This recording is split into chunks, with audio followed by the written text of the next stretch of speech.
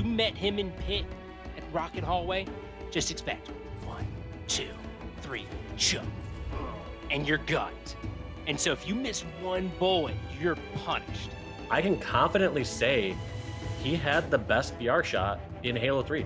Literally forward me every single time. It wasn't like metaphorically, like literally like 4 shots, I was dead every time. And I was just like, is anyone seeing this? Don't get in front of Roy, he's gonna 4-shot you every time. Roy is a very passionate player. He is fueled off energy. When you think of like warriors in wartime, he's that guy. He's like Troy running out. I died, I got named players in the league. That'll be Maniac, another one right in front. That's gonna be a double kill there. Absolutely. Now Roy with Roy with a 4. Roy with a 4. We're looking for that. Roy's machine-like accuracy with the battle rifle was unmatched, making him one of the most feared players in the league and earning him a fitting nickname. I think they started this thing where like, all right, I'm a machine or I'm a robot, I do not miss. And then Roy turned his gamertag into Royborg. He very well might be a robot, but no, I didn't do any of those tests, so I can't say 100% that he's human. What do you got here? What you got? This is a Royborg. His shot was literally like robotic. The highest level, like you can't miss. Like you just can't. And he just never did. He was so consistent. At that point, people were like arguing like who's the best player in the game, and he was always right there. Like, is he the best? He might be the best. Is he the best? He might be the best. One of the most solid from top to bottom Halo players that have ever played the game. His shot was insane. He didn't miss snipe shots. You thought his DMR was good. His sniper was insane. Let's go, dude! Roy, he's looking to do something as well. Oh my! He takes it down. 1 kill to go. Roy in a 1v1 with Tuscan. How many times have we seen it over the years? Roy wins a 1v1 BR fight. Optic Gaming. I wanted to avoid any team Roy was on, which was mostly Instinct. I wanted to avoid that team probably more than anything. Came to the conclusion, you want to play against these guys or with them? That was an obvious answer.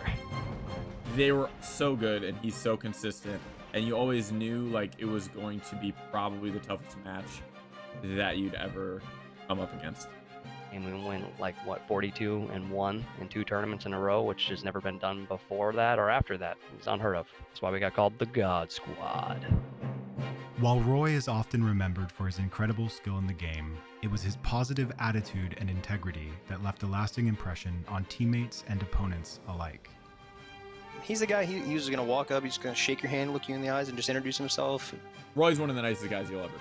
As a caster, I try to remain unbiased, but I can be biased in many times cheering for Roy. It's hard not to root for the guy. Roy will be remembered for obviously his great shot, but what I think he should be remembered for is his passion, how much his emotions fueled him in game. His legacy is cemented and he will be remembered for years and years and years. I died, I got named taillight. Last two.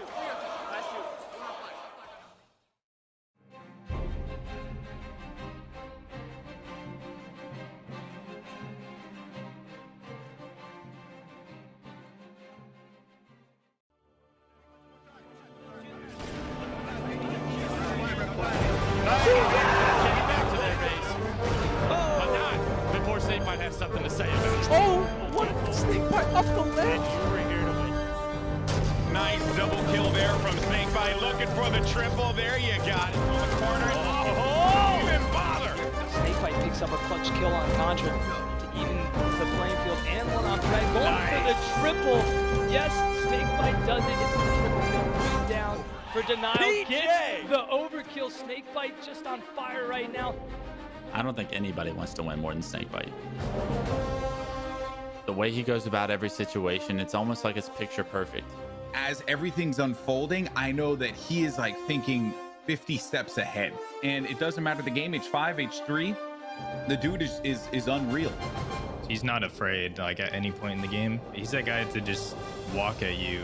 Onto these mentality esports guys, fantastic. Thick shots coming in from Snakebite as well. Should get another easy double here. Last player's on the pyramid, sorry. Smartly backs down though, doesn't give that away, but now DJ! Put him on his back! 20 seconds on the clock here. Counting on a headshot there. Oh, Hey! Nicely. Whoa! That's going to be the killing spree. Double kill. Looking for another nastiness from the captain. Not only is he one of the most disgusting players in the game, but you know your team is going to be prepared. The leadership, that was always the thing that stood out for Snakebite for me. It was about how he managed to always rally the troops. He always had a plan.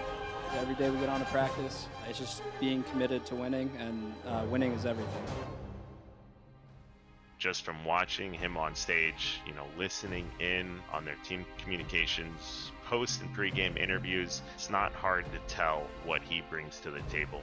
He's always getting the guys ready for practice. He's always going over strategies, reviewing film with them, going over what could have been improved on.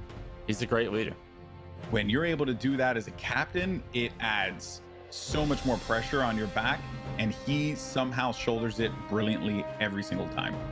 No one's been an in-game leader like Snakebite. He's really good at making the best of a worse situation. He really has that mindset where the game is never over. If they go up 2-0, like, it doesn't matter. Like, as long as we extend the game out and we play the game 10, 12 minutes, like, we're going to be able to come back and we're going to be able to win it. Fourth vengeance, obviously last time in the Halo World Championship 2016, he got slapped around when he was on Evil Geniuses. God, this guy is so, like, just loose. Like, he's always just fighting back. I remember playing him in Constellation. And there's Snakebite going hard as shit, just stomping me into the ground. Snakebite does not like losing, and it shows. Into the distance, takes down Reliable, hits the double there for the killing spree. Two BRs locate themselves onto him. Ares gets taken down again, and a running riot for Snakebite, 15 in a row. This man is unstoppable. I'm very appreciative to have him on my team. I know there's a lot of players that don't take it how he does as serious, and just it's nice to be able to trust the commitment. He doesn't break character. It's not something that he just pretends to be. It's a consistent 24/7 job to him. The creator and leader of a modern-day dynasty, Snakebite and his team have claimed their spot among the Halo greats. With back-to-back World Championship victories in 2016 and 2017, and an unmatched dominance that continues to this day.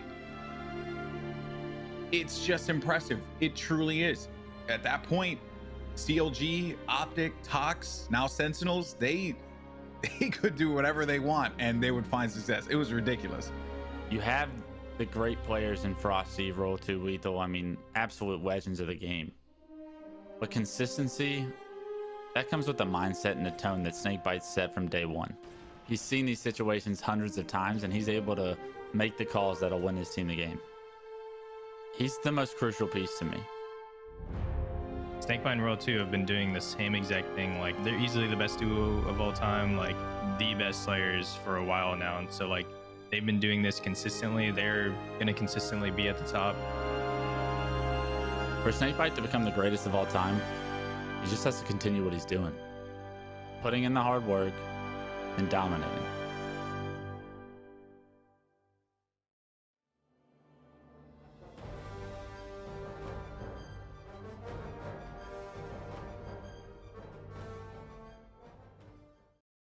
About this ogre practice noob squad. I was like, what is OPN? What is that? Found out pretty quickly that there were these two brothers who were ridiculous at the game, like untouchable. So good that they basically had a squad of semi-pros or aspiring pros that they would just demolish as practice. It's like hearing about a pitcher who can throw 105 miles per hour. It's just like this legendary. Is it real is the first question. Turned out it was real. And there is Ogre 2, final boss going with all kinds of momentum. And Scott, Ogre 2 just played that perfectly. I mean, this kid is basically the definition of an all-star. It's Ogre 2 once again. This time, it's just nasty. Final boss trapped in blue base. Ogre 2 getting charged. He wins that battle against his lunch buckets. And there we go, Ogre 2 gets it.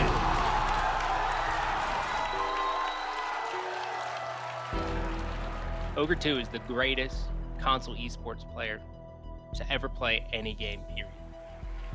You're talking about the epitome of a true legend. You look at the body of work Every scenario you would want, he's got it. Here, but here comes Ogre 2 on a perfect flank behind both players, and there's Ogre 2, the veteran, stepping up. The crowd going crazy. I would stack his career and achievements against pretty much anybody's. The guy placed top 2 at 40 events in a row. An absolutely insane streak, and I think that is the best way to describe just how dominant Ogre 2 was. There never felt like there was a year that Ogre 2 lost a step. The man continued playing deeper than almost everyone else in Halo history. This guy was just a monster. I'm a god! Holy sh**! Ogre 2 is the winningest player in Halo history, with 5 national championship victories across 4 Halo titles and multiple season MVP awards. Ogre 2 stands atop the pack as the greatest of all time. You know, the story of Halo 1 ultimately was about how incredible the Ogre twins are. You didn't have Xbox Live, but you heard all these whispers about these titans known as the ogres, and you're just like, wait, what? How good are they? I haven't really seen footage. Like, I can't go on YouTube and watch them play. Was immediately made aware of the fact that they were on a different plane. So much so that there was speculation, wow, these guys have ESP, they can communicate without talking, they can read each other's minds. They ran the circuit at all of our local events. They heard about an event in Texas, flew out, dominated the 2v2. Not only were they better than everyone in Pickerington, Ohio, they were better than everyone else in the United States. They had mastered the game at a very early level. They were playing the game in 2006 as we were still trying to figure out what Halo 2 was. Sword and sniper, and Gandhi goes down, trying to jump up. You come up learning about these legends' final boss. That's an intimidating name to go against because you know that these guys are the final boss of every single tournament. Final boss is your 2007 MLG Pro Circuit champion. The period of time where Ogre 2 was a dominant force is just incredible. To transition through all 3 of those games and to be just a world beater, we didn't see it a lot. He was dominant in Halo 1, his Halo 2 career was even better, and he went on to continue winning in future Halos after. Instinct takes home Columbus! It's just unheard of. It's something you can't even wrap your mind around, right? You're talking about a decade of winning. Time and time again, it was the familiarity with the maps, it was movement, it was vision. Up the double as Pistola's going for a 3rd kill in the sword, and it's going to Ogre 2. There's his triple. Every single pro player on the planet thought this was the best player in the game. And then he cleans up his own kill on SK, Extermination, returning his flag. He didn't need the power-ups to shine, but if you ever gave him a power-up, he wouldn't miss a bullet. You're going against Ogre 2 on the main stage, and you hear 4 down. It would pierce me. I'd be like, damn. Once Tom starts yelling, you know he is at the top of his game, and there's almost nothing you can do to stop him. I've seen really good players in lots of games, but that level, that gap, I haven't seen it again. And it is officially over. Final boss, your 2010 MLG National Champions. Ogre 2 doesn't even realize what he just did. Final boss going down as the only Halo 3 dynasty, and there you see the sportsmanship. Ogre 2's unprecedented 14-year career and 40 LAN victories set the bar for future pros. A true pioneer of gaming and a master of the fundamentals of Halo, Ogre 2 has left a lasting impact on esports forever. The term legendary, you know, we throw it around a bunch. Godlike, we throw it around. Ogre 2 is that word. How much he inspired people, how much he dominated. I think he was a trailblazer. Ogre 2 will be remembered as the greatest Halo player that ever lived. You just won 4 national championships. You're the winningest player in Halo 3 and the winningest player in Halo. You are the man here. You're the best. Their legend had grown so much over the years. Some of the biggest creators and influencers out there today idolized Ogre 2. They aspired to be on a team with him or just to have interactions with him. When I was growing up, it's sort of like, all right, like there's a boxer or a fatality. And, you know, I think to a generation, there was an Ogre 2. There are kids who grew up idolizing him who play Valorant professionally. Kids who grew up idolizing him who play Call of Duty professionally. The impact, it's like throwing a pebble in the middle of a pond. That ring is still expanding and growing, still impacting esports. And that's timeless. That's not gonna go away. I think the Ogres were some of the first to pave the way and prove that that route would become something that was not only very real, but something that would become very special for a lot of people. You know, if you're going to tell the story of professional Halo, he's got a big chunk of that story that he owns that everybody should know. He's on the Mount Rushmore. He's one of the 4 faces I'd put up there. I think he's going to go down in history as the greatest console player of all time. If you look at his tournaments that he attended and the success that he was able to accomplish in that time period, there's no one who is ever going to have a career like his.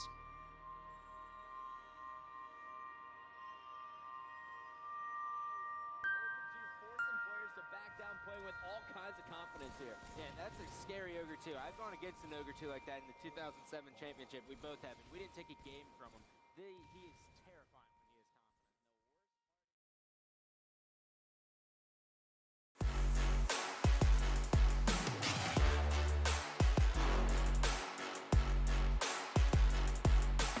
confident. My name's Matthew Barker. I'm also known with my online alias as Voltage, and I've been competing in Halo since 2009, so coming up on 13 years now.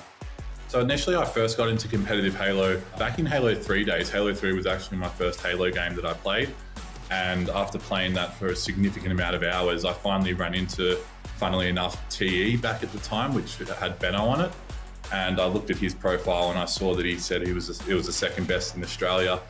And I was like, oh, I wonder how that's measured. And then I sort of went through the link, which back at the time was ACL. And I saw there was this whole competitive scene. And then from there, that's sort of where it kicked off for me. I got very lucky, I guess, in terms of the people that I was playing with, along with Slayer, Hef, and Ripped at the time, which we then ultimately picked up Benno.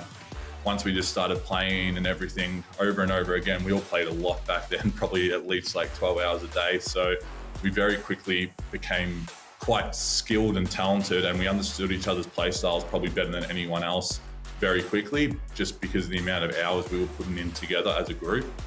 With the first event at Brisbane, I'll never forget that LAN and knocking off TE in the finals. You know, that were great moments for our whole team. I remember we were all super pumped, just all young kids sort of going into our first event, and gave us all motivation to do well overseas. Travel to America, you know, it opened up all these avenues that we could take this game so much further. It was very early on in the Halo 3 days. On our first ever trip to Columbus, we went over there for 2 weeks prior to the event, and we got to practice and play for the first time against the top US teams. And once we sort of started analysing our own game from that pre-LAN that we had, we were very lucky to verse some of the best teams at the time. We learned so much that we started developing and understanding the mentality behind what it takes to be a professional gamer. No one really had that experience of playing against the best in the world. And once we sort of, I guess, unlocked our own brains to understand how you need to play Halo as a competitive game, it definitely assisted us to carry that along, because once you have that knowledge, you can never lose it. So that allowed us to always stay at the top. We all still understood what it took and how you have to picture the map from a bird's eye perspective, and exactly what was important on every map to win the game. We just kept on learning and accelerating on top of that. And that's probably the largest contributing factor into why we were able to stay at the top for such a long period of time. It's very hard for me to distinguish between my actual favorite moment in Halo, because there's been so many great memorable moments I've had across the 12 years. Probably what may just take the cake would be our first trip to Columbus. You know, there was a lot of hype and talk about us. We just released the trailer for our montage, which ended up being a great success. And so there was a lot of hype and talk about us, you know, whether we can hold it with the top US teams for Halo 3. And I remember the bracket came out when we were over in our Columbus motel, and we matched up against the #1 AM seeded team in the first round on split screen, which was the Yellow Dragons. And everyone was like, oh, you know, they're going home, they're packing their bags after the first round. Given the fact we've never played on split screen as well, we were all shitting ourselves, not sure what was going to happen, how we would go, how we would perform on split screen. And Hef ended up getting a code violation after that first game. We won the first game, getting up yelling him. I think he just had a huge amount of adrenaline running through him that he didn't even know what to say. He just wanted to abuse them and sort of get under their skin. And it was a hard fought first win, that's for sure, against them. And we were obviously very nervous the first time we played there. And after we won the second game as well, we turned around and there was this just huge crowd behind us. They were all just chanting like Aussie, Aussie, Aussie. And I just remember turning around, everyone was going crazy. The Yellow Dragons were pissed, they cracked it. We were good friends with them prior to the event. And they just hated us after that. And we just completely sort of destroyed the open bracket, which was a great feeling because we sort of actually played probably the best we've ever played before. Probably one of the best memorable moments that I've had through Halo. I've always been that guy that my teammates will go, how the hell did you get away with that? Or how did that work? And that's sort of, it's not necessarily that I go looking for those plays. I think it's just sort of my play style that I'm always living life on the edge to a degree in terms of what I'm playing, especially in objective game types. I will always go for some sort of wizardry objective plays when, you know, most people analysing a game would see that, would, you know, believe it's not the greatest play, but somehow it manages to pull off. I'm not afraid to try new things mid-game, mid-scrims or mid-tournaments. And sometimes it doesn't and people look at me and go, you're an idiot, why would you make that play? But that's just the way I play and that's sort of what works with our whole team chemistry. And, you know, sometimes it works, sometimes it doesn't. That's the beauty of life.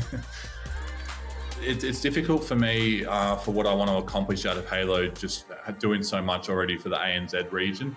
But ultimately, you know, very early on with everyone on our team as well, it wasn't about being the best in ANZ, and it never really was. And that's no disrespect to ANZ. You know, we're all fierce competitors, and the true accomplishment that would be wanting to be achieved would be, you know, doing really well overseas in the US and really making a name for yourselves. I think to be able to push, everyone says top 8, but realistically, being such a competitive person, I'd love to be able to push for top 4 to achieve and accomplish that in my Halo career. So it's not just you known as being the best in ANZ for, you know, 10 plus years. To me, that doesn't really ring a big bell. I always want to go to the top and be the best at everything I do. And until, you know, you start pushing that top 4 over in the States, that I'll feel like there was always that hole in my Halo career that I wasn't able to achieve. So based on my actions and everything I'm going to do now, if I do decide to sort of jump into infinite 100 miles an hour, 100%, it's my goals and what I want to accomplish have nothing to do with ANZ. It's purely, you know, eyes on the prize and doing extremely well overseas in the NA region and, you know, coming out with at least the top 4. And then that would ultimately be for me, my, you know, the cherry on the cake for my Halo career.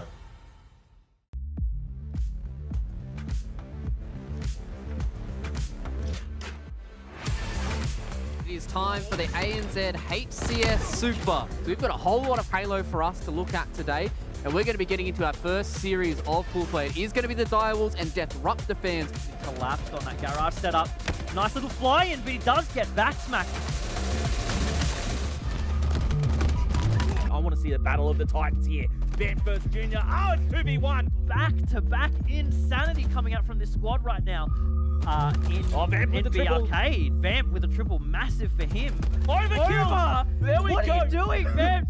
It's Direwolves taking out game number 3 and the series. It is time for us to jump into this series. We've got Demons, we've got Team Immunity. Plasma gets a double. He stopped the push. He gets the triple. And he might just get it. Overkill there for Plasma. Going to work. Gets the kill tack. Hef stepping up for his team. Already in the double digits. Benno with that slide in. And the assist comes in. Hef on 13 now. Triple kill for Hef. 50-44. Team Immunity. They win the series. We're starting to get towards the meat and potatoes. We are able to figure out who is going to come out on top of these pools. Voltage leading the Immunity roster with 14 kills. Will we say that? Here we go. Kill C, go. You see one. One more. Hef was in. Divine Mind, they are here to play. What a decisive series for Divine Mind. If you try to blacklist us, that's what you get. You actually motivate us to actually play better. So that's what happens. Final series done and dusted. This is how we do end up. We know everyone's going to be sitting in the championship bracket. It has been a wonderful day for us here in the studio, and I'm super excited about what we can bring you across the entirety of the weekend. Our championship bracket is going to start tomorrow, so make sure you guys get yourselves your warm milk and cookies and join us for tomorrow. Same time, same place for even more insane Halo action here in the best region on the planet. I've been Fluke, and as always, stay safe. We'll see you guys for the next one.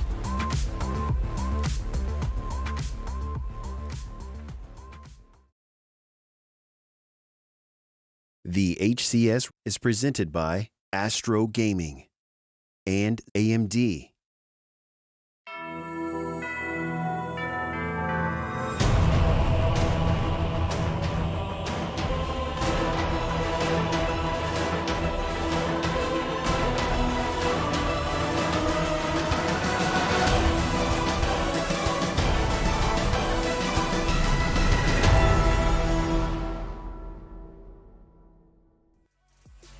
That's right, everyone. Welcome back to the greatest region on the planet here. It is time for us once again to dive into the ANZ HCS Super. We had a full day of pools yesterday, and now we finally be able to figure out how our championship bracket is going to look. We've still got 2 more days of action for you guys to devour at home, and I know everybody is super excited to see who our champion is going to be at the end of this mania. But today, we've got some brand new faces for you guys to enjoy. We've got some wonderful voices for you guys to listen to today. I'm going to welcome in my lovely lads here on the desk. We've got Bluey and SSJ for lads. Another brand new day here in the greatest region on the planet. Brand new day, and I think even more intensity is going to come today, right? Because this is where these players really need to hit the ground running, boots on ground, going full pelt. Yeah, we got a lot of stuff to cover today. Oh my God. Yeah, listen, I'm still recovering from yesterday. Like, pool play is meant to be, you know, they're kind of finding their feet and all that, but that felt like finals yesterday, so I can't wait to see what they've got in store for us today. Yeah, it feels like all those teams yesterday were really able to put a whole lot of work in the server and really kind of come out and show us what Halo Infinite can be, and the way that these guys have been able to perform across this last day has been insane. And we've still got 2 full more days to go for this, lads, as well. It's going to be exciting to see how all these teams stack up against each other. But I said there's some brand new faces, some new voices for you guys to listen to today. So let's bring in our 2 wonderful casters that are going to be joining us for today. We've got in Maniac and Hoots for the first time in person here, lads. We get everybody here in person, and now we've got a full desk and some casters as well. Luke, we're absolutely pumped over here and ready to get into our first series of day number 2. Day 1, 3 overkills, a kill attack, that insane grapple and repulsor play on recharge. I've still got the blood pumping from that one. Hoots, I think you caught some of it as well, but before I ask about that, how you feeling, man? Welcome here to the studio. It's so good to be here in person. Like, online's been great, but being here in person's fantastic. In the studio, it's amazing. And finally, I've got someone who dresses the same as me, Josh. I've had bloody Luke and Justin dogging me the last couple of months. So These guys. to finally have someone with a bit of fashion sense, I appreciate it. It's great. Bit of fashion sense, you know, at least we are all looking, you know, very similar here on the desk as well. So lads, I know you guys have a lot of preparations. I know Hoots, you got a full face of makeup to try and get put on here before we start getting into today. So Hoots, mate, we'll leave you guys to, we'll let you guys get prepped and ready for our first series of today as well. So we'll catch up with those guys a little bit later on, lads, but this is where we get to start to talk about all things ANZ Super and really start to dive in to our full weekend for today. Those of you who didn't join us for pool plays yesterday, shame on you. You guys should have been here. You should have been watching all the regions as well. Our friends over in MX as well did just have their first pool play day as well, and that was an insane set of matches as well. But for us here in ANZ, it is just going to be an absolute ringer to see how these teams do pan out, because it has been a long time for us to get towards this point. We had 2 full qualifiers to get towards these 10 teams, and now we're in this 3-day extravaganza where we've got 50,000 USD for these guys to play for and a spot in the Kansas Major. Yeah, for sure. The money is on the line now. It's a reality for a lot of these players. I think the bag is right in front of them, and now is the time to really put the gas on and make sure that you're running to it as well. But of course, you've got that super important spot for the KC Major, and that's invaluable. You can't put a price on that. Yeah, listen, not only you have a big bag of cash on the line, that bag's full of opportunity. The ANZ region has never had this kind of money on the line, and for a lot of these players, maybe some of that prize pool can go on their own plane tickets and get overseas to one of the big NA lands, or maybe it helps them fund a streaming setup or something like that. So much opportunity is not always about those dollary dues. Yeah, it's all about just trying to give these guys as much as we possibly can here in our little region in ANZ, and the fact that today we're going to start to jump up the rungs here on our prize pool graphic and really be able to show that a lot of these series are going to mean even, you know, for some of these teams doubling the amount of prize pool these guys are going to be getting, and it's going to be sick for us to talk through that as we get towards the end of it. But it is time for us to have a quick look back at our pool play from yesterday. It was a full day of round robin for us here with our 2 pools going the way it did. Chiefs and Divine Mind were able to score themselves #1, but it was a fight for every single one of these slots across both these pools, even though that we were looking at this saying pool play might have been the weaker one. Yeah, exactly. We were looking at Pool A, you know, pretty much putting it on the desk here that we thought definitively, Chiefs were going to take it out. Numbers were on the line, and of course, Chiefs did take it out. But there were some really good games, and especially from the Direwolves, it was something that we touched on very early. But they did have a really good performance overall, but they were showing some of those little inkling consistencies that we thought originally were going to be happening. Yeah, but we also had Reunited. I think they surprised a lot of people. Yes, they got the 0-3 in their pool, but they had 2 series that went all the way to Game 5, and they were very close for coming out on second place in their pool. So they really showed up and proved a lot of people wrong, I think. Yeah, and I think even in Pool B that we had to look at as well, the fact that Divine Might, like we looked at this with these 4 teams coming into Pool B, we thought it was going to be a bloodbath. It ended up being a bloodbath for a lot of these teams, but Divine Mind had a pretty squeaky clean record. They only dropped 1 map through the entirety of their pool play, and that was to the Demons, who, going 0-3, I don't think many people really expected. I know, obviously, I had them coming out on top, but the fact that the Demons, who went 0-3, were able to take a map off Divine Mind really goes to show that this pool was a lot tighter than the results say. Yeah, exactly. And they didn't do, the results that you certainly thought they were going to, Luke, but I think they still impressed a lot of people, especially with how much they were able to push some of these teams to the brink. They were able to just grab them by the hair and tell them yeah, we're here to play, fellas. This isn't going to be an easy game for you. No, it was the pool of death. We said it right from the start, and it really did prove that way. And, those seeing the results of 0-3 for the Demons, it's not really fair. As Fluke just pointed out, they were the only team that managed to take a game off Divine Mind. That kind of shows the potential. The potential that these guys have. And there was some really close series in there.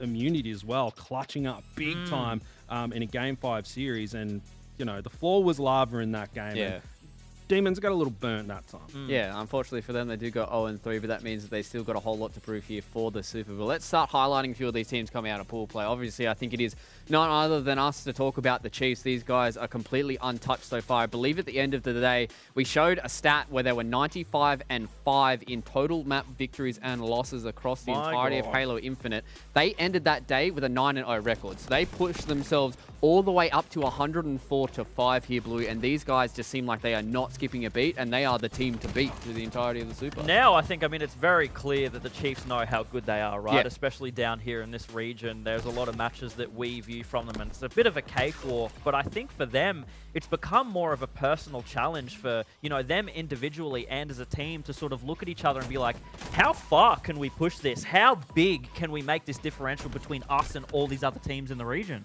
Yeah, they're going, where is our skill ceiling currently? How far can we push ourselves? And something interesting, a lot of the other teams are doing that as well. The Chiefs are, out there S-tiered, dumpstering on a lot of people, but all the other teams, they're putting in work as much as they can. It's just Chiefs have been so dominant. They've just got everything going for them at the moment, and their win record is unbelievable, Luke. Absolutely untouched. I don't think I've seen it across any esport that I've cast over the last 5 years that I've been in this industry, and it's crazy to see these guys have built a dynasty so fast in such a small game. But these guys so far are being chased by the Divine Minds, and I think they have really been able to show us that they are here to party as well. Only losing 1 map through the entirety of their pool play as well means that these guys are knowing what they had to do in this little break they had going into the Super, and they've leveled up as well. Yeah, I love the confidence that Divine Mind showed us yesterday. They said in one of their interviews that, they're very aware that they're the number 2 team, but they're making sure that no other team can touch them. They realize that everything comes to fruition when they're playing against the Chiefs, but they want to make sure that every team under them is under their foot and they're stomping all the way. Yeah, they're not even thinking about everyone else, right? It's like, we're number 2, no doubt about it, full confidence, right? They're thinking about the Chiefs, and the other guys are just in their way currently. Yeah, it really does feel like that these guys are looking to try and just make sure that they bridge that gap, or extend their gap between second and third, and really trying to bridge that gap between them and the Chiefs. Yeah, for sure. It's the kind of thing where they're doing the skill ceiling thing as well, right? Like, they need to make sure that no other teams can touch them, but we saw a little bit of an upset with a team like the Demons taking a map from them so early on, which was fantastic, but for Divine Mind, they've still got a few things to clean up. Yeah, they certainly do, but I think they are going to be a team to beat in this championship bracket. I'm excited to see how high they can get as well. And another team that I want to highlight is BBR. They started out a bit slow going up against Divine Mind. They went down 0-3 in their pool play here, Justin, but the fact that they were able to make it back and make it look dominant against these big teams as well in the rest of their pool matches. BBR has really surprised me. A lot of star power, but when you have a veteran player like Ads, it's kind of, how much is he dedicating? How much time? Is he participating or is he here to compete? And it does look like they are full force here to compete. That fire up underneath Ads, and he's fired up. And they're winning matches. They're doing incredibly well. So they surprise me, and I'd watch out for them throughout the bracket. Yeah, an older player like Ads, but at the same time, you've got such young, new talent coming in with players like Ninjestics and Shrekman. Them themselves on the roster had fantastic breakout games, and Shrekman is one of those absolute powerhouses that we're seeing in this region right now. Just expand his personal dominance on his team and on his roster, and just making people crumble underneath him. It's quite ridiculous. Yeah, it's kind of crazy the fact that you look across this roster for BBR and they've got all big slayers across every single one of their members, and the way that they're able to corral around each other and chop and change about who really needs to take up what and who needs to do what in a lot of these matchups is going to be a very scary prospect for these teams looking at them in the championship bracket. And speaking of, this is our winners bracket here to start out our Saturday of games. We've got BBR and Deathruptor fans in round number 1, Direwolves and Team Immunity as well there. But the fact that the Chiefs and Divine Mind were able to get themselves the top of their group means they get to go one step further here. That means it's an extra $500 in their base kitty so far in the Super. So even if they lose all their series so far here, Justin, they're still sitting on $1,500. Every series win straight to the bank from here. Big money on the line, and every series you've got to give it your all. Yes, you have that elimination bracket, but you've got to give yourself the best chance to get into the really big digit numbers, I think. And in each of these series, everything on the line. Exactly, and especially when you look at it here for the Chiefs and Divine Mind, they only have to win a few series to get themselves in that grand final. And that's where this grand final, by the way, for those of you who hadn't paid attention to it, it's a $9,000 difference from first to second. So that is a lot of money for those guys to play in that final match. And looking at this elimination bracket, we've got 4 teams who are starting out here in elimination round 1. Reunited and Authority Pink and Demons and 1620 Kings are going head-to-head. All 4 of those teams cannot slip up. They need to not make a mistake here and try and get as deep as they possibly can in this championship bracket so they can just prove to everyone they are here and ready to party. Yeah, we were talking about the mud sort of situation with Pool B yesterday, but I think we're delving even more into it with this elimination bracket. These are the games that you want to watch, folks, in this elim bracket. This is where it's down and dirty because players have everything on the line for them, because if they're done, they go home. That's it. Yeah, and that's all the prize money you get here as well. And I think this is the perfect place for us to start talk about our Astro bracket breakout, and it is going to be the boys in the Demons that are going to be our team to look at in this elimination bracket.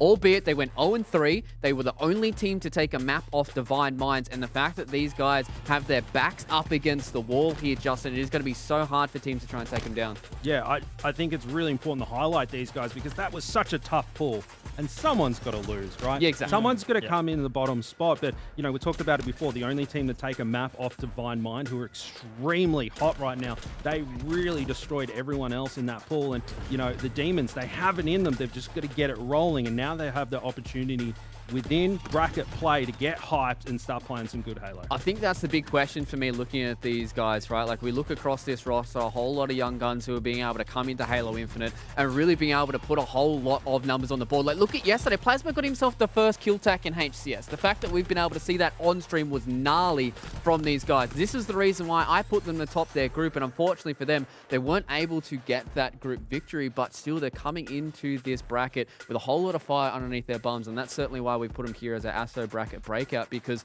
they are going to be a team that I think, if they are hot on the day, they're going to make a charge all the way for Sunday, and I'm not quite sure any of these teams can really take them down. Yeah, I don't know. I feel like they had a bit of an In-Maniac buff yesterday with Inman giving them a special shout-out. It was... Plasma wants that dinner. Yeah, exactly. If you missed it at home, Inman said, Plasma, if you perform today, buddy, I'm taking you out for a nice big steak dinner. And I don't think that's exactly the result that Plasma got himself at the end of the day. Just yet. But you still have an opportunity to perform. Right now, you're just at the, garlic prawns for the steak topper? I mean, maybe he might get something, a little something here at the end. But, ladies and gentlemen, it's time for us to start to slow down a little bit here, because you guys at home, we talked to you yesterday about using the hashtag HCS Super to get your clips and all the cool stuff and content here on the broadcast. And you guys at home have been able to give us some stuff. So let's jump into our first clip here, lads. We've got some sick gameplay clips to start to talk about here. So this is from our good buddy Fonk. Surprise at ESL Halo. So Blue, what's this song going to be? All right, well, what's the surprise? That's what I'm waiting for. I love that game attack. Fonk. All right, yeah, good movement. So this is clearly Fiesta because you can't use the repulsor on the map generally. Yeah, no, that was good though. Like, obviously good movement. It wasn't really showy at the end, but I think it was mainly just the movement. Yeah. The idea that the repulsor on this map could actually be used really well, I think is a cool thing to broadcast to everyone here. It was absolutely sick, the fact that we had that movement we usually see when we have the grapple Yeah. know, on that map, but now that we're able to use it with Just like the one quick repulsor jump. is always sick. So the surprise was big there from Mr. Fonks. Let's jump into clip number 2. Let's have a chat about this one. We're going to be on streets for this time around. SVG Hokage wanted the Killtrocity so bad. Justin, is this something? Well, I mean, there's a little preview down there, Killtrocity potential. Tossing off the obel. It seems like he's like, boys, I'm going for a clip. I've got all the goodies, and he's waiting for it. And here's the What first the one tap? Okay. Okay, yeah. Good start. Plenty of shields left. Oh, here comes the spank up. Yeah, Paddle Roberts in in the time. back. Good connection, triple. This Where's is probably the going to be OV? easy over. Okay, yeah, there it okay. is. He's on a killing frenzy too. He's looking at the spawns too, so he's very clearly Kill aware of tag? that positioning. Oh, he wants it. Come on, man. That guy was literally one. Nah. Like, you could have breathed on him and he would have died. Listen, That's- if it was me and Are we gonna Hertz, pay we'd it? be paying that one. Yeah, I was going to say, are we going to pay it? Yeah, All right, we'll pay paying it. So it. yeah, SVG, you get that one from us here on the desk. Let's jump into clip number 3 and let's see what other cool stuff we've got going on here. More gameplay on streets as well. So Zeno, I'd say this clip is kind of sick. Hey, so let's see if it is going to be sick. All right. Okay. Yeah, good shots. AR, I like AR, it. Oh, yes. That's 1. 2. Oh, nice little baby. thruster as well. That was really nice. Okay, he's looking for another one. 3 in 3, front of him. back nice. Okay, he wants the over. You can hear it. He wants the over. Okay, that's a freebie. Little one burst. Okay, what else we got going on here? Oh my god, the kill tack. The kill tack is right there. He's got That was it. a quick flip. Come on. Good shots coming out. Do it. Are we going to be baited? How We're is going to it be still baited? live? We're going to be baited? Okay. Oh, the dude. killer. It feels like we are just being teased at Yeah. this point. These clips are just pure teasers. for They were us. always the one that got away, right? They are so That rough. grenade was a wet sponge. I'm paying it. We are just he paying should have gone freebies down. all across the desk here, but we've still got some more sick content here. So let's jump into another one here we got from some of our friends on social media. These are just some cool screen caps that we've got from in-game as well. So I'm excited to see how these go out. I am a bit of a connoisseur of things that look, oh, now that is sick. Like that is something that you put up on your monitor, and that's a background. Yeah, that's really nice. Yeah, shout out Scoob. I'm sure he's gonna love the skin plus kit knitted combo. Shout out Scoob. A nail polish armor coating. Yeah, I think that's Hoots' favorite. Absolutely gorgeous, this stuff that we've got going on here. Okay, and hashtag ad. for Okay, Navi fans. We got some Navi right. fans here in the Hashtag chat. ad. But I think the beautiful thing about this is you can just see the design eye, right? Like you can just see they've got the eye when they look at their stuff and their screenshots and be able to get into it. And that stuff's really cool. So I'm super excited to see what else you guys can do at home. And as we said, you guys can be a part of the broadcast by using hashtag HCS Super. Make sure you follow us on Twitter as well, at ESL Halo. You guys can be a part of the broadcast. You want to send us some sick clips. We wanted to see some more stuff. Maybe some big team battle stuff. Maybe some shenanigans with a warthog being blown off the map, or maybe some sick grapple shots or something like that. And who knows? Anything you guys want to send us, hashtag HCS Super. You can be a part of the conversation. We're going to be giving you guys some behind the scenes action stuff as well here across our social media. So make sure you do keep an eye on that hashtag as well. And I think it's exciting to get these guys in the broadcast and get everybody here in Twitch chat so they can see some sick clips that everyone's got at home. Yeah, hopefully we'll see more of that to come. We want to be able to see more content like that. There's plenty of opportunities. I definitely know that everyone watching right now has probably got hundreds of hours on the game, if not thousands, judging from some of the players that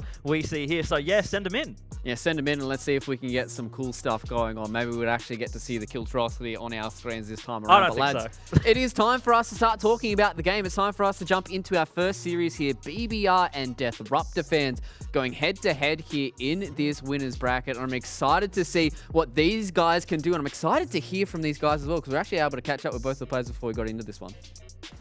Yeah, we felt pretty good after pool play.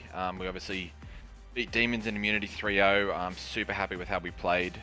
We dropped the ball against Divine Minds earlier in the day. We had a little chat and we know what we need to do better today to bring it back and beat them today. BBR played well from what I could see. I mean, they played really good against, I think it was Immunity and the other team in their pool. From what I saw against Divine Minds, it looked like Divine Minds' aggression had the better of them. Yeah, I mean, look, they did surprisingly well. They had some pretty close games with the Chiefs, which is, that's pretty good for anyone's efforts. They had a close series with Reunited and, Direwolves beat them 3-0. So they seem like they're a bit hot and cold, but definitely a team that can turn up when they need to because they had that close series against Chiefs. And so we're definitely going to be playing on our A game today. we did play Chiefs off of the stream, and for some strange reason we didn't win a game, but our games were super close. I think we had like an oddball game within 40 seconds, Slayer game within 2 kills, and a Flare game within 2 caps. So yeah, we were playing really good in that series. I think with our team, it's just how we perform on the day. I mean, as I keep saying, 2 of our players had about 3 months of competitive Halo experience, whereas me and Apollo have had a lot longer. So yeah, it just really depends on how we play on the day. Playing Deathruptor fans prior to playing Chiefs is going to be a really good warm-up for us. Obviously, like I said, we're not going to take them lightly. But just to get those first series jitters out like we had to yesterday, I think that'll be really good for us, and then we can go in hot playing against Chiefs. And like I said yesterday, I really would love to be able to take them down. Good to hear from the 2 leaders of both these squads here in ADS as well as Junior. But this is a head-to-head that I want us to start to touch on here, lads. Injestix and Noble from both these guys. We're looking at a bit more of these objective stats as well. And I think looking at this here, Bluey, looking at the Stronghold caps per game, you can probably extrapolate from this to the fact that these guys are probably just going to be the guys who are going to be putting a lot of damage in these maps and just making sure that these Strongholds are in their control. Yeah, of course, for those folks at home, the Stronghold caps are game 3 and 3.5 for Injestix and Noble. So yeah, very relatively low. But if you can look at their damage per death, obviously they're putting out a lot of numbers there. So these are the 2 players that you want to pay attention to for sort of your star slayers within a Strongholds game. Yeah, and I think these guys can really do a lot to be able to make sure that they can stay in control, right, Justin? Yeah, you got to have those star slayers. You fall into, hey, you've got the objective players and you got the slayers. Sometimes that's just how things pan out. And it looks like Ninjistix and Noble, they're the 2 guys to watch. They're going to be dropping down big numbers, and then, you know, maybe ADS jumping in and doing some of that dirty work for his squad. Yeah, I'm excited to see how these stats do change across the Super as well. Obviously, that was just from pool plays. You know, maybe some of those matchups I haven't really been able to play all too many of these Stronghold matches and all that kind of stuff. So some of these stats might look a little different to you guys, but I think it is good for us to highlight the fact that these guys are going to be the main slayers for you guys. But let's start jumping into the maps for this series, lads. It is good for us to touch on this because we've got Strongholds to start out here, and I think it is very evident the fact that we looked at those stats for these guys, and they're probably going to be big highlights for us to look at them across this first map of the series, where it is all important to get that momentum in a series like this. I love Strongholds. I think it's such a great game type, and the fact that it is so fast-paced for an objective game type as well, you really need to be on it all the time. You know, CTF, it can slow down a little bit as, you know, teams find their feet, but Strongholds, like, if you're trip cack, you can't wait any time. You got to stop that bleeding, and there's so much rotating around the map, and I love how fluid it is, and I can't wait to see what these 2 teams do. It's going to be exciting to see how these guys do go head-to-head here in our first map of the day. We've got a Strongholds, and we've got 2 beautiful casters to be joining us here in with all the action. So I'm going to throw it over to InManiac and Hoots. Thank you very much, Luke. We are pumped here, ready to get started in our very first series of the day. Guys, BBR versus Deathruptor fans. Hoots, because of the way the pools worked out. Obviously, they were in different pools, yet to meet each other. We saw the interviews with the players coming into this one, Junior and ADS. I know both of these players, and I know you do a lot of experience with both of them. I don't really know what to expect off the break. I am going to say BBR just on paper, 2-1 in their pool versus the 1-2 for Deathruptor fans. And obviously BBR coming out of the pool of death, probably favoured going into this one. Yeah, you'd absolutely think so, Josh. We were having a discussion about that off cast before. The BBR, we think, are going to go as favourites into this series. But we are kicking off straight into it with Ninjestix. He was a player, Josh, that we saw performing really strongly yesterday, picking up some insane multi-kills. And starting off early, we spoke as well that his objective game in Strongholds isn't that objective focused. He doesn't take too many captures, but we do see here already, Josh, straight into that seaside, trying to help down, secure this camo, and a great kill there on Apollo. Yeah, good stuff in Injestix. Rover with Shrekman as well, teammate here, getting some shots out on Noble, who was, both of these players were focused on heavily throughout the games that we did watch. And of course, Noble being our key player prior to the series start. Shrekman here, who was shrekking everyone yesterday. Off to a good start here. 3 kills, 0 deaths was obviously a fantastic start. And the triple cap off the break for BBR, and they're already up to 50 points, Hoots. Yeah, Josh, it's always really interesting at the start of each game to get a look at the early kill feed. So just having a look now, I've noticed twice already we've had Deathruptor fans 3 down on both occasions. And already looking here at the slays as well. Just have a look at BBR there. You've got 3, 2, 3, and 3 across the board. 2 players on Deathruptor fans, not even picking up a slay yet. So the reason you're seeing that triple cap is because you've got BBR putting out a heap of slays, keeping Deathruptor fans on the respawn screen, and effectively BBR can just roll into those strongholds completely uncontested and cap them. Yeah, given what we saw out of BBR yesterday, what I'm seeing so far doesn't surprise me too much. I would have been hoping a little bit more out of Deathruptor fans off the break, but I mean, it's really hard to read into this, right? First game of the day, first game of the series, so I'm not going to be taking too much from it, Hoots, but obviously it does set the tone. We finally did, throughout this exchange, have a few points on the board for Deathruptor fans, but Ninjestics, the rest of BBR already in there to fend off the assault. We're going to be watching for this power-up to come in a second. Ninjestics, we'll see if he's going to be able to get that. Come on, look at that. Completely uncontested, Hoots. Yeah, that's not a good sign for Deathruptor fans. You'd want to put some fire at least coming down on that camo, at least try and contest and show some kind of presence that the BBR guys can't just walk in completely uncontested. But unfortunately for them, it was just easy pickings for Ninjestics. And look how easily he's able to move around the map, Josh. In fact, with this camo, he's still happy to sprint and roll around like that, which obviously makes the camo redundant because you show up on screen. But they're clearly playing with a level of confidence that he's feeling that power-up's almost unnecessary for him to be able to walk in and start taking some caps. They're just steamrolling Deathruptor fans at the moment. The comms must be on fire. Let's find out for sure as we go into a listen-in with BBR. We need a 4 hit something, guys. Top tower, one shot, Junior. And C boxes. There's three this side of the map. Yeah. Still C boxes, I think. I don't have any nests. B one shot, one B Nest one as shot. well, weak. Watch back tower, man. Yeah, back tower. I got him. Oh, what? He's one shot bottom tower, 2 of them. Dead. Another one, bottom I'm getting tower. shot from B, I'm getting shot from B. Three dead. 2 B, I think. Boxes, 2 B. boxes, Last 2 guys. B. Three dead. Last one of B, last one of B. Strafe Noble. Yeah. He's nest now, nest now. I'm going to defend A. I can I'm defend watching A. nest. Yeah, yeah, let's Nest just boxes, hold he these went two. nest boxes. Yeah, he's back B as well, Junior. Is that Strafe Noble or Junior? Nah, it's Junior. It's Junior. In storage on me, in storage. Yeah, I'm Hey, just Ben, top. I'm leaving you, Ben. Just 2 and A, 2 and A, 2 and A. Yeah. One's one shot. I got one. Yeah, We on gotta work B, guys. scoreboard going oval, going key door. Oh no, he's really weak. sandbags Ben. now. There's one shot back B, Sandbag. one shot back B, Junior. Yeah, I'm Yeah, and storage as well. Sandbags as well, sandbags as well. weak. Sandbags weak, sandbags quite weak. He's Deep really flat weak. as well. Oh no. Sandbags. Hey, he's hitting me at the back. Back B, Junior. Two sandbags. He's Two weak. sandbags. I'm going A. Oh, one just jumped up back. Yeah, They're 3 hitting there. I'm spawning. Yeah, get A. I can get that B maybe. I'm good. Come on 10. Come on 10. Okay, yeah, I hear that. I'm pushing. Run down me with me. That's. Yeah. Oh, he's sniping nest boxes. I'm He's one here. Top mid. Top mid and C plat weak. C plat weak. Camo. Bottom mid one shot. Bottom mid weak. He's might flank. Sandbags. What are we doing? Play C. You gotta go. Guys, C, guys. Play C, He's guys. on, Play C, guys. yeah, he's on skinny. He's weak, skinny. He's one shot. And the one's got top tower. Yeah, he's bottom tower. Dummy's really weak. He's on C right now. He's on C now. He's weak. I That's got it. Last guy, Junior. He's on nest. Nest boxes. Oh, C boxes. He's on C plat. Nice. Nice, guys. I'm on B. Yeah, Ben, I'm with you. Actually, I'm Yeah, gonna hold you. They They would have spawned scoreboard. They would have spawned scoreboard. I see. Just cap B and A. Cap B and A. There's three on. Yeah, on 3C. three here. I'm making sure we get A. Pillars one weak. shot. Pillars one shot and nest. I died. Yeah, there's 2 pushing out B now. He pushed top in. Oh. You can't die there. He's pushing out. Sandbags now. I got one in Sandbags, Concrete weak. You might have went concrete, yeah. It's Junior. Nice, guys. Storage side B. In B. Nice. Concrete. And top mid. Kill B. Yeah, Kill B. I want you to Kill tell me. B. Nice. Okay. Top mid. Top mid. I killed Nice, some come on, mid. guys. Okay, run across the I'm gonna field, get you man. on Yeah, I'm Freeze. here. Mud. Mud weak. I'm going mud, one I'm going shot. mud, get on C. His back tower, absolute. Yeah.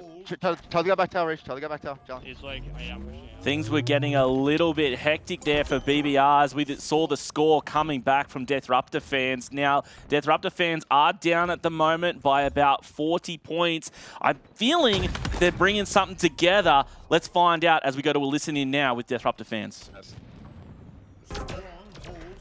Nice, good kill. Yeah, another guy in A, 2 of them there. Another guy in storage, got a sniper. One C. Try to nade over you. Nate's right now. Just go see. I'm helping C, helping C. Kate, that's Kate. I just died. I died in all for that, so. He's on C boxes. Yeah, on C boxes. Oh, just live if you can. Back up. I'm going bottom mid to B.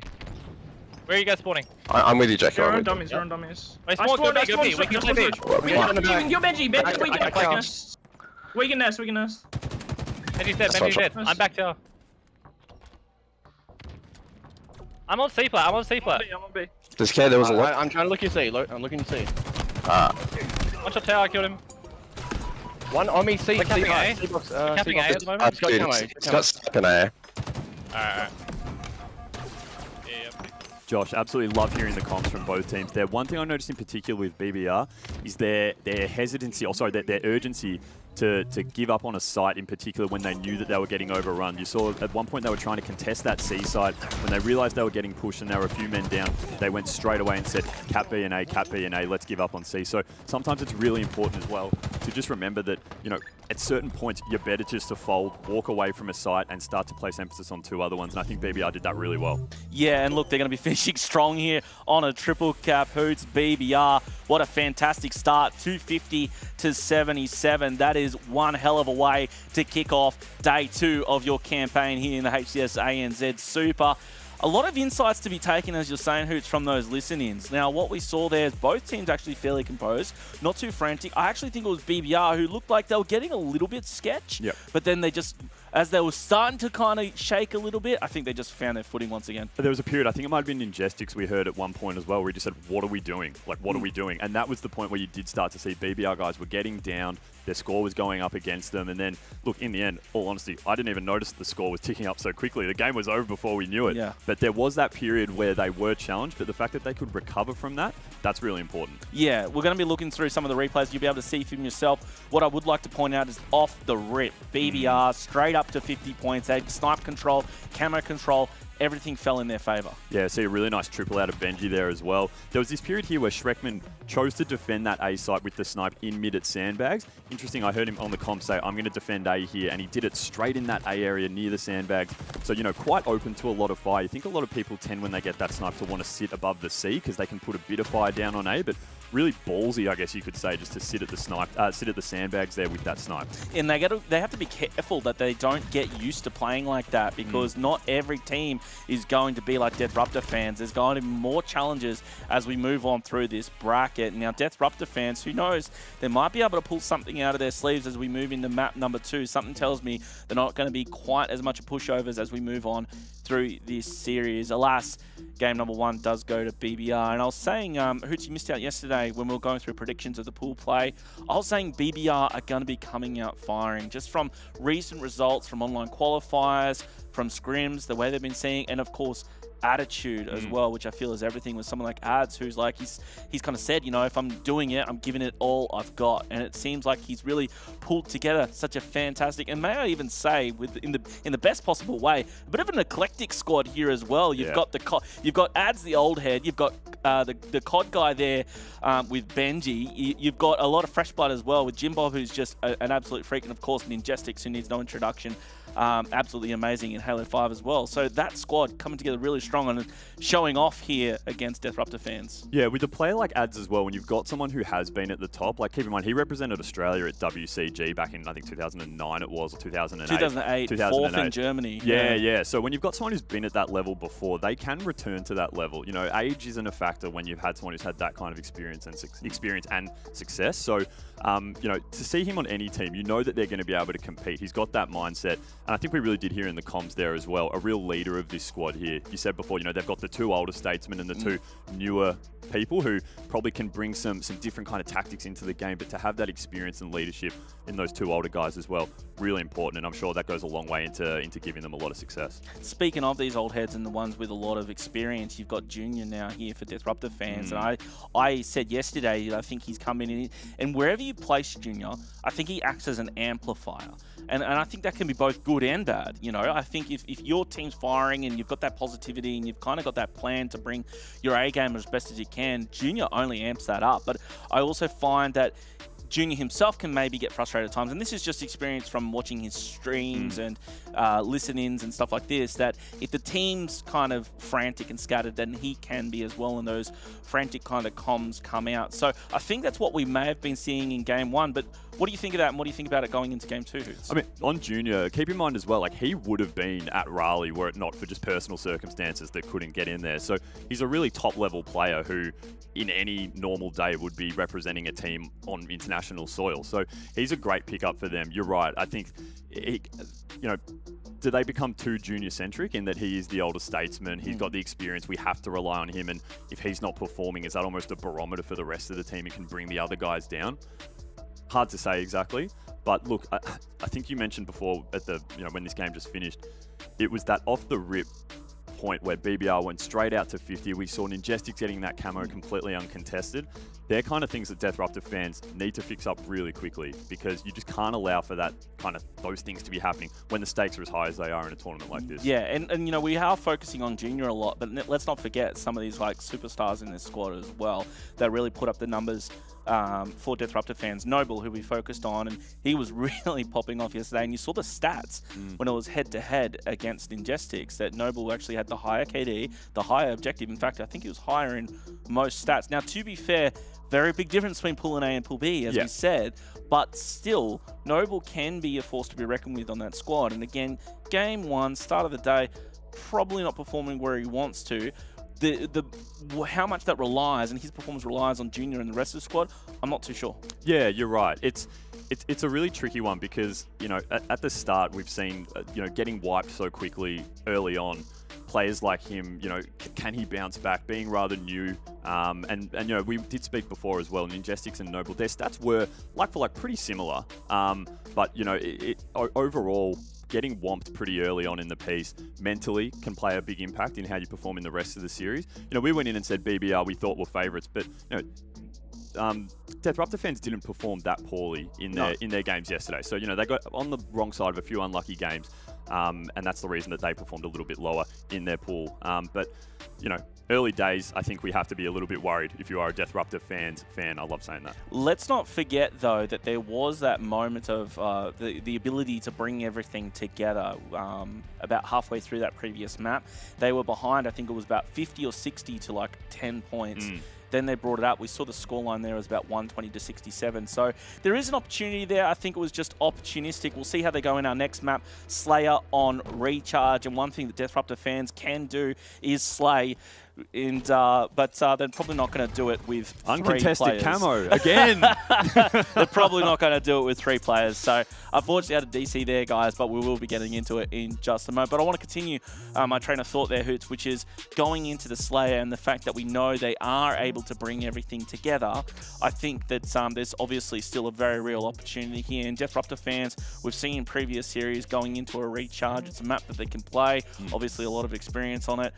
Maybe there is something that they can do here. And again, going back to what we said with those players like Noble, where they can really frag out of their mind when they want to, and maybe they can bring something to the Slayer. I need to be really careful about, I feel like every objective game that we have casted online over the last couple of months, you know, we see one team dominate the Slayers and win the objectives, and then we turn around and say, well, we're going into a Slayer next. I don't even have to worry about the objective, so clearly they're just going to be able to slay out even harder and dominate, and it never ends up being the case, right? So we did see BBR then completely outslay Deathruptor fans. We now move into a Recharge Slayer game, so I'm not going to make the same mistake twice, or 5 times at this point now, and say that we're going to see BBR come out and completely dominate again in a Slayer.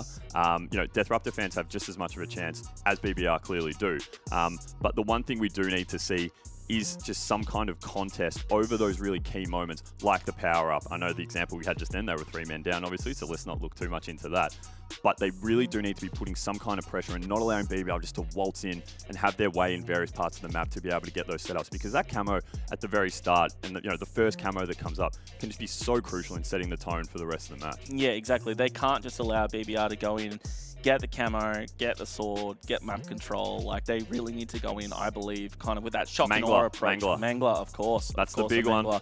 So they need to stop them from getting that. And if they can get that, I don't know, I think you just need to kind of throw BBR off their game a little bit. I don't really consider BBR the kind of tilt kind of team, though. So I suppose I'm contradicting myself here, because even if you get the jump on BBR, even if you get those first few kills on the board and the first camo, I don't know what else you're going to have to do to kind of break BBR. Yeah, I mean, what I'm keen to see over the first couple of series here is, are there certain players stepping up above others?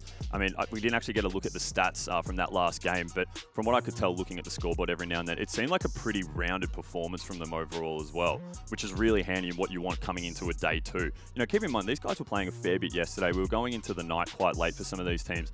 So fatigue can set in when you're looking at a 3-day tournament. You know, we've still got tomorrow to go as well. So to see them performing consistently, that no one seems to be fatiguing, no one's slacking off early on, that's got to be really handy for them as well. Yeah, totally. I think it's going to be very handy, and hopefully they can bring that to that next game. We're just going to remake the lobby, guys, but we're speaking of day one and what we saw from both of these teams. We're actually going to go to a quick recap video of day one here of the ANZ Super, and we'll be back with game number 2 here, Slay on Recharge, in just a second.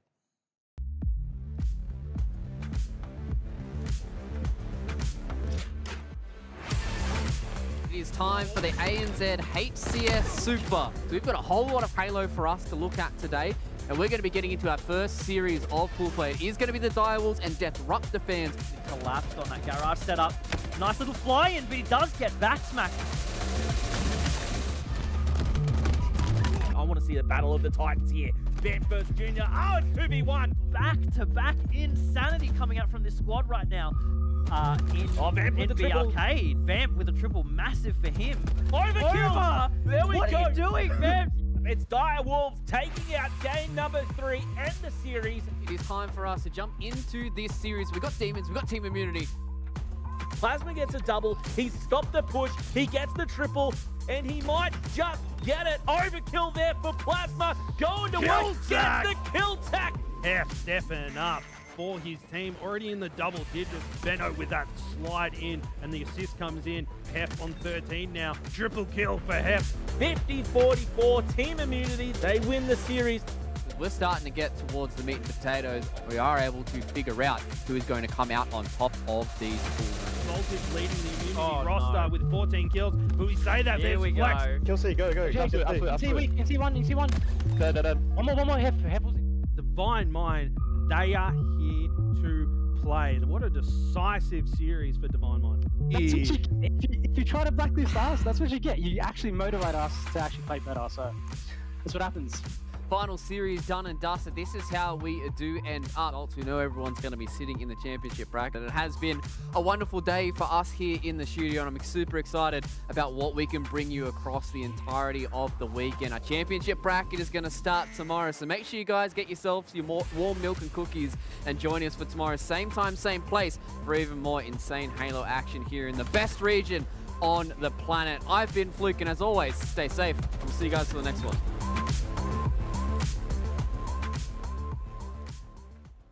Welcome back, everyone. Thanks for sticking with us. We are just trying to get this lobby sorted out for our Game 2 in this first series of our broadcast today. But Josh, one thing I'm really excited about is to be back in the studio with your good self. I mean, we actually haven't casted together for 10 years? 10 years. I think it's 10 years this year. Yeah, so that was Brisbane 2012 ACL, playing back in Halo Reach. We were watching some videos beforehand of some of the old broadcasts that are still on YouTube, and for someone like me who's come back in here to seeing what you guys have set up here in the studio, it's just night and day. Isn't it crazy, though, just where ANZ as a region, obviously we're biased being from this region, but just how far it's come. Like, obviously, back in the day, inspired by what we saw by our North American or even European brothers and sisters, and trying to replicate what we can here. But I mean, yeah, it was 10 years ago. We were talking about a trestle table and a couple of bits of black fabric, and we'll call that a main stage. Yeah. And here we are. So, and we've had some massive stuff. And I remember back then you had Van Zetti with the pineapples. I know the boys over on the couches were talking. That's your prize pool being handed out there. I tell you what, you say ATO. Yeah, that's right. The police will walk in and wonder what kind of deals are going on. But it is nice to reminisce, and it is good to have yourself back in here as well. But it is kind of crazy because I think back then, like, you're talking prize pools. I remember when we first hit $1,000 prize pool, and we thought that was awesome because we had Oz Halo 09. Yeah. That was big. It was 5K. I think it went down to 2.5, but it was something like that. Yeah. And then, generally in the hundreds. And fast forward 10 years later, here we are for an online event, albeit the Super. $50,000 US. That's about 1.3 million. It's about 80,000 Australian dollars. And then, of course, later on, when we've got the regional land later in the year, we've got that same number again, plus the crowdfunding as well, the share of the in-game items that you guys have purchased, #CrocGang. It's going to be awesome, but it is amazing to look back and see how we got here. I think it just paints a picture that the establishment of the ANZ Halo scene has really been just people who purely love the game and love to compete, because as you said, for so long we were playing for sheep stations. I don't know if that's an Aussie slang that international people might not understand. We'll roll with it. It's the ANZ region. Yeah. So you know, people are playing pure, you know, even if you went and won one of these tournaments, chances are after a common flight, you were coming out under still, right? Like you weren't coming away making any money. Yeah. And the dream was always to get good enough to hopefully go overseas and compete. You know, the two things that have changed now is, one, you can still earn some great prize money here without having to go overseas. But two, the opportunities to go overseas are so much easier now, because it's worth mentioning, which we have, I know yesterday, that the winner of this tournament gets guaranteed placement in Kansas. Yeah, which is awesome. And obviously that is one great thing about the HCS roadmap that's been laid out. We've already had teams represent over in North America, straight off the bat with the game. So that was awesome. And I'm really glad to see them here, and they're still competing as well, obviously, through those auto-qualified spots. But going into the next one's going to be massive. And of course, all of the HCS points earned over the year are going to mean big things for future competition. And also, the one thing that we had when Kansas was on, right, was that some of the teams who qualified couldn't actually make it over because our COVID borders were still up and people were restricted, and some people didn't want to have to quarantine. I think through Christmas they were going to have to do it if they did come back. So the fact that those are gone now means that a lot of the teams who win these places can travel over without having to worry about quarantine or anything like that. So we really will be sending the best of the best over to represent Australia. And not only that, these top teams, outside of the Chiefs,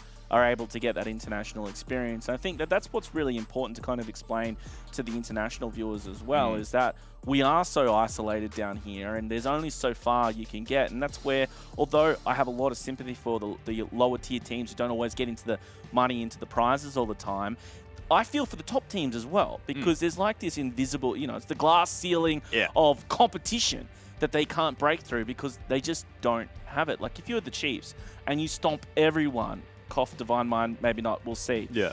But if you're stomping everyone, like, what do you do? Where do you go? Like, it's crazy to think about. But look, we can keep talking about that and how good the international competition is. We can look forward to that and reminiscing about the old times.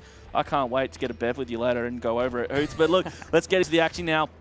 Game number 2, BBR versus Deathruptor fans. For the Deathruptor fans, we are going to be starting things off here with Noble. We've jumped over to Apollo as he was contesting for that camo. It is dropped down there bottom mid, so keep an eye on that. We are in the Slayer, and just as a recap, guys, if you missed the first game, it was 250 to the 120, oh no, it was the 70 or 80-ish, excuse me, of Deathruptor fans. So fairly dominant start for BBR, and what we were questioning coming into this one is what can Deathruptor fans do to turn it around? I'll tell you what they can do, Hoots. They can go up 4-1 off the start and grab that camo. Yeah, you saw Schreckman was just standing on the stairs there on lower A, just trying to protect that camo. He was pinging it 3 or 4 times, saying to his teammates, come on, let's get down there. Let's try and secure this camo. I'm trying to hold them off. He did a great job. He survived for quite a while. Ended up needing a 3-man push from Deathruptor fans to actually secure that camo. But once they got it, you did see they start to go on a bit of a run. That being said, it looks like the camo has now been neutralized. BBR, a really nice swing of slays around there, being led by Schreckman. So Josh, he looks like he's the one who's starting off really strong. Indeed he is, but let's watch out for Ninjestics here with this shock rifle. Ryu's going to be over there on C-Plat. Junior's down low. Good comms. He spots Junior going up those stairs. He's going to expect it, so he needs to watch himself over in glass. And as we can see here, there is no one supporting him. He does get the headshot there. Tags up Noble as well. Forced to back up. He is no shield, but still holding on to that shock rifle. He might expect to push up the stairs. Not going to happen here. So just slowing things down a little bit, and he doesn't want to lose this power weapon. That's the most important thing. He spots Ryu, tries to take his face. He should expect to push. He didn't see it, Hoots. Didn't see it. There he is. The nade coming out. He's no shield. He's going to be pushed. He doesn't die from that nade either. Ninjestics finally falling there. That was a pretty nice trade, but he does drop the shock rifle. What he also did with that shock rifle, though, I think it was on Apollo, he kept him from pushing to gold a little earlier. He then required the whole Deathruptor fans to funnel into long haul for a push because they were a bit freaked out that he had that shock rifle. He was hitting shots and effectively required this 3-man push. And now what it means is that BBR can push in around through blue and start to collapse on them in that hallway. We do see right now Deathruptor fans are up 1-0, but Ryu really strongly pushing for this camo here, Josh. Ballsy to go out with very very little cover over the top himself, but he does manage to secure it through putting some shots. And Josh, sword and camo in the hands, does screw up a few shots there on Ads. Ads makes him pay, getting his shields down. He does stay alive though, but he's still got this sword, Josh, with camo bottom mid. He's going to try and look like to get a bit of height, I think, is what he should be doing. And with this grapple hook, I think he's going to be able to do exactly that. He's got the Predator combo put into use. He picks up one. There's going to be another player here waiting for him in just a moment if he goes for it. And with that grapple, he's obviously got the fantastic combo here. Grapple, camo, and the sword. Camo finally goes out. He cleans up the kill. Just a nice little janitor kill. 1v1 here versus Ads. Comes out on top. He gets the double before being dropped. Now Noble with his shock rifle once again. Yesterday, he wasn't missing. He does pick up one. It's going to be massive if he's able to pick up more. Score check 17-14 here with Disruptor fans in front. And this is what we wanted to see out of them. Yeah, absolutely. We were saying, what are we going to see them come back with? I don't know how that got reversed. Completely unfortunate there for Noble. But Josh, what I was saying was, we thought that Disruptor fans, they got stomped in that first game. Are they going to be able to bring it back for this second game? They definitely haven't. And, we spoke about Junior. He's helping to lead the way, I guess. 6 kills and 3 deaths. He started off real strong in this game. No assist, though. He's just hoovering those kills. Mr. Janitor Jr. He is picking up the kills where it counts, though. Importantly, Ryu, 7, 2, and 3, going big. Apollo, though, 1 and 9. It's very rough start for him. He does have 5 assists, and we are going to be watching Ninjestic here now. Ads, who's got the Mangler in hand. 20 kills to 18. BBR have got back in front. They've got map control. And look, 2 players here are ready for this next camo. You've got Father Benji saying a prayer, hoping he gets that camo. He does pick it up, and he's got the support. And look at this. No one from Disruptor fans in position. It looks like they just tried to react too late. I think we saw Junior and, in fact, the entire squad pushing through Whirlpool, which is all well and good, but they just gave this camo away. And look, they could play around each other. Benji here, he's able to pick up the easy kill. Mangler combo, Bull True on it as well. It's a Bull True, so he actually saved his teammate from dying with that double kill. Absolutely massive. BBR going big. Saves his teammate from getting killed and also secures his team the sword. So sword and Mangler, the 2 close range weapons on there. I'm going to call the Mangler a power weapon because it is. Secures both of those. But you're right, Josh. We did see Junior and whoever else it was running straight through and just completely kills himself. Why not? Why not? It's not how you do it. But just not even bothering to look down. They would have seen even on the heads up that the camo popped and was taken straight away. Didn't even bother to look down and try and kill that player as he was even just popping it in the shield. So that's just a massive, massive blunder, really, that's ended up in BBR making this big swing. They're up by 4 kills now. How have 50 kills been scored and Junior doesn't have an assist yet? I don't know what's going on. He's a hog. He's a hog. He's just cleaning everything up. Should be noted, though, that Apollo, rough game, 2 and 11. Strafe Noble, 5 and 4. And then Ryu, of course, 9 and 6. Over on the BBR side, I think everyone's kind of putting in some good work here. I mean, even, Ads, who's going 5, makes that 6 and 6. He's got a few assists. And look at this nice little double kill and a killjoy, which is important. Ryu shutting those players down. Back over to Noble, who has this shock rifle once again. And if Disruptor fans want to come back, they're only behind by 5. He needs to start taking some faces with this. Okay, so this camo pops now in about 10 seconds. Let's see, have Disruptor fans learnt their lesson? Because missing that last camo was the thing that completely turned this into a swing and has got BBR in front. Camo is popping in 4 seconds. Noble, it looks like they are positioned to potentially pick it up, although we do see nice no-scope there coming out of Noble on Ads. I think BBR are going to be in a position to get this first, unless they have actually managed to push unless BBR have been pushed back here in Turbine. It looks like they have actually. So nice double there coming out of Noble. I think, Josh, we can assume the camo's in the hands of Disruptor fans. Yeah, Junior's got it. Yep. So Junior with camo. So they've finally managed to get their hands on a camo. Let's see what Junior can do.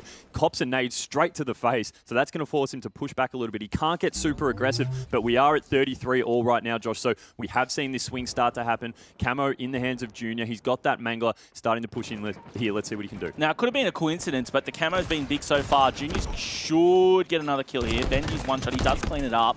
He wants to hold on to this because he's got Mangler as well. He's just going to support his teammate there. So that's a nice little double kill. And as we talked about, have they learned their lesson? Yes, they did. And now they're rewarded for it. They're in front by 2, about to make it 3 as Ads. He's going to be eventually taken down. And this is a nice little momentum shift here for Disruptor fans. And Junior, look at that. Wasn't distracted by the shots coming from inside. He knew which target to pick. And he's really good at that. Very smart, knowing where to pick his back. battles, and now he's going to be on a killing spree as well. They're getting some great flanks here. So look, we've said it the whole game, we sound like a broken record, but Camo is effectively single-handedly turning the match for whichever team can secure it. One thing I have noticed in particular, Josh, and it's a bit of a trivial matter, but Deathruptor fans really using the ping system in this game. I saw at one point, like 3 players were all using the pings at one point. We don't see that happen very often. Nice little melee there from Junior. Picks up the assist. Wasn't a backsmack for some reason, but we go on. They have blown out now to a 6-kill lead, Josh, and that make that 7 as Junior picks up another kill. He's been super stealthy here, catching BBR completely off guard. I mean, have you been watching Junior here? Yeah. He's been going on a tear. He's a one-man army right now. He's set up, he basically 2v1 the player on gold. He's made his way cross-map, picks up another 2. Mangler's still in hand, and it's 46-38. This has been the Junior show for the last couple of minutes. He's going to be tagged up here. He knows to get those pre-nades out. He's still in a good spot here. He's helping to set this up. And look at the team. They're well spread out. They've got BBR pushed into the corner. They're in lift and whirlpool. He's able to watch gold, and BBR can't go anywhere without being tagged up. We're back over with Ryu, but Junior's 16-8. And I think Strafe Noble, he's just picked up another one. We need to make sure what Junior's doing as well, because he's pushing in behind Ninjestics. We've jumped back over him. If he checks his corner, which he does, he gets another one. Oh, on the frenzy now here for Junior. He's going absolutely huge, and the game wraps up with Deathruptor fans taking the win, 50-39 after the start that we just had for BBR. That was wild. And again, I know, I get it, guys, I get it. You're probably thinking these guys won't shut up about Junior, but you saw it there at the end. He went on a tear. And it was, so they actually, while you were talking that last call there, Josh, they secured that final camo as well, right? So it was the camos have just been so crucial in that game. And I think eventually Deathruptor fans just woke up and realized, hey, this camo is causing BBR to keep getting in front of us and go on tears. Let's start to secure it ourselves. And so as soon as they did, right, it just flipped so quickly. And Junior picked up that first camo that got him on that run, but then he was just, it seemed every flank he took, he was just catching them completely unawares. 17-8. He did get 4 assists in the end. Massive. Going on a frenzy. When he had that mangler and he was just controlling gold, he was going huge. And we may see it as we go through some highlights in a bit. When he was controlling gold, there were 2 players that pushed in through Whirlpool, and he shut both of them down, Hoots, because he got it. Not only did he get the remote detonation off, he threw a nade, got some solid shots on one, decided to be aggressive and push in. He took down Ads, which was on bat ledge. It was a master at work. Yeah, that was absolute masterclass, like you said, Josh. I mean, that game had a lot of ebbs and flows, right? I thought at one point, this was one of the moments here where we thought with Benji doing this kind of stuff with his bull true, here it is now. That was just fantastic, right? So I thought at this point, BBR's home and hosed. Deathruptor fans have got no chance, but they just really knuckled down. And, you know, Junior just going on that kind of run. What can you do to stop that? Yeah, I mean, I think controlling camo and getting some map control is going to be the important one. But when Noble was hitting these shots, as we saw a little earlier, and then, of course, Junior came through, tearing him up as well, that was when it was going to be big. Here he is. He took down Ads. He pushes back over to C-Plat. That was his killing spree. Takes on another. And look at this. Ninjestic should have had the jump, but he didn't, and he kept going. And, of course, the final kill coming in there from Noble, of course, with that shock rifle. I don't know if I saw that in the hands of anyone else through that game. No, you know, watching that replay then, I was just keeping my eye on the scoreboard as we cut to each replay, and Junior's score has just gone bang, bang, bang, just leveling up the whole way through. Fantastic to watch, and got a real shot in the arm for Deathruptor fans after a pretty crappy opening to the series. CTF Aquarius coming up next, though, and we are going to go at least to the oddball on streets. Very keen to see how both teams are going to react after a really dominant start for BBR, 250 to the 60 or 70 points it was in that first game. And then, of course, going into that Slayer where we saw how, again, BBR was in front for a whole lot of it before Deathruptor fans came back. Yeah. I don't really know where we're going to go with this CTF on Aquarius. Yeah, I'm not sure either. The objectives obviously weren't strong in that first game for Deathruptor fans. Aquarius are very frantic. I mean, when we compare it to Bizarre CTF, it's a very frantic, much more fast-paced version of CTF. And Deathruptor fans, they went for a frantic game there on Recharge, right? So a lot of time we've seen Recharge slow down. Teams really like to take the pace out of it. Whether or not BBR were trying to do that towards the end when we had Junior going on that run, I'm not sure, but Deathruptor fans weren't having a bar of it. They were so aggressive the whole way through. Constant movement. Junior was just running all over the map non-stop. I mean, we cut away from him at one point to then see him go in for that final kill with the Mangler on Ingestics, and I think he pretty much traversed the whole map in between the 10 seconds or so that we cut away from him. So just an insane amount of movement, insane amount of aggression. That's what they need to bring to this Aquarius game. The thing about CTF Aquarius, though, is that you can control spawns, I think, a lot more this map and game type than other maps you might see, or at least maybe that's just my, just below average gameplay that thinks that. But you seem to be able to control the spawns a lot better. It seems to be more structured as a map and game type. And the thing is, normally you would go, all right, with a team like BBR, who seem to be well experienced now as a squad, and obviously the performance in Pool B yesterday probably says that they would be the favoured ones coming into it. I mean, on paper, if you're asking me, Big didn't ask, but if I'm predicting this, it's probably BBR. But it's really just about, who's going to tilt and who's got that momentum in their favour. And with Deathruptor fans coming in as just on paper the underdogs, and now that they've got that solid win on the Slayer, maybe they can catch BBR off guard. We were starting before the broadcast began, chatting amongst ourselves in the studio here about where we thought this series would go, and we pretty much all universally said BBR 3-0, right? But clearly not the case right now. We're 1-0 in the series, which is what we love, Josh. We are jumping on with Junior to start off, and I love this aggression straight away moving to top P. They're going to get in a position to try and secure this camo, Josh. I think they've woken up that camo equals success. Yeah, I think they have. Junior doing what he can to defend, but there's two players up top. He gets one, the camo is popped, but he should be able to clean up that player. He does. So that was a massive double kill. Even if he falls, a fantastic trade as both teams jockey for position at the start of this game. Schreckman, he didn't get the first shot. If it wasn't for the reload, he probably would have got the last. It was a great use of the don't take away from the great use of the thruster as well, though. That turned the fight in his favour there. I love Junior's aggression at the start there. Saw the camo had been put in, but obviously had the enemy down to one shield, no shields, so chased and chased, just making sure, I know this is probably going to kill me, I'm going to be exposing myself, but I need to neutralise that camo and not let BBR get away with it. First flag being pulled here, and it's for BBR, but on the opposing side, you're going to have it pulled through util, which is obviously going to be the standard way to run a flag here on Aquarius. Benji's right through the middle. He wasn't tagged up right until the end, until he got some shots in the rear. They're getting the return, I think. Yeah, it looks like it's being hotly contested over there. You can see him. Nice, beautiful nade shot. There's going to be Junior still over there, and Benji's going to be pushed in. Junior is actually taken out there, so Benji looking like he can push forward. They need to stop this flag. He has pushed out because he knows he's going to have a teammate spawn back in the base to hold on to that flag. So nice work by Benji. Smart move to be pushing out. There is going to be a player coming behind him. Nice. He does get that exchange. Father Benji, he's going to be picking up the kill there. Fantastic stuff. Flag still not capped. They need it returned, and you can see there we've got Ingestix, I believe, keeping that alive. Let's have a quick look here. Benji doing what he can, gets the smackdown. He does finally go. That's Ads picking up the kill. Very scrappy over here, back and forth. A double kill for BBR. That was going to be Ads picking that up, so that was solid. Now we've got Ingestix pushing in, trying to do what he can. That new camo's up, and BBR do have it.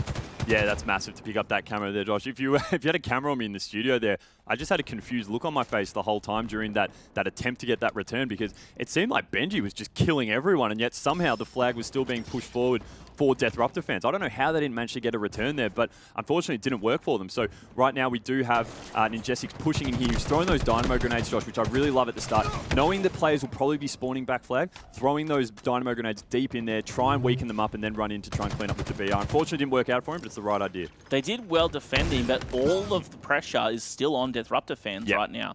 We're following Ads going in. You've got Apollo defending the base. Ryo's trying to get some top mids control. Apollo with his first shots.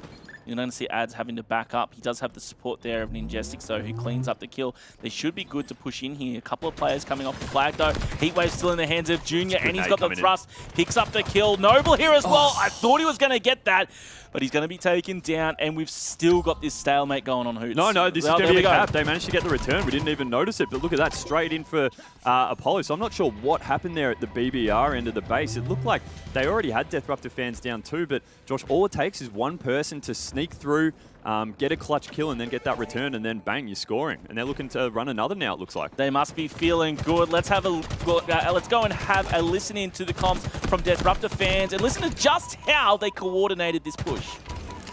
Nice, he's running it. I'll get you, Apollo. Yeah. I'm getting it. Right back. I'm hiding outside the util. I'm going to the util, Apollo. I got chops on Benji in there, Caller. And then front base, right side. One shot the util. I can't get it, dude. Yeah, get fucking I'm dead. shit nades. I got one. Just outslay them, One on the yellow flag. You got a touch, go for touch maybe? Touch maybe, go for touch. One shot camo. 4 dead, 4. Get up. Hold 4, get camo, let's get camo. I'll get camo. I'm in the base, I'm in the base. You're gonna be running up P. Nade P. I'm nading pink. Yeah, I'm picking up P side on spawn. I'm going straight into the YouTube. One's OE. The pink round, add 2 shot. It's too low on P side. I got one. One more on fridge. And coming pink side as well. Nice. Nice. Wait, they're gonna be mid-map. Top it. Behind me. One shot. I'm in one shot. Bro, I'm getting chased. I'm coming for the flag. Holy, go for touch. Yeah, there's 2 more on front base. 2 on front base as well. Oh, dude, I forgot the button, dude. Yeah, just get base. Get on base, take a base, quickly, get into it, Noble. Get into our base, On the flag. Nice try. He's one shot, guys, with the flag. I got him. Pick, bro, I got Another one on me right now. He's continuing it. I can look at Benji. I don't see top mid. There's two in A2. 2 on our YouTube bridge. Yeah, live Junior. I'm here. We need chase. I'm pushing up to their side. I got a shock on them. I got a shock on 2 people on the ring. There's another one now, YouTube. Jacob has your help. Yeah, they are. I just got melted. That's right. Just get YouTube side. Don't let them flank up pink. Let's control. That's main focus. I'm not YouTube bridge, guys. He's out low YouTube. He's in our YouTube, guys. I'm getting up P side with you. Yeah, I'm walking. I'm going front. He's still in our YouTube. He's at the audio. Top P, guys. Hitting up flag. Pick 2 1 shot. Throughout that exchange, we saw some fantastic communications from Disruptor fans, but it is BBR that was able to get a cap throughout that. No doubt they are absolutely scrambling to try and get a victory here in map number 3. So let's go to a listening with Ads and BBR and see how they're going to come back and get this victory. Yeah. You watch base. Car one, Apollo. I'm weak. Where's he going? I'm watching over you, Jim. There's 2 there. 2 their con. I'm still 1. He's weak. There's 2 there car 3. 2 in shocks. 1's in shocks weak. Yeah, just leave you Camo's guys up. I'm your flag. I can't get What the fuck? I don't know where I'm shot from. Camo. In our util. Strafe Noble. Making a flank. Flanking P car 3. I hit one with a nade. Yeah. They got camo, guys. One move that flag says. I'm flanking you 2. I'm Pushing flag says now. He's weak. It's 2. There's 2, bro. One's one shot. Still in our flag says as well. I need the flag. 1 shot. I got him. Nice. Our flag Junior 1 shot. 1 shot. 1 shot. Inside bottom mid. Someone look at me. Yeah, I'm nading. I hit with nade. I'll wrap back. Cut 2. Come on.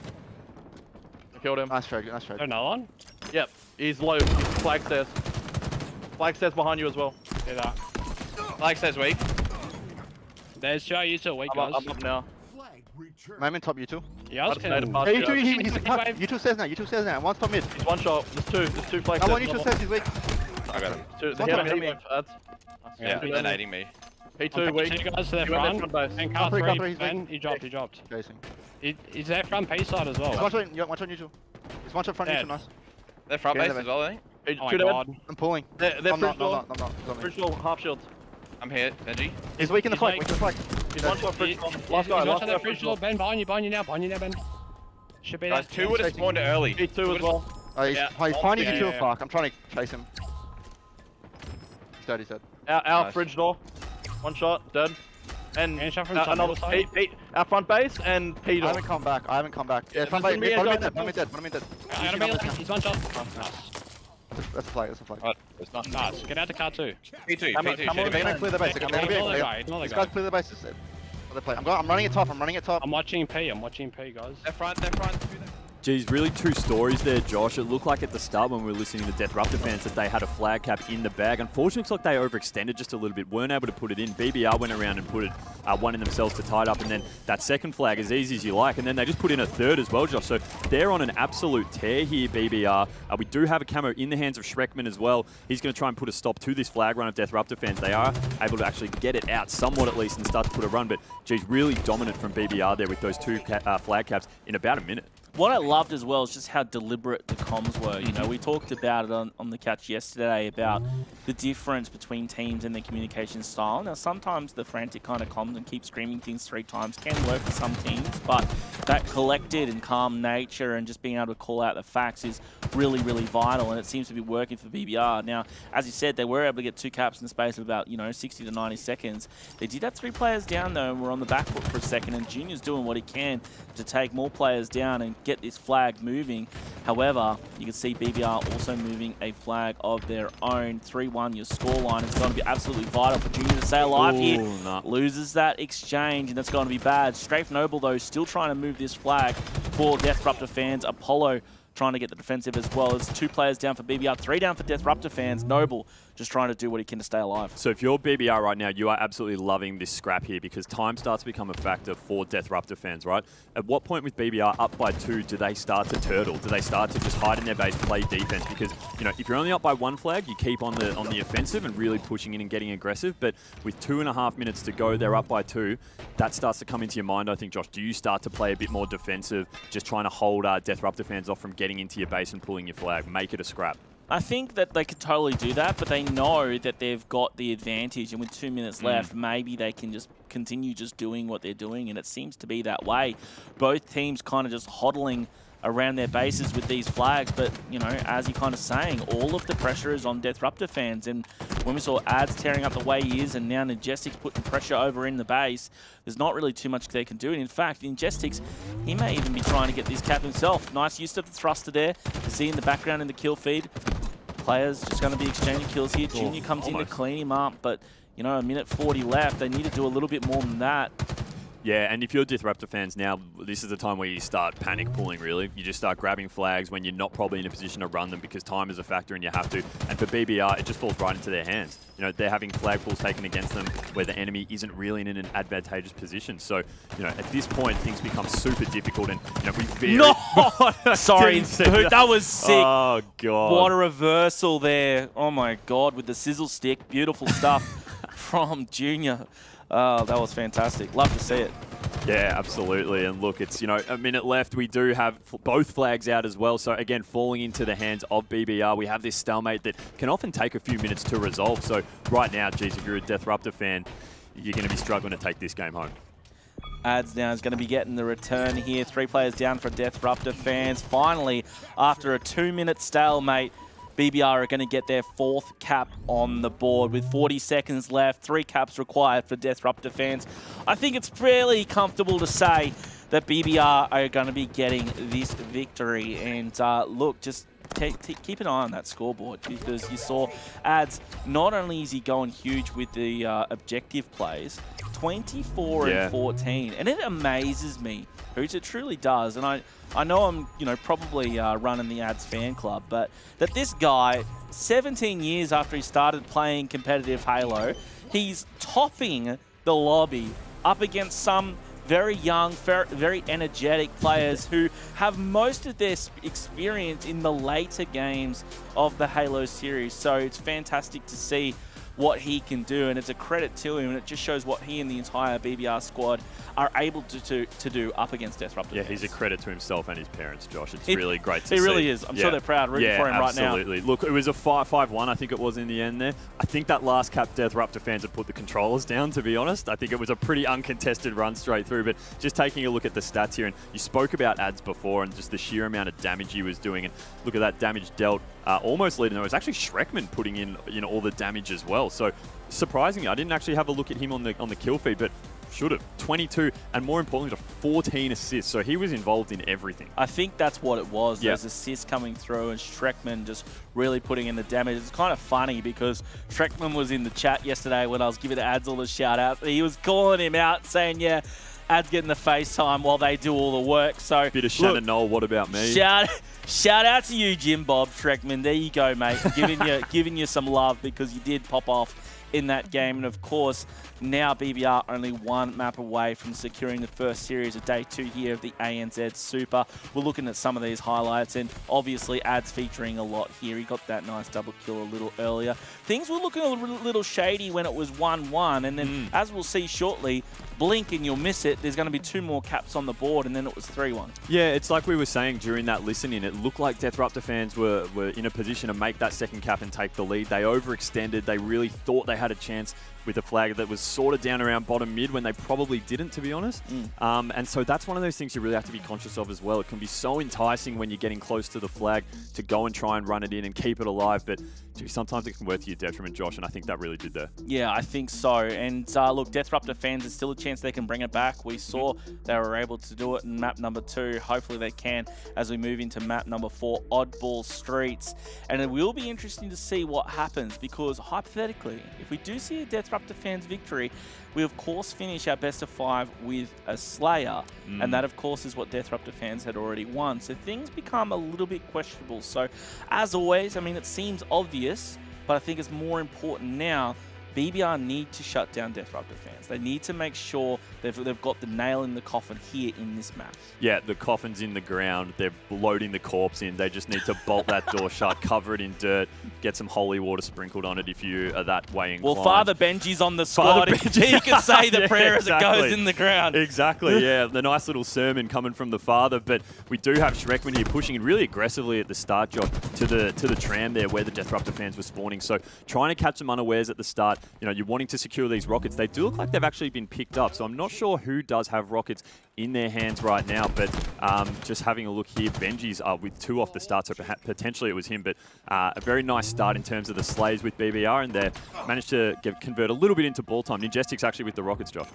Ninjestics hoping to put him to use. He is under pressure. Hopefully we won't see them wasted. He's got the support coming out of the cafe. He does see one in front of him. The call-out's going to be coming, no doubt, from Ads, who just went down. Switches out to the BBR. Patient play. Does get the rocket out. Nice Bang. Little double. Got the triple potential here. If he spots anyone instead, he's just going to get that ball moving, which I love to see. Ads coming up B Street now. Watch out for that. He goes into PD. And this is just bait. He's set the trap. He knows he can switch out to that rocket when he needs to. Right now, he's just relying on his teammate. Shrekman does go down on A. Need to watch out for that. And Ninjestics just pushing out with his ball, keeping that rocket in the back pocket. That's a really good call with the rockets in PD, because it is so frantic in there. It's a bit of a cluster. I'm not going to say what that is, but it can be pretty messy in there with those rockets. So smart move by him. But look, he's done a good job to stay alive. He's been running ball, kills himself, but he gets rid of the rockets, Josh, and you'll take that trade there. I think that was a fantastic trade. He did very well. Patient played right up until then, and Benji, he's going to have the sentinel beam in the head. What? Absolutely blasted away by the Stalker rifle to the face, though. Junior doing what he can just to kind of stop the bleeding and maybe get the first points on the board. Nope, he takes the Stalker rifle, which, to be honest, the better choice here. They've got little control, just trying to do what they can. They're now going to finally pick up their ball and get it moving. Ninjestics is knocking on your front door. In fact, he bashes it down, gets a double kill. Shrekman picks up 1. Strafe Noble's the only one left at home. He might be taken down as well. Here we go. He's going to be caught. Piggy in the middle. Strafe Noble, he goes down. Shrekman picking up the kill. Deathruptor fans completely cleaned out here by BBR. Just the BBR, massive perfect there. BBR were just like a bunch of rats at the tip, just like gnawing into the carcass, like, and just coming in and just swarming on him there. Unfortunately, he had no chance of getting away. Rockets are up here with Apollo. That's a really nice predictive. Rocket doesn't connect somehow. Managed to just get away. These rockets have been a real interesting beast. Perfect nade placement there from a teammate to pick up that assist. It was Junior with the nade. Junior actually picking up a double there in the kill feed. This has been a really strong push for Dead Josh for BBR. Deathruptor fans have just single-handedly walked in and taken over this entire tram setup. Now they can start to get a bit of time. Yeah, tram is just a house of death at the moment. First you had Deathruptor fans completely cleared out. Then it was BBR's turn to be 4 down. Deathruptor fans doing a good job to answer back, but it's about holding this setup. Junior's up top, but he's one shot at the moment, and this ball carrier is going to be tagged up as well. Benji with the thrust. He's going to be able to pick up the kill. Ninjestics gets one as well. 3 players down as Shrekman gets Junior. Ryu now, the last one alive. He's on the stairs. I would have liked to have seen Ryu back up there, Hoots, because he was all on his own. There was no way he was going to break BBR. I would have instead liked to have seen him back up off those stairs and see if he can wait for those spawners. Regardless, he made a play. He gets taken down, and Deathruptor fans have to reset, regain, and try and move in, and they're off to a a great start with 2 players being taken down. A third follows suit.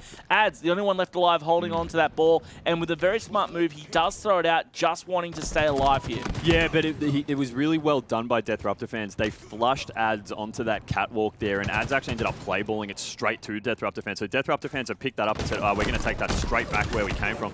Nice use of the Stalker Rifle there by Junior. He is dropped as well, bit of a trade. Rockets are popping now in 2 seconds, Josh. It looks like we're going to have Deathruptor fans probably in a position to pick these up, it looks like, with BBR mostly stuck in the back tram. It's important to note that Ads is still alive from when he was holding the ball as the only one left alive. That's a good point. He was the only one left alive, threw the ball out, picked up 2 kills, stayed alive, and then held the ball. He's still alive once now, again. they're 3 dead. He's still going, and he's holding the ball. He's got the most objective time, and he's the one really holding on to it for BBR, which is absolutely nuts. It takes Rockets and a nade to drop Ads there, but you're absolutely right, Josh. That's a great call. He stayed alive the whole time, and BBR were almost on a bit of a suicide mission there. Happy to just cause absolute chaos in the middle of the map and around both these alleys, while Ads was just sitting completely by himself whilst being unprotected, holding that ball, and racked up so much time. And look at this lead. They're out to a 60-point lead now. You know, great work by BBR there, and Ads staying alive. Fantastic stuff. Survivor mode kicking in here for Ads. We're now on with Shrekman to see what they can do to break this current Deathruptor setup. It takes me about 17 tries to get that jump, and Shrekman gets it in 1. Nice little trade there, but that's 3 players down there for a moment for BBR. Ryu trying to do what he can. He's instantly destroyed by the combined BRs of BBR. 83. That's a combined 83 to 34 is your score here, round number 1 of this oddball. Junior up against the Disruptor, and Ninjestics gets the kill. Points are still going to be racking up. We've got enough time for one more push here, Hoots. Yeah, blood in the water for BBR then. They just absolutely swarmed on that ball. I love this from Ads, taking it out of the tram here. He knows they just need to scrap a few more seconds. He's going to get dropped. They only need 4 more seconds to go. And look at the backup there, Shrekman. Ads gets dropped. Shrekman's right there to pick it up. Only a few more seconds. Looks like BBR is going to take out this first round. And Josh, that was a pretty dominating opening statement there from BBR. Even right from the start, when Ninjestics had rockets, they had map control and Ads, I have no idea how, but was able to stay alive throughout that exchange. And what was really interesting as well to note, Hoots, is that it was all about the tram area. That's where both teams decided they best wanted to hold the ball. Now, it might have just been out of convenience, but it's still interesting to note, because you do see some players try and make their way over to PD and hold it around there, or hold around A. We only saw PD as, you know, just it was a tourist stop just along the way. Everything was over at C. Anyway, back into round number 2. Noble with a great start. He got the rockets, easy double kill off the rip, and Ryu able to get some points on the board. So Deathruptor fans, good start. They just need to maintain this momentum. Yeah, they really needed those rockets there after a bit of a spanking. I love that double man rush there from BBR. See how frantically they just went running into that PD, using that as a bit of an anchor point to try and stop some of this setup here around the A site. So really strong movement from BBR, and you've seen Deathruptor fans have been forced to start to move that ball. And look, we have Ads here as almost the cleanup, the janitor here, picking up that push there through to the tram. So great work by Ads there, and a team coordination overall from BBR. The ball is down now in tram, and I think it looks like Benji is going to, Benji's going to be the one to pick this up. BBR, we have Ninjestics, and I couldn't see who else. I think it's Shrekman there in the cafe alley. So nice setup here. They've managed to get some support around the ball here. Unfortunately, that just seemed a little bit too easy there, Josh, to be able to get in there and stop that setup for Deathruptor fans. Yeah, the coordinated push from BBR back on A earlier, who was a work of art. But BBR, they followed Junior. Ads had his number, and now they're going to be able to set up over here in tram once again. You can see shots ringing out here from Shrekman. He's going to be holding that B street. Ball still in the hands of Ads, though, who has been just an objective beast. Oh, we sometimes call it ball bitch, but yeah, objective beast is another term. I'm trying to be nice, you know, but, you know, not only that, he's also picked up at least, he's 2 kills this round. He's probably got a few more from that first one as well, I would say. Rockets coming up in 5 seconds. Going to be absolutely vital for Deathruptor fans if they want to break this. They're down already, as we know. Only one more round away from not only losing this map, but the series, Hoots.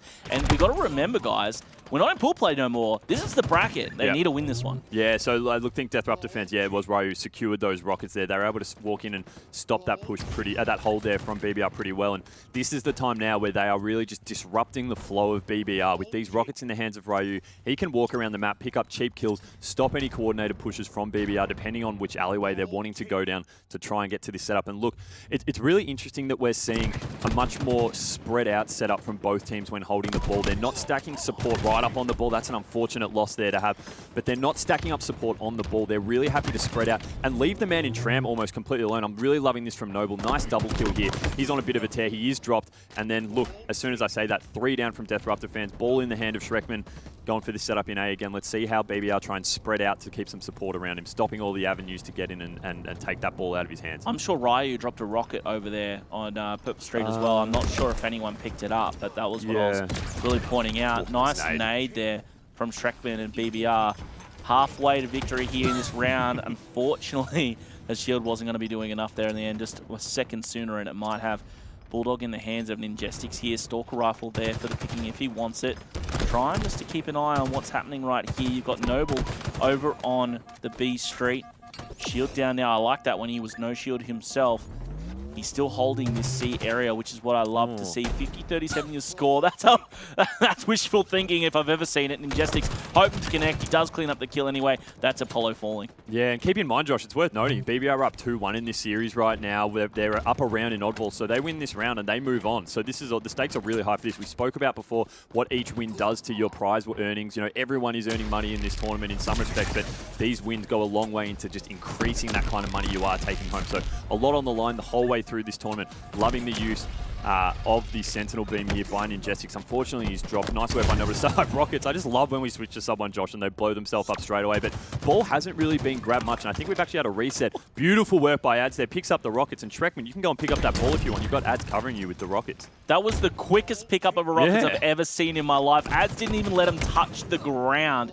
Able to pick up a kill. There is going to be 2 players, though, getting aggressive, pushing through B. We've finally got an A set up. You've got Schreckman up top, Strafe, Noble, he and the rest of the squad, Junior and Ryo, are with him at the moment, trying to do what they can. Father Benji, he's going to be getting some shots out. Now they're going to be making a rotation down over on purple side, which I like to see. Benji might be caught in a pinch here. Junior pushed forward, but he was actually taken down. So you got Noble and the rest of the co here. But look, against Benji. Benji's movements! No! Too good! Picking up the kill, and the points continue to rack up for BBR. BBR is just moving it so well. When they were set up before around this A site, they saw whoever it was going into PD, and instantly the ball starts getting moved to Tram. Ads is there already. He moves so quickly through. His timings of moving these are just fantastic. 15 seconds left for BBR to take out this series. And look, Josh, there's no one around Ads to actually stop him here because you have your teammates causing absolute chaos around this A side. They're going to be able to put this away. 5 seconds to go. Ads has the ball in hand. About to take out this opening series. And bang, that's it. BBR move forward. 3-1 in the series against Deathruptor fans. Josh, aside from that Slayer on recharge, that was a big statement here. It definitely was. BBR looking very, very strong to continue their campaign here in the ANZ HCS Super, taking down the series 3-1.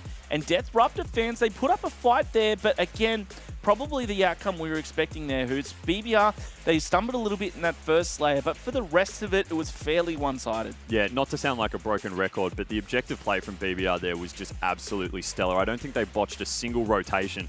And then we just had that moment, as you said, where Ads was the only man alive, what seemed like for about a minute, and yet the whole time was just racking up ball time. So, you know, whether that's his teammates just providing a great distraction at the expense of their own lives to help secure ball time, or if it was just Deathruptor fans dropping the ball a little bit. But we see here in the stats, Ads 17 kills, 17 deaths, so still goes positive whilst playing objective for the majority of the match. Yeah, we're going to be looking at some of these replays. Ninjestics and BBR, the entire squad doing a fantastic job here to take our very, very first series of the day. There's a whole lot more Halo action ahead of us for the day. I can't wait to see it, but what a fantastic start. Don't forget, though, Deathruptor fans can still continue their campaign to the lower bracket, and I'm sure we'll be seeing a lot more of them soon.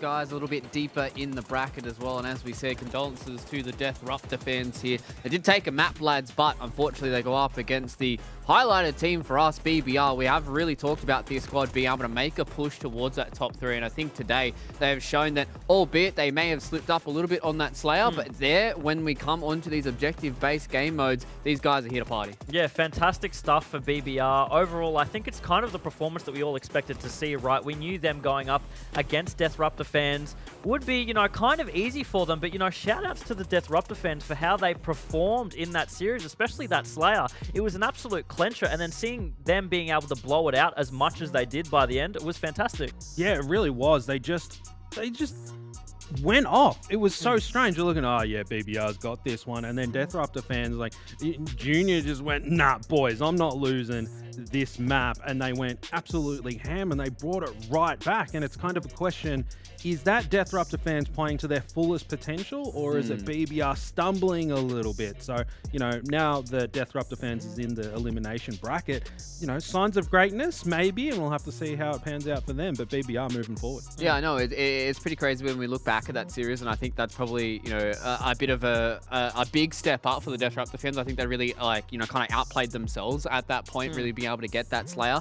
But I think, you know, something that the lads touched on the cast as well is it feels like every single time that we go into some of those Slayer game modes that it really doesn't feel like that these teams that are supposed to be favored in these game modes come out on top, because, you know, we talked about a little bit in the green room, the fact that it seems like when these lower tier teams are able to go into those Slayers, they kind of get unlocked a little bit, right? Like there's less parts they have to think about, and they can just say, there's a guy in front of me, I shoot him a couple of times, he goes down, I get a point on the board. Yeah, definitely. There's like less cogs in the machine that you have to think about. You know, in an objective game, you obviously have to worry about your slays, but then you have to pay attention to the time and, you know, getting those objectives on the board. It was very interesting in that CTF game how quickly it just evolved into BBR being very aware of the clock and knowing, okay, well now there's no chance for Deathruptor fans to come back from this, and that's the kind of thing that separates some of these lower tier teams from the higher bracket ones. Yeah, very objective, efficient, and you could see everything moving in the way that they're positioning themselves, blocking spawns, getting their picks, and getting things moving. It didn't seem that,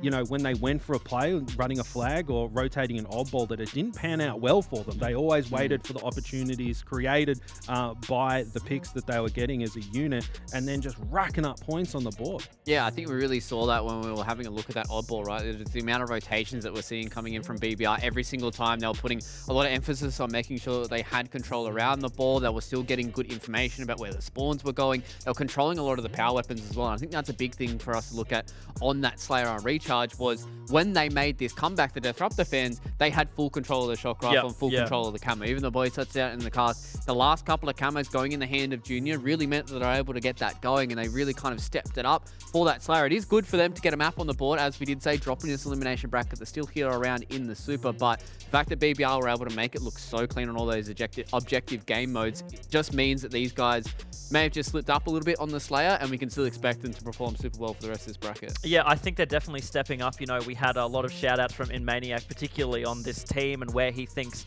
they can go and how much potential they have, and I'm really excited to see where they step up further forward. You mentioned before, Luke, that all 4 players that they have on their roster are absolute slayers all around, but then when you mix that objective and how clean that they were playing that, especially on a CTF, it's kind of alarming. Yeah, it is. Sorry, Luke, I just wanted to jump in. That's right, you're excited. And go off Bluey's point. He's exactly right. Each of them can slay, and each of them can play objective. It's kind of, and what's so great about that, if you have someone slacking a little bit, you know, maybe they're going a little bit negative, it doesn't matter, because there'll be someone else that can step up. You don't have to rely on 1 or 2 players going off who are the, you know, quote unquote slayers on the team. Each of them can do it. Yeah, exactly, and that's why we, you know, like to highlight a team like BBR, because we feel like this roster has such a high ceiling here. But lads, let's start talking to one of our champions here. We do have the Ingestix on the line, so let's bring him in. Let's have a yarn to him after this series dubbed. Ingestix, mate, it's been a long time since we had you here on the desk, so congratulations for the first series victory here in HCS Super. You guys secure yourselves minimum an extra $500, so that's always nice to start out a day here. I want to touch on a little bit something that we've noticed on the desk here. It really does feel like that you guys here on BBR take a little bit of extra time to get into some of your series. Is that something you guys are trying to work on, or at least notice yourselves that you might be a little bit cold to start out some of your days? Yeah, look, like at the start of the day, you know, everyone's still trying to wake up. You know, the coffee might not be strong enough, but you know, like eventually we start to feel ourselves out, get the small talk going, and then Yeah, good stuff. You know, real gamer hours. Sometimes you just can't help it. I want to touch on what happened in the Slayer Recharge game. It was something that we were talking about back in the green room while we were observing. It seems like you guys stopped sort of prioritizing stuff like the shock rifle and the camo on the map. Was that something that you guys noticed as a team, or was it just something that you weren't really thinking about at the time? Yeah, I guess we're a bit caught up in where they were. Like, we did kind of want to get those camos, but we just weren't really in a position. They had really good pressure on our spawn for those. And the shock rifle, it felt like, you know, Strafe Noble just had it all the time. and he was just running amok. It's kind of hard to get it when, you know, he's doming your head off consistently. Now, Ninjistics, you're going to be moving on, and you're going up against the big boys and the Chiefs. What's your mentality? What's the game plan? Maybe you have some pre-smack talk for him as well in the camera. Yeah, look, you know, Chiefs are a good team, but, you know, I think we're much more confident today, you know, that we can play our game. And, you know, as long as we all play our best, I think we can run amok. Pip's the easy target there, I think. I was hoping that you might single out one of the Chiefs boys here, but Ninjistics, before I let you go get prepared for your series here up against the Chiefs, I just want to have a quick kind of barometer for you guys here in the BBR camp. What's kind of the expectations for you guys at the end here of the Super? You guys aiming for obviously the championship, but, you know, realistically, do you guys feel like, you know, top 3 is super easy for you guys? We definitely feel like, you know, top 3 is definitely achievable, I think, under any circumstance, but, you know, we are going for that W. But, you know, in that top 3, second, third, first, you know, it's always in the realm of possibilities. Yeah, it's going to be exciting to see what you guys can do for the rest of the weekend. So congratulations on the first dub here in Ninjistics, and good luck for your series up against the Chiefs. Cheers, guys. Cheers, mate. Cheers. Later, mate.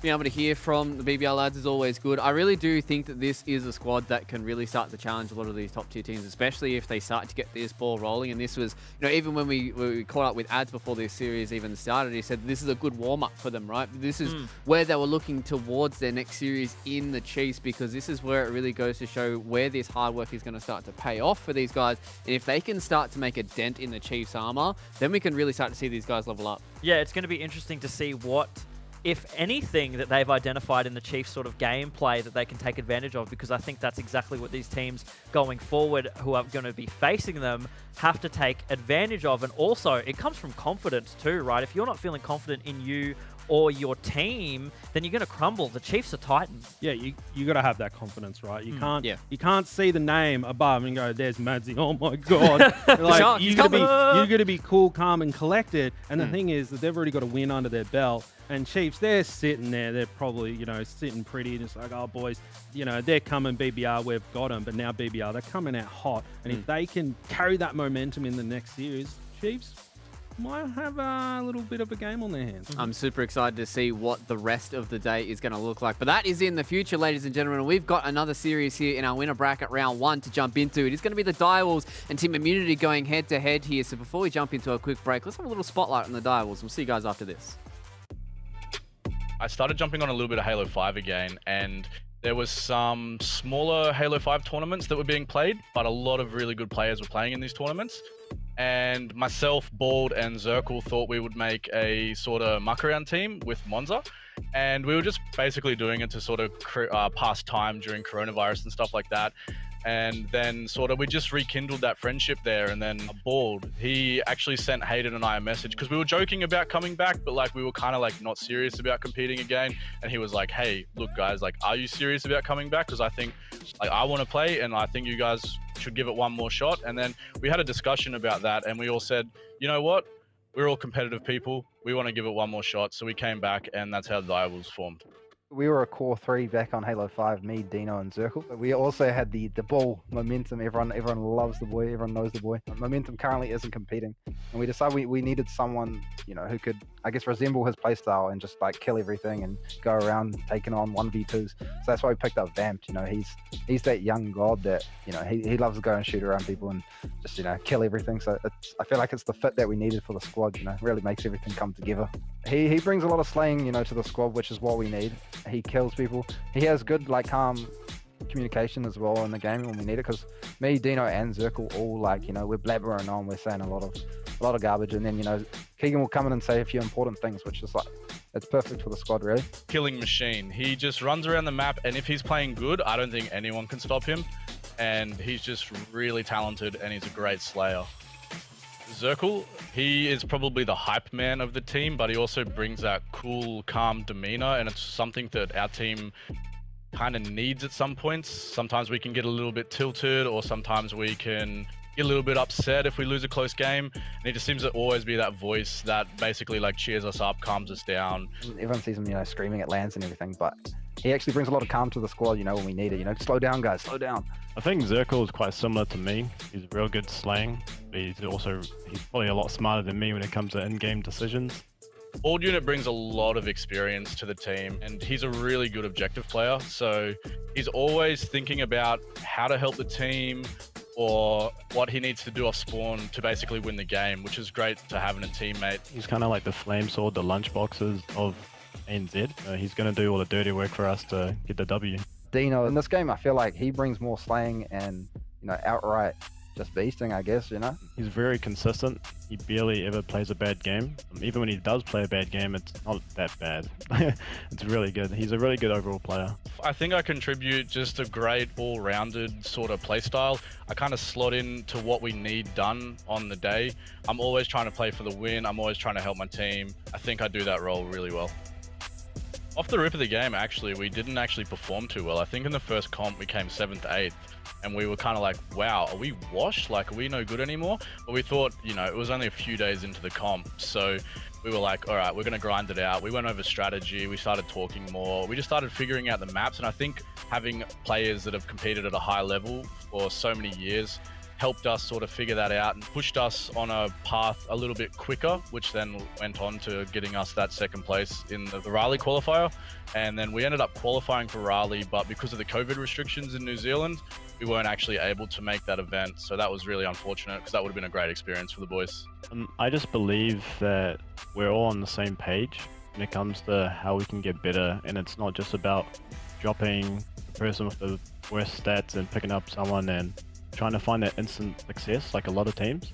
We're just relying on our own teamwork and playing our own game. So I think we'd be happy with top 3, but ultimately we would like to really push for that top 2 and either have really close games with the Chiefs or even potentially take them down. I feel like we would be happy with top 2. That's definitely something that we want and we thrive for. But yeah, the Chiefs they're on another level right now, so it's going to be very difficult to take that number 1 spot. But top 2, I feel like we got it.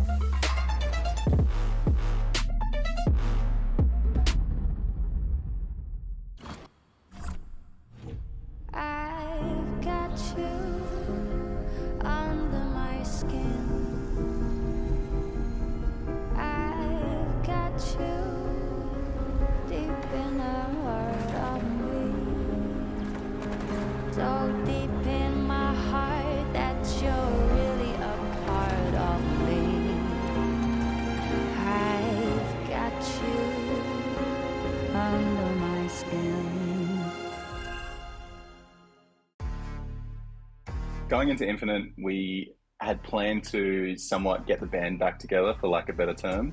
Taj and Hef and myself all understand what it takes to level up and, I guess, discipline your team to get to where we need to be.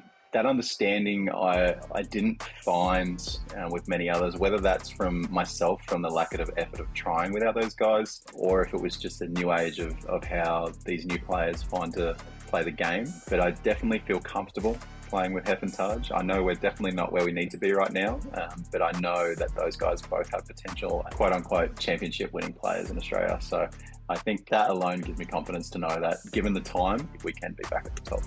I definitely wouldn't be playing if it wasn't for those guys. I obviously still have a love of playing competitively, but it's mostly being able to play with some of my best friends in the world. And these are guys that I've spent over 10 years teaming with. I've speak to nearly every day. I just get along with them really well. We all combine quite well. We all have a similar sense of humour. We all just like to pay out and each other can take a joke. Just people that I still to this day, even if I wasn't gaming, would be hanging out with, and which I do regularly. So I would say Hef is the bread and butter or the glue of the team. He really takes the way we play and keeps us disciplined mid-game. Hef allows all of us to play the way that we want. He's never the flashy player, but in saying that can pull out the clutch moments when are needed.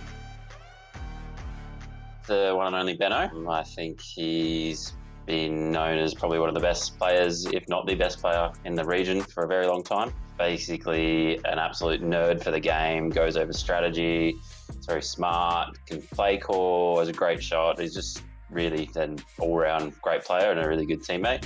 I would consider myself somewhat of a sneaky, aggressive player who's ready to clean up the damaged kills. Typically that means I would get, I guess, the flashy multi-kills on the team. Then you have Taj, who is also, I've been teaming with him for forever as well. Very clever, he understands the game well, he understands teamwork great. He's got an excellent shot. When he's on, he's probably got one of the, when he's just in the zone and feeling it, he's probably got one of the highest sort of ceilings for skill. Taj throws grenades. I think as the game's progressed, he's refined his play style into a little bit more of a support / mid pushing role. So he's never really on the front line, but he also is right there ready to push with you. If I'm pushing with Taj, I know exactly what he's going to do. I know exactly how he's going to play, and I know that he's never going to leave me hanging out to dry. With the addition of Dante, it brings a bit of speed to our team. Luke plays the game quite quickly, but he also has a uniqueness in the ability we can leave him on one side of the map and expect him to pick up kills by himself. Something he seems to do well that we've kind of struggled with in some of these games is he controls power weapons quite well. He's really good with the sword, as I'm sure a few people have come up against him with. Pretty ridiculous. He actually plays at like 8 cents or something ridiculous like that, so it's pretty funny. I think something that has led to our success in the past is the discipline and understanding that flashy plays aren't necessarily the key way to play Halo. I think having a good, strong fundamental base of how to play each map and executing those in a repetitive manner allows for consistency. And I think each of us have the ability to make flashy plays and go off at any point. There's so much room for improvement amongst our team. And we're all wary of that. We all understand that. It just comes down to a time versus effort thing. And that's obviously, as we, if we look to sort of fully commit ourselves to this, it's something that you'll see very quickly come to fruition in terms of all of us drastically getting better individually and also as a team, because we all have the knowledge. It's just about putting the execution and the time in. It would be great to be able to be taking, split series with Chiefs. That isn't where we are right now. That's the reality. I'd say probably in the last month, we've actually really put in a lot of time and effort, particularly into this game, like not just gaming, not just playing, but also VOD and reviewing plays, and obviously chopping and changing teams doesn't help necessarily, but we're getting pretty confident in our ability and how we want to play this game. We're slowly refining that, and I'm thinking we're pretty confident that we can be mixing it with the top 2. But we're all such good friends in and out of the game that it would feel like it's a perfect end to the chapter of really, I guess, ending our legacy on another title win. Every game that's come out since Halo 3, we've at least got a first place. Halo Infinite is a little scratch on our permanent record right now that we're hoping to amend, and that would essentially be what we're all working towards and striving to get.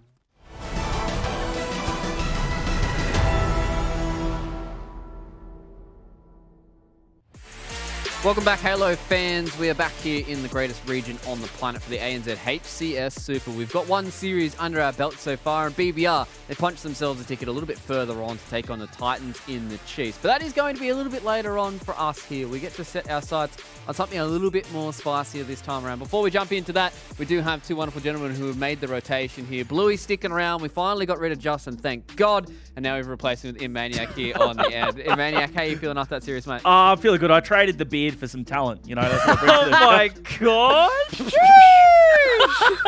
He's there. He's right there. It was he's just over there. Oh my God, he's crying. I'm sorry. I feel bad. I'll give him a cuddle afterwards. But no, it was a fantastic series. Look, I've been fanboying BBR. We'll continue to do so. Death Raptor fans, though, put up a good fight there for a lot of it, Luke. Yeah, exactly. I'm excited to see what they can do in this elimination bracket. And speaking of the elimination bracket, we're going to be jumping into that right now. We have made a change in the schedule, ladies and gentlemen. We're going to be jumping into this elimination bracket here, and we're going to be talking about our first matchup. It's going to be Authority Pink and Reunited. That is unfortunately missing Injestics, so we said hello to here. So we're going to be jumping into this one. I'm excited about this one because we actually get to see a bit of Authority Pink here. Obviously, Bluey, we came into this one with these guys being able to qualify in towards the elimination bracket, but now they're going up against Reunited, who I think have kind of shut us up a little bit here on the desk. Yeah, we came in yesterday saying that they have so much to prove to everyone watching and to us on the cast as well. But yeah, they came out yesterday swinging and actually put on a really, really good performance, something that we didn't expect whatsoever. And again, the star player for this roster, I think, is Lith. You know, he did a fantastic job putting up big numbers overall and even being an objective player himself. Yeah. No, I'm really keen to see what these guys can do.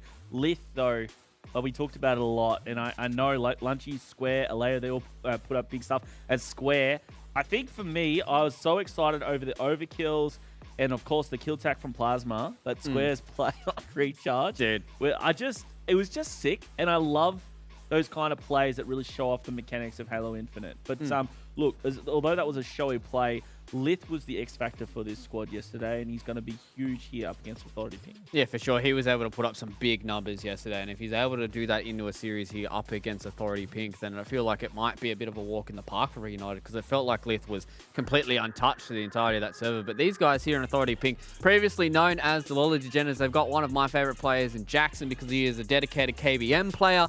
The only one left so far in the HCS Super, so I'm excited to see what he can do here in the server. Yeah, it's time for the big ego plays, Jackson. I'm going to be keeping a keen eye on you, buddy, so let's hope you can really show us what those KBM boys are made of. He's a talent in himself. He's a fantastic show, and I think this Authority Pink roster is really just like a highlight for all these players. They all are very strong individually, and I think a lot of that actually does come from just the ego plays that they managed to make down here.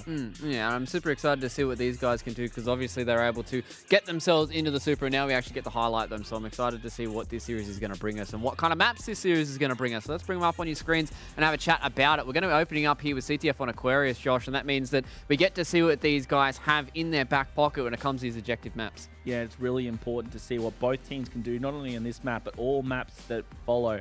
We are at an elimination round 1. 3 maps is all it's going to take. If you lose 3 maps, you are eliminated from this tournament. Yeah, and eliminated means that you're only going to be walking away with 1,000 USD. And I'm sure these teams are certainly looking to try and get themselves a little bit deeper in towards that prize pool, because that's when you're able to start to get a little bit more in everybody else's pockets. Everyone's able to, you know, get more than just Magorang noodles at the end of the day. Maybe you might have a steak dinner at the end of this. Who's just Magorang? Megorang? Well, I'm a white guy, all right? Relax, okay? I'm trying my best here on the desk to be entertaining and funny for everyone at home. Sometimes I mispronounce some things. But Bluey, I mean, it is super exciting to see if these guys can get a victory, especially on the main stage. Yeah, I know. It's going to be really cool to see what Authority Pink actually managed to do here. They're not a team that, again, you've said time and time again, that we've actually managed to highlight, but with them being on the main stage, hopefully gives them a little bit more fuel to their fires and they can really just perform. Even if they don't win this series, I'm hoping they just show us something cool. Yeah, I'm hoping we get a bit of a mud wrestle here down in the elimination bracket, and I hope we get to see something a little bit special from both these teams. We've got 2 casters. You're going to bring you guys all the action, so let's chuck it over to Mr. Justin and Mr. Hoots. Thanks, Luke. Thanks for the culture lesson as well. That was, don't shoot that thing at me. Thanks for the culture lesson. It's good mayhem down It's good to get a bit of the old white bread perspective from you, Luke, with your McGoring or whatever it was. But Justin, out with the old in Maniac, in with the new and fresh, the very old, actually. It's great to have you here. Extremely old. I mean, they said a lot of mean things about me, and I only have nice things to say, so I'm going to be the bigger man with this one. And let's be realistic, I'm the only one that can pull off a shirt like this. Really. Exactly, and we're both molding in perfectly with our backgrounds. And I keep seeing movement to my side here, Yeah, and I perfectly feel like camouflage. I feel like these guys are going to keep shooting bullets at me, so I'm really nervous. But look, it's just chaos here right now. But look, we're jumping into this next series, and I think we spoke a little bit early on yesterday about Reunited and how impressed we were with their performance despite going down 3-0. It's a weird thing to say.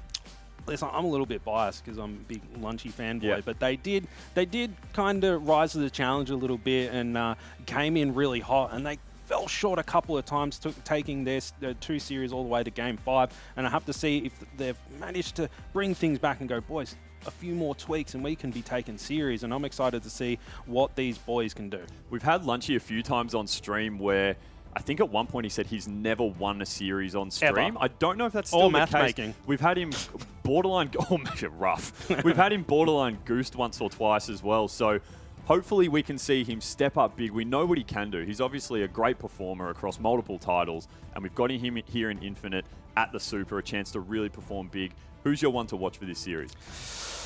I want to see if Square does anything more spicy. Yeah. I mean, they touched on it before, but the grapple repulsor play, I mean, it was just so calculated and beautiful, but we are launching things in very soon, everybody, and I'm excited to see what Authority Pink can get up to as well. Yeah, we're kicking off on board with Alejo here, choosing to drop down bottom mid, so no real top control here for Reunited. Foregoing that camo, it looks like, I think we probably, assuming where everyone went, will have that in the hands of Authority Pink, but straight away here, playing a bit of defense, nice work there, picks up the kill assist, working together with Lunchy.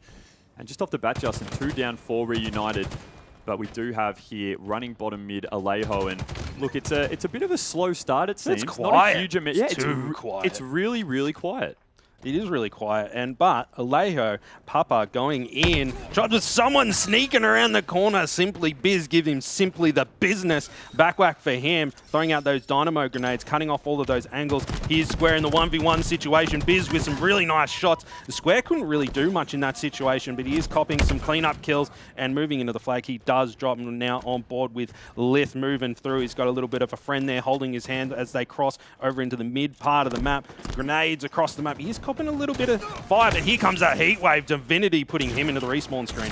So we did speak yesterday a little bit about Lith, a late inclusion to this team, and I was listening to your rebroadcast a bit on the way in, Justin, and it seems like he's actually fitting in really well with this squad, despite being a very last-minute introduction. It is very fortunate, right? Like, Wrath City unable to compete because of the floods that we're having here in Australia, and you pick up Lith, and he just goes ham. He just slots right in. On board with him right now. Caster's Cursed, he does go down back on board with Alejo, and you can see that he's trying to set himself up. There's Biz. We give him the business once again. Now Divinity top mid. That camo is about to pop. Square with that heat wave, giving himself good position to grab that one, and we know how deadly the heat wave and the camouflage can be. I don't know if the camo actually ended up getting picked up then, because there was the fadeaway there. I think it was from Zave while securing that kill. So camo is in the hands of someone now. It looks like it's off the screen, and we do have Square here running a flag, and we do see, Justin, it's the car side that the flag always gets run. You're able to get that slide down on the stairs, really propose yourself across the map.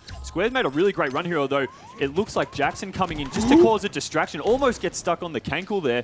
Flag is down in their court. Lunchy's going to look to get in a position to secure this. Unfortunately, he's dropped, so Flag can't come back yet. Zave, this is big. He gets dropped, although we do then have, I believe it's Divinity looking to move in as well and just try and keep this flag alive, stop a return, and he is going to do that. So I don't know if Square's even aware he's down there, and he wasn't. So Divinity, looked away. He looked away. Perfect timing there. Divinity gets his shields back and is able to get that flag in at least a bit of a safer position for Reunited, because for Authority Pink, sorry, because Reunited can't put shots down there from their flag. Nice out BR there from Square. He's still just trying to put this flag in. I don't know if the return's happening. In fact, no, it's on the other side of the map. They got away. Yeah, absolutely. So Zave here in his own flag, playing a bit of defense. I think we're seeing a push from Reunited in. Jackson jumping on board with him, and this is that stalemate we've seen quite a bit. The return not happening for either team right now. So A bit of a reset, Justin. It is a bit of a reset, and Divinity, how was he alive? Yeah. Front of the base like that, is just hiding behind the barrier. Square was looking at him, but he looked away, and they were able to get that flag moving. The moment he stopped watching that flag, now on board with Jackson, he goes down. Caster's Curse is real. Alejo, some nice shots on the Biz. Double kill for Alejo. More shots across the map onto Zabe. And that flag, it's in there. We can see it through the screen. So can the players, and they're moving in for that return. Alejo, very aggressive, didn't take a lot of damage. Ooh. Now on top of that flag, he can kind of milk this one out. Very well played by Reunited. They went in, collapsed, got that one going. Double kill for Lith, and one on the board for Reunited. And we have Lith running a second flag here. It looks like he fumbles, and he had the slide as well. When you get that slide, if you can land it, you can propel that flag so far across the map, but unfortunately wasn't able to pick it up as well, so that flag does get fumbled. But geez, Justin, you did see that Reunited were just so ready to capture that flag when they had the return. Great comms out of them. Yeah, they were certainly great comms. Speaking of comms, I reckon we jump in with a listen in with Reunited. I spawned in our util. They're going to be our fridge door maybe. Oh no, you're there. Okay. On our flag. I need help. On re now with heat wave. On re. Get touch, get touch. Nice. Touch. On our fridge. One shot, I'm going for re. One shot, go for re. Nice. 3 dead. Are you two? Don't get nuked. I spawn P. Get your shield. Get your shield. Our util bridge, one shot. It's on our util, one shot. Just try to leave now, guys. Watch our flag. Nade our flag from util bridge. One shot out front court. Car 3. Wait. Our jump. Are you too weak, and then our flag as well. Our flag in our flag. Our util bridge. I kill one more. Our front base util, one more. Go in our util. He went our util. You hear that? I'm rotating. I'm rotating back. I'm rotating back. I'm gonna push it hard. Weak on their flag. Weak top mid. He took one. Two dead. On their flag right now. Top mid and help. Top mid. I kept him weak. One shot. He's still one shot. In their util, spawning their util. Dude, they're the util bridge. Their flag. Go off their back flag. One shot top mid, Zay. Top car, we're two dead. Time to rat. Going out util. Rat. He's one shot out util. Ramp. I want P2. Going top mid now. One shot car 3. Car 3. I need help now. Two car 3, guys. One shot now. Util bridge, guys. Util bridge. Two more our util. Be careful. With heat wave. Watch our util, two guys. I just picked up camera. Camera's dead. Our util bridge with shots. Are you too weak? I'm looking. One shot. Two one shots at util. Top mid, one shot. Sorry, not top mid. The front base going to P1. I'm gonna run the util with. Nice, try it out. Two dead.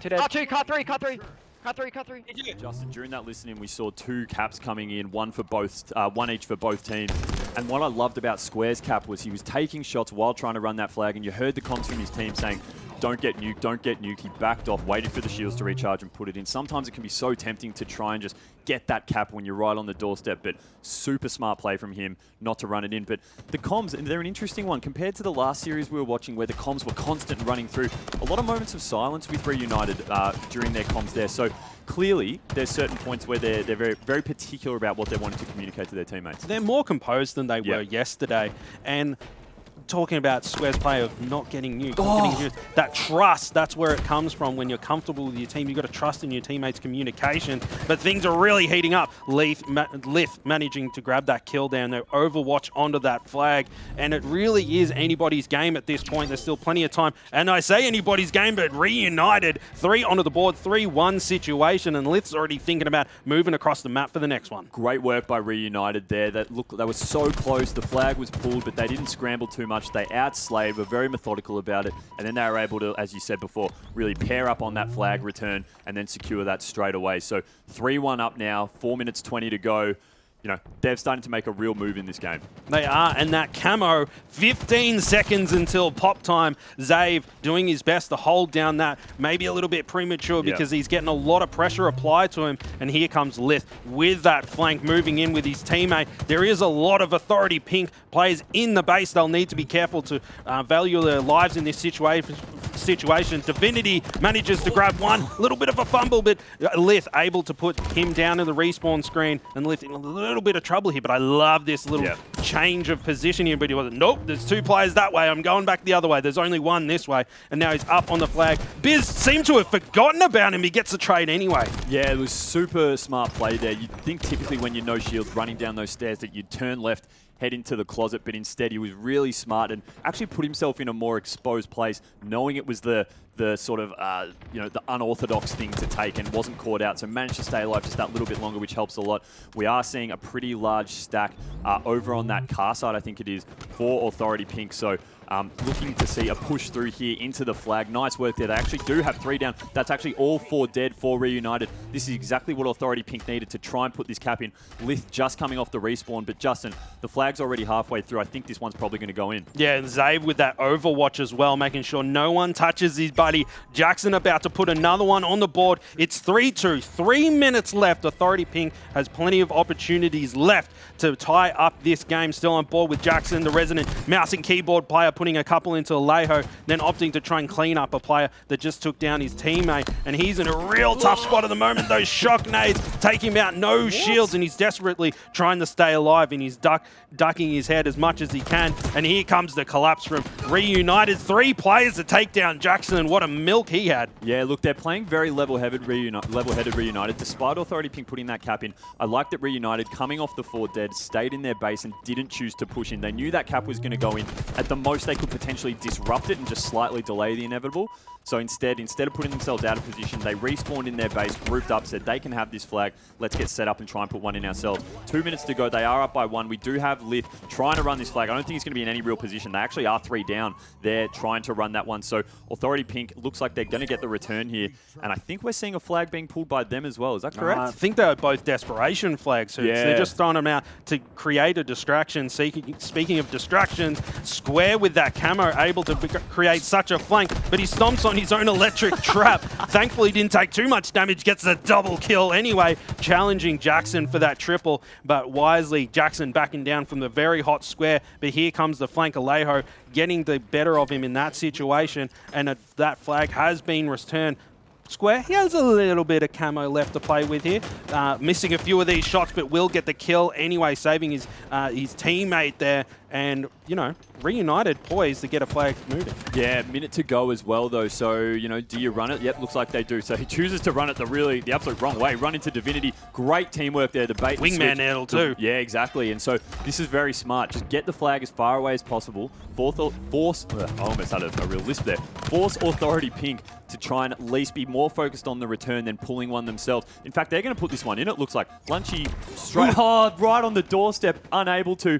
48 seconds, that would have been the nail in the coffin. Authority Pink live to see another day, but Justin, they have to get this return and run a cap themselves straight away, otherwise it's game over. Straight in, and there wasn't a lot of pressure from Authority Pink either. He kind of just, you know, slid in there, put it in, and that's 30 seconds left on the clock. Authority Pink, I'm not sure they're going to be able to do it. Now on board with Alejo, grabbing that gun off the rack, ready to push in and maybe pad that stat line a little bit more. Lunchy with that heat wave should be an easy kill as this player desperating the flag, but Lunchy turned the wrong way and he ran straight into a player. That was his time to shine, but he went down. Yeah, I mean, it might be too little too late for Authority Pink. They might be able to put this one in, but unfortunately time's just going to simply be a factor. They're not going to get this one in the next 5 seconds, it looks like, and so once they do cap, if they can put it in, it's going to still be game over. 4-3 is the best it can happen. 4-2 it ends up being. So a very solid performance there from Reunited. 4-2 in the end, Justin. And look, it was pretty even Stevens at the beginning, through the mid. We listened to those comms, and at that point, teams were dead even. But after that, Reunited really started to go on a run. They did. And peeking at the stat line as well, notice there was a rack full of assists on Reunited. The kill participation from everyone on that squad, they were just so in sync with each other and never taking 1v1s. They always had a buddy to help them out. Yeah, having a look at the stats here, Jackson had a bit of a rough day at the office, 11 and 20, unfortunately. But it was Alejo, it looks like, for Reunited, who was the one really starting to pop off there. Just having a look at the accuracy stats. The damage is what we always love looking at, Justin. And Lith, the new boy, the fill-in, he's the one putting in all the damage. He is, but I mean, they're all putting in lots of damage. But the thing is, if you get a fill, right, and he's putting up big numbers. That's ideal situation. We touched on it during the game, and he's certainly stepping up to the plate. The big shoes to fill of Dylan Wilcox. Yeah, 20 kills, 15 assists, 4 lifts. So just that's the story really there for the damage. He only did go +1, but God, if you're putting in 15 assists, you'll take that any day of the week. It was a bit of a stalemate, as I said at the start. Nothing really much happening, but the flag caps, they came thick and fast in one period where there was just a lot of chaos across the board. It seemed like once the match settled down again, though, that was when Reunited was really able to start establishing a bit of map momentum, a bit of map dominance, and starting to put some caps in. Yeah, they were very objective efficient as well. Basically, all the flags that they got out went in, other than a couple of bait flags, which is more of a distraction to create pressure. But Authority Pink, they didn't really able to capitalize on many opportunities that they created. They got outslayed pretty heavily, but you know, they were still in it. It was very scrappy, but as soon as Reunited had an opportunity, they were moving that flagpole across the map. Yeah, I think you're right. It definitely was efficiency, was the tail of the tape there. As we've spoken about several times before, sometimes those flag pulls that you make out of desperation can turn into flag caps themselves. But a lot of the time, it's just knowing when to pull the flag. Are we enough people down? I think we actually did see, even on the Reunited side once or twice, choosing to pull flags when they probably shouldn't have, and instantly they were taken 4 down. And that actually did happen quite a few times. Reunited being 4 down. So when you do see that in flat CTF games a lot, you start to think, well, it's clearly the other team that's dominating. Not the case though. Reunited 4-2. That's a really solid performance. Yeah, those Hail Mary flag pulls, sometimes they can work as, you know, you can get stuck in the meta of like, hey, we're going to block the spawn, we're going to get a couple of picks, and then we're going to run the flag. And sometimes you can surprise teams by left of field just stealth running a flag, but you got to stick to those fundamentals, and you know, you can't Hail Mary flag runs every single game, Hurts. Yeah, absolutely. So we see Reunited taking a 1-0 lead in rather dominant fashion in the end. You know, objectively, we did see yesterday they were quite strong. So we now move into I believe it's Street Slayer we're moving into here. So, you know, a bit of a different change of pace, no objectives to worry about, as we've spoken about several times before. Rocket's obviously going to be the key focus here, Justin, and from what we saw in the last series on Streets, that initial rocket push, so handy to pick up some early kills, a bit of map dominance, start to force a team in particular spawns we can collapse on them and really start to stretch that lead out early. Yeah, moving into a Slayer, Hoots, I mean, is Reunited, they were so Slay heavy that game against Authority Pink. Is Authority Pink going to be able to bounce back? Will we are on board with Zave, the up-and-comer that made a name for himself early on in the Pro Series qualifiers, now all the way into the Super. And I love the Overwatch position that he has here, just keeping eyes on the flank and the Spanker, able to get 1 kill. Another one's there if he wants it. Just so much pressure. He does go down, and I wonder where those rockets ended up in the hands of Lift, and he got away with that one clean too. 2 in the tube. Yeah, Zave was doing his best there to keep Reunited away from those rockets. Unfortunately, just needed a little support. He was fighting 3 people at once, did pick up 1 kill, but it does make you worry, what's the rest of your team? Wonder what's the rest of your team doing? These rockets in the hand of Lift, he is able to pick up an assist with 1, a kill with the other, so we'll effectively say those rockets have been very economical there. 2 kills, 2 rockets. Fighting now, Zave pushing out no shields. Great work to stay alive there, Justin. He actually is still alive with no shields, as he's going to come up against Lunchy, I believe, although maybe he has just been dropped. So Lunchy just controlling around this arcade area, met with an absolute barrage of grenades from Definity and Co. Going for the Ninja. We really want to see one on He was looking for behind him, and he was like, where is he? I could have sworn he was there. Yeah, I know. You've got to be careful sometimes with those ones, because obviously the player you're trying to ninja can see you directly, but great comms there. Jackson clearly square knew Jackson was in the corner there. And then further again, turning around on Zave. So the comms, I reckon they're running pretty well for Reunited Triple right kill now. for Square. Predicted that one perfectly. Spike grenade in the doorway, and that player just tripping on it as he sprinted in there. And now Square, he's on a little bit of a tear right now. 8-0 and 1 more. He's 1 off a killing frenzy. We'll have to see if he gets it. I'm sorry if I jinxed you, Square. Is it there? Get off no, it. His teammates steal it. Let him have it. We need to see it. There it is, and he gets it back. Killing frenzy. My best Jeff Steinzer impression there. I love it. He has 10 of the team's 18 kills. He's going absolutely crazy. Another one. He's not stopping now. 11 kills, 1 assist, 0 deaths. He's a real thorn in the side right now. Too aggressive, Square. We wanted 15 in a row. No, he wanted 11 kills, One very assist, clean. 1 death. That's very clean. I love that. 1, 1, 1, 1, 1, 1. Now on board with Lith, and he has another set of rockets here, and he's able to be pretty efficient with them. 2 kills there, not whiffing anyone. I know how much that tilts you. Now I'm back on board with Square, the hot man himself, moving through the arcade, not stopping for any game time, and he's already putting some nades into the PD department. Authority Pink, they're really on the back foot here. Oh, big time. I mean, when you have Square going on a tear like that at the start, it's no surprises Reunited were able to secure that second round of rockets, because you've got all of Authority Pink on the respawn screen, because Square's just spitting out venom everywhere. 12 kills, 2 assists, 2 deaths for Square.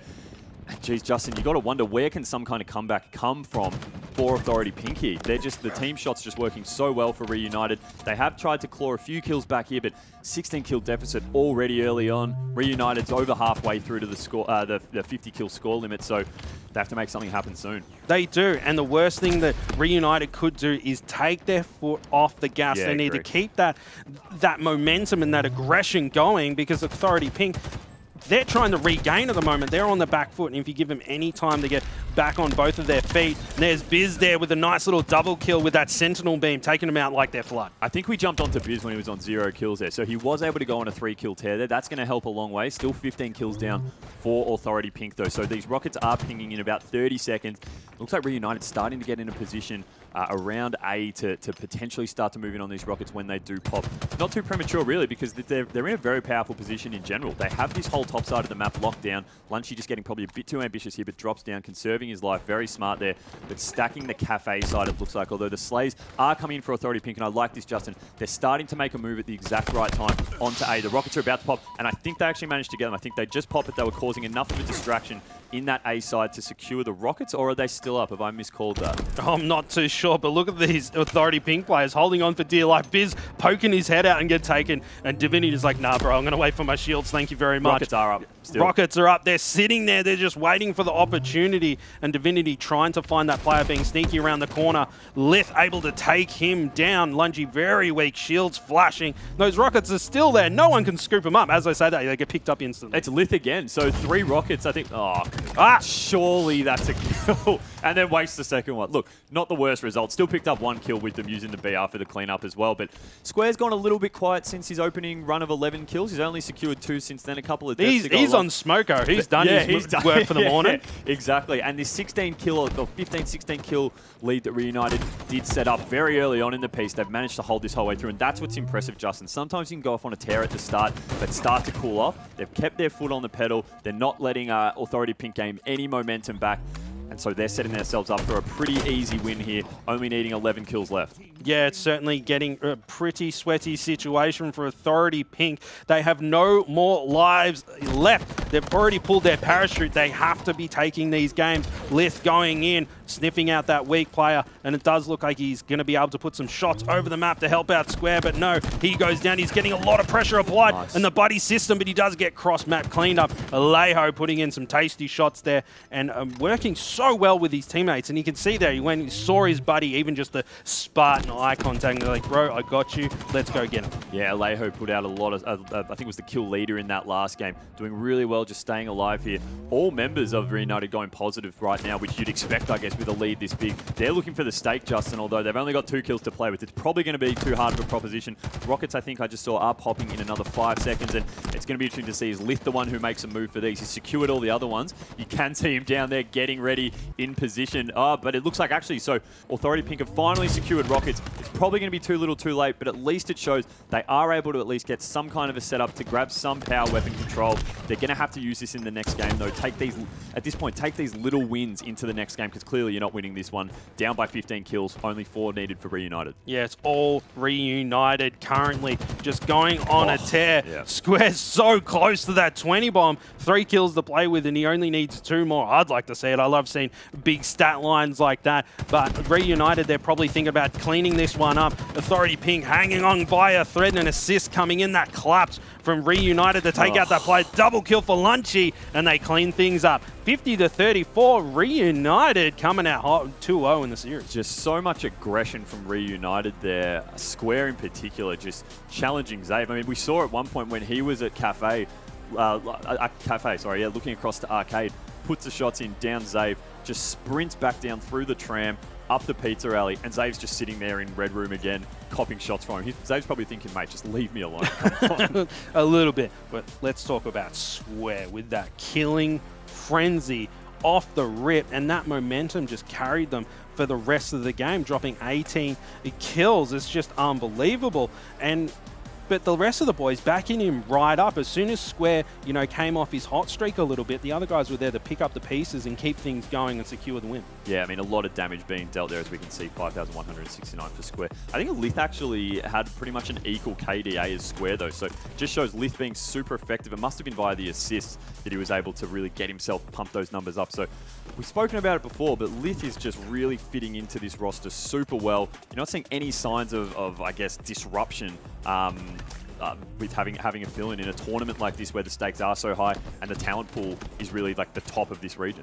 Yeah, speaking to Lunchy and Square behind the scenes, both of them, they're just trying to find that roster that gels and that chemistry and create a home for themselves. And they add Lith in as a fill for one of those players that is having a bit of a hard time at the moment.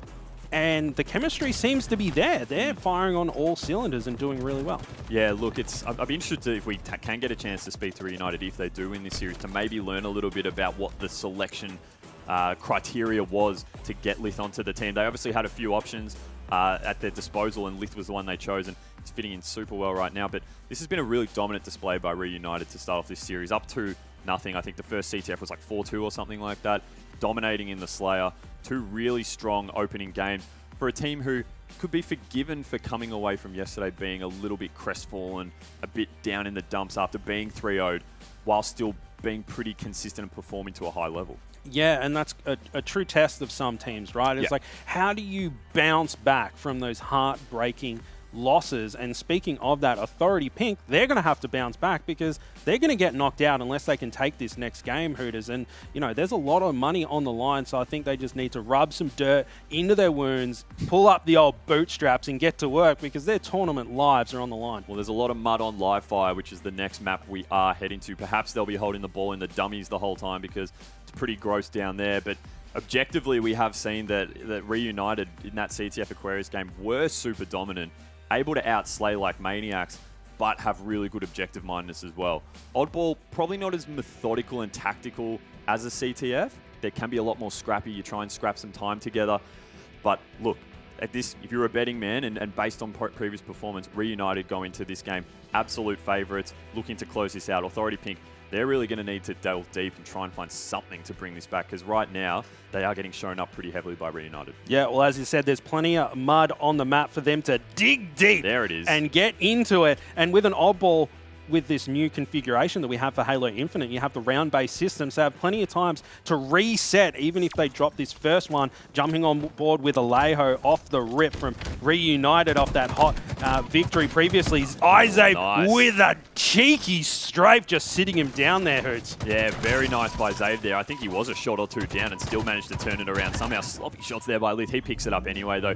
So they have managed to get 2 down for Authority Pink. He's starting to run the ball. Initially looking like they were going to Garage, but I like that ability to turn around and say, nah, this isn't the right call. Sometimes teams can just commit and go for it anyway, but unfortunately runs out of ammo. Square going for the Hollywood points there. You've got to be arts. Sometimes it's worth using it, especially if you're trying to get a setup with ball, but this camo is going to pop here. Reunited should be able to put this in pretty easy. Lunchy got away with it. Yeah, Divinity missing a few shots there, and Lunchy, a lot of aggression here. Has secured that camo, but he's sprinting out in the middle of the map here, really looking to take over this snipe tower.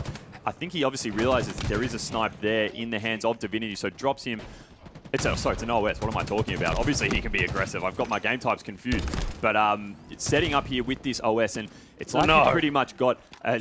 wait, what is going on here? I'm really I don't know. not sure. I'm completely confused what's going on here. It's a bit of game of totem tennis right there, Hoots. Yeah, but it pretty much was. Ring around the rosy. Lunchy has been able to use that overshield with a lot of aggression to just beeline straight for this ball, and it was dirty, Justin, but they managed to finally get a setup here. Looks like they're wanting to hold it on B side. Not a typical spot for teams to hold ball, although it does give you the advantage having that big green silo there and the ability to play ball if you do start to lose control. Yeah, you can see Lunchy, the cogs are turning in his head, waiting for that play, and I like that he dropped the ball. Yeah. Zave with that nice killing spree. Lunchy, he didn't just, preemptively just get rid of it and jump off the map. He turned around and was like, I'm going to apply some pressure to this guy. But speaking of pressure, Zave already with that killing spree. Will he have another outgun shotgun. No Square getting the better of him this time around, but the scoreline's still very early days, Hoots. You know, Reunited with a small and fragile lead currently, but Authority Pink, they seem to be responding. It's not the stomping we've had the last couple of games. Yeah, I like this out of Zave. He was struggled with Kisleys in the last game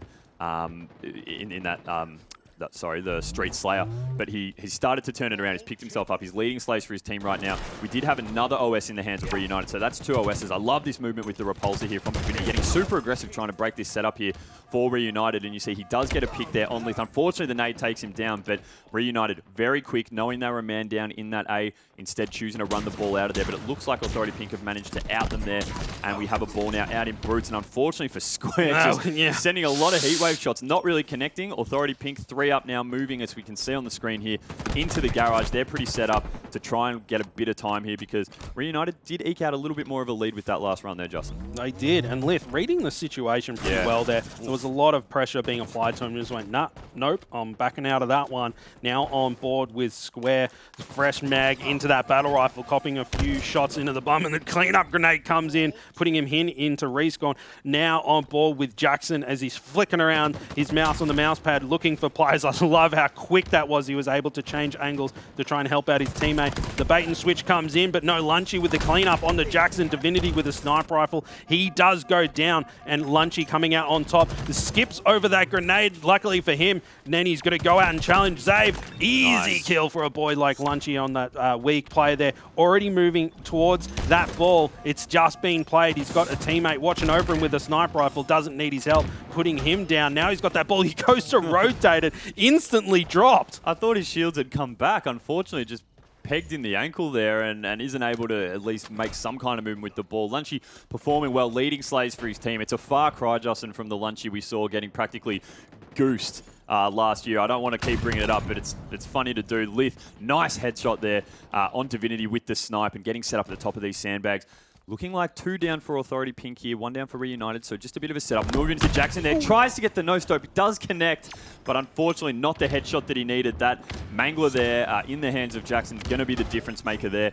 And we do have Lunchy here. He's just hanging down bottom mid a lot, Justin, really trying to make something work with this ball here. He's very objective-minded. He is, but something else that he's very mindful about is the power weapons and the power-ups. He always has something, doesn't he? He's a bit of a hog, and speaking of hog, he's a ball hog right now up in the tower, and he has that heat wave as well. If someone wants to push out on him, he peeks a little bit, cops a sniper rifle shot to the ankle just there. The scoreline is pretty even. Reunited still holding on to that fragile lead, and there's about 2 minutes left on the clock. Authority Pink, they're holding in there right now, but it does seem like Reunited are in control. Yeah, this is a good run of time for Reunited here. Lunchy's been able to pretty much hold on to this completely the whole time, uncontested. Hasn't had to drop it yet. And you've got the rest of his team spreading out and trying to just put as much damage into Authority Pink as you can. At this point, it does look like they will finally down Lunchy. A nice push there from Authority Pink onto the tower, but they have gone 3 down, 4 down momentarily. Their Biz has just come off the spawn, so Reunited should be able to get in a position to grab the ball again. It was playballed,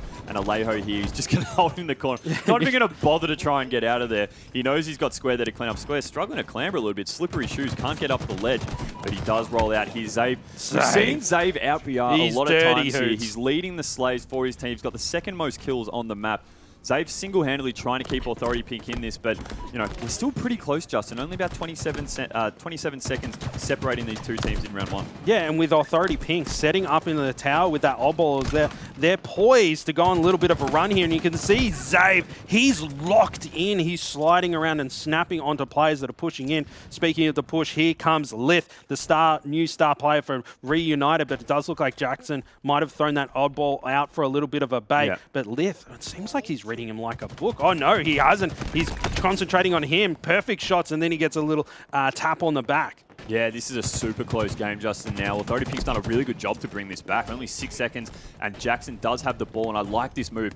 You can see all the Reunited players down in the Brutes, and he said, nah, let's take this to B. Gets us in a position to be able to play ball, and we can also use the silo for cover. And look at all his teammates there as well. The whole team, we do have Divinity on respawn. He's not there, but the rest of his teammates around him. And jeez, just he's got to make sure he plays it. And he can't get it across. And that's going to be a big potential momentum swing here. They were able to get a second in front. We do have Biz still on the ball. If you're Biz, I think you should just be trying to get that ball and potentially desperate it out. But no, he falls Hoots. Oh, he's down, so he couldn't even get it across. I'm not sure if he was just no shields and didn't want to stick out, but the ball is reset in the end. So I don't know if the ball actually got playballed, if it just hadn't been held for enough that it did reset.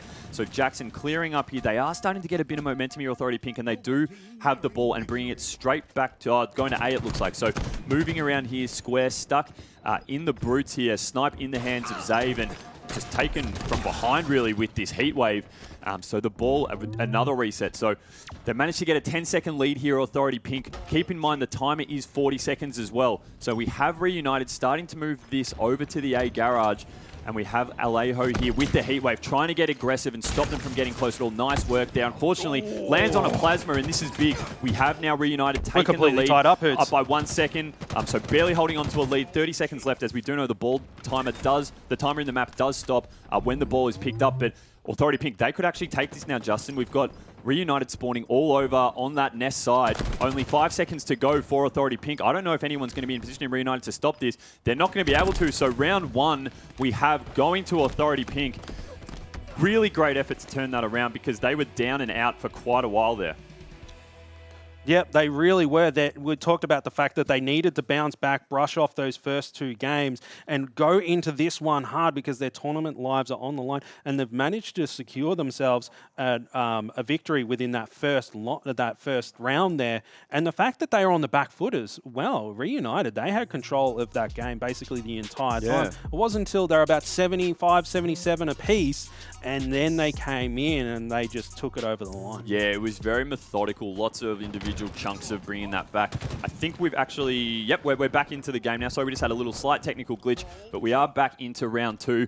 And off the break, we have Authority Pink starting to move that ball to A, and a nice snipe there from Jackson. Justin, that keyboard and mouse, they're giving us more and more reasons every tournament we have to consider dropping the controller and shifting over to the KBM. Hey, mate, it's easy. You just hold forward and click heads. And now on board with Square, flashing shields, changing position here before he pushes in and going into the garage. He looking for some players, but Authority Pink already pushing out. And it's been a little bit quiet, but Square, he just grabs that ball. No one's watching it. He's already on the move. Yeah, you've got to admire the fight in Authority double kill Pink. for Biz. Yeah, very nice. You've got to admire the fight in Authority Pink.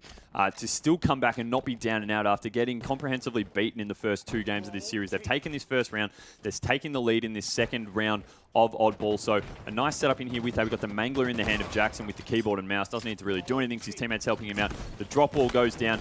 Real aggression. Hold this. Takes him down. So snappy. Yeah, really snappy there. Taking Square down, and 2 down for each team, 3 down momentarily for Reunited actually, and Jackson's just playing this to perfection with this Mangler.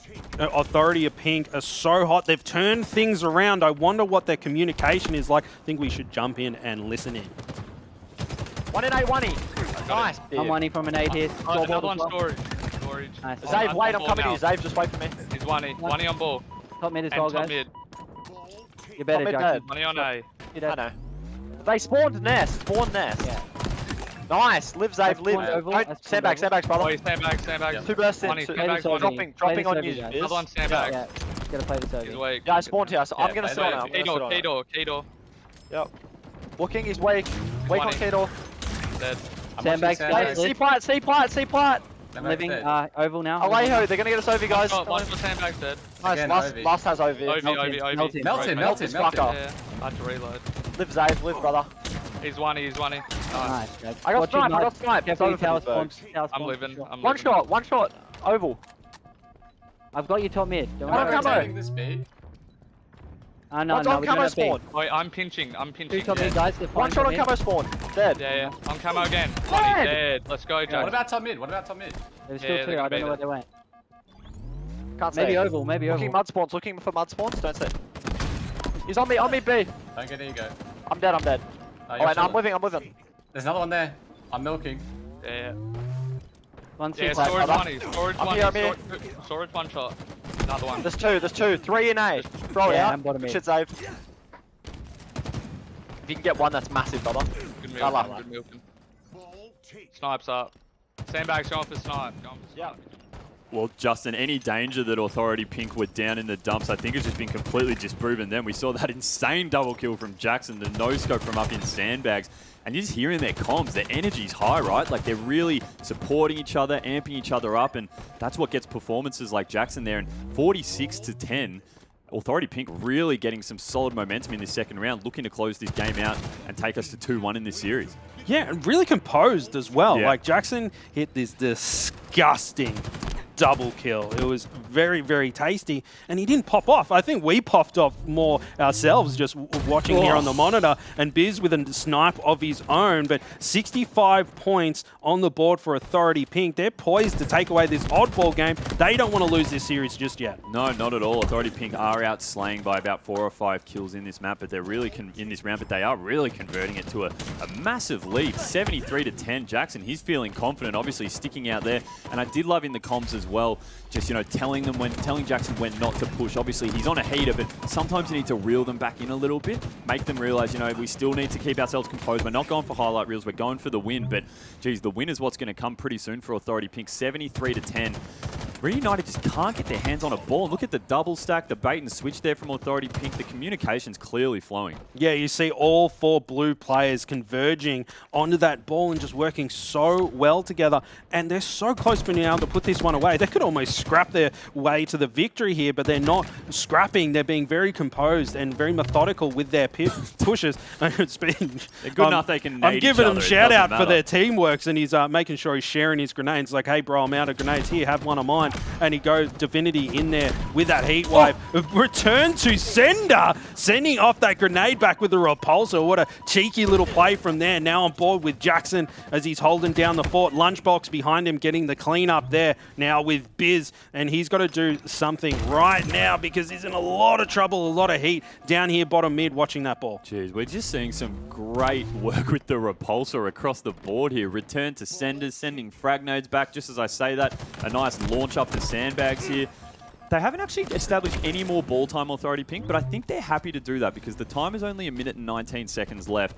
Obviously, Reunited need to be super economical with this ball here. They need to hold on as long as they can. They finally, Justin, get a setup here up on the tower. It's Lunchy. It's where he loves it. He actually fumbles the ball off. It doesn't go completely off, but that's not handy at all here. He's going to have to play it just to get rid of it.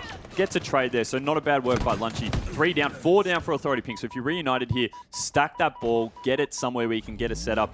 Authority Pink are spawning down in the garage, and it looks like Reunited a bit passive here, knowing that they're probably spawning. They're coming through the tunnels, not wanting to drop on the ball, but they just don't have the time just to be playing around right now. They need to start getting some ball time because 50 seconds left. You've got to assume a couple of times the ball holder is going to get dropped, and that time is going to keep flicking down. Its time starts to become a bit of an enemy for him. It really does, but, you know, he's staying alive currently. Look at that pressure on that fresh overshield player, so he gets dropped.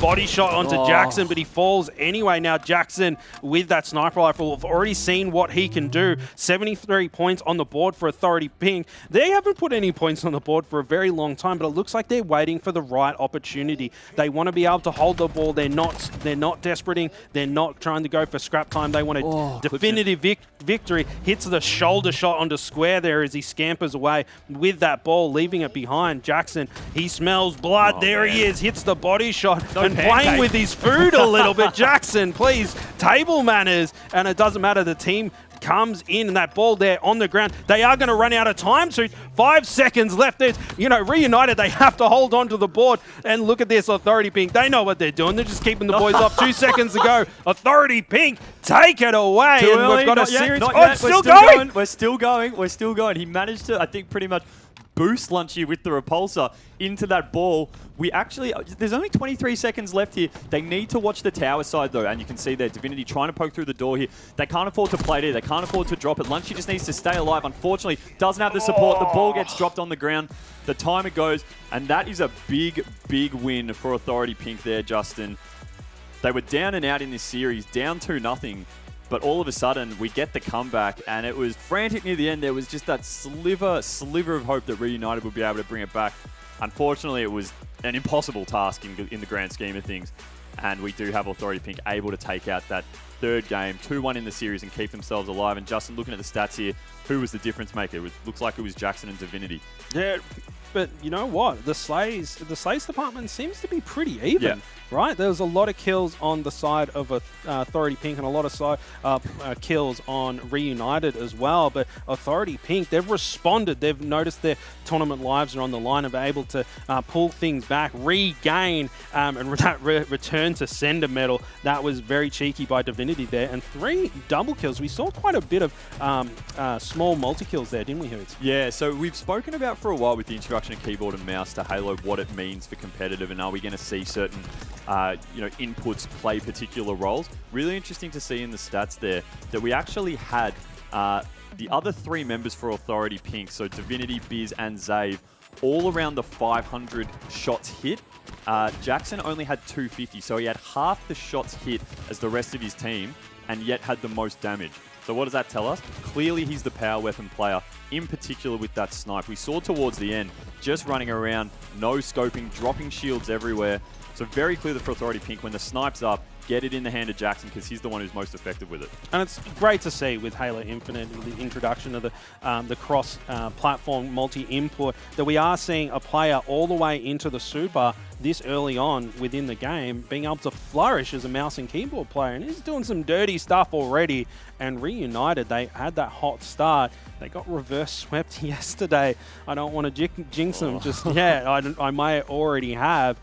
But Authority Pink, they don't want out of this tournament yet. No, absolutely not. And, they have started, correct me if I'm wrong, they started from the elimination bracket, I believe. Yeah, because of the way they qualified. So, backs against the wall from the beginning. They only have 1 life in this. If they lose in the elimination bracket, they're out. And so just fighting tooth and nail to stay in this tournament. So 2-1 Reunited still do carry a 1-game lead. They only need 1 more to close out this series. But, geez, we just saw enough there that makes me think potentially this isn't over. And the last tournament we casted last week, I think we had like 4 or 5 game series.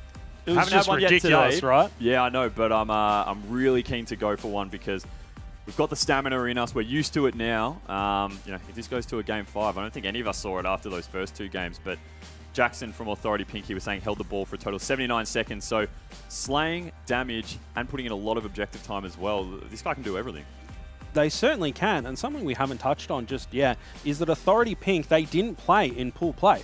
So they have had no warm-up time yet. True. So maybe those first 2 games, that was their warm-up, and they're just starting to get things going. While Reunited, they're already kind of playing at the level that that they can rise to. And Authority Pink, they're just getting warmed up. Maybe we're going to see a bit of a series on our hands soon. We've been lucky with Game 5s, you and I, so maybe we'll get another one. It's the curse, it's a blessing. I don't know what it is, but they seem to happen when we're on the desk together, Justin. And look, I think Square was the one that we were really talking up in that Street Slay when he went on that crazy tear.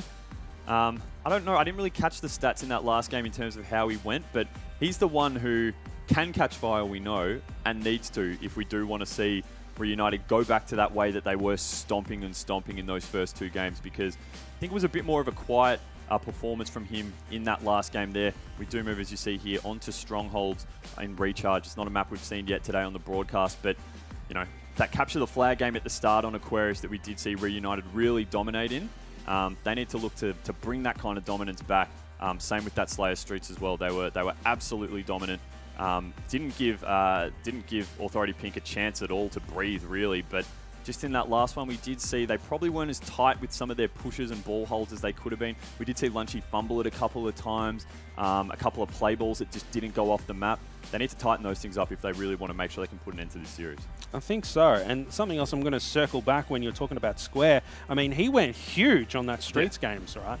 But if you need a player to be dropping frenzies to close out games and build that momentum, what happens when that player falls a little bit flat? You're in trouble. And Authority Pink, they had a couple of, really awesome plays there. A dirty little double kill from Jackson with a sniper rifle, but not like a really long extended tear, amazing performance from one player. They all kind of lifted together as a unit, and that's what wins series. A player going off and dropping, multi-kills and long killing sprees and stuff like that may win you 1 game in a series, maybe 2. But as soon as that player drops off and the other team rises to the challenge, that's when you get a bit of a series on your hands. So Authority Pink, they're lifting. Yeah, I'm looking forward to seeing what Jackson can do with the shock rifle. I'm going to go out on a limb and say that at some point he's probably going to get it in his hands. Some of the close range double kills and no scopes he was getting there, along with that long range one actually from Nest as well. Just clearly catching fire right now. He's the hot one who's almost taken the role of what Square had in that Street Slayer game. So he's the one that Reunited are going to have to pay special attention to, particularly on a map like Strongholds, where on Recharge, where we do have that that shock rifle that can just do so much damage. We've seen it's just the centerpiece of this map throughout the last couple of months for every tournament we've done. So Jackson, I'm going to not be shocked if we see him probably prioritizing that shock rifle push above the camo, but time will tell as we are getting into this game. As we said before, Reunited up 2-1 in this series. They need one game to close this out. Authority Pink fighting for their tournament lives to stay in this Super here and try and get a little bit more of that prize money that we keep speaking about. We do have Divinity here. Grabs his camo after taking a few shots and then turns around and takes Square out as well. So that's huge there. He managed to have enough time to put that camo in, goes invis, takes down Square, and he can start to move around the map pretty freely now. 3 down for Reunited. And look at this stealth, just like a shark, creeping up on Alejo, and bang, Alejo's taken down. Triple cap off the break for Authority Pink, Justin. You get that camo and good things happen. Yeah, listen, was Reunited even have their controllers in their hands off the rip? Felt like just Square going down applying pressure to that camo, and they're copping it big time for that little bit of a misplay. There's Jackson with that shock rifle. You called it, pulling in with a body shot, and wisely backing down. He doesn't want to be done with that power weapon. Look at the movement as well. Yeah, he's just able to flick everywhere, arm across the mouse mat there. Jackson finding one player, hits the body. Will Alejo to get the better of him? He does, but the cleanup comes through. And triple cap for Authority Pink. They've almost got 80 points on the board, Hoots. And they had four down just constantly as well for Reunited. I mean, this triple cap has been from the get-go, really. They haven't had a chance to get back. Biz now with this shock rifle, just putting in absolute damage. The C cap's not going to happen for Reunited. They're making a move on B. Lith gets dropped. Kill. 3 down again. Triple kill for Biz. And finally, a bit of a capture, it looks like, on C. I think Reunited is going to finally put an end to this triple cap. But look at the score, Justin. They are already halfway there, and we've only been playing for, what? A minute 40 seconds. It's absolutely insane. It's redonkulous. And you know what? Capturing that C Stronghold, that's not stopping the bleeding. That's like putting a Band-Aid over an open wound. It's just not going to stop that blood from spurting out. 145-point run for Authority Pink. They are just dominating Lunchy on that Goose right now. 0-4. Unfortunate for him. And Biz, he's still got that shock rifle. He's hit a couple of multis already, working with his teammate there. And I love that he changed angles, waiting for that player to back down and get the cleanup. Lunchy trying to get a kill onto the board here. Some shots onto Jackson. They're in a desperate situation. 150 points for Authority Pink being on a massive tear. Reunited only with a couple of points onto the board. Lunchy valuing his life a little bit more here, putting some shots down, then backing off, allowing his teammates to get the clean up there. But Authority Pink, they're playing like they want to take away this whole series, Hoots. How the hell can this happen where you just get absolutely spanked in the first 2 games and then you just come out in the next 2 and it's like the first 2 never even happened? Authority Pink is, to put it bluntly, absolutely bitch-slapping Reunited here, and it's just all, like, they're at a triple cap again, Justin. So 171, 173, that score keeps ticking up and up. Authority Pink's only been able to put 12 seconds on the board, and Reunited, and Authority Pink, sorry, about to pretty much hit 200. This game's going to be over in potentially less than 4 minutes. Yeah, I think Reunited has spent more time in the respawn screen than actually on the map. And Jackson going for another remote detonation there. And then Lunchy runs straight into it. A baited trap, and he falls onto that one. Mouse to the rat trap. And there, Jackson doing so well to hold down this A Stronghold. Square doing everything that he can to back him down, changing positions here. Authority Pink just so hot. They are on an absolute tear, already so close to finishing off, and he's going to do it again, Hoots. Sure, I can't. Surely they fall into the same trap. No. He does. Oh, no, Lunchy picked him up just in time. Very fortunate for him. Oh, God, Lunchy. It was like, fool me once, shame on whatever, but oh God, like that was just, I can't remember how that one goes. Sorry, forgive me. You weren't prepared because we were like, surely he's not going to do it again. You were shocked. This game, and my prediction of being done in under 4 minutes is just going to prove not true because 9 seconds left. They are capping C. They're about to put that one in. It looks like Lid's not in a position there to see to try and put that away. So look, they're just delaying the inevitable right now, Reunited. But God, don't I feel like an idiot. After game 2, I said, I think we're probably going to see this be a 3-0. We're going to see this be a 2-all. Triple cap, triple cap for Reunited. I mean, God, it's a big hill to climb, but, you know, and I'm not going to say we've seen weirder, because I don't think we've seen weirder than a 240-30 comeback, but Look, this has just been an absolute turn of events for Authority Pink. I don't know what the hell was going on those first 2 games. No idea, but maybe it's just them playing together. You see, every time Reunited grabs one of those strongholds, the Authority Pink boys just pink mist flood in, and they are so close to closing this game out. 250 points on the board. That was over.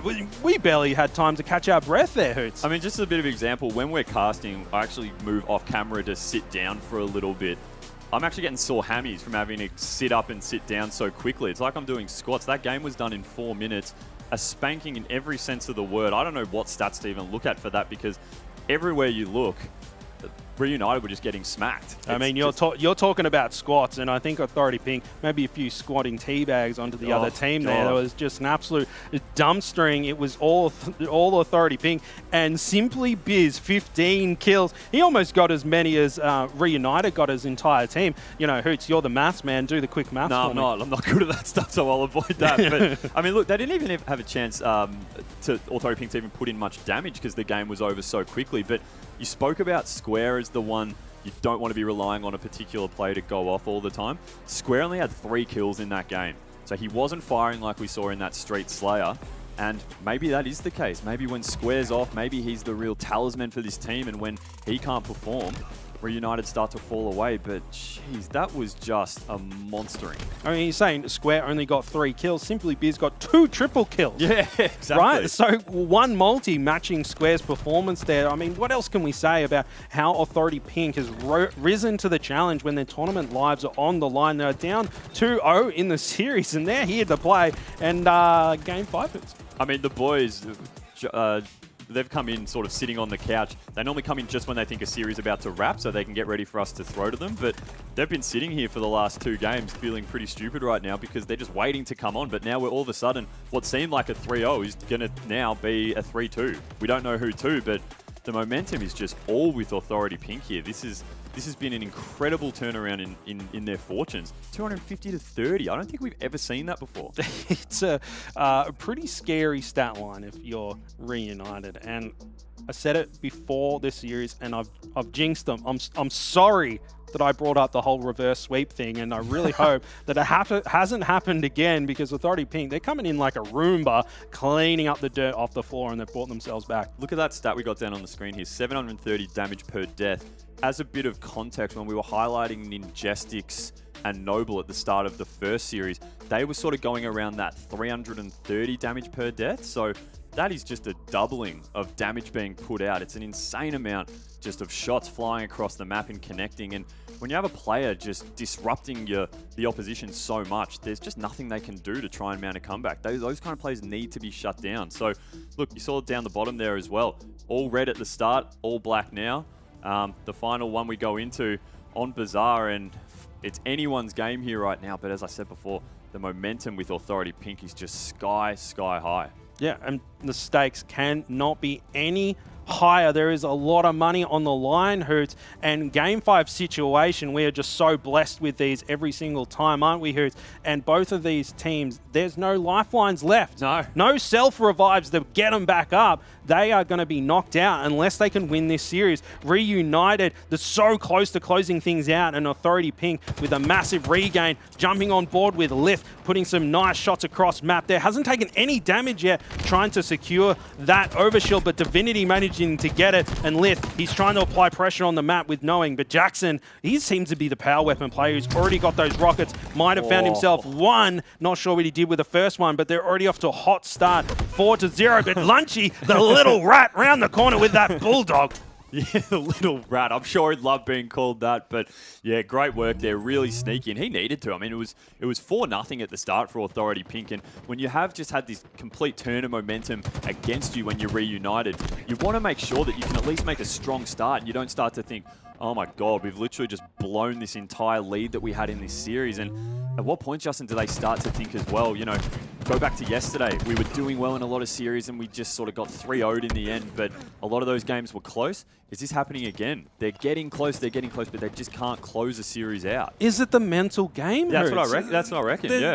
They're stumbling. They're getting nervous. You know, their knees are weak, their arms are heavy, and there's going to be vomit on their sweater soon if they don't do anything. Now jumping on board board with Zave, and Authority Pink off to a nice little start here. They've got a 5-kill lead with Biz here, and he's sniffing out Square. He's hiding in the corner. Double kill for him. He's the multi-kill machine, dropping in numbers every single game, Hurts. Yeah, up to 5 kills already, only 1 death. Meanwhile, I was just going to say, Divinity's just ruined my call then. He was 4-0. He was on the way for a killing spree at the start as well. He is dropped. But a 7-kill lead right now for Authority Pink. And you can just see here, we've got Reunited all spawning on that back flag. Square is in bar here, so he might be able to get a bit of a flank, pick up a kill or two. Alejo, unfortunately, on the goose right now at the start. And look, it's just all really coming together. Look at Zave as well. 4 assists, 3 kills, 2 deaths. He's starting off really strong as well. And we do have here, it looks like Authority Pink with probably a bit of a better setup, but that was a big pick there. Taking Biz down in that closet there. So trying hopefully to get a bit of momentum here. But I think, was that an OS as well in the hands of Divinity again, Justin, I think? I'm not so sure, but you saw Square there. He was very exposed, right? Yeah, and he tried to get out of the way. And you can't be giving up kills like that. You're not even outputting any damage. He's just trying to run from one area of the map to the other. They just don't seem to be in sync about what they should be doing on the map. And, you know, 17-8 currently. Authority Pink, they're just riding all that momentum from those other series. And there's Lunchy trying to anticipate them coming in, but Biz gets the clean up there, Hurts. Yeah, and Lunchy, you know, he's stuck pretty much here with the AR, you know, trying to do as much damage as possible, but unfortunately he's taken down. We do have almost over a double of the scoring now, right? So 20-8, and do you know what, Justin? I think what might be best to do is to jump into a listen-in with Authority Pink and see just where this momentum's come from. He's jumped down, mark it, one shot. Big door, I'm living. He's pushed on the jump up, Jackson. He's gonna push me. One market. Yeah, he's market one. That market guy dies. One shot market and rockets. Yeah, rockets is 1 Market still, market. On their bar. I mean, that hard. One shot on me. Got him. Nice. There's still one fruit somewhere. Yeah, it's lit. Yeah, they're pushing me. I need help. Wait, one shot. I'm helping you. I failed my jump. Chill, I'm going in the bar. Palm here on me. Yeah. Boys, 2 there, Ali. One's upstairs. Yeah, I'm here. I'm coming. I'm top. I'm getting out. Don't drop for it. There's 2 Bs. Don't drop for it. Nice Biz. Keep living. One pushing me. OB in 10. Dead. Another one there. One above me, guys. Yeah, one above me. They're palm weak. Let's push a Biz clutch. No, I will get OB. They spawn thrust. Don't do it. Alright, great call. Bar. One bar, one shot. I'm watching it. They're doubles weak. To their bar. I'm flying at doubles. Too weak their bar. Get this overshoot. Yeah, their palm got me. Bar pushing their bow. Just lay out. Their balcony, one shot. Dead. One shot the back. He's dropped. He's dead. They're gonna be spawning red still. On the mid, on Dynamo right now. I'm looking. What is the frig are you behind doing, you. Behind. Watching it. I got it. Once we get shield, Save, let's clear our base. Okay. I'm one each. Yeah, I'm back in. Come back. I hear that. Dead, Burger. Fucking Burger. Wait, two on me. Let's wait. Reset. On thrust. We can honestly play like pussies for like 7 minutes. One on their PP. One their bar. I'm getting cross mapped, guys. I need help. I'm living. Yeah, just live up. I'm getting dynoed. One on dinos. Yeah, he's on Ovi. On Ovi left. Money. Dead. Oh, they're back. Blue walkers. Authority Pink with some choice words there. They just seem to be so like in sync with each other. They're just gelling. The chemistry is just through the roof. Unbelievable stuff from them, and their lead, they've got, you know, it's pretty good at the moment, but it doesn't seem like Reunited, they're regaining a little bit. And they talked about taking some momentum out, you know, playing a little bit more passively. Not sure that's the right play. I think they should keep this aggression up. Yeah, I mean, even though when they were dominating by so much, and I think there was one point where I think it was Biz wanted to push in, and you heard one of his teammates say, no, don't do it. They've just spawned thrusters. So, you know, at this point, you can start playing Hollywood Halo, really, and just going around running like a maniac as much as you can. But I love the discipline to try and just, no, let's regroup here. But you are right, Justin. Have you look at the score here now. They are slowly bringing it back. I think they've gone on about a 6-kill run here. So the deficit has been trimmed, and it is a deficit of 13 kills. Rockets are popping. I think they are going to fall in the hands of Reunited. I think, did they have someone up there potentially? Yeah, I think there they are. Yeah, there they are. So we do have Lith, who's the rocket man. Elton John able to secure these.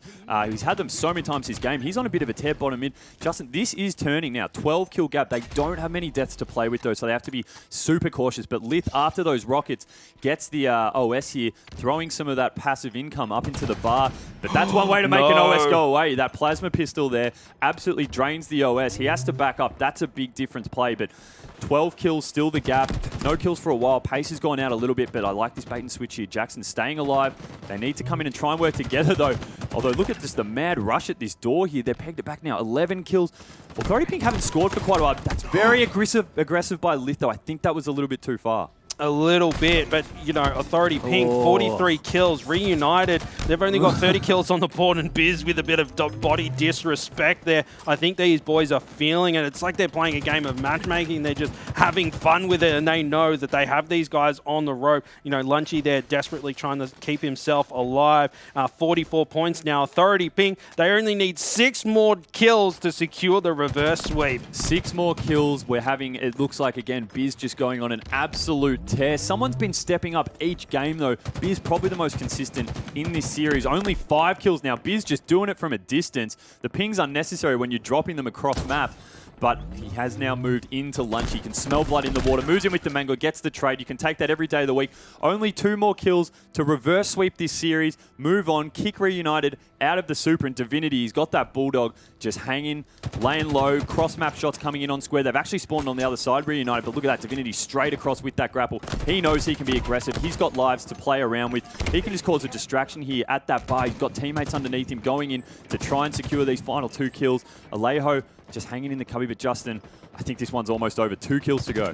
Yeah, 2 kills to go, and you can see those frantic pings from Jackson. He just wants to close this one out, able to get another trade, and that's going to be game over. Authority Pink, they pulled off the reverse sweep. It's happened again. Reunited, they're going to have nightmares about that. Absolute nightmares. You have to think the stakes being so high with the kind of prize money we're giving away, and Reunited consistently for 2 days is just so unfortunately been so close and yet gets knocked out so far, and just what a turnaround from they were getting comprehensively belted in those first 2 games, and then the switch just flicked and they did the complete opposite in the other 2. Taking a look at the stats here, I mean, Lith was trying his best there for Reunited, but on the other side, Biz, 16 kills, 6 deaths.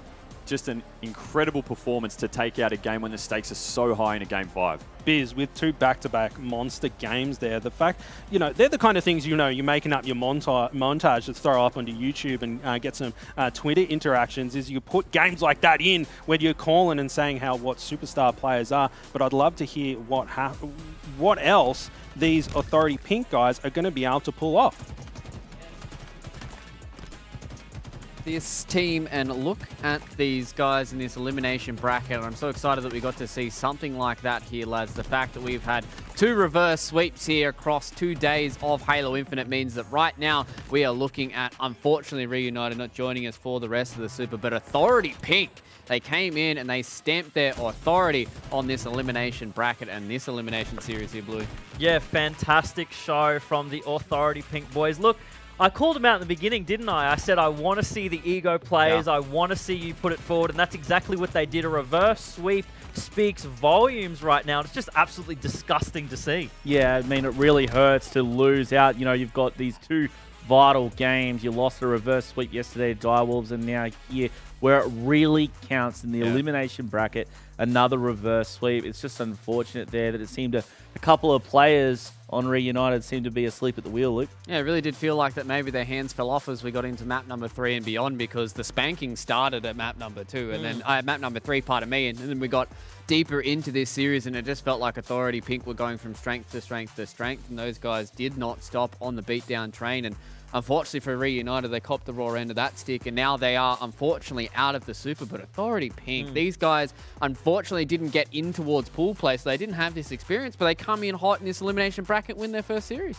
Yeah, absolutely. You know, I think there's probably a lot of doubters for people out there looking at the KBM players, especially that we have in the ANZ region, because I think we are probably in the margin, especially for that input, especially compared to NA. But when you have a player like Jackson, I mean, that live fire game, the back-to-back no-scope kills with the sniper, just proves that, yes, this input and these players are completely viable in these team settings. How good is it to watch a KBM player with the snipe? I absolutely love to see it. I'm rooting on for this team just to see more of that. Yeah, I just want to see more KBM players be able to really kind of show off what this input can do for these guys. Obviously, everyone's been playing against controller players for the longest time here in Halo, but now the fact that we're in Halo Infinite and we have these KBM players going around, we even saw what Jackson was able to do, just checking corners, just getting information for his team, being able to have so much movement across the map and the way they're able to play around with certain things and the objectives as well. I think it is going to be an input that's here to stay, and maybe somewhere in the future, we talked about it a few times across a lot of these broadcasts, maybe we might see these teams integrate almost a dedicated KBM player. Yeah, that kind of prediction, though, I think is a little bit too far in the future, right? Because so many of these teams are comfortable in their placements as controller players. Again, at the end of the day, Halo is a very controller-focused, more slow-paced game. But I think as we see more of that more fast-paced tech develop, the KBM players are going to come out on top. It should be really important to know something about Reunited is that throughout this tournament, they lost 3 Game 5s. Now, like you said in the interview, they came to play. They didn't want to just be seen as, like the team that was, all the controversy around them just getting this slot out of convenience.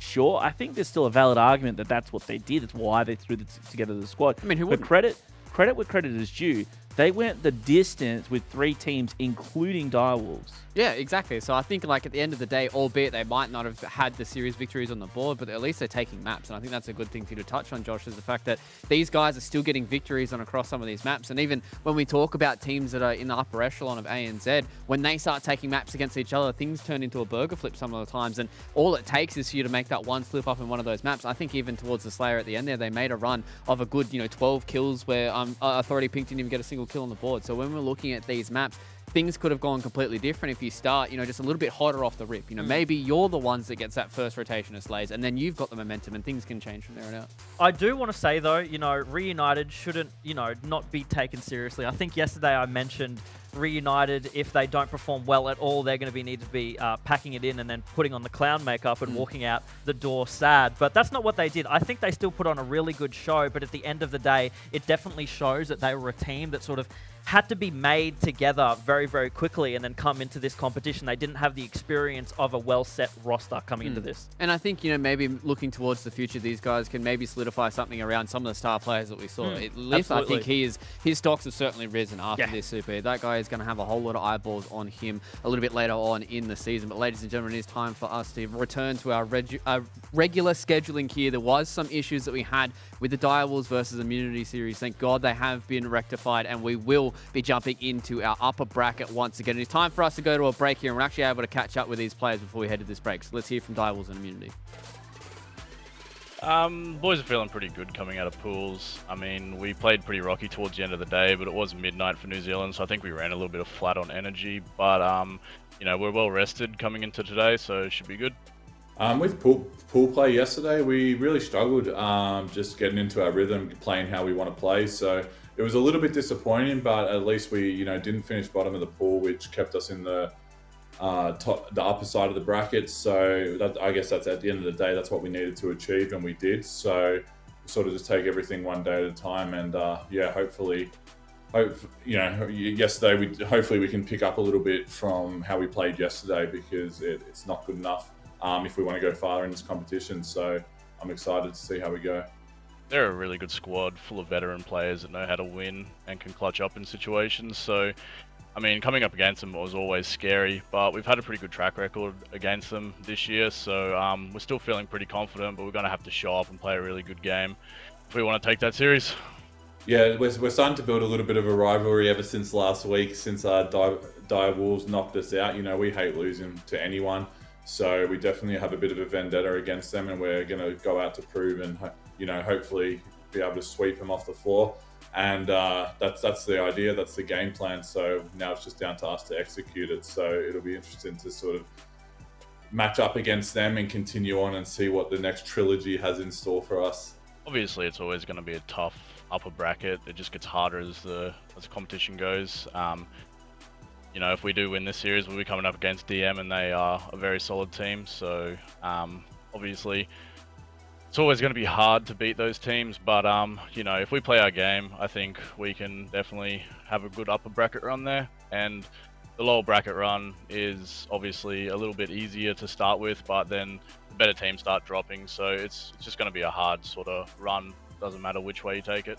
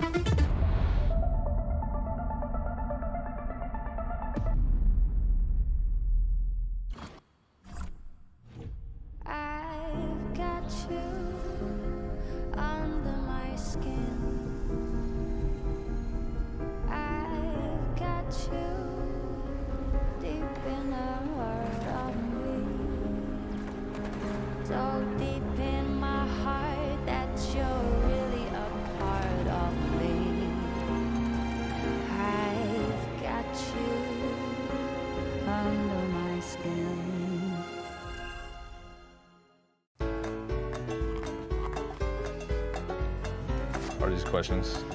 Do we look at them? Okay. This is Halo lore with pros, and these questions were provided by Hidden Xperia. All right, what is the name of the elite you play as in Halo 2? The Arbiter. Obviously, yes. The Arbiter? Yep. The Arbiter? That's right. What species created the Halo ring? Wait, it's either the Forerunners or the Prometheans. Flood. I'll go with the Prometheans. Nah, Forerunner. Dude! Okay, whatever. The Forerunners? Yes. It is the Forerunners. Okay, Yeah, because there's something before the Forerunners too. I couldn't tell you. The precursors. And what did Chief give back to the Covenant in Halo 2? I need to look over here. Did he give back to the Covenant? Yeah, what did he give back to the Covenant? You know the whole scene, he's like, Chief, where are you going? And he goes, to give the Covenant back. I have no idea, honestly. Like a plasma grenade? No. I don't know. Dude, this guy hasn't played campaign, I swear. I'm so bad at campaign. He goes, he says like where are you going? He goes, to give the Covenant back their bomb. Their bomb. Yeah, and he Okay. sends it back and blows up the ship. Dang, I am a nerd. It says, what weapon is used to kill Miranda Keys in Halo 3? She's the chick who got, I think, the energy sword, right? She got stuff with the energy sword? Was it fuel rod cannon? She got blasted? No. No, it was a pistol then. Spiker. Who dies to the spiker? The spiker? She died to a spiker? That's That is, embarrassing. so That's anticlimactic. That's the hardest gun to get a kill with. All right, I'm out. GG. GG. You lost.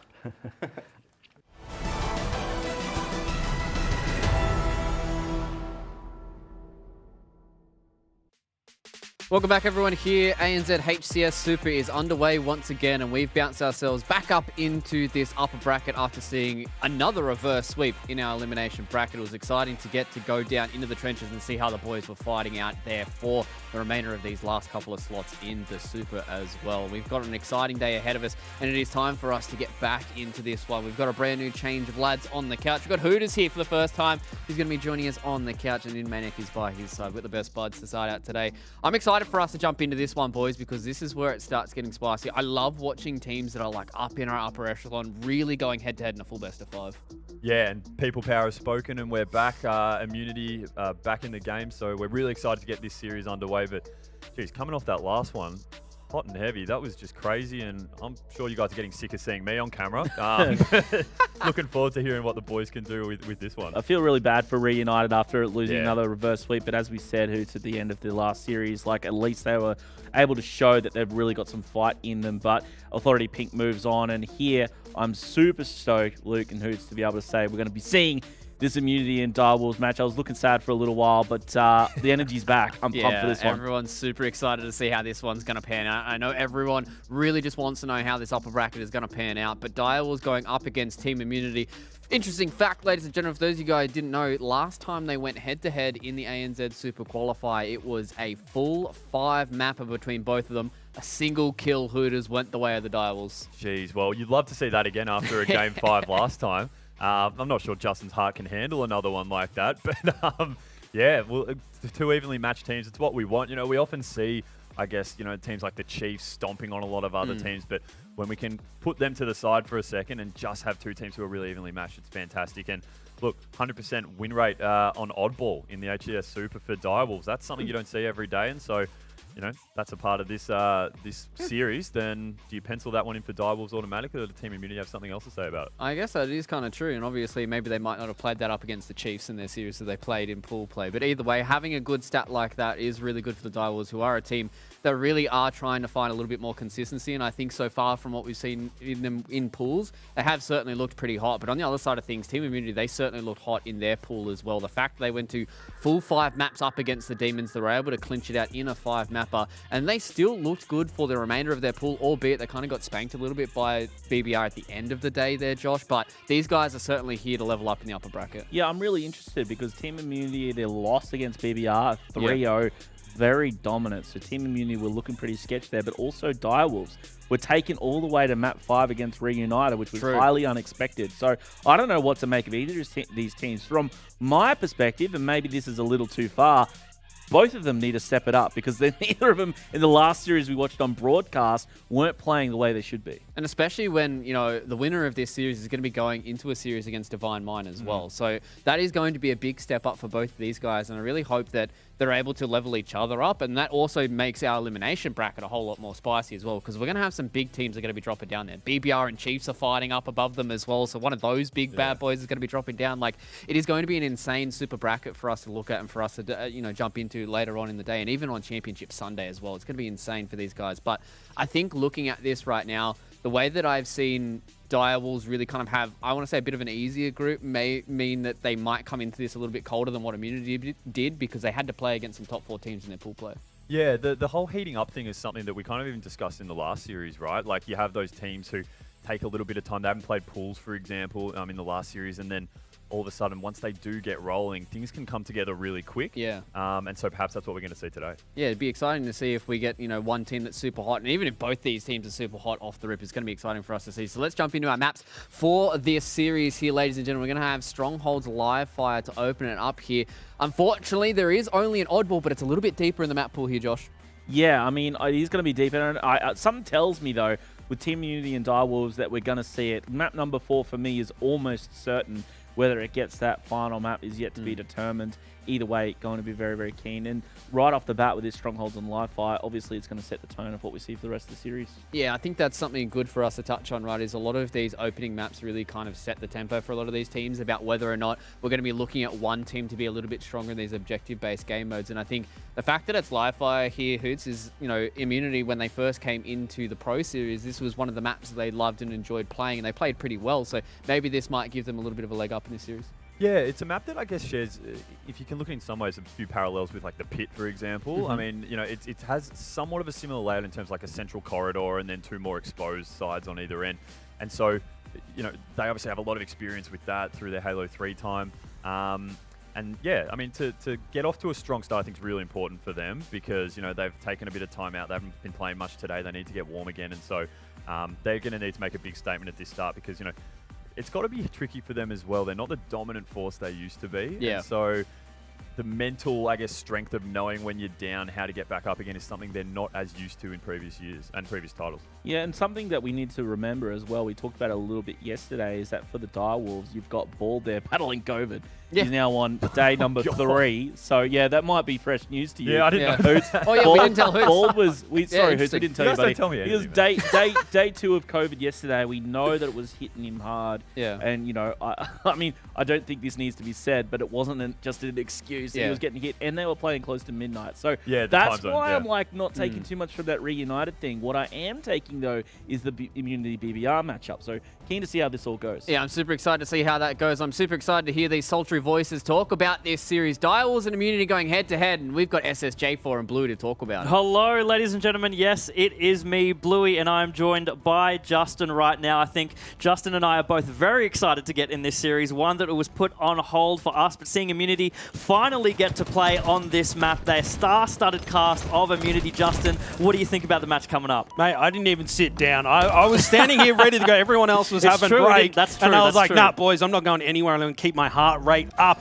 And dropping through all the POVs here, that sniper rifle down bottom mid. Zirkle with all the goodies there, almost a collat there, but he does get shut down. Immunity with early control with a couple of caps there. Voltage with that sniper rifle. He falls down. I mean, that sniper rifle cursed to Bluey. Yeah, whoever seems to touch that sniper seems to be getting dropped instantly, which is such a shame. You know, we probably are sitting here in anticipation. I want to for see these clips. Yeah, exactly. We want to see these snipes happen. We were treated to such fantastic snipe shots in the hands of Jackson, and we want to know if these team members on Direwolves and Immunity can do the same thing. But for right now, what I'm seeing, Justin, is this is a really scrappy opening for both of these teams. Really, there's no hard control for either Direwolves or Team Immunity. No, it is very scrappy for a couple of veteran squads, isn't it? It's Yeah, a bit absolutely. uncharacteristic. They were sitting on the sidelines for a while, and they may just be wanting to get this series up and going. But Dino finally managing to get that sniper rifle out of bottom mid, connects on the body, he's able to clean up the second player there. Dante challenging him here, dropping him down. I think there's a couple of bullets left into that one, but Dante's more concentrated on getting this B stronghold cap. He's getting some pressure applied to him. Contest comes in. Vamp's able to shut him down and get the reset. Interesting point I want to make here for this scoreboard so early into the game. Both Dante and Dino on their sides are the ones who are tracking the most kills at the moment. Hef is now matching on Team Immunity with 5, but both Dante and Dino for these teams, we had eyes on them all day yesterday. They were absolutely popping off every single match that they were in. They were the main slayers. They were rotating around each map so well, and now it seems like they're just doing the same thing here.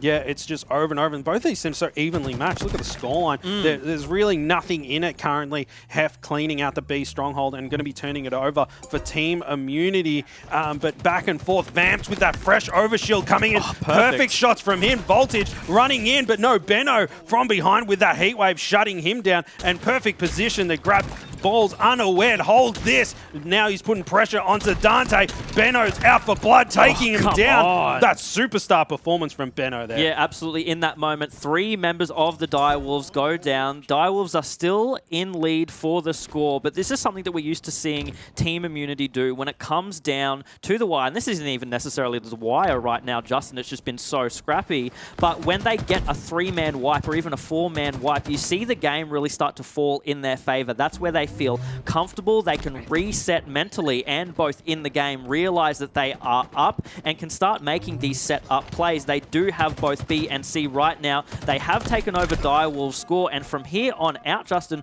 I wouldn't be surprised if we see a pretty dominant performance. Yeah, we certainly can, and that sniper rifle, that's just popped up. Yep. Sorry, Bluey, not Hoots. I'm still coming down from the previous series. I did tell you I never sat down. I never took a break because I was so ready. This man has not reset. He's going to be picking that one up, and he just scampers away with it. No one wanted the sniper rifle, and Voltage putting it to work right away, catching Zirkle there, and a temporary triple cap for a Team Immunity, but the bleeding has stopped. But Direwolves, they seem to be very split, able to connect on the body and get the cleanup, but he does get shut down.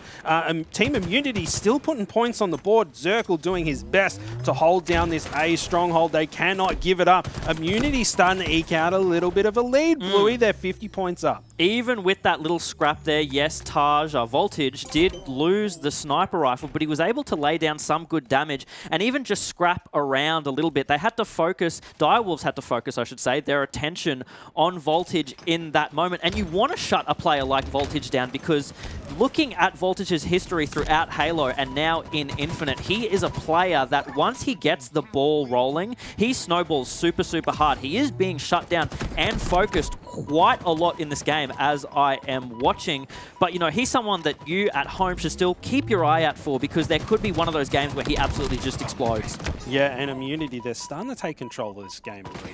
I mean, it was so frantic, so scrappy, so hectic, but Immunity, you know, a bit of the tug of war, they're starting to get two hands on it and really pulling it towards their way. Direwolves, they're still in it currently, but they're on a little bit of the back foot currently. And Balds, there he is, he gets dropped down into the respawn screen.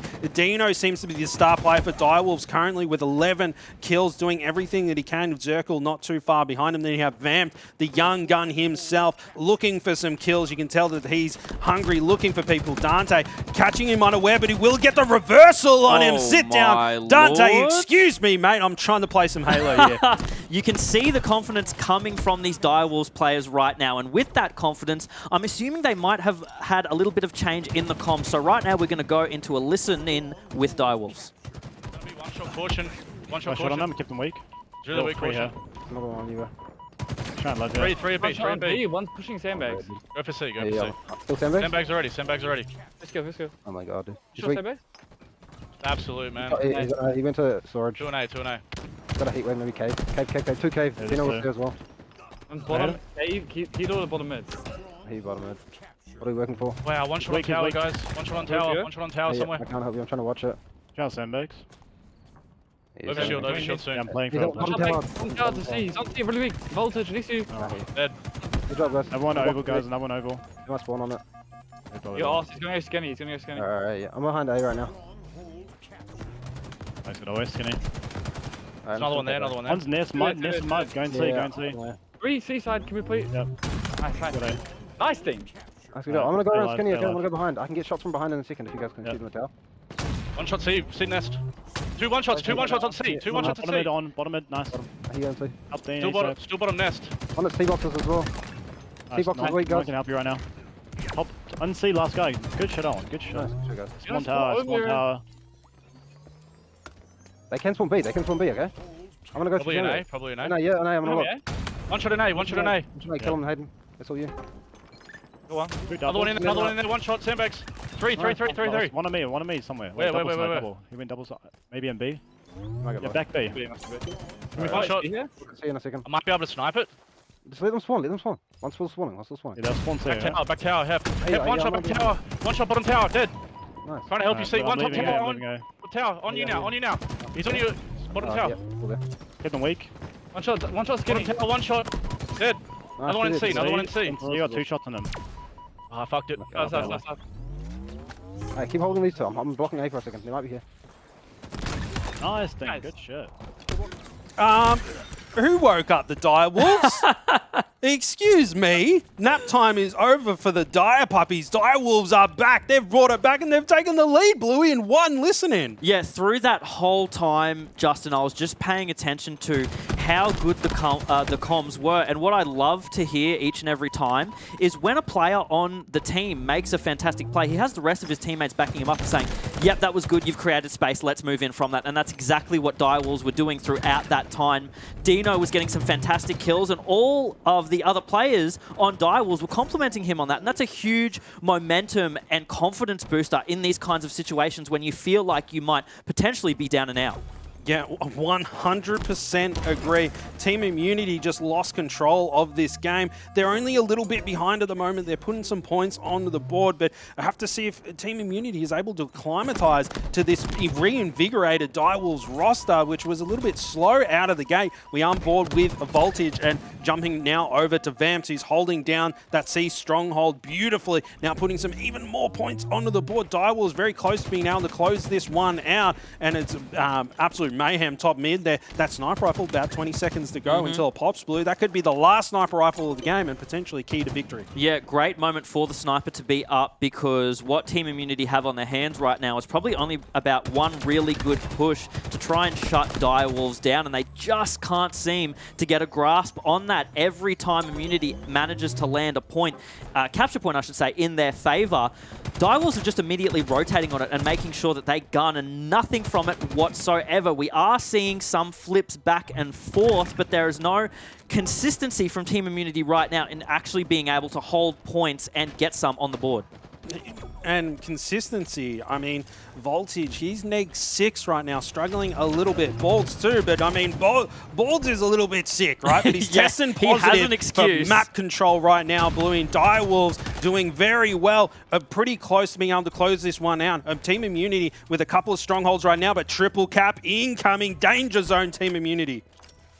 5 more shots in that sniper rifle for Zirkle. We saw Zirkle yesterday, how controlled he was in some of his plays. These rotations are coming out so well right now. Only about 10 points. That's it, 10 points remaining for Direwolves to get this in the bag. They do go 4 down though. Team Immunity needs to make a push for these points right now. A triple cap is probably going to be on our hands, but it's going to be very difficult for them to hold on for the time remaining. They may, in fact, bring this back just enough. We have Direwolves all spawning Brute side. They're taking up C right now, but they are getting absolutely slain right now by Team Immunity to go down on C point, and a triple cap still rings out for IM. They're bringing back triple kill, and they're applying pressure. They went, no, we're not holding 2. We're going to maintain 3. Keep that aggression up. They're matching. They're about to bring things back. Team Immunity, they've tied things up. They're still putting points on the board. They're going to catch him. They're going to be able to do it. They got him over the line, boy. How? What is this game? What has happened? How, in that situation, as Direwolves, do you let a triple cap be held for that long? That is absolutely ridiculous. There is no way at this point in the play you should be doing that. Direwolves were looking so strong throughout that entire time, but then it's like they just folded. Something happened within them and they couldn't regain the map control that was once there. Oh, that was just unbelievable. I was thinking, you know, Team Immunity, they need to, you know, play perfect Halo from here, and that's exactly what they did. Yeah, for sure. They got control, and then they just didn't let go. They grabbed it both hands and were able to close that one out. What a heartbreaker for Direwolves. Benno, absolutely disgusting. 60-something accuracy and then 7.3k damage on the board. The rest of his team were doing so well. Look at that. 3 hold this. Yeah, you can say he was abusing the Mangler in that one, I think, Justin. I think you can say that he was using that power weapon to its max potential. Yeah, and he was tossing it around a little bit to be, you know, very efficient with his damage down on the map. And you know what? We're going through these highlights, and it's going to be both Direwolves and Team Immunity. It was just that close, and you know, Immunity managing to close it out, and just, wow, Direwolves were just so close, but their smackos were taken away. That one point where they all went 4 down right near the end pretty much was the nail in the coffin for them, right? Like, and then they all spawned Brute side. Team Immunity was immediately on the spawn. They were absolutely read like a book and then taken down piece by piece once again. You know, it's interesting. We saw in that highlight just there were so many points where Immunity was down 3 players, 4 players, but it just doesn't seem like when it came in the clutch when they needed it most, that Direwolves can hold on to those situations as much as Team Immunity did. I guess that it's just Team Immunity's strength. They're the comeback kings, and we saw yesterday when they went all the way to Game 5. Each game that they had in that series, right? They took it right down to the wire, and they were able to clutch up. Yeah, absolutely. And the clutch kings, really, Team Immunity, and that's a nice crown to put onto your head. If you're clutching games out, you're clutching up series. It's the thing that we've mentioned before, because all of these players are so seasoned in Halo, and they've been playing together or against each other for so long as well. They've been in this situation 110 times before in these games. They've felt as though they're down and out, and then right when it's needed, they're able to just turn it up, turn it on, and then just take the game right out from the enemy team. And that's exactly what we saw there. Team Immunity, they're just looking like they're on fire. They have a fire in their hearts, and I think, Justin, you and I know where that comes from. Yeah, a little bit. And you touch on the fact that both of these teams have so much experience, right? And they're all bros. They've got plenty of experience together. I reckon they got the 4 down, and then Voltage went, I bet you Balds and Dino are going to go down this way, and we're going to wait for it. And they just cleaned them out and maintained control. They just read them like a book, just as he said during the commentary. Yeah, absolutely. I could imagine, you know, it's unfortunate we didn't get a bit of a listen-in with them then there, because we like to, I guess, poke fun of them a bit at when we have about how Team Immunity's comms are. They're very just like grounded and collected. It sounds like a bunch of tradies just like working on some kind of road or something like that. They're just, that goes nice here. one, Benno. Yeah, that goes here. Yeah, good nice. stuff, mate. Is it time for Smoko? Yeah. Like, that's what it sounds like every single time they're coming. But it works so well for them because that's what they've done for so long. Yeah, and, you know, why ruin the formula? The formula of immunity has worked for so long. And yeah. The reason why they're not on top right now, in my opinion, is just the fact that they're out of the game for a little bit. And they've come back and now they're dedicating a lot more time for it. Their skill ceiling is just through the roof. They have so much potential too, just to grow from this point on. I mean, don't count them out, viewers at home, just because, you know, their collective age is probably hitting in the mid-60s or something like that. But they are just a very, very strong team. And because they know Halo so well, they're so capable of just growing from this point onward. It's quite ridiculous. Yeah, but we are jumping on into this next game. Dino with the Direwolves. He looks angry, Bluey, and he's gone straight in for heft. So much aggression. He's grabbed that repulsor. He's going in for the sword because he wants to slice up his dinner. They're all hungry, boy, moving through. And a little bit of a slow start. I mean, we're very hyped. So maybe we need to bring it down a little bit because Dino was hot out there, but it's calmed right down. Yeah, it has. And just pay attention to the kills right now. Vamp secured 3 kills off the bat, no deaths. The exchanges going out from Vamp there. I mean, we highlight him a lot in this Direwolves roster because he is such a star player. He's a slayer, he's an objective player, he's got map control down to a T. He knows exactly what he's doing on every map, every game mode. And because this is a slayer one now, it gives a player like him full focus just to pretty much do his job. Yeah, he's a jack in the box. They've grabbed Vamped. They're winding up the crank, and they've let him go. He's already 4-0 right now. Direwolves very angry, rabid dogs looking, and Dino's gone, there's heft down there. I'm going after another well-placed grenades. He's got plenty there to play with. He finally gets him, and Dino can move on to more important things. So he was about to pop Zirkle in the head in a second there. But Immunity, they seem very split on the map, Bluey. I mean, Direwolves, they're collapsing onto those players and splitting out the spawns. They're so split right now. Again, Vamped, 6 kills. Oh, he just... Wait. It's a stick. Let's not... that was a team stick, so let's forget about that. I didn't say anything. He doesn't have a death. Let's just not say anything. 6-0. Yeah, 6-0 right now for him. But let's just look at Team Immunity's scoreline right now. They've only got 2 kills on the board. They're in Taj's hand, and the rest of them are goose egging. 3, 4, and 4 deaths for every side. Taj wasn't the only one to not die in that exchange there. Top gold, and they're just being pincered there. We're seeing Direwolves just play around blue and top elevator. Not move, not budge. They don't have to. They're up 11 kills on Team Immunity. Team Immunity have to play into their hands. Mate, there is 3 gooses on the Team Immunity farm. Currently, Benno going down, not able to secure that one, and that power-up has just popped as well. I think it might have gone into the hands of the Direwolves Hef with some nice shots there, finally onto the board, but they are 12 kills behind. But we have seen Immunity come back from these situations. They can be a little bit slow to start. They did it the last game, and they did it in series yesterday. They'll have to see if they can do it again. It's exactly what we were talking about before and what I was mentioning. They have been in this situation 110 times before, right? They're so seasoned across all of these Halo games, and Infinite is no different in this scenario. They are picking up kills here and there, albeit very slowly, but then again, Justin, I just don't think right now, the pace that Direwolves is making, look at Vamped right now, 10-3. How can you match that pace if you're Team Immunity right now when you are so... You're being bullied. Like, this is online bullying right now. It is a little bit, and you know what? There's not really many montage makers on this map either. Vamped is doing it all down and dirty with that BR and that Mangler there, looking for those people pushing in. Dante, no shields there, backing down wisely. No, he didn't back down. Oh no, it was Voltage. He jumps up one shot and is like, I could take Vamped one shot, no problem. But he gets sent to the respawn screen. 25-10 currently, 15 kill lead for Direwolves. They are very, very angry little puppies. I'm like leaning in to the TV right now. Justin can back me up on this. I'm straight up doing it. There was a really questionable thing there that I was looking at Team Immunity doing. They had 2 players just kind of sitting batteries, having all this pressure applied to them, and they kind of just weren't moving. You don't want to be caught out bottom mid on a map like Recharge because there are so many positions on this map to just hail bullets down onto you and get picked off, and that's exactly what happened. They pretty much just gave 3 to 4 kills away just by hanging around top mid battery side for some reason. Yeah, listen, you can't be having your team meetings in the game in the corner of the map, right? They're too used to it as the oldies. It's a business meeting they're trying to have mid-game.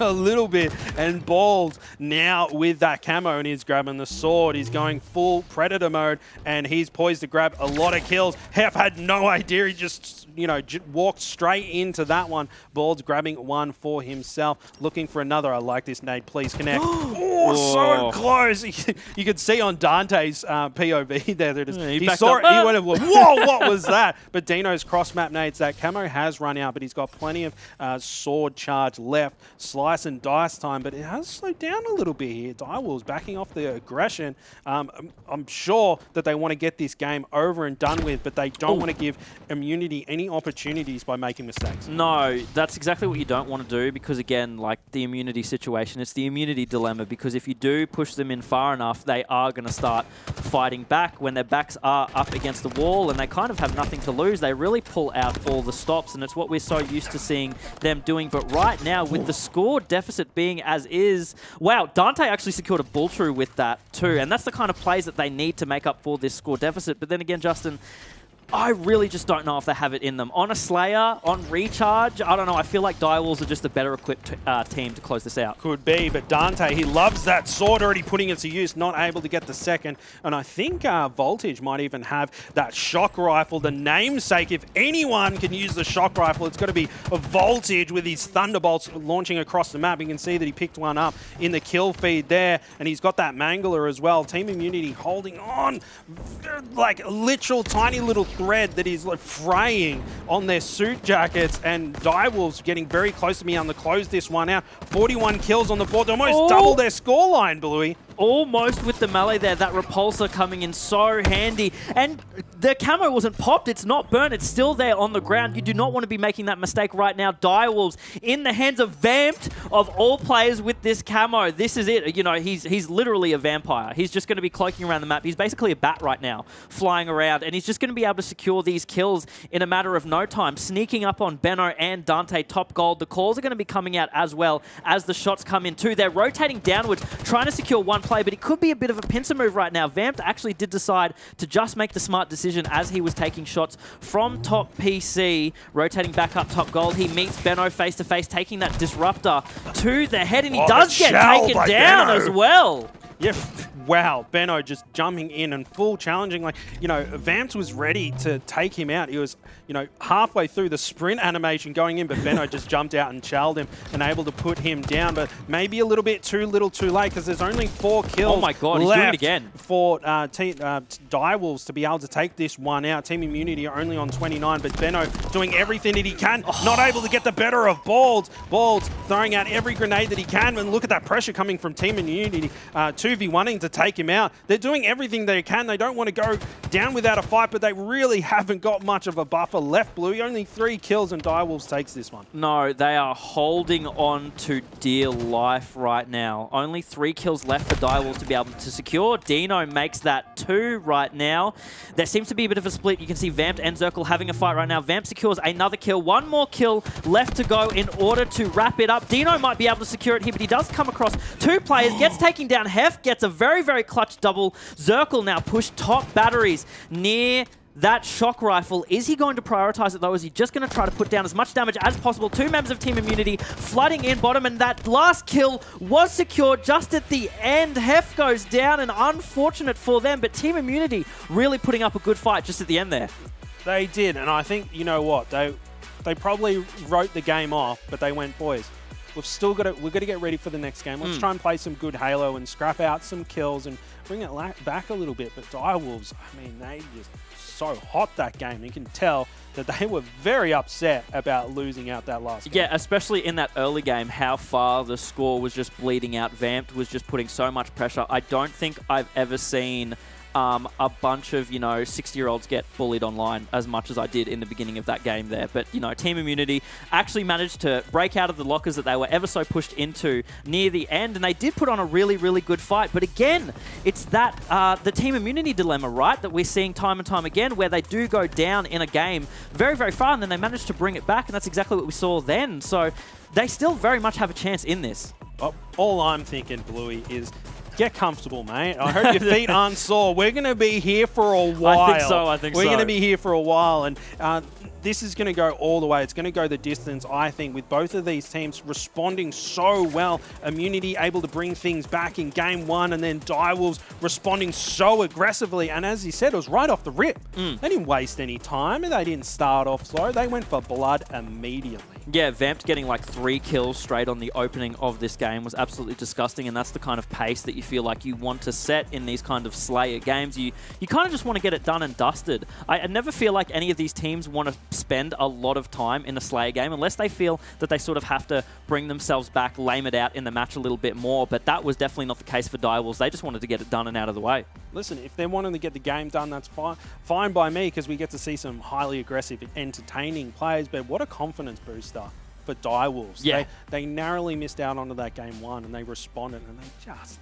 tore them apart. The Wolfpack coming in strong, and it was the 3 little pigs. It didn't matter what house they had, they could still blow it down. Yeah, they were absolutely just getting, again, pushed in. That's what it just felt like every single time. The amount of pressure that Direwolves was being able to put on there. And you have to remember, we have to put a highlight on this. They have one player battling COVID right now, and their team is still working as well together as they are. And this is the kind of thing when you have both of these teams who have played together for quite a while now, so consistently going back and forth in matches like this, you just have a match on your hands that you can't predict. I can't put money on this right now, Justin. I'm trying to get it through my head of who do I think is going to take this series. I feel like we're probably going to go to that last game in a best of 5, and I don't know what team is going to take it. Yeah, I'm certainly not putting any channel points into the predictions because I got tapped out yesterday. A few few bad decisions, but we won't is the bank on points empty, Justin? Yeah, be honest. There's a little bit left. I left a little bit. Okay. But I'm certainly not going to try and clamber them back. Trying to predict this series is certainly going to go either way, I think. And both of these veteran juggernaut squads just responding to each other so well. Yeah, exactly. And that's the kind of thing, I mean, this is great Halo right here. This is a game that I think a lot of people wanted to see today, and I'm so glad that we actually got to it, because in these two matches so far, we saw that map 1 pan out the way it did, you know, Team Immunity coming back, just flooding in full force and taking it right out from Direwolves. And then Direwolves now responding in this game too and saying like, yeah, you did that to us, but now it's time for us to just beat you into those lockers relentlessly and make sure that you never come out of them. It was just ridiculous. I don't know what else we can say about Direwolves responding there and Team Immunity's comeback, and I'm really excited to see if they're just going to keep going back and forth. The pendulum has swung one way and then it's swung the other, and it's coming back the other way. But you can see the pendulum coming, but I don't know what to expect. And I feel like the pendulum's swinging, but it's just going to dead stop out of nowhere. It's just so unpredictable right now. Yeah, even because of how those two games have gone so far, I can't really say that, oh, okay, well, this team is going to be more favored in this next matchup, especially because we're going to Aquarius right now. Like, who do you put money on for this CTF? I feel like yesterday, and correct me if I'm wrong, Justin, but we did see Direwolves kind of struggle in the CTF setups. That's interesting. I mean, I was gonna say that you have two pretty veteran squads, really, with the exception of Vamps. He's the young gun, but this is more of the classic Halo map and the classic game type of Capture the Flag. And I'll have to see who knows their classic Halo CTF are better. And we are launching in with Direwolves hot off the spawn. Zirkle putting some shots down. That camo is still sitting up top mid blue, and have to see who gets their mitts onto it. Heatwave now in the hands of Benno. I'm not entirely sure. Camo still is up there. Bald making a challenge for it, but does get picked off near immediately on that one. Team Immunity can secure top mid. It looks like they probably have it. A nice little team nade coming out from there. That's not the kind of mistake you want to be making at this point. Some nice long-range shots followed by Benno after that team nade. Probably trying to make up for the damage that he did on his teammate there.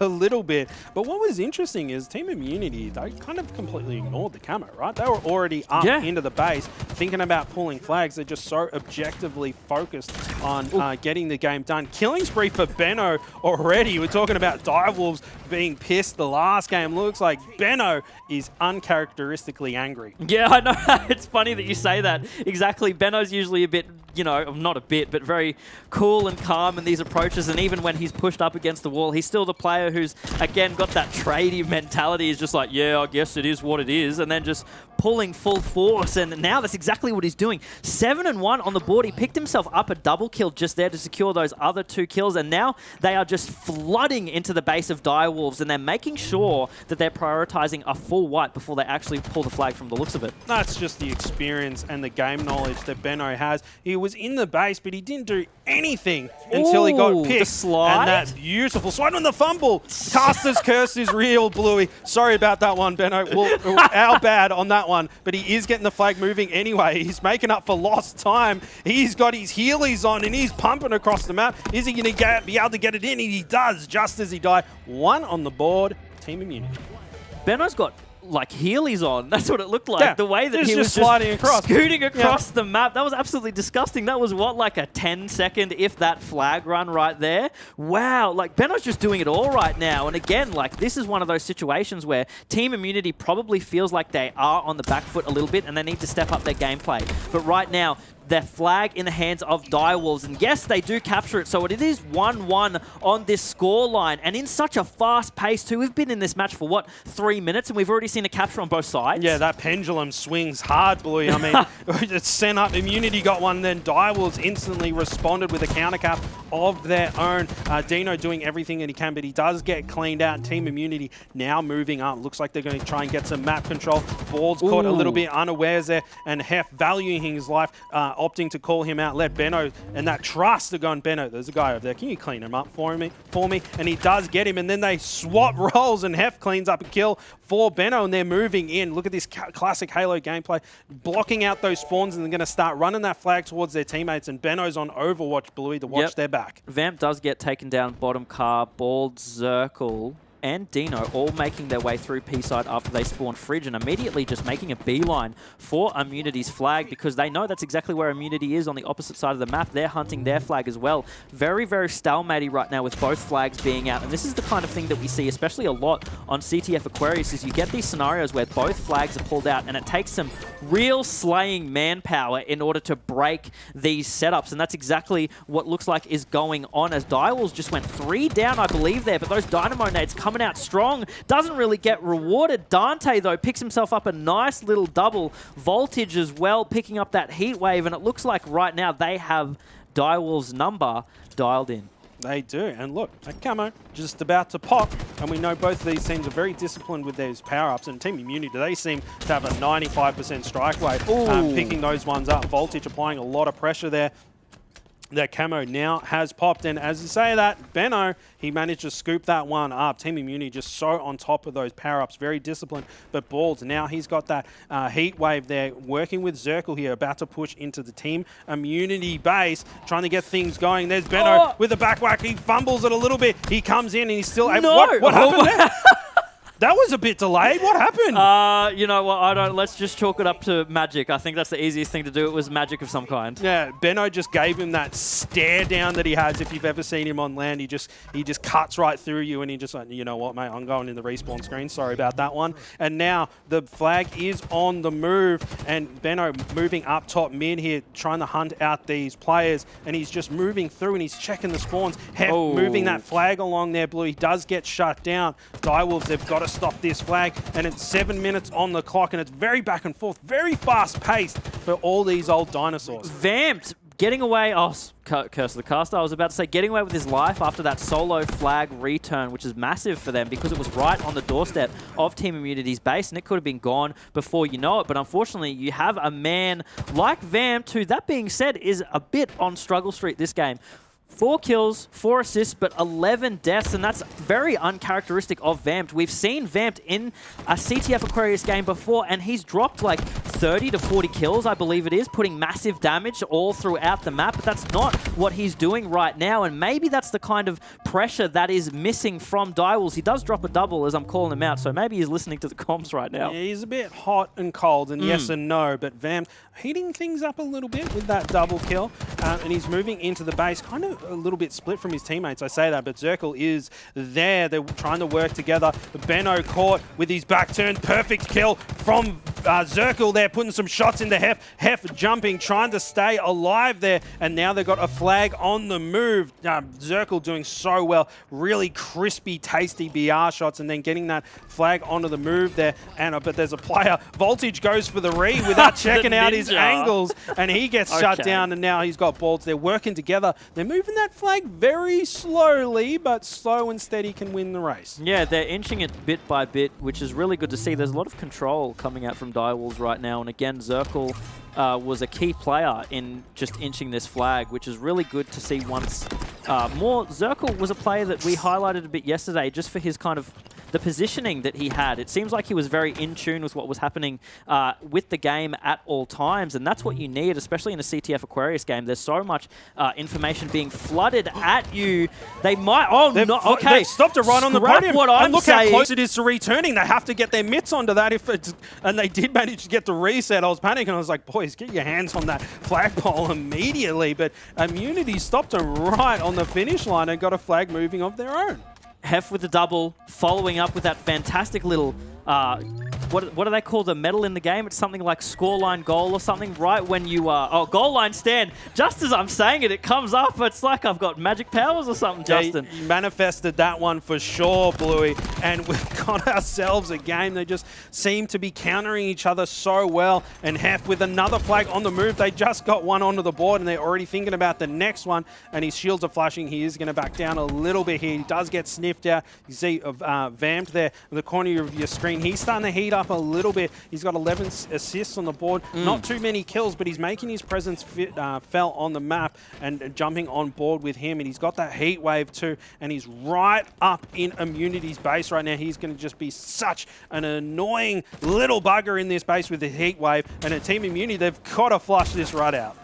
Benno 25 and 10 right now, doing so much work for his team, making the kills really count. And a little back smack comes out from Dante. Okay, so they know that they absolutely are feeling this game right now. They know that they should have this game in the bag if Dante's going to start doing those little body hits here and there to really just take it to Direwolves. Throwing out their flag immediately, knowing that he has his teammate there to back him up, is taking a lot of shots in the back, and that is camo down as well. I'm not entirely sure if that was the play that Benno should have been making. They did get that flag a little bit far out, but they didn't even manage to touch the top of P's stairs, which is a very, very crucial position. It's going to be so easy for Direwolves just to rotate into Gold Fridge, reset that flag, which is exactly what they've done. Now Direwolves can sort of recenter themselves after that little wipe they got on Team Immunity, start making a push from their own, but it is so scrappy. Back and forth once again. Benno picks up a double on one side of the map. Taj getting a kill as well. They're just pushing Direwolves in, but as that happens, Direwolves push right back. They do, and pushing back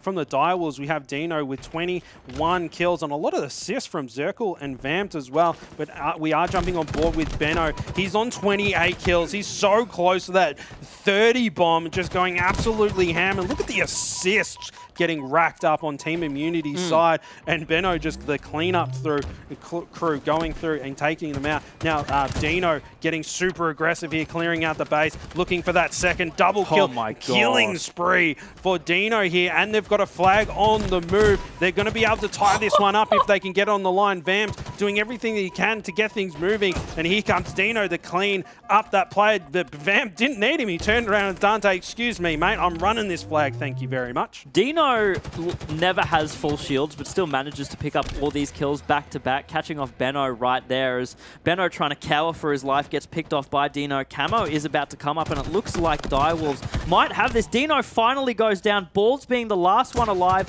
Now Vamp spawning, challenging that Camo, but Team Immunity are going to get away with it. Watching his back, Bluey, you know, Bald, he was clearly going for that burn there to take that player down, but the Team Immunity boys had Hef's back and he's managed to scurry away, picks himself up one. He does fall down, unfortunately, but there was 3 players there. Not a lot you can do in a 3v1 situation, and it's all tied up with a minute 30 left to go. Bluey, hold on, mate, because it is getting super hot here. Yeah, all tied up. Zirkle did have those dynamo grenades, didn't really make a lot of use out of them though. Actually an assist coming out, but he runs into 2 players from Immunity down in blue control. It's going to be very interesting to see where this match goes from this point out, because I think we're going to see a really big slowdown until like a confirmed wipe is had by one of these teams, and then they can start pushing into their base, make sure that they have a you know, a very consistent run with that flag, because otherwise in this last 60 seconds, we're probably going to go into overtime, and then from that point on, it's going to slow down the game a lot. Yeah, it's looking pretty scrappy right now. Not a lot of opportunities to get things moving, but look at this. Team Immunity pushing hard into the base. They've created opportunities for them. 2 down on the side of Direwolves, and Dante moving that flag, unable to get it through the doors there, but Hef is there to pick it up if he wants to. Now on board with Benno, has just ticked over to that 30 kill mark. But speaking of 30 kills, Dino on 32. What happened there? He's been going absolutely mental, and it's all tied up currently. And Voltage here may be able to get a flag moving, but no, Vamp puts him into the respawn screen, but Bald, he's starting to get a flag moving, Bluey. Bald running that flag right now. He's got some support for him, but his teammates are getting picked off left, right, and center. Vamped goes down as well. Team Immunity right now know that all the players know that this is going into OT right now. All tied up. This is where it really, really counts. There is a flag away. Hef just making sure that it comes back into the base, and it looks like a little bit of sudden death. We are going to go into the overtime round. It is all tied up. Justin, what is happening in this game? They're just countering each other. This is what happens when you just have 2 juggernauts really going at it. It is King Kong versus Godzilla right now in this game. And jumping on board with Vamped. He struggled a little bit in the kills department last game. We'll have to see if he can rise to the challenge. And he finds himself Benno right away. And he's down bottom mid. Not a lot of pressure being applied to him. And look at this. Vamped is just pivoting around like an auto turret looking for victims. Yeah, Vamped right now looking very, very clean. Good thing he had that thruster off the bat. It was the thing that saved his life and made any push or ground to be made possible. Bald now has camo. The pings come out. They do recognize that there are 2 players in blue utility. They are one-shot. Hef gets taken down, and now Bald is going to be able to run this flag right up mid as well. Pretty much uncontested unless Team Immunity can react fast enough. This is going to be a run for them. Taj in the background, you can see he is put one shot, has to back down to stop Bald from being able to move this flag. The flag is coming up their side stairs, gold stairs. Vamped gets a pick, Vamp gets picked. It's so back and forth. Bald should be able to make the capture here. The shots ring out, it gets fumbled, and that's it. Zirkle captures it for them. Direwolves take CTF Aquarius. That is 2 up for them in this series. And Bald, the patience of that man. Holy, he was getting so much pressure. You could see him, he's down there behind the barrier going, oh God, oh God, oh God. And he was just waiting. And the boys, they're just like, don't worry about it, brother. We've got him. And then he waited for his shields and he got that thing running. And then when it was in the base, he went again. He's like, I've got time. I've got time. And then he got it through, and he just stumbled right at the end, but then quick cleanup, went in, another game to Direwolves. His flag run there was, very, very smooth, and you could tell that the entire time the rest of his team were making sure that they communicated to him that he was being backed up every single time. You know, that was the round-defining thing right there, is even if he died, even if he went down, he had Zirkle just backing him up, being like, it's cool if you're going down, man, just inch the flag a little bit, I have the rest of the cap in hand. Yeah, and we looking at Dino's stat line. Oh, disgusting. 33 kills. And what's crazy is he was on like 21 or something when Benno was about to get his 30th kill, and he just went on a massive tear and closed that scoreline. Both of those two juggernaut players going head to head, and just look how close, you know, gold line finishes or whatever that medal is. Blue, we saw the medal, up. it was there. It was there. Everyone knows what I'm talking about. Right there on the line, sitting on the podium, and both stopping each other, and Direwolves managing to clutch up. I mean, Team Immunity, I called them the Clutch Kings previously, and Direwolves must have heard them, and they're stealing that crown. Yeah, but this is the thing. I think both of these teams actually hold that crown a little bit, right, Justin? Because they're so experienced in these kinds of situations where it's just so back and forth. But what separates these teams from each other is being able to identify, especially in these differing objective game modes, when to make those crucial plays. You know, it would have been such a different story if Zirkle didn't know to bust out of that top flag cap when he did to capture that flag. If he hesitated even a little bit in that situation, he would have taken so much damage then and potentially just been stopped. He would have been fumbled right before he captured. Yeah, hesitation, Bluey, it's a fantastic point. You've got to have your game plan, and you've got to commit. Yep. If you don't commit to a play, it's not going to pan out, and that's exactly what they did. They had their plan, they committed to it, and they were able to get it on the line. You hesitate at all, you're going to get minced. Yeah, you've got to really be able to identify when you can make those game-changing plays and when not to, because otherwise it just turns into a bit of an ego thing that I think we see a lot of players fumble. They think, yeah, I've got this, I can take this 2v1 or this 3v1, and it never works out in the end. You need the support, especially at this level of competitive Halo, from your teammates at all times. You need the communication ringing out strong to make sure that, yep, okay, I have the confidence in myself and the team has the confidence in me to back me up to make these plays. Now, speaking of support, Bluey, hold me, because this series is getting to me a little bit. My old boomer heart is pounding, my pacemaker malfunctioning a little bit here, but we are moving into this next game. A stat line that we talked about it on the couch before with the other handsome boys was the fact that Direwolves has not lost. Yeah, oddball their oddball is 100% right now, and unfortunately, you know, if they lose this to IM, that's going to be ruined for them, and that is not a number that you want to see go down.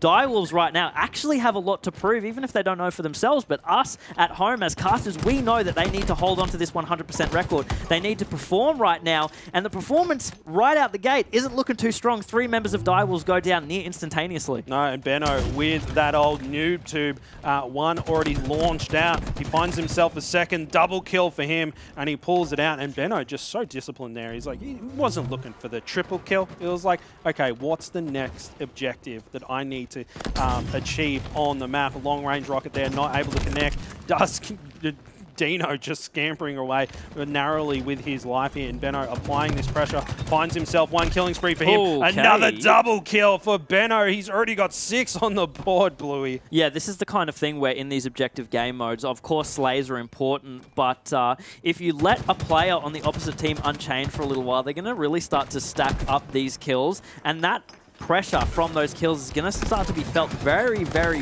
very quickly, because of course in modes like this you need to make pushes with your 4-man, you need to make pushes with your 3-man, but if you're finding yourself constantly down those numbers, you're never going to be able to get anywhere. No, and some crispy shots from the ball unit himself there. Beard looking very nice, I'm sure. And now Direwolves starting to put some points onto the board, flicking around. Vamped on bodyguard duty, taking out Benno there. That ball just sitting on the ground there, ready to be scooped up. Here comes Hef to apply some pressure, and he does take out Vamped there, switching over to Voltage. He finds Bald, double kill for him. Now he's got that Bulldog. It's woof woof time with the boys, and they're moving through the scoreline 38-10 right now. Immunity a little bit of an early and fragile lead currently, but they're bouncing back after that narrow loss to Direwolves in the CTF game. Immunity just looking so strong right now in the slays that they're making, in the kills that they're making, and just the overall map control. They're very aware of the spawns, it seems. They know to keep Direwolves pinched on PD side right now because they're so comfortable just holding train with this ball. That being said, Dante shouldn't be feeling very comfortable at all. He was the last man alive with ball. That was basically just a giant target painted on his head for them to be taken down. They knew where that last player was for them so easily. I don't think we're going to see another setup like that from Team Immunity in a long time. No, and Bolts, he did drop those rockets. There's one in the chamber currently, and Dante probably would have scooped that up as he was running past there, picking up the morning shop in that noob tube. And now Voltage rotating that ball over into the back of the map here and trying to get his team set up. Trying to hang on to his life as well. They're putting some points on the board. Does cop a grenade there sent to the respawn screen, and jumping on board with Zirkle here with some cross-map shots. He shoots his teammate a little bit in the back there. A little bit frantic. Things are getting very heated up right now. Stalker Rifle off the rack there, looking for some victims. And you can see Team Immunity, here comes the push, Bluey. They're coming in to break this setup. Team Immunity is so in sync, and they commit to everything together. Yeah, they might want to push in, but Dino has the Bulldog in close quarters, which is not something that you want to mess with, as he's already racked up 2 kills with it. Zirkle sort of pushing out just at the end there to secure himself a kill to deny the push as well. We're probably going to see a rotation come out from Direwolves out of Tram right now, because I think they feel like the heat is coming on them a little bit too much. Zirkle, both the ball holder and he does have the Stalker Rifle as well, does get taken down by Taj. Yep, this is a really good push from Team Immunity right now. They've gotten a lot of kills on the back burner. Yeah, 3 down for Direwolves. So Direwolves right now needs to do a full reset. Yeah, and 3 down and instantly getting ball time. No hesitation. They weren't, you know, fighting around, retying their shoelaces. They went straight back in to get some time on the board, and that Spanker has just spawned up on the map. Benno there getting a little bit of information. Didn't even shoot. He's just like, okay, what's out there? A couple of players are going to go somewhere else. Now, Dino solo pushing in. He easily gets shut down. Got to be linking those plays. Vamps with those rockets. It doesn't matter. Benno, so patient there. He does fall one more rocket in there for someone to scoop up, and Voltage is just chilling out the back here going, boys, what's going on? I'm holding the ball. You know, tell me that you're keeping them off me. Yeah, Dante right now seems to be the one pushing out for those rockets. Not sure he actually managed to secure them. I don't think he did. Actually not sure if they despawned or not, depending on the time that they were laying on the ground. There was such a fight down bottom mid. If you were a keen-eyed viewer paying attention to what was happening, it was just all members from every team, minus whoever was holding the ball, sort of converging down on bottom mid for those rockets, because they're absolutely a tide turner, right? That's the kind of thing that breaks a push, or just makes sure that you can secure a quick kill in order to completely stop a push in its tracks. Sometimes not even the quick kill. It's just kind of you round a corner, you see someone with a rocket. Yeah. You clench the old cheeks, boy. You get a little bit nervous there. So sometimes that's the difference maker. But Team Immunity, they've got a pretty comfortable lead right now. Only 85 points, not many more before they can close out this round. But Direwolves not too far behind them. And now they have the ball. This is their chance to go on a bit of a run and tie things up, I think, Bluey.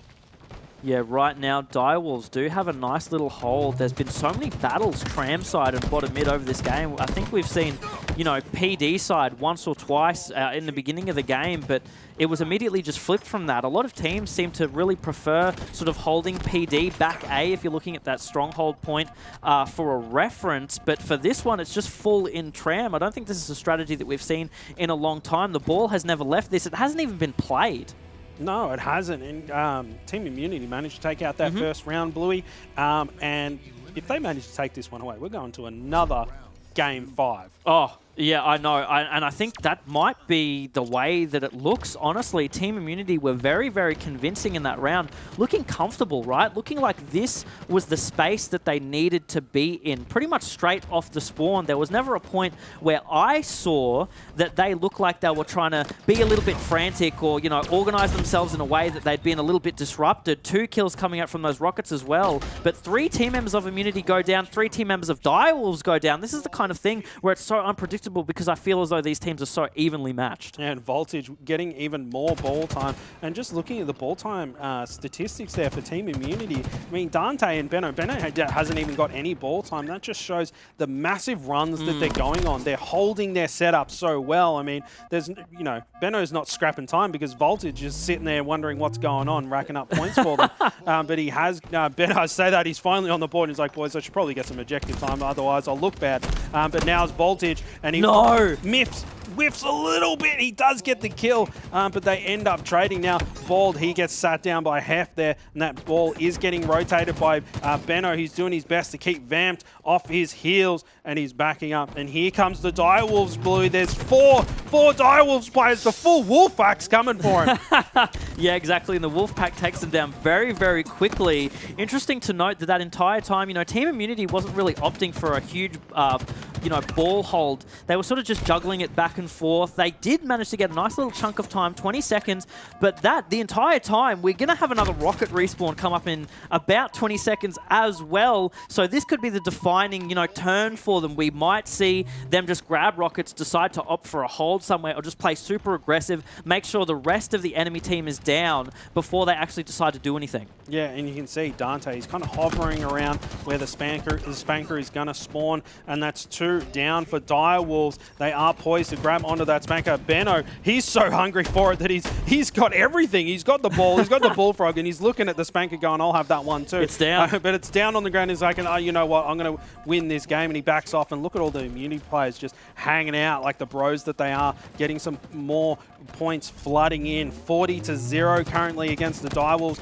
Round 2. Direwolves, they've got to do something now if they want to be able to keep this game alive. Yeah, Direwolves really need to start putting their teeth in and, you know, do something a little bit nasty, a little bit something out of the bag that we haven't seen before. They're little, yeah, little exactly. nips like puppies, and they're you need like a full mauling. They're making little pokes here and there, but it's just not enough. I mean, Dino securing himself a triple kill there might make some difference, but that's still not adding up to the ball time that Team Immunity is managing to rack up. Even in these scrappy fights, Team Immunity is opting just to have the ball for a couple of seconds to tick up that time. Direwolves look like they have a very good hold right now in Tramside. This could be the turning point, but unfortunately, Team Immunity has been so good at breaking the Direwolves over and over again. I just don't know if it's enough. What I was just thinking, and it's like, does Direwolves have a really good hold? Or is Team Immunity just waiting to regroup before they formulate their push? And Zirkle doing well to hold the boys back for the time being. But it looks like Immunity has got themselves set up once again. Hef doing well to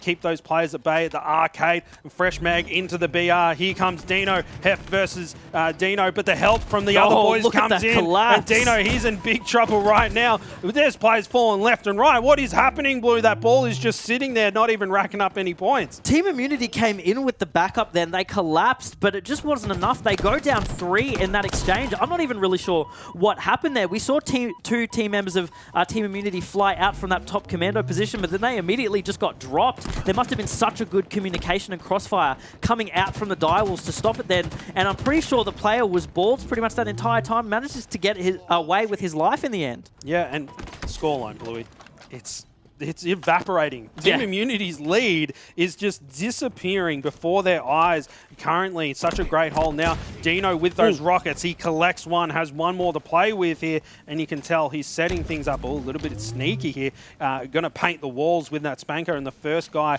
that runs past there. I love this position. He's being patient. It's, you know, they're just about to tie things up, and Dino's like, let them come to us. Communication must be very, very strong with the Direwolves right now. Wouldn't be surprised if they would be treating us to their sultry little whispers that we've often heard, how calm and collected they tend to be.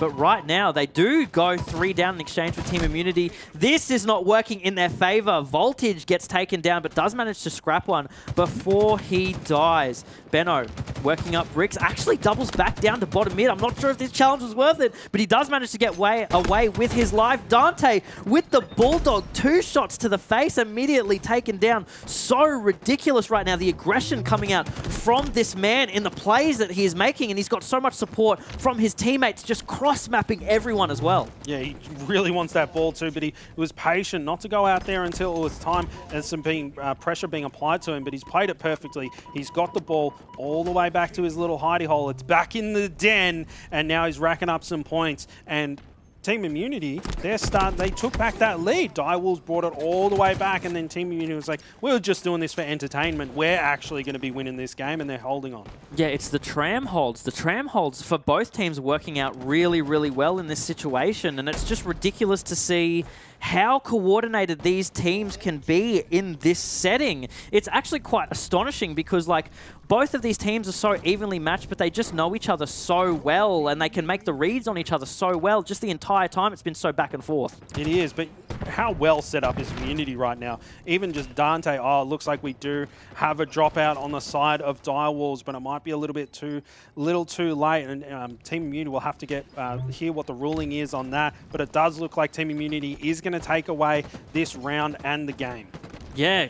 Another one we are going to go to a best of 5 most likely, I would say, because it's probably too little too late for this. And just such a good game overall for both of these teams. You know, I was saying they were reading each other so well, and it's because of the experience that both of these teams have with each other. And I'm sure that also comes from the amount of scrims that they've probably played each other as well. They've probably been on Streets Oddball so many times, more than we've had hot meals, I would imagine. And now when they actually go into these competitive settings, you know, that's where it's all on the line. And all these scenarios that they've been put into time and time again actually come to fruition. Yeah, now looking at the stack line, Benno almost with back-to-back 30 bombs in these games, but Voltage, not the monster slayer that you expect, but he racked up quite a few for himself. And Dino, he's been so consistent with putting up big I would say he always is. numbers. He always Every is. single game, doesn't matter who he's playing, he's doing it. But look at Benno there with 3 triple kills, putting up plenty of damage and 10 assists as well. So he's making sure he's helping out his bros. Yeah, Benno, this series has just seemed like such a tough opponent for Direwolves to try and pin down. They've never been able to do it fully on him as well. He's just all over the map at all times, and when he's far away from his teammates, he knows exactly what shots he needs to lay down for them in order to make sure that they're keeping themselves alive. Yeah, he just seems to set things up for himself. He puts himself in the right positions and the right situations, and then he can get an easy double kill cleanup. I mean, it can happen so fast. You well-placed grenade, couple of bursts, and you've got 2 players down, and that's something that Benno is very, very good at. And currently, we're just going to have to wait for this ruling. We're giving it to Immunity. Potentially. It was a very late lag out, and I think we are going to go to Game 5, I think. Yeah, from the sounds of it, that's what it is. Bit of a delay here, folks, on this next game. They're just trying to make sure everything's sorted for this Game 5, but hell, we're still going to a Game 5, Justin. That's the thing, and with everything on the line for both of these teams, they are just going to be absolutely at each other's necks, and that's what we love to see. That's the kind of Halo that we wanted to see here today. Yeah, fortunately, that lag out was towards the end of the game. Immunity had full control. Yeah. Right? They had the ball, they were all set up, and they'd already had a round in the bag, so it did look like it was going that way, so not too much of a heartbreaker for the Direwolves guys to lag out that late in the game, but we are moving into a Game 5. I'm blessed.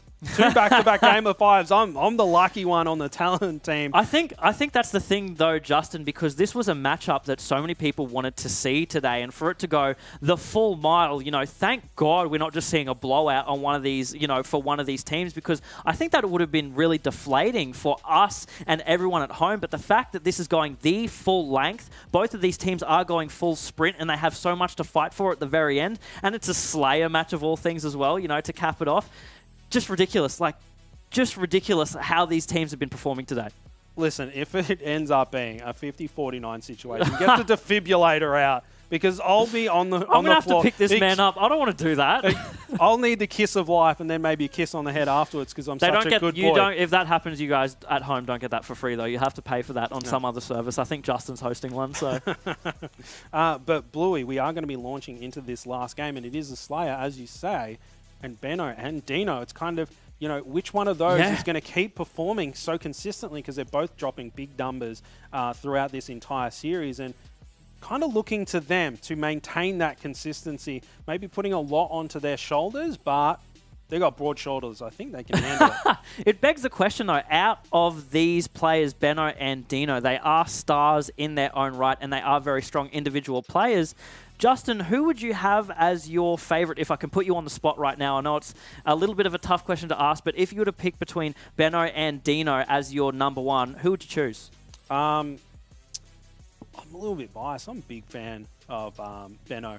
Even just the way that like on just land, from today or overall? Just overall. I like not his gameplay. I like watching him play because he's just kind of relaxed and just kind of he treats the game with such contempt. He's just like, whatever, man. Like, I'm going to beat you. I'm better than you. And it's exciting to watch that someone is so composed, but his gameplay, it's just so many things happening. Yeah, cogs that are turning in his head. It's like Big Ben clock-sized cogs about big brain plays on the map, and that's the thing that I really like about Benno. He's just so consistent and thinking about things on the map, but then putting up big numbers as well. I don't know how he does it. Yeah, honestly. I think that's another thing too, is consistency all across the board for these players is something that Team Immunity is always really good at. And we were sort of clowning on their comms a little bit before and how, you know, cool, calm, relaxed they seem to be. But again, it just works for them over and over again. They're so good at sort of dissecting that information down to a T where they don't really have to be screaming at each other so much for all those things. They're just sort of making the appropriate calls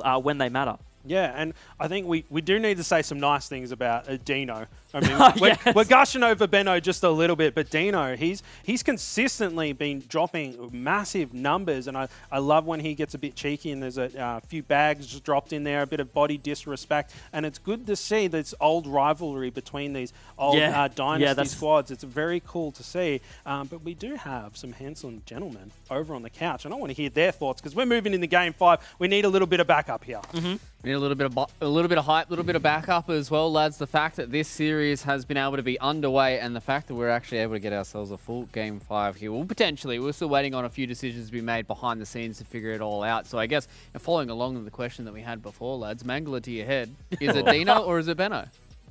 Oh, it's Benno. I'd say Benno as well. Yeah, okay, Definitely right, Benno. I just want to give Justin some props for saying clock-sized cogs without butchering that to make it sound something real. You've been here for one day. I'm one to mince words, right? I fumble a little bit. It would have been filthy if I tried my attempt at that, so well done. I mean, I think at this point, it would have been insane for anybody to actually get that sentence out and not kind of, mince everything dirty going on. I have just had word in my ear, lads, that we are going to replay that round. Okay. At the end of the round. So we're going to have the points reset to where they have been. So we're going to get this end of the round going in, and we should be able to find a conclusion to this map as well. So, I mean, at this point, it's kind of good the fact that we're going to have an actual conclusion to this map, right, Josh? Because these two teams seem to be so tightly matched. I'm kind of happy that we came back here to the couch because I was just itching to talk about this series so far. It's everything it was hyped up to be. I'm so glad we can get it on broadcast and that it's even happening. And, we've got exactly what we asked for. We'll look like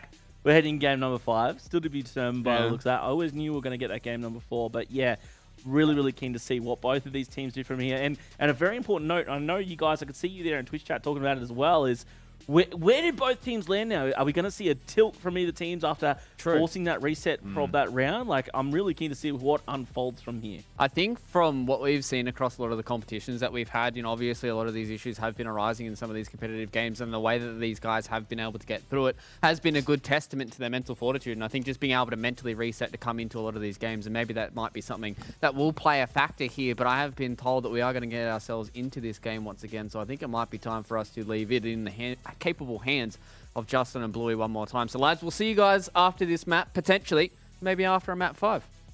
Yeah, I hope so. I want that map 5 so bad. We've built it up. I think, I know, we've given so much hype around this map 5 now that if it doesn't come to fruition, I think you'll have a heart attack, but for a different reason, Justin. Yeah, it's going to be crazy if it doesn't pan out into that Game 5. We're building it up. We expected it to happen. We spent all this time and then go to the other way. It's just, it might be a little bit of a letdown. I don't want this series to be over just yet.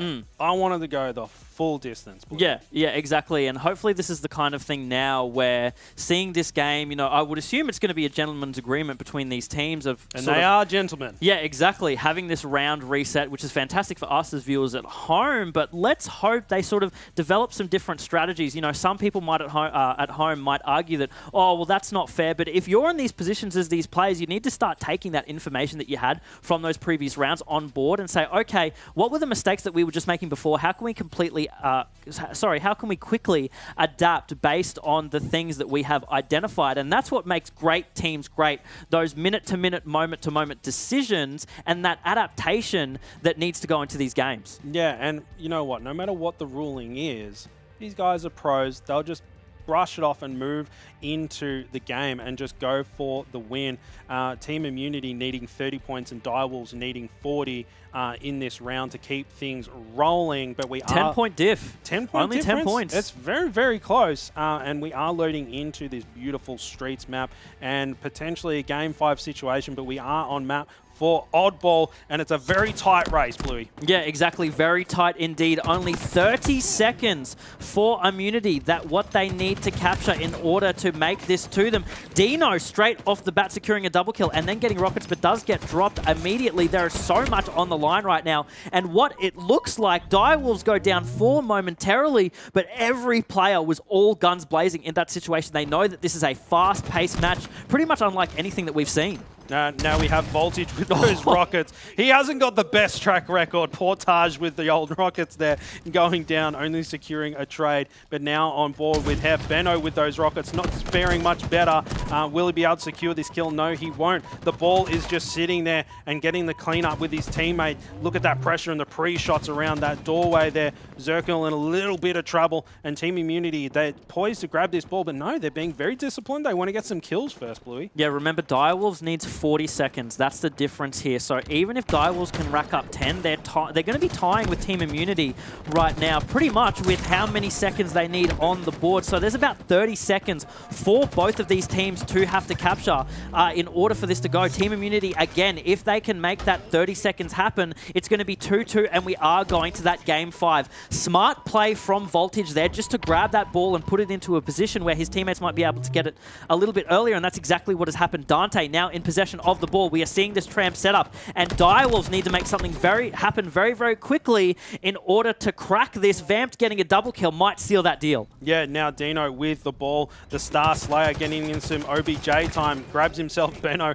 a kill as well, proving that he can do it all. Direwolves racking up plenty of points onto the ball right now. Dino is sitting pretty at the moment, Bluey, and they're going on a really big run. And Team Immunity, I mean, usually they're calm and collected and they wait to make a coordinated push, but they cannot wait. They need to get in there. Dino getting the cleanup. He's holding this fort down beautifully, Bluey. Good stuff for him to play the ball there. Dino on the cusp of a triple, has it slip away from him. Dante just weasels away with those rockets, still alive. Cafe side doesn't kill Vamped with them. Unfortunately, there is a rocket sitting right on Vending Machine. Direwolves only have a few seconds in order to clutch this series, but it just seems like both teams so back and forth right now. No one can really get a hold of this ball. No, it's just sitting there on the ground, but we say that Direwolves have just scooped it up. 27 points on the board. Bald throwing it down momentarily. Bulldog comes out, woof woof, and he's put down instantly. Team Immunity has picked up the ball.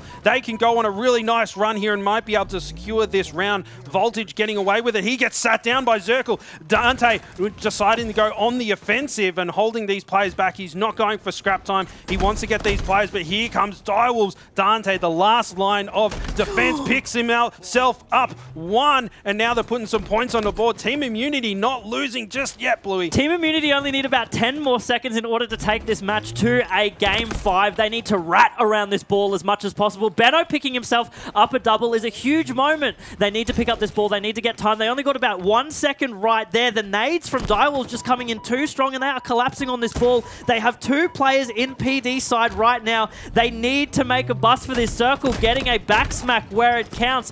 2 members of Direwolves going down. 2 members for Team Immunity going down. Dante makes the smart decision just to play the ball. Once again, no players grabbing a hold of it. No, it was just sitting down there on the ground. You could see Dante was just in the zone, focused on holding players back. He survived for so long, but could he have scrapped together that time? Direwolves, they're ticking things over. They only need 40 points. Dino, it does look like he's going to be able to take this out, and he's running away. The pressure has come, but it's ticking over. Is he going to get it? 40 points. And that's going to be round over. Direwolves, they take it right from Team Immunity.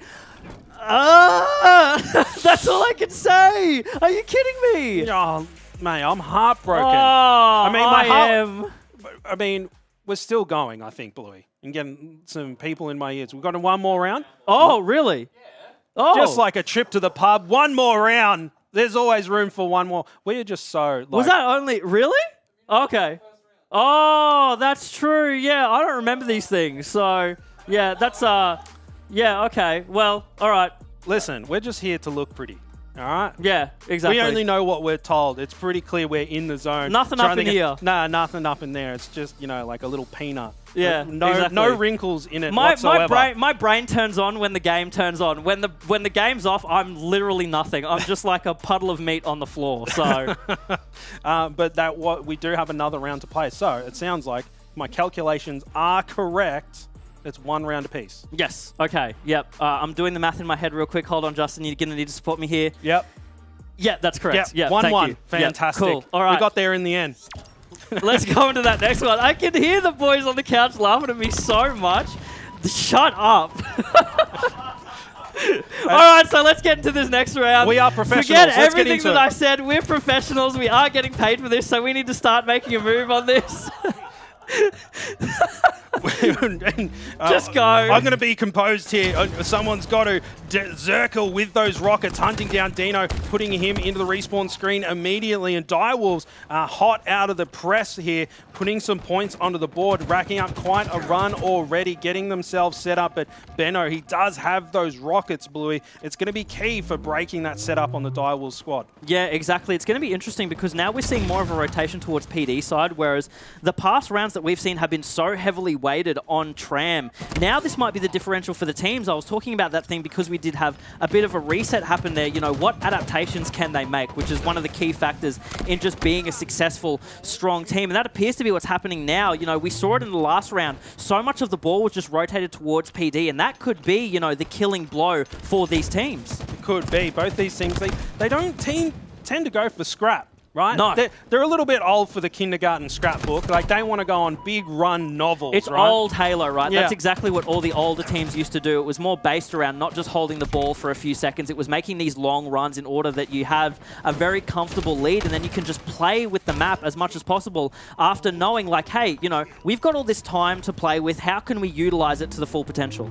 Yeah, and Direwolves setting themselves up in police department right now, but Zirkle now rotating that ball out. He finds himself Voltage, double kill for Zirkle, holding the ball and dropping down multis. Now he has that Bulldog in his back pocket as well. That ball is just sitting there. They're going to wait for some kills, I think, Bluey. We know how they like to play it. They've got to get some kills before they can secure some ball time.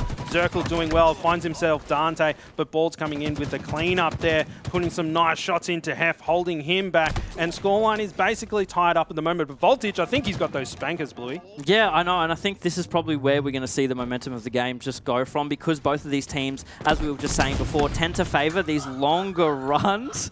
I don't know where that rocket was coming from then. It's just a massive whiff overall for that player, but that's not the first time we've seen that happen throughout this game. I feel like some of these players don't really know what they're doing when it comes to the rockets. No, you know, maybe some more time practicing that one, I think, but we are tied up at the moment. 1 round apiece, and if the Team Immunity can manage to take this one out, we are going to go to a Game 5, but Vamped has something to say about that, Bluey. They want to close out the series holding this ball, and they're starting to extend out a little bit of a lead over Team Immunity, but he's tossing it out with a pseudo kind of play ball. Yeah, Vamped is the Slayer right now. Of course, we've given him highlights so many times before at how strong he is in his killing potential on every single map, and because of that, it gives his team so much room to play with overall. When you have a star player like that, just putting out so much damage, just making sure that the enemy team can't move anywhere without being, you know, no shields or one shot, then it makes your job so much easier in holding that ball. Yeah, and Voltage here, he's got that ball. He's tied things up, but he's not afraid to drop it to help out his friends. But here comes the Direwolves push. They are stuck. They're going to get sandwiched. I wouldn't want to be the meat in this situation. And Benno there with that Bulldog. He does get shut down. That ball is just sitting there. Dante applying that pressure. We saw the previous round that he is kind of the Slayer, holding things back at the moment. That ball's down there. He's probably pretty hungry to grab onto it. Hef going down. He's on ball duty. But both of these teams, it's back and forth. They don't want to let even an inch go to the other team. No, yeah, exactly. Look how close the scores have been this entire round. It's so ridiculous how much more weighted the teams are putting on just those full team wipes in order to get a good chunk of ball time.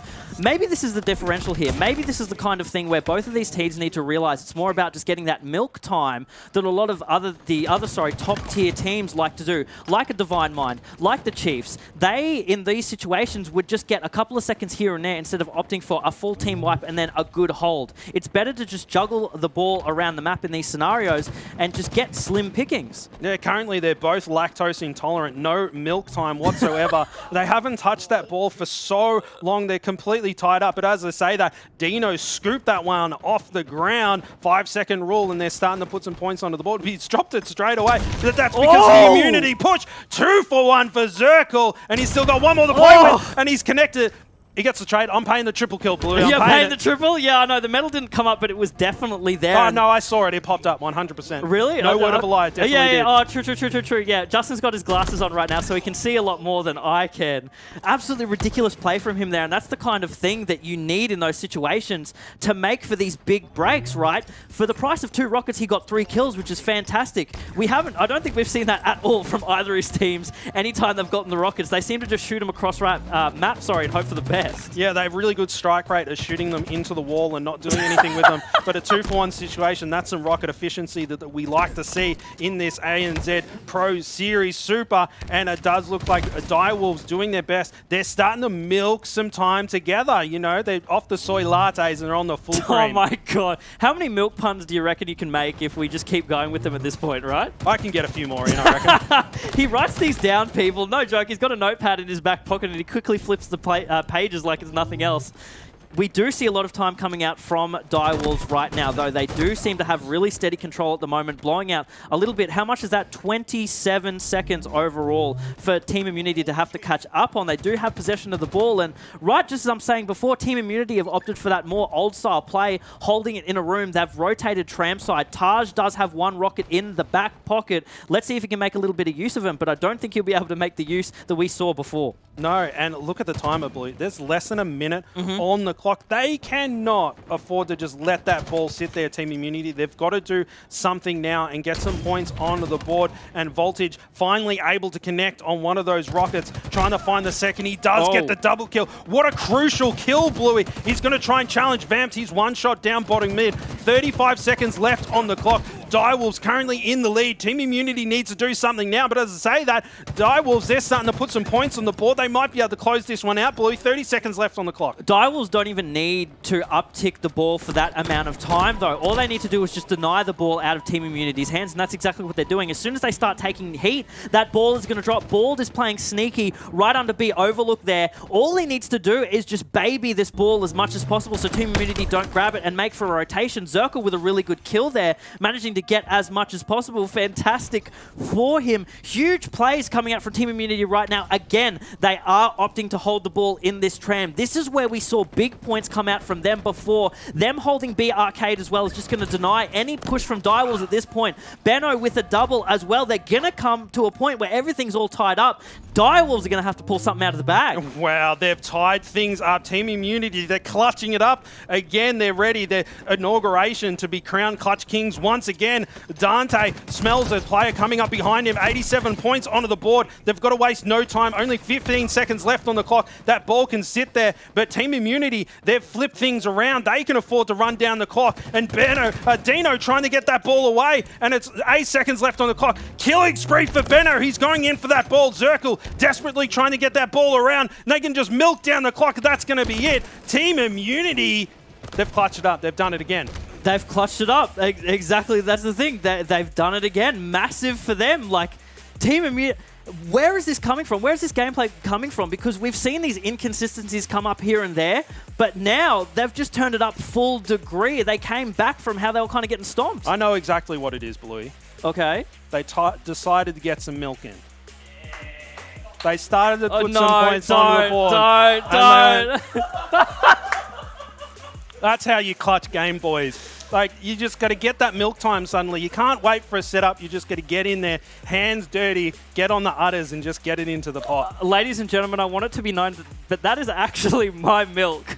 I've purchased that on Friday for here in the studio, and he has just taken a full swig out of it for me. So I think one thing I got to say is I wanted some milk that tastes like real milk, not lactose-free. Mate, it's fat. all Cole's had. You seen my dad bod? I want the full cream. We're in a natural disaster, mate. That's all Cole's had, and yeah, I think I'm just going to be consuming my oats with water later, just to be safe. I can spit it back out if you like. No, let's keep that. It's now in my belly. Yeah, let's keep that milk in the throat, Justin. Thank you very much. But listen, let's switch gears a little bit. Enough of the comedy show. This is in the Melbourne Comedies Festival. We're going to be jumping in to a Game 5. Immunity able to clutch it out. And now we're going to be moving in. What a nail biter, Bluey. Yeah, this is the game 5. You know, the one that I hyped, you and I, sorry, hyped up so much before. The one that I got kind of confused on before as well. But now we're actually going into it. You know, we're going to have this game 5, this massive set. It's all coming to a head right now. And again, Justin, I'm not sure what team I could put money on to take this series. No, it's like, they're paying like $1.01 each at the bookies right now. It is a literal coin flip right now. It's 50-50 who's going to be able to take it out, because both teams have proved that they can clutch it out and respond to the power of each other. And it could go either way, and I'm just holding on for dear life, Bluey. Just hold me. Yeah, no, let's not do that. Not after the milk incident. We'll keep that one in the back burner. But you friend zoned me like in 4K. I'm devastated. I know. Where's Hooters when you need him? He's on the couch, mate. You need a hug. No. What I was going to dial in before is what you said is how these teams actually manage to respond to each other. And I think that's a very crucial point to make. I was saying it before on how well they're actually able to read each other, because it is so back and forth. Like, we've seen it. Everyone at home watching has seen it, how back and forth both these teams are. This is very like high caliber Halo in the sense of, it's not even just about the game, it's that these players are reading the movements that they're going to make before they're even made. They're able to just know who these players are personally. Yeah, you know what? We are loading things in, and we're going to the chat. I want to see what happens in the chat. Who have you got? Team Immunity or Direwolves moving into Game 5? And we've got that montage maker coming up on screen, Blue. We've got to see some 6 sniper plays to cap this series off, I think. Yeah, I know. I think so. We've got 2 stars as well that we've seen pop off with the sniper before. Benno and Dino. Dante as well on Team Immunity. No slouch with the sniper either. Going to come to a rough start for Vamped. Going up catwalk side and immediately being picked off. It looks like Team Immunity have opted to leave the sniper for now and rather are trying to take control of power up side. Yeah, they have, and now Benno, Monster Slayer for Team Immunity so far this series. With that heat wave, we'll have to see if he can put up some big numbers for it. But both these teams wasting no time. Usually see Immunity start a little bit slower, Bluey, but no, they're hot out of the gate. Yeah, they were super aggro. Immediately 2 of them collapsing onto catwalk, taking down Vamped, and then making sure that they had an absolute hold right there on power up. They did prioritize the heat wave as well, which is something a little bit underrated, I should say, on this map, opting for the heat wave instead of the sniper, because a lot of players feel that they're more comfortable with the heat wave and securing those kills. It's certainly more consistent, right? And sometimes that's what it's about, just putting consistent damage down on the map. Speaking of consistent, perfect shots from Balds there, securing that double kill there. And the scoreline is basically tied up. And that sniper rifle's just been picked off the ground. It's been a minute, 15 seconds just sitting there waiting for someone to scoop up. Yeah, that's that prioritization that I was mentioning before, though, because there's no need to make a risky play up on top mid. So easy to be picked off. And you saw what happened before. How many shots ringing out from top mid, just taking down players back to back. Double kills coming down back to back from Direwolves and Team Immunity. So that's why the sniper was just left more so on the wayside for these players and just put on, all right, when it's convenient, we grab it. Yeah, a little bit, and Bald, not a lot of buffer here, and he goes in with his teammates, and Immunity's coming for him. They want that montage maker for themselves, but he is managing to stay away, doing very well. That Team Immunity push, I saw all of those outlines, like, here we go. Taylor's old as time, Beauty and the Beast coming through, and Team Immunity, that push was shut down. Basically, 1 kill in it right now. Dante doing what he can, and he backs out, he's like, I haven't got the ammo for this, and he scampers away, but Voltage, now with that overshield, Bluey. Yeah, again, Team Immunity prioritized the OS on this map more than they have been the power weapons, which I think is something that at the end of the day is going to work out very well for them. They're going to make this series feel very claustrophobic because they're putting so much pressure onto Direwolves this entire time. You can just see at the scoreboard there, 4 down for Direwolves. That is not what you want to see if you're in their position. Look how quickly the score has managed to blow it out in Team Immunity's favor. No, he did stick himself. Gods. He got taken out anyway, but he did just put a... he's given himself a little bit of a prize, a little star on the top, a gold star for his efforts. But 5 kills the difference, Bluey. Team Immunity currently in the lead, but Vamp doing very well to value his life. You know, sometimes you can see him get a bit ultra aggressive. I say that and he gets put into the respawn screen almost instantly. Vitage here trying to find Balds, and he's got a little couple of bursts there. Balds doing what he can to stay alive. He gets called out and taken down. That scoreline starting to tie right up there, Bluey. Yeah, Taj being the one to head the board right now for Team Immunity, whereas before we saw Tars struggling a little bit, especially on those objective game modes with some of the kills. But right now in a Slayer match, this is the kind of thing where you can see a player in his position sort of just be unleashed, focusing on nothing but slaying, the comms and the positioning coming out from his team, and that seems to be exactly what Team Immunity is doing right now. They are honing in so well to their calls. You can see how much pressure they are applying to every time an enemy team member is called out. They're all converging on him, letting the shots ring out, even just providing suppressive fire so a player can't get out of that position. No, and it looks like we've tied up yet again. It's just so back and forth. Benno desperately trying to stay alive there, and he's managing to do so. That next power-up is about to pop blue in. Both of these teams seem to be converging into this location. Team Immunity so disciplined about those power-ups. It has popped, and here comes Voltage. It looks like he's going to be the wrecking ball to make sure that they secure that one. He's already on 10 kills. The power is down at Jurassic Park, and Vitage, the dinosaur, coming stomping out looking for meat. Well, I knew that a Jurassic Park pun was going to come out somewhere, but I just didn't expect it there. I knew it was coming, but I didn't know. Nice little backsmack coming out from Hef. And again, the score was so tied up for so long, but now we're seeing Team Immunity. Once again, they are backed up against the wall. We are in a Game 5, and they have the potential to take this away from the Direwolves, completely shut them down. And that is exactly what they seem to be doing again and again and again. It looks like Team Immunity is just picking up the kills back to back, really making the ground that they're making and the push that they're making count. Yeah, and every single time Team Immunity creeps away a little bit, Direwolves is there to respond. Dino with that pink mist, I might think he might have just dropped it down for that heatwave. On board with Vamped, and their main Slayer is starting to step up to the plate. 10 kills for the young gun himself. I love this angle here to back down Dante, and he wants that kill. You can see he's hiding there deep. Dante milking so much. Utterly ridiculous plays from him. I know that the patience from Dante just to stay there the entire time, the amount of pressure that was being put on him. He gets out of there with his life. He's still with his team on sandbags. Once again, you can see how one-shot he is. It seems like he never has his shield up to challenge, but you can see with the spread that he has right now, 7 kills, 7 assists, only 9 deaths as well, which yes, he is leading his team in deaths, but the amount of team shots that he must be pointing down with the rest of them just shows the the communication that Team Immunity has right now. Yeah, and look at this scoreline. There you go. Another stick.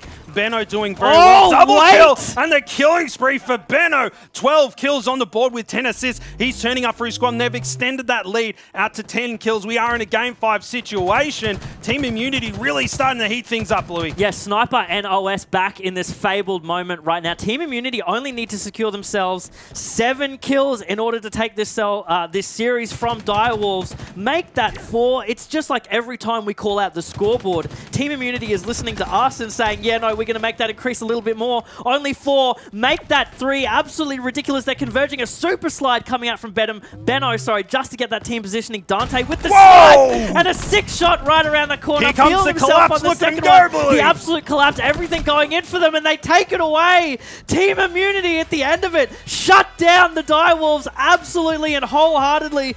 Immunity, you got to love them. Wow. The scoreline, 50-35, right? It was about they 28 to 32 or something like that, and they just went, okay, show's over, boys. This is our tournament, and they just slapped them around. Both hands, backhanding them to secure that victory. That was absolutely disgusting from Team Immunity. It was the kind of the thing that I pointed out before, where they're in a situation where they feel their back is up against a wall. It's like, real life anime. It's like Dragon Ball Z. They're just turning it up a notch every single time and performing really where it counts. It's absolutely disgusting the way that they performed at the end, and the communication, the synergy that they had as a team. They are showing how much dedication, how much time and practice they have put into Halo. Yeah, and Benno's stat line there was like 14 and 7 with like 12 assists. Oh, Jesus. Just the turret, a human turret on the map going through the highlights, and there might be some early on highlights from Direwolves, but I think later on into these clips, it's just going to be all Immunity. Oh, yeah, absolutely. Immunity took this game by the horns wholeheartedly, fully. You could see the passion that this team had. They had a few difficulties today, but they came in full force swinging, absolutely. And the boys on the lounge, What did you think of that series? I mean, I don't know if I really have any words to say, but everything that we expleted through the entirety of that series, that was exactly what we wanted from the Direwolves and Team Immunity. Big ups to both these teams. The fact that they put on such a show for us here, I'm so glad that we were able to wait and get this series on everyone's screens and be able to show that Team Immunity are here to party in this Super, and I think these guys can go super far. Well, I had to change my pants halfway through the series. I spilled some milk, I think, over here as well. Because what a series that was, guys. Look, I don't need to talk through it. It's on your screen right now. What a comeback there from Immunity towards the tail end. And guys, everyone here in the room, in the bloody building, this is exactly what I expected, and we got it and more. What a goddamn series. Yeah, it was also fantastic. Read it. We see the Twitch chat loud and clear. And Justin, apparently you have to scull a whole bunch of lactose-free milk now. Yeah, see your milk, Bluey. That's really up. Yeah, your milk's gone, mate. It's already gone. Give up. But it's like it's a clear full moon or something here. It's a Saturday night. We've all lost the plot at this point, I think. So it's all downhill from here. Let's keep rolling. I mean, I think if we're going to get insane series like that, hell yeah, let's just embrace the the lunatic shenanigans that we're going to be having here in the studio. And I think just the fact that they're able to deliver this series here has been so exciting for us, because not only does it go to show that Immunity are really starting to level up and step up in this Super, it also means that Team Direwolves, they're so close to them as well. It's so insane to see that we have these two teams going head-to-head time and time again, Josh. Every single time these guys have gone up against each other, it's been 5 maps, and it's been so close for them to get it. And Immunity this time around come out on top. Yeah, and it's great to see. I was happy with the outcome no matter which way it went. Yeah. We always knew it was going to go at least to that map 4. It went to the map 5. What was really interesting to see is that how strong Immunity finished. It's like, as Justin was saying, give them the old slap around at the end. It very much felt like that. And although, it's been a completely team effort, there's a few individual performances that I think we should touch on. And Benno, again, there was blood in the water. He was a shark, and he went after it at the end. It was insane to see. I think that man put up some disgusting numbers, and I'm sure our stats guys will actually be able to help us and figure out how big of those numbers actually are. But let's have a look at our bracket, boys. Right now, we've had both of our winners of round 1 done and dusted, and now we get to see Team Immunity moving forward against Divine Mind and the Chiefs and BBR, who it's like, the fact that these women's semi-finals are so stacked means that we're just going to get better across the night. Yeah, absolutely. Both of these series, really looking forward to. You've got to wonder what kind of momentum do Immunity have now going into that winner semi-final against Divine Mind. Yeah. I'd love to see that one, because they're going real hot right now. And the old Halo player in me just loves to see the old dogs still pushing through. Yeah, especially with the fact that every single time that we talk to these Immunity guys, they always talk about how hungry they are to perform here in Halo Infinite. And I think it is exciting for us to see how they get this one done. And the elimination bracket, ladies and gentlemen, has been playing off stream. These matches have been going on concurrently with the matches we have here on the stream. Demons 3-2 against Deathruptor fans. A bit of a heartbreaker there, Josh, for the Deathruptor fans, pushing the Demons all the way to 5 maps. But now the Demons, they get themselves a little bit deeper into the prize money, getting themselves into elimination quarterfinals as well. I think what's interesting to see from that is that Demons, most would have picked, I'm sure you would have, Luke, as quite a bit ahead of Deathruptor fans. So I think it's credit to those guys for being able to push Demons that far. But alas, we do have to say goodbye to them. Yeah, unfortunately, we do have to say goodbye to Deathruptor fans, but we still got the Direwolves who are floating around in that elimination bracket. They will be playing off-stream in their match as well. I'm excited to see what they can do if they can make it all the way towards the Sunday. But ladies and gentlemen, it's time for us to go to another break here. On the other side of it, we've got the Chiefs and BBR going head-to-head. We're able to catch up with a few of the players on both these teams. So we'll see you guys after this short break, but enjoy this video first. Moo. I'm definitely keen to get back into the action of the lads. BBR, don't really want to underestimate them. They've been really showing up in scrims and just like with their practice. They've been going pretty hard, so we're definitely going to be treating this as a very, very serious match and giving them some respect. Yeah, we're definitely feeling confident. We're all we're just excited and keen to keep playing, going on with the tournament. We're all in pretty good form, as yesterday's story of the pool play matches record tells. But yeah, definitely we're all confident and ready to continue our domination in this entire tournament. Our mindset still, we're taking this whole thing. We're super confident in each other, and we just don't think any other team in ANZ is actually quite on our level just yet.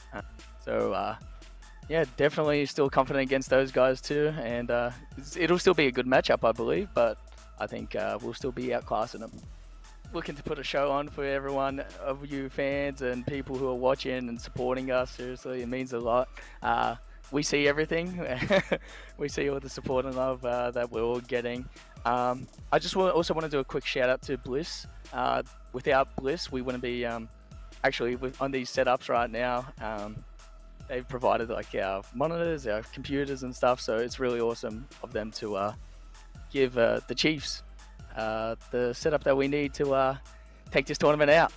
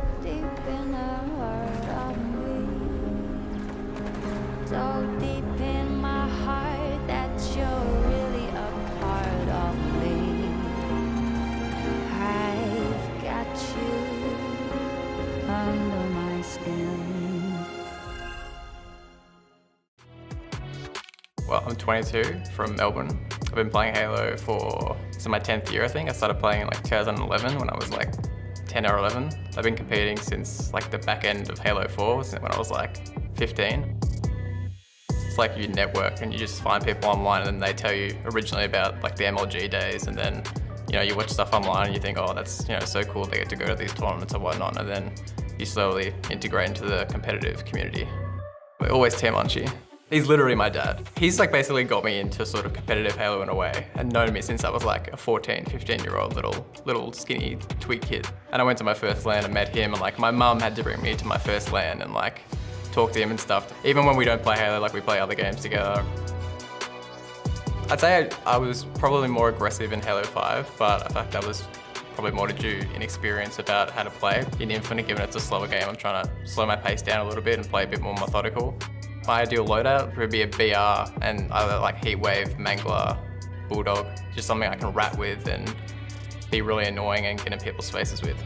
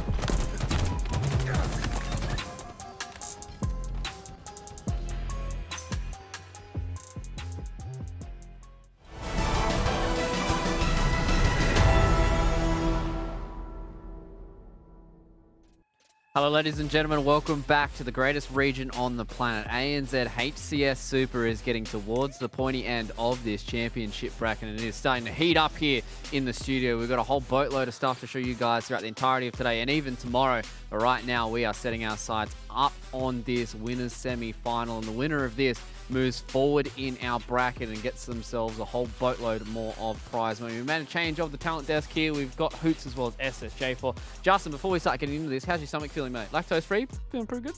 Mate, I got a milk belly. I can down a full pint milkshake in 2 seconds flat. We can test that off stream. I was going to say, that's you have to run up the street and see how you go. Yeah, I'd go for a run after a glass of milk. That's how much I love it. But moving on, that series. Oh, God. Unbelievable, right? All the way down Next to milk game pun? 5. Yeah, put him down. You get it. I'm a father, soon-to-be father of 2, by the way. Shout out to my very pregnant wife at home.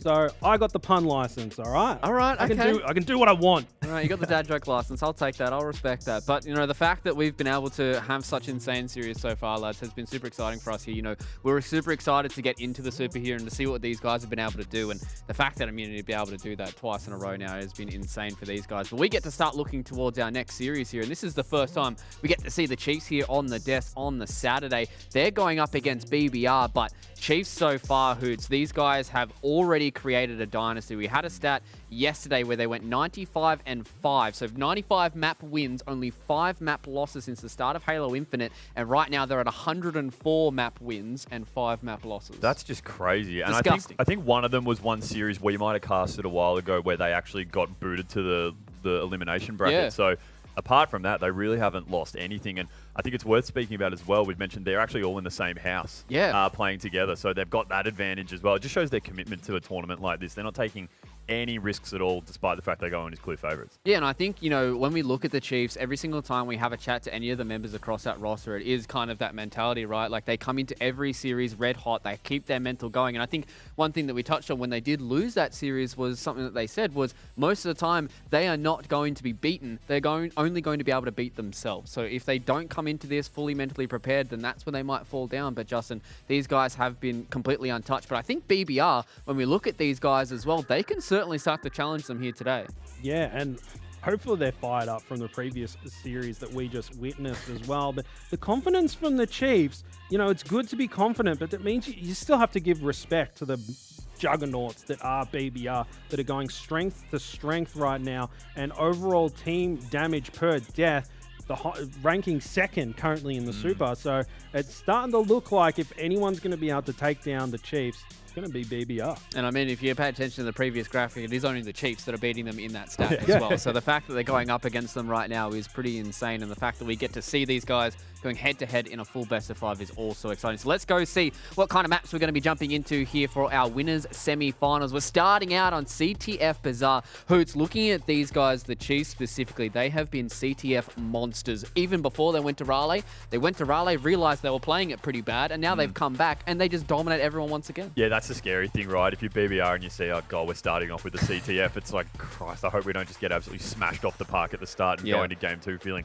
completely demoralized. I'm not saying they will, but yeah, CTF is just where the top teams really do seem to excel all the time. Especially on Bazaar as well, because we've seen that be a map that you really kind of require these overslays and really try and get on top of them. And I think a team like the Chiefs, it's going to be a little bit too hard for them to try and get over the top of them. And it's going to be an interesting tale for us to tell here because we could potentially have full 5 maps for these guys to get into. But we've got 2 lovely gentlemen who are going to be bringing you guys all the action. So I'm going to leave it with him, Maniac and Bluey, for you guys. Hopefully, they might chug some milk.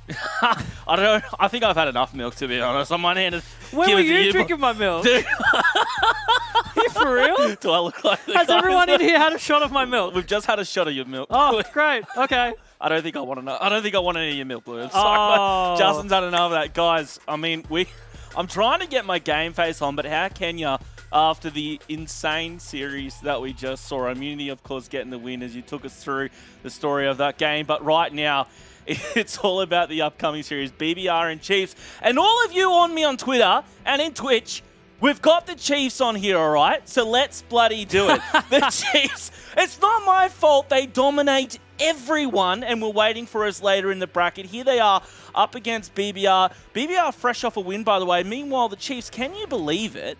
this is the first time we're seeing, well, the first time for today, but we have not seen them barely at all throughout this entire tournament. Yeah, but there's a reason for that, Josh. There's I a reason. try to It's explain it, but they don't listen to me. It is most likely that we are going to see the Chiefs reign supreme all through tomorrow. But that being said, they go 3 down off the break in a CTF map. Now, again, when we were interviewing Ninjestics before, he was talking about how confident he felt this BBR roster was going in against the Chiefs. And if that confidence is raining down right now in the very beginning of a game like this, then hell, I think they got a real shot at it.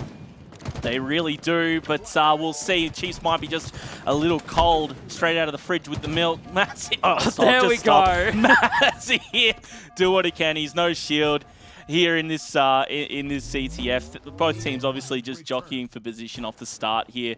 And he's going to be getting that flag return and now pushing out here towards the BBR side. Should be pointed out, just for those who might be just tuning in, that BBR have been playing out of their freaking mind. Streckman has been the key slayer for the squad. I say that, but as Ninjestics, even Father Benji, have all taken turns at being the lead slayer for the squad.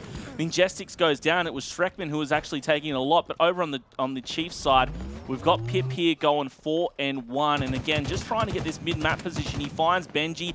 Benji's tagged up. He's going to be cleaned up, of course, there by Mazzy pushing forward. Pip almost getting the kill on Ninjestics. He was shut down by that nade. 2 down for each team at the moment. Star Slayers that you mentioned before, Josh, and right when you were saying that, I noticed that Barcode, of all people, was getting goose-egged. He was 0-3, only managing to pick up the breadstick, 1 single kill, and then he died, I think, another time after that. So he was 1-4 for a very, very long time. Something very uncharacteristic for a player of this caliber, you know, here in the ANZ scene, and for globally, you know, everyone's used to seeing Barcode pop off straight off the bat every single game, aggressive game types and play styles that we're used to seeing from this man, but no, he's decidedly taking a bit of a passive approach to this. Could this be a sign of BBR potentially having them on the bit of a back foot?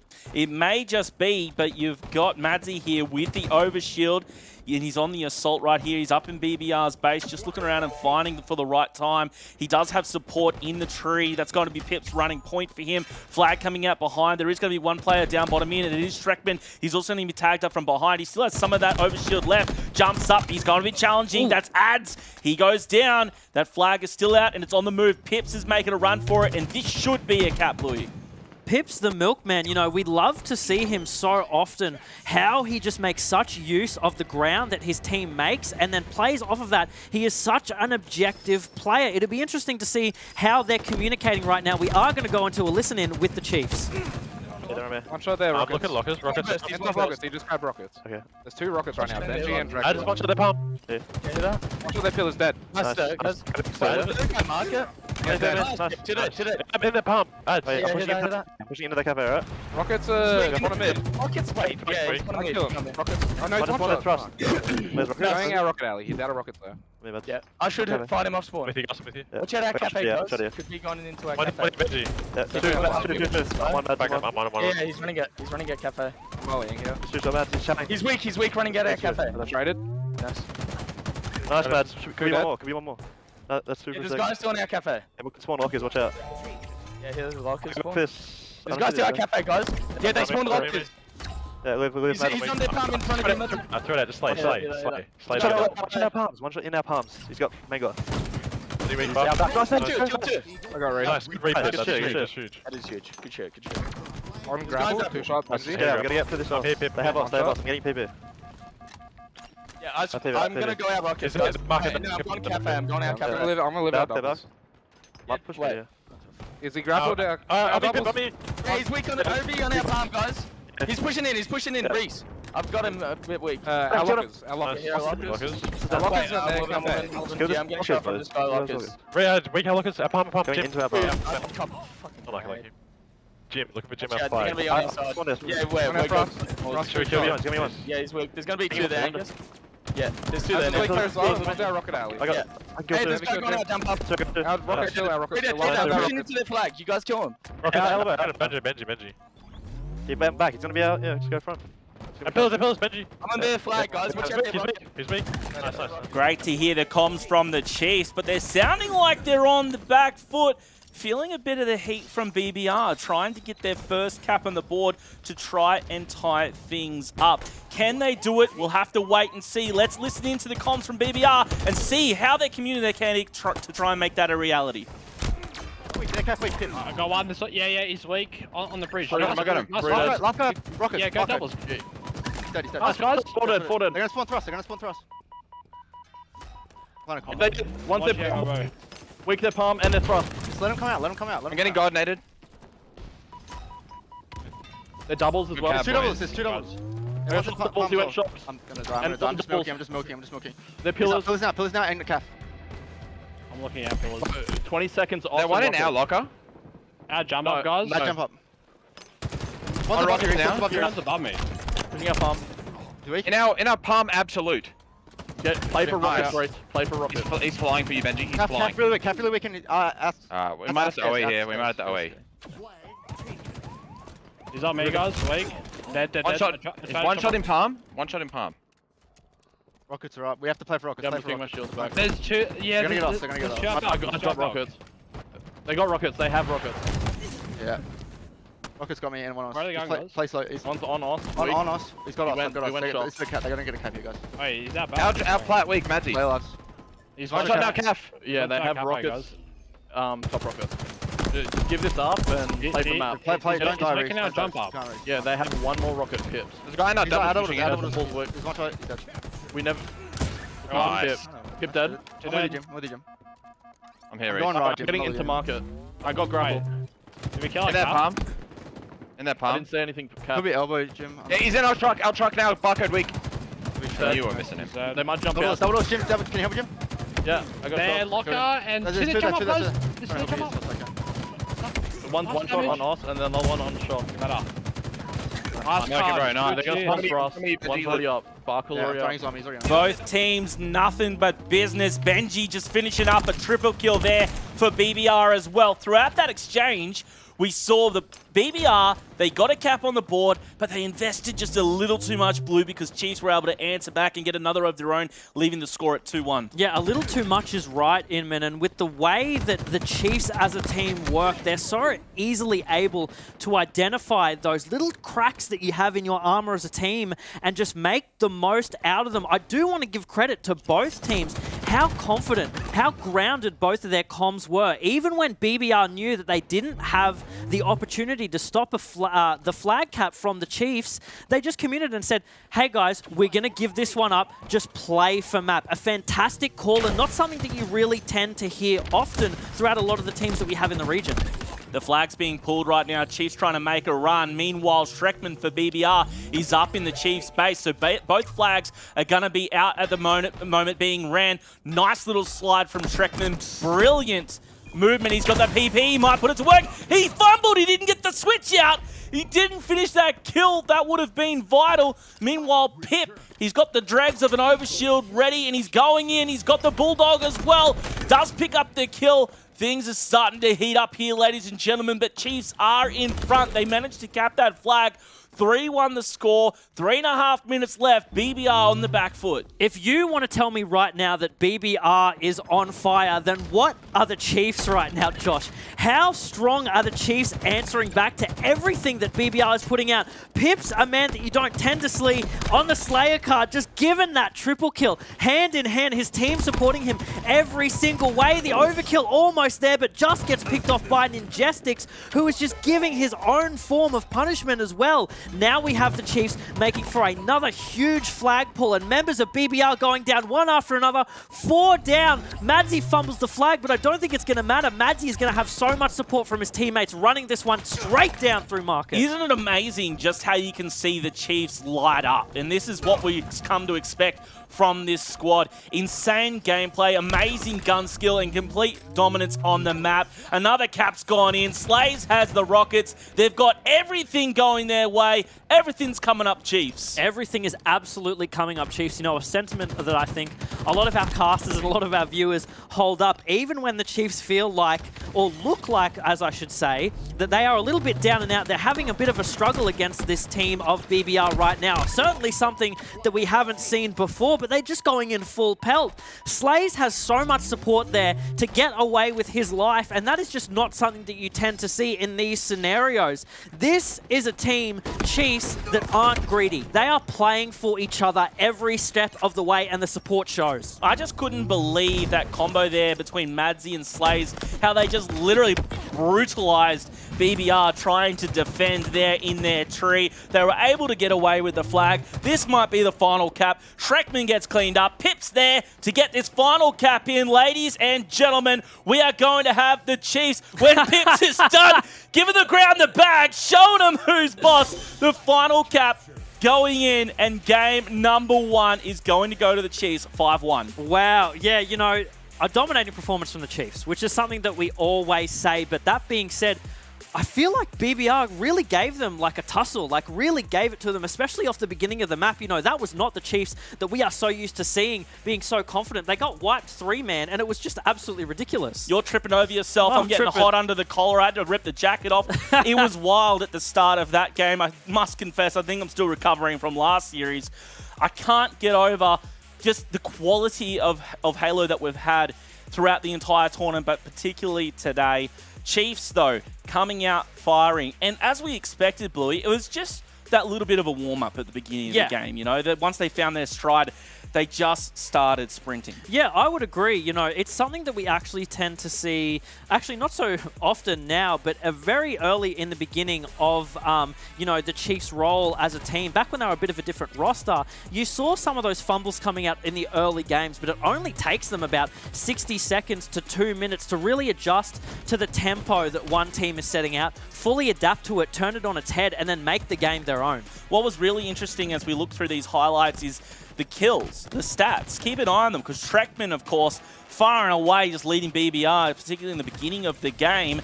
But the kills were relatively even around this stage. And then it was later on you saw the Chiefs just really manhandling BBR and giving it to them, because they just started walking away with it, as we discussed. You can see here a little bit later on, the stats on BBR's side didn't seem to change too much.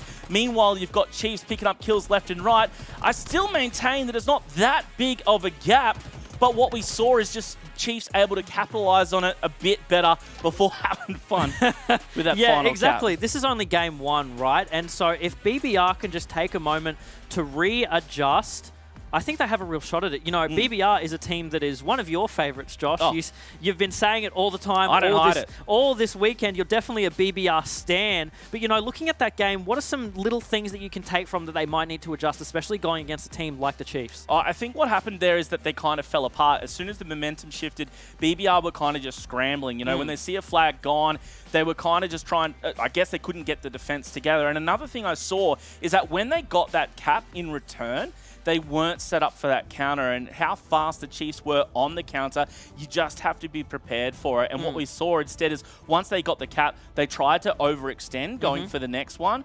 They didn't focus enough on that defense, and it just fell apart from there. Yeah, it's the kind of thing where we haven't seen any teams match the pace of the Chiefs when it comes to just how aggressive they are and how fast they can adapt. Going into this next game here, we do have a Slayer on Aquarius, and again, it's, you know, trick of the trade, right, for the Chiefs. This is something that they seem to be so dominant on all the time, but BBR, rightly so, is just as dominant in the Slayer game. We've seen them pull out some really stunning performances on Slayer matches. Yeah, indeed we have. We're getting into the action, though, and it's with Barcode, the man that everyone wanted.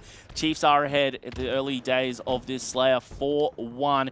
We're only a bit over 30 seconds in. He does have the heat wave ready to rock if he switches out to that one.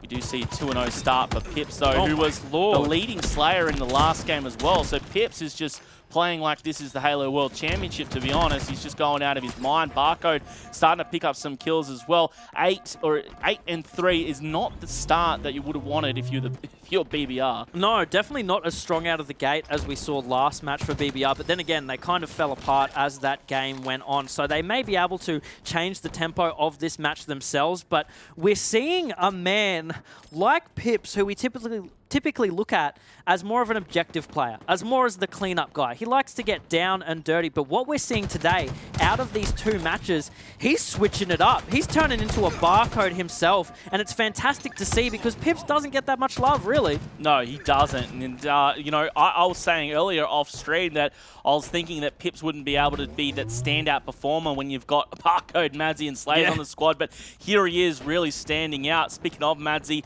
we've got him on the screen right now, 15 and 5. You know, I think this is kind of what happens when the Chiefs, maybe they just hear a whisper of doubt in people's minds, or in voices come like ours, Bluey, saying that, you know, maybe there are teams out there that can take a map off them. They really want to show, look, no one's got any hope, especially BBR. 17 and 7 right now. Obviously, BBR, you know, just like Stella, they might get their groove back, but I'm not too sure it's going to happen in this map. Chiefs are the definition of a snowball team, especially in this region. I think that's why they've been able to carry themselves so strongly throughout all the tournaments and the games that they've had. And, you know, if you want to count scrims as well, it's exactly what they do every single time. They get in a mood, they get in a groove where they're all coordinated and they're all communicating so well together. There's nothing that can stop them in these scenarios. Yes, BBR is a very strong team, and we listened to their comms before, and I would say communication-wise, they were matching what the Chiefs do. But the Chiefs just have a magic about them, and hell, you know, you could even chalk it up to, and not 100% to, but the fact that they're all in the house together today, they're all sitting right next to each other, feeling the energy that they have as a team and putting it into 100%. 26 and 12 is your score. Chiefs over halfway to victory. Father Benji and the rest of BBR trying to do what they can to stop this absolute onslaught that we've been seeing. Trying to do what they can. You've got ads there falling. Benji himself going 4 and 6. No one, it seems, on BBR able to come out with a positive KD throughout this Slayer. Obviously needing to turn that around, but very tough when Chiefs are almost double your score. Benji, look at this shaky shots. He does pick up one, though. That Slays that falls, but Pips somehow won that exchange. Benji and Ingestix both going down. That was a huge double for Pips, who cracks into double-digit kills. Pips is the one that comes out of that alive out of all things. You know, I think in all of those scenarios, it was the team members of BBR who were ringing out the first shots, but the Chiefs just come in, dynamic duo themselves, and just break BBR down. Absolutely makes them fold, crumble under the pressure that they put onto them right now. BBR needs to make some kind of adjustment. I really liked what they were doing that we saw in a brief moment there, where they were just sort of staying back, holding that, I believe it was blue or yellow util side, and just trying to make the Chiefs come to them. But at the end of the day, when the Chiefs can kick down your door the way that they just did then, what do you even do to adjust? What I'm finding interesting just observing these two teams is when you see the Chiefs firing, there's almost always two BRs firing at the opposition. The team shot is just immaculate. And I'm just having a quick look at the assists there. It does actually seem fairly even, if I'm honest, but people like Slays with 8 assists, Madzy there with 7 as well. I'm very curious to see what the team shots are like. Pips has 1 assist though. Like, you're mentioning assists. Look at this man just go off. He's always on the map, racking up a kill for his death. It'll be so interesting to see the kind of damage that he got per life for this game, because I feel like every single time that you have one of those duo scenarios, Pips is always there. He's a part of that duo, putting in that damage. It's hard to keep your house in order without a cleaner, though, Bluey. And, yeah, you know, that's very true. Pips seems to be the cleaner for the squad, and it's paying off. It's paying dividends. 11 and 6 here in this Slayer, 38 to 26. It must be said that huge lead there that was there for BBR, for the Chiefs. BBR have at least slowed the bleeding down. You know, it's no longer just an artery bleed. They've just got something that might be patched up with a Band-Aid. If they can just find some kind of swing here. But look at this from the Chiefs. You got Pep, Slays, both charging in. And again, that team shot that I've talked about so many times coming up big for them. Once more, Shrekmin on the side of BBR is the one to perform in the slaying category. But in this particular situation, you can't just have one man pulling all the way. And it really seems like that's what he's doing. That being said, Benji does have 7 assists to the board as well. So they're definitely putting in the team shots. That's the thing, though. I don't think their team shot is as strong as the Chiefs. I mean, it's clear as day. Chiefs are the one who are racking up the kills, but it's so much more than just 2 people shooting at the same time. It's the movement around the map. It's the rotations. It's everything else that makes those kills, those duo partners, so crucial, so powerful. 44 and 34. And we've got Camo in the hands of Madzy. He pops it and manages to stay alive as well. Going to be down here, bottom of the map. No heat wave up at the moment, but he's got enough here with this Camo. Getting the call-outs from his teammates. They don't need his help. You got Slays over there with the heat wave himself. Schreckman does pick up one. 46-36, 10-kill deficit. It's not impossible from BBR for BBR to come back from here. It's just highly improbable. There's only 3 kills left. Oh, look at the patient play. Goes for the heat wave, picks it up, cleans up, adds. There goes one. 1 kill remaining, ladies and gentlemen, for Chiefs to pick up map number 2. It may happen right here as Barcode goes charging in, picks up Father Benji, who says his final prayer before going down. 50-38 is the end score there for map number 2. Slayer on Aquarius. Chiefs showing why they are considered the best in the region. Blue, you were going through some stats prior about how good the Chiefs are, and we saw with our colleagues over on the couches just how dominant the Chiefs are, and I mean, they're just showing it here. Oh, yeah, exactly. Bit of an unfortunate game, I would say, for BBR. You know, they had moments of greatness might be too big of a word, but, you know, something. They were bringing it back in some kind of sense. They were slowing the pace of the game down to match theirs, making the Chiefs come to them, but there wasn't enough times that they were doing that. And even when they did, it was never in their control. The Chiefs always just took that and flipped it on themselves. Madzy there had some impressive stats, but so did Pips. You saw a lot of damage coming out from him. He actually didn't get... I say that. He actually had the least damage, but he had the most kills. He had the most kills, though. But we had Pips there. Decent, actually. 13 kills and 10, and 5 assists there towards the end. I also want to call out Ninjestics. 4,000 damage. He's up there. Second highest in the lobby. Alas, it wasn't going to be enough. 50-38 your score there. And now only 1 map away from being knocked out of the winner's bracket here in this tournament, which is pretty tough to hear for BBR. I said they've been dominant, but look, I wasn't expecting them to beat the Chiefs. That's just what it's going to be. Yeah. However, we've seen a couple of reverse sweeps. Can it be? Imagine the storylines there. BBR, a reverse sweep of the Chiefs. Mate, talk about last prayers. You're the one praying to Benji right now, and I don't think he's going to be able to pull that one off. That's a real miracle. Gosh, yeah. That's a God story right there. Look, BBR is really showing that they are still tough. They are holding up in a way against the Chiefs that we don't really see a lot of teams do. Even Divine Mind, I think, has scenarios where they're not holding up as well against the Chiefs as what BBR is doing right now. So maybe coming into this next game, they can pull something out of the hat. Maybe Benji can pray to whatever god that he needs to in order to make this a reality for them and their team. But yet again, I think you're right. You know, to beat the Chiefs, it's a tall ask. It is a very tall ask indeed. I'm not sure it can be done, but we'll have to find out as we move into our next game. It's going to be Oddball on Live Fire.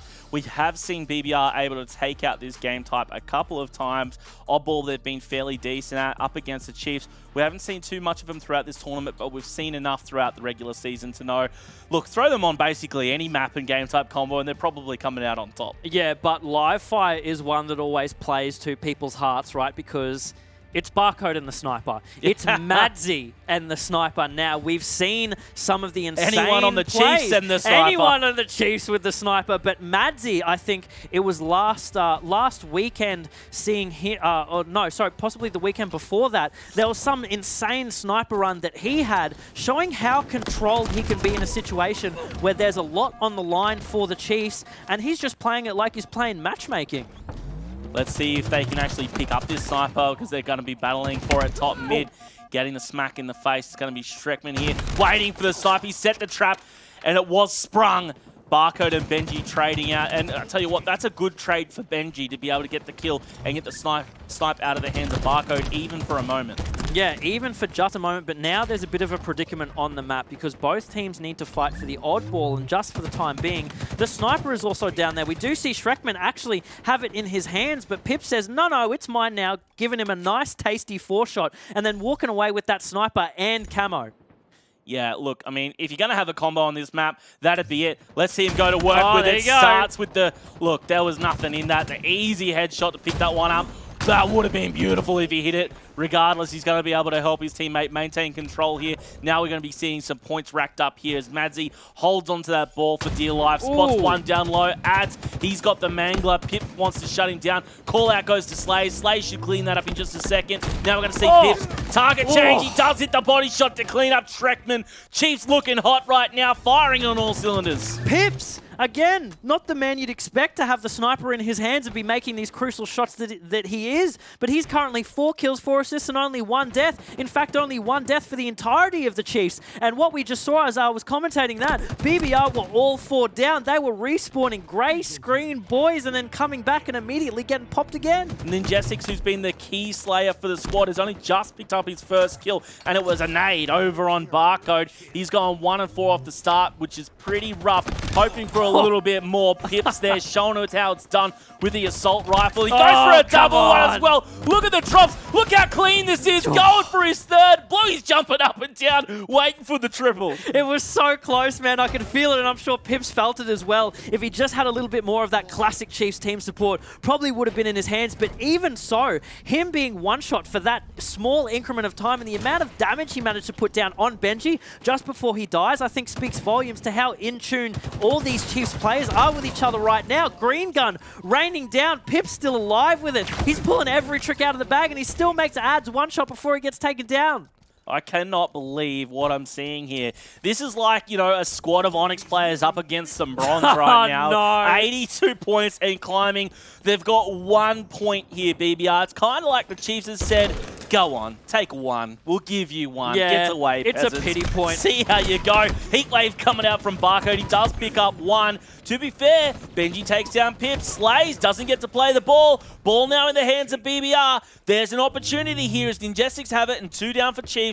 They're going to have to try and push out a factory and see what they can do. There's a lot of time to make up for, but Benji is getting chased right now, hounded by 3 players of the Chiefs. He gets a nice body shot. Can he take down Madzy? Yes, he does. He's got a little bit of heat and pressure off of him. Feels like his shields were down for an eternity, and I'm sure it felt even longer for him as he goes in, takes down Pips, decides to duck down Ven, avoid the damage at all costs. There is a lot of time actually being made for BBR right now. They were only 1 point, and now they've got about 30 on the board. If they can keep this pin down move on the Chiefs, making sure that they don't stray away from that A garage spawn, then they might have a real chance to bring this round back. The Chiefs literally only need to touch the ball. It's 99 to 38. You see Pip's going for it, but he's up against Ninjestics. Ninjestics goes down from Barcode. Ball should be picked up here in just a moment. It may have actually been reset. I saw 2 players there from BBR go down. Ball's bottom mid. It was picked up, but instantly dropped. Pip gets the triple to get that final point.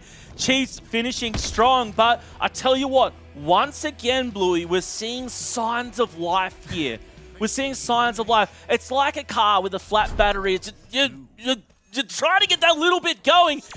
Who's going to give him push start? Signs of life, Josh. I was thinking it was more like, you know, one of those dead frogs, and you put the little 2 electric prongs in them, and it does that. It's just twitching. That just one the one jolt. That's all I'm seeing right now from BBR. They're immediately 3 down on the board, but Benji picks up a nice kill, gets shut down by Barcode with that snipe. In fact, I'm pretty sure it was a nice double kill from Benji. He pulled out so much damage with the heat wave just in that transition.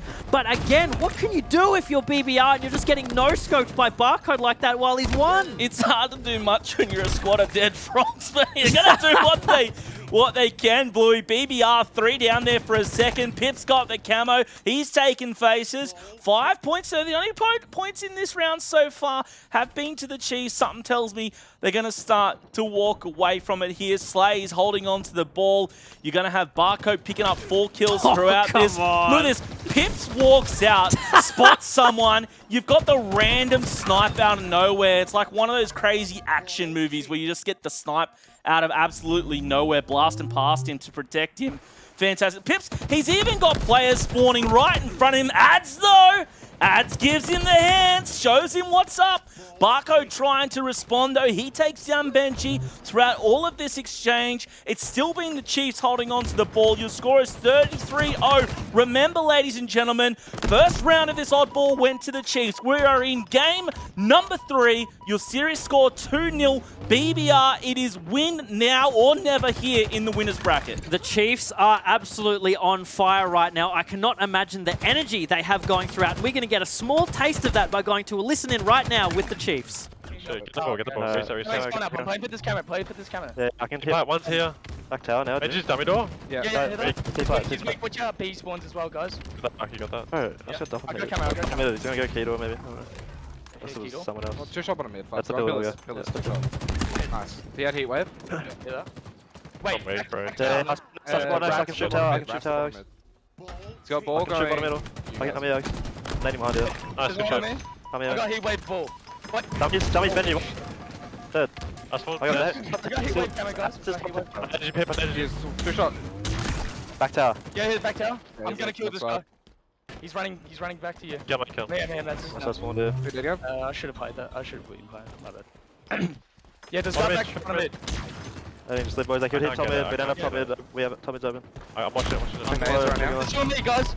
Three on top dummies. One was one shot. Two on over. On my skinny as well, Jim. One I'm here. I'm here. Watch out, your pills, Pip. Yeah. Skinny best. Gonna be down. So those four fields. Last guy brought mid on ball. Yeah, Yeah, it's repulsor on ball. I'm landing it. Key door. He's one. Hey, this guy got pillars. Jim, money. Dead. Yeah, sleep. Hit him in one shot. Just one. We spawned A, we spawned A. Still down here, bro. BB. I'm coming to kill him. Oh, he's still here. I got him. Pillars, bro. Dude, there's no money on me, bro. Dead. Dude, there's no Wait, concrete, bro. Go on B. Yeah. I can shoot him. There's a sniper down nest. They're gonna be playing for that. That's Jim. He's got a sniper. He's money. Absolutely, Jim. Back, I think. He's gonna charge him something. He's still watching nest. Get him melee.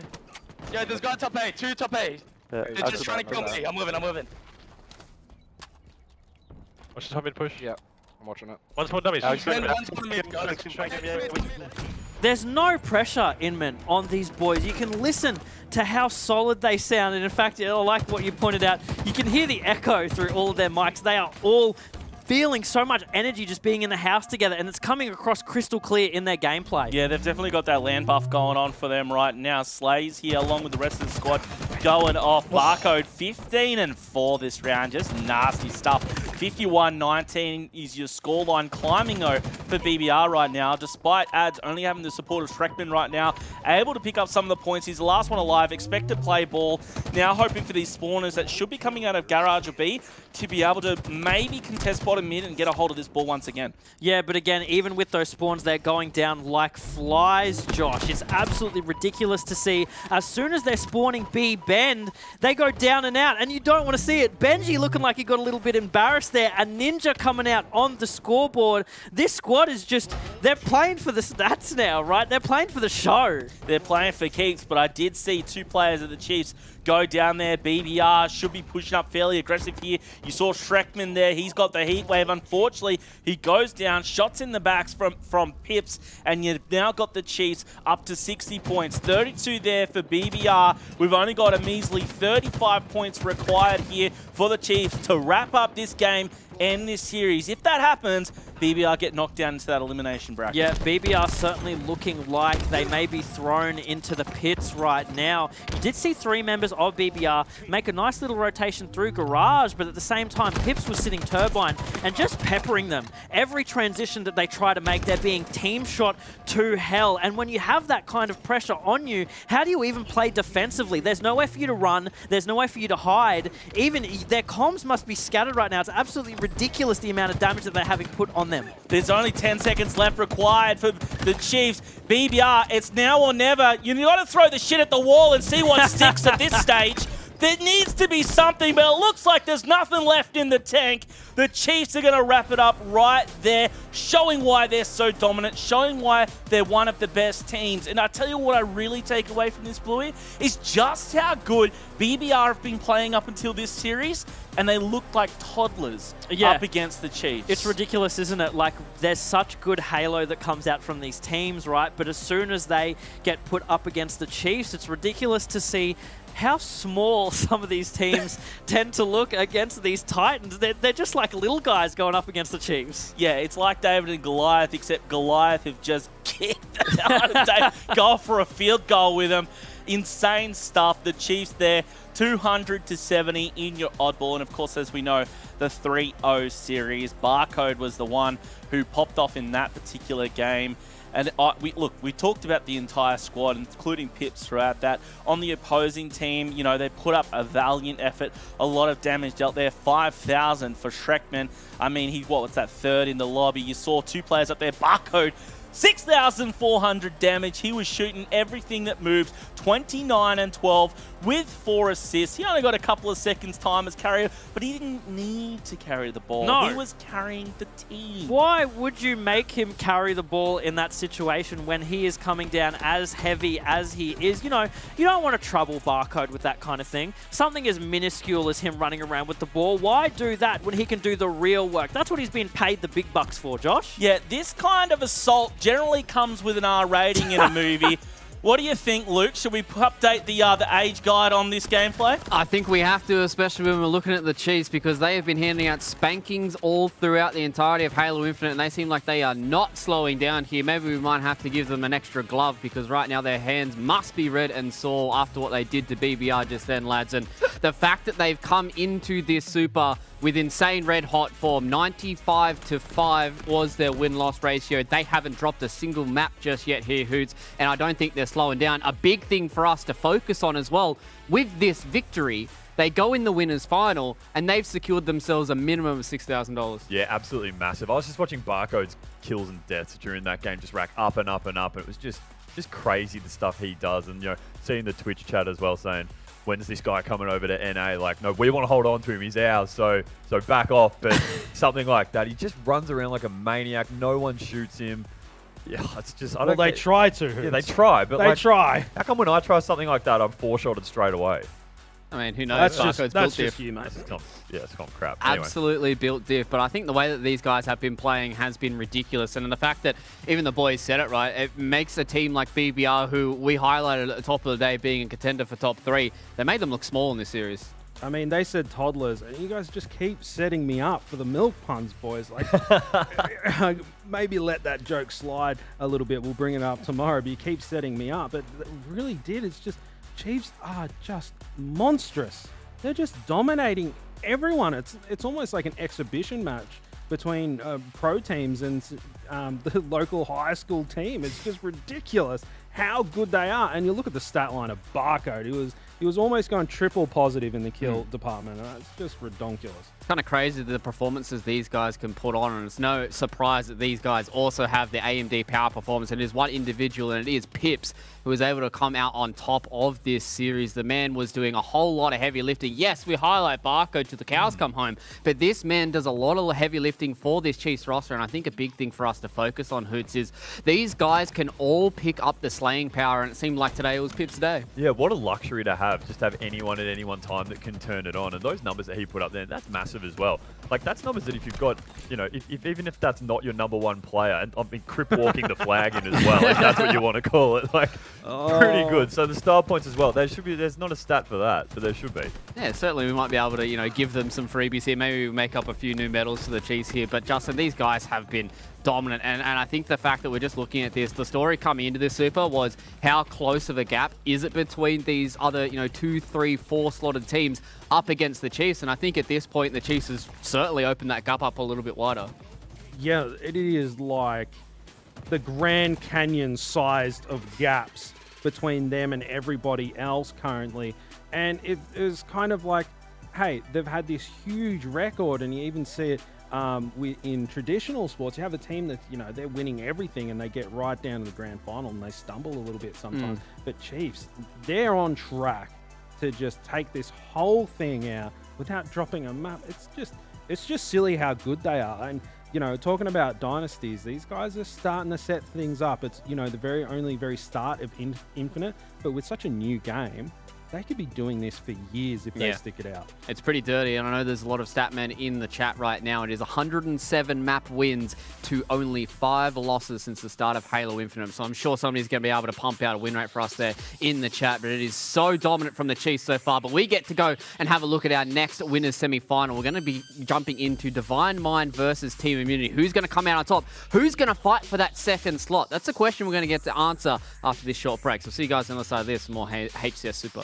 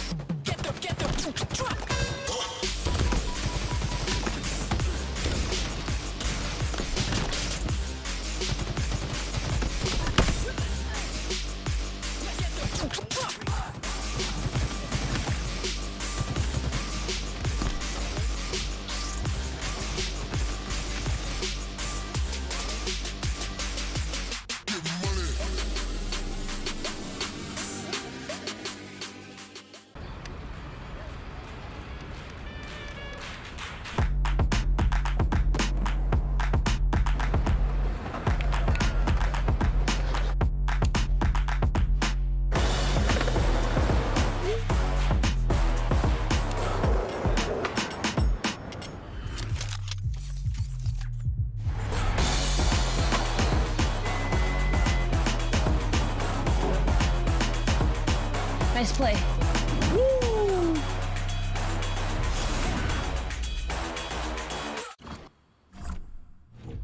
I've got you under my skin. I've got you deep in the heart of me. So deep in my heart that you're really a part of me. I've got you under my skin. I'm Chasen Cavuto, otherwise known as Super CC, and I play for Fnatic. Super CC picks up the OS. Return coming in, but CC, if anything, I mean, he can get a couple kills here, maybe a return of his own. Ooh, double kill coming out of... Representing Fnatic's been a really cool experience. They've been stepping into new territory with getting a Halo team, and it's been really cool being the ones to do it. But we have a lot to prove. We've been placing pretty poorly online, and people have been seeing that. I think this time we're going to show that we have what it takes to compete with the best.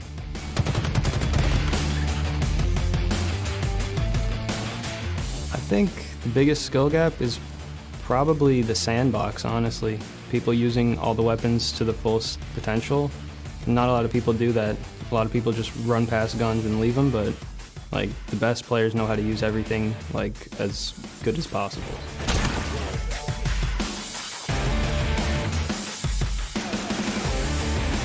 I would say the team I'm looking forward to playing is KCP because I got dropped from that team just before Raleigh.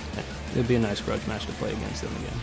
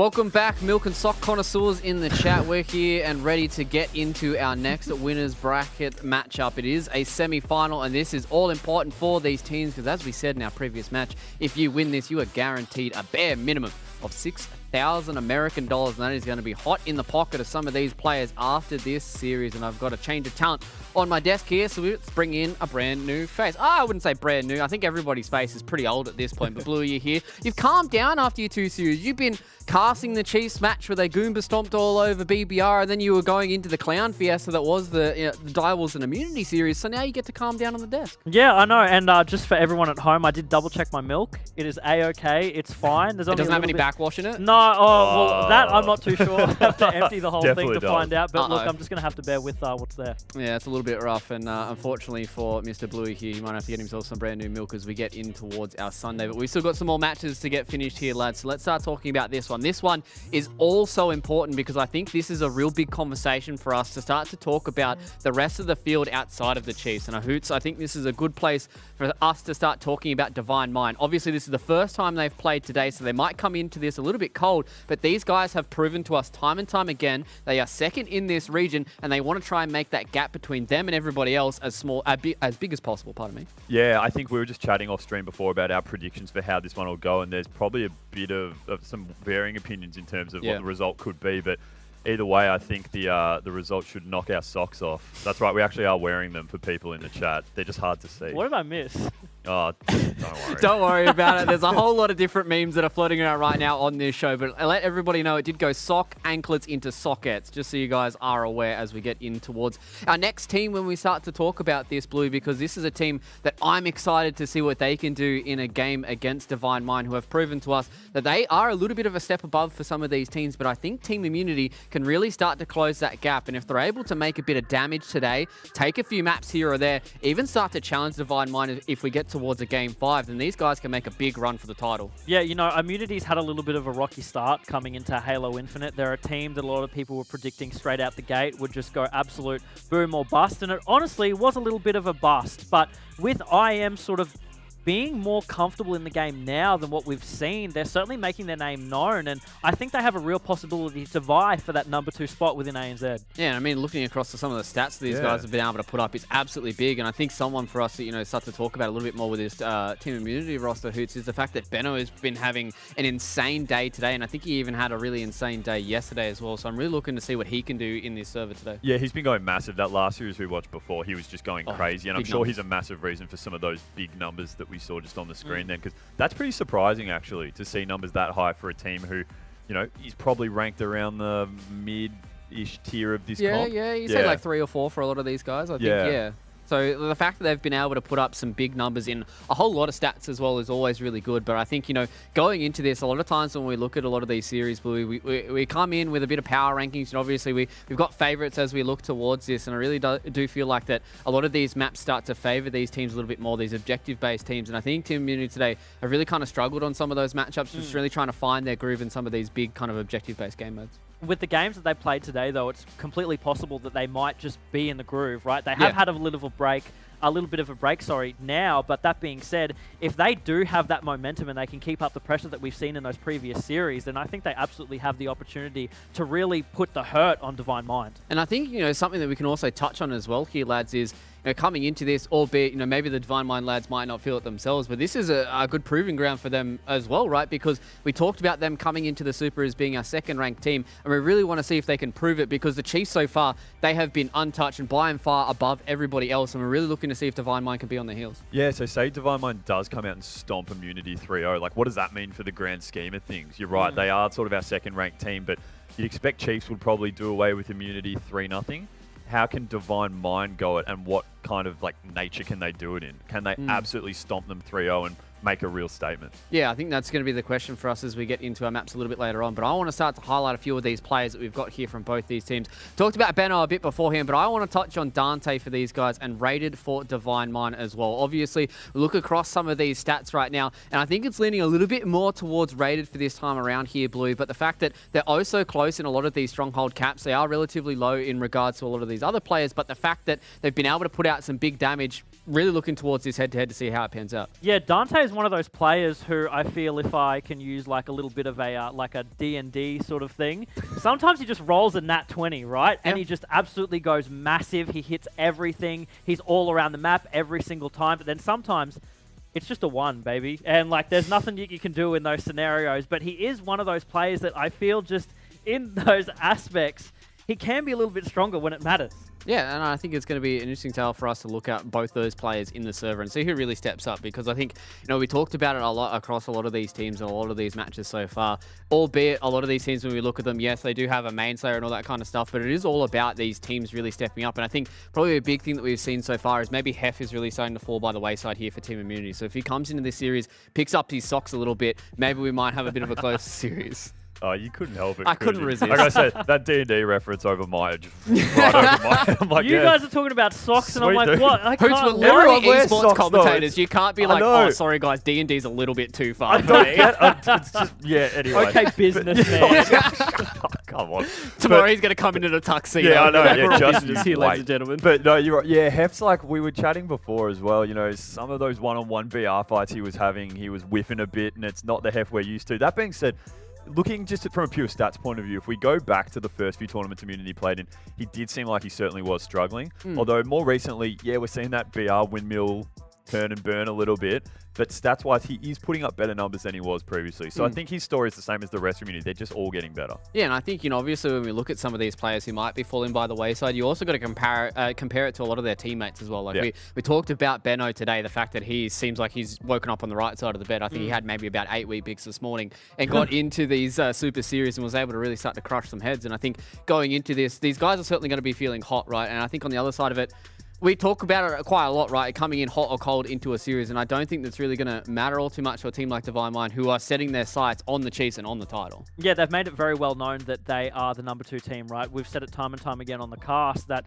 they're trying to make sure that every team under them knows that, yeah, if you think you're going to touch the Chiefs, you have to go through us first, and we're absolutely making sure that your confidence is down in the gutter before that even happens. They are such a strong roster. They're such confident players as well.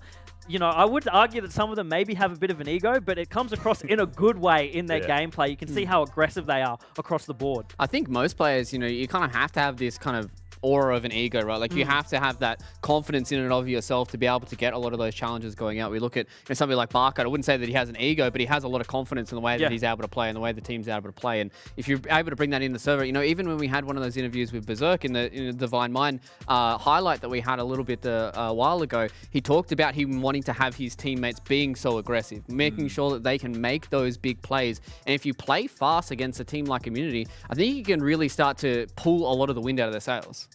Yeah, absolutely. I mean, like you said with Barcode, don't want to quote directly some of the things he says for fear of getting cancelled. But wait, what? Oh, I can't swear on stream. Oh, yeah, but it's nothing like... nothing. No. Sorry. Oh, yeah, Barcode, closet racist. Shocking bloke. Oh, my God. Joking. Barcode, great guy. But no, you just got to be careful. Go. All right, let's talk about something completely different here. I want to talk about the maps. Let's get into this so we can get Hooters off this couch so we can make sure he keeps his job for tomorrow. So looking at this, it is going to be the same map pool that we had in our winners semi-finals from our previous series, starting out with CTF Bazaar. That will be a really good gauge for me, Bluey, looking at these two teams to see whether or not Team Immunity are able to corral around a lot of their in-game leaders, really trying to make sure that they can get these slays going, get that overslaying going so they can pull a lot of flags. It's the same thing that we were talking about in the Chiefs game, because Chiefs are so dominant on CTF Bazaar. Like they always are. They're always making these massive plays.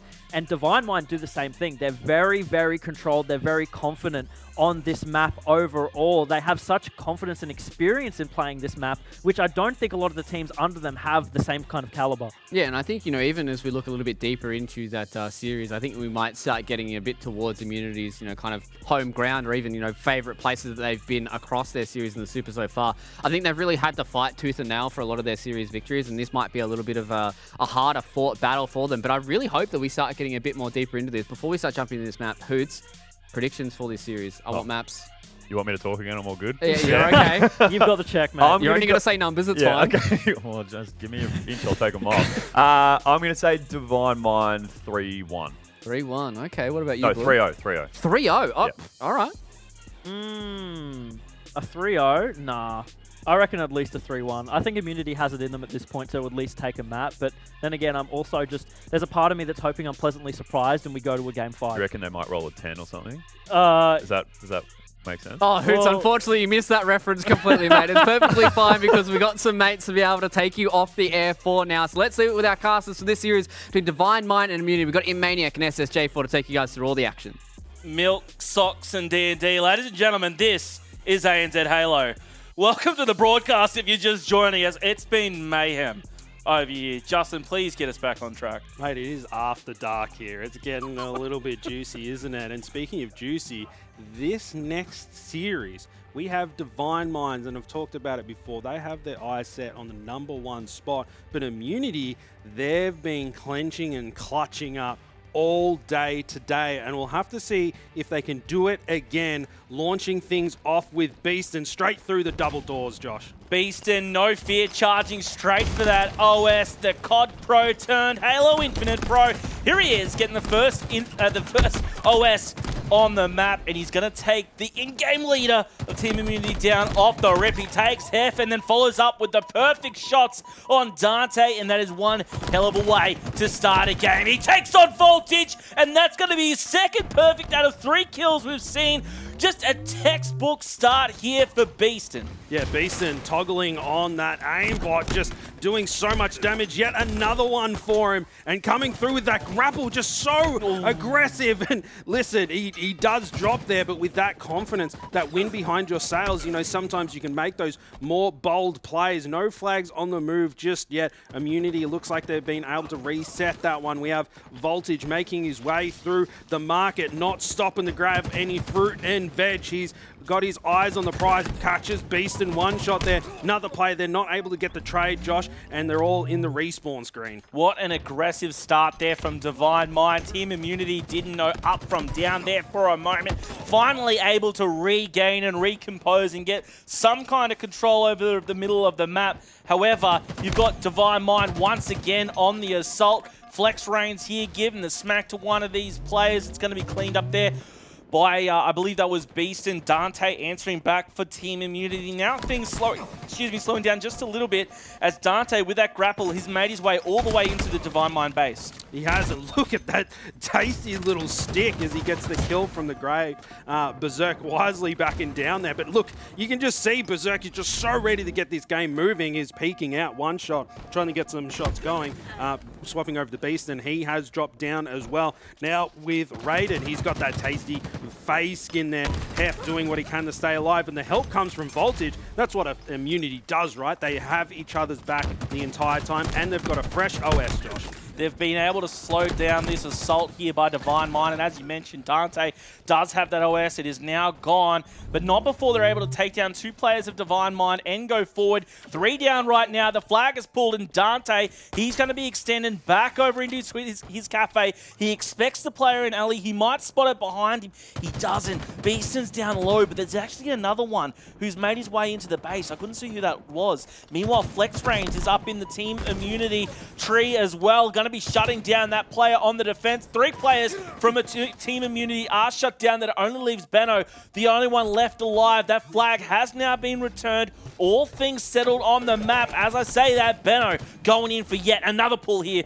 for Team Immunity. Yeah, and pulling it towards Raided. Benno with so much confidence is like, mate, you want to stop this flag? Come and meet me with it. And now he's getting it on the move. Beaston on their side of that. And there's Raided to shut down that flag run. And switching over to him, he's trying to put some shots down onto Dante. But here comes the flood of Divine Mind. This aggression that they keep talking about. Voltage with a nice little strafe there, but not able to secure the kill.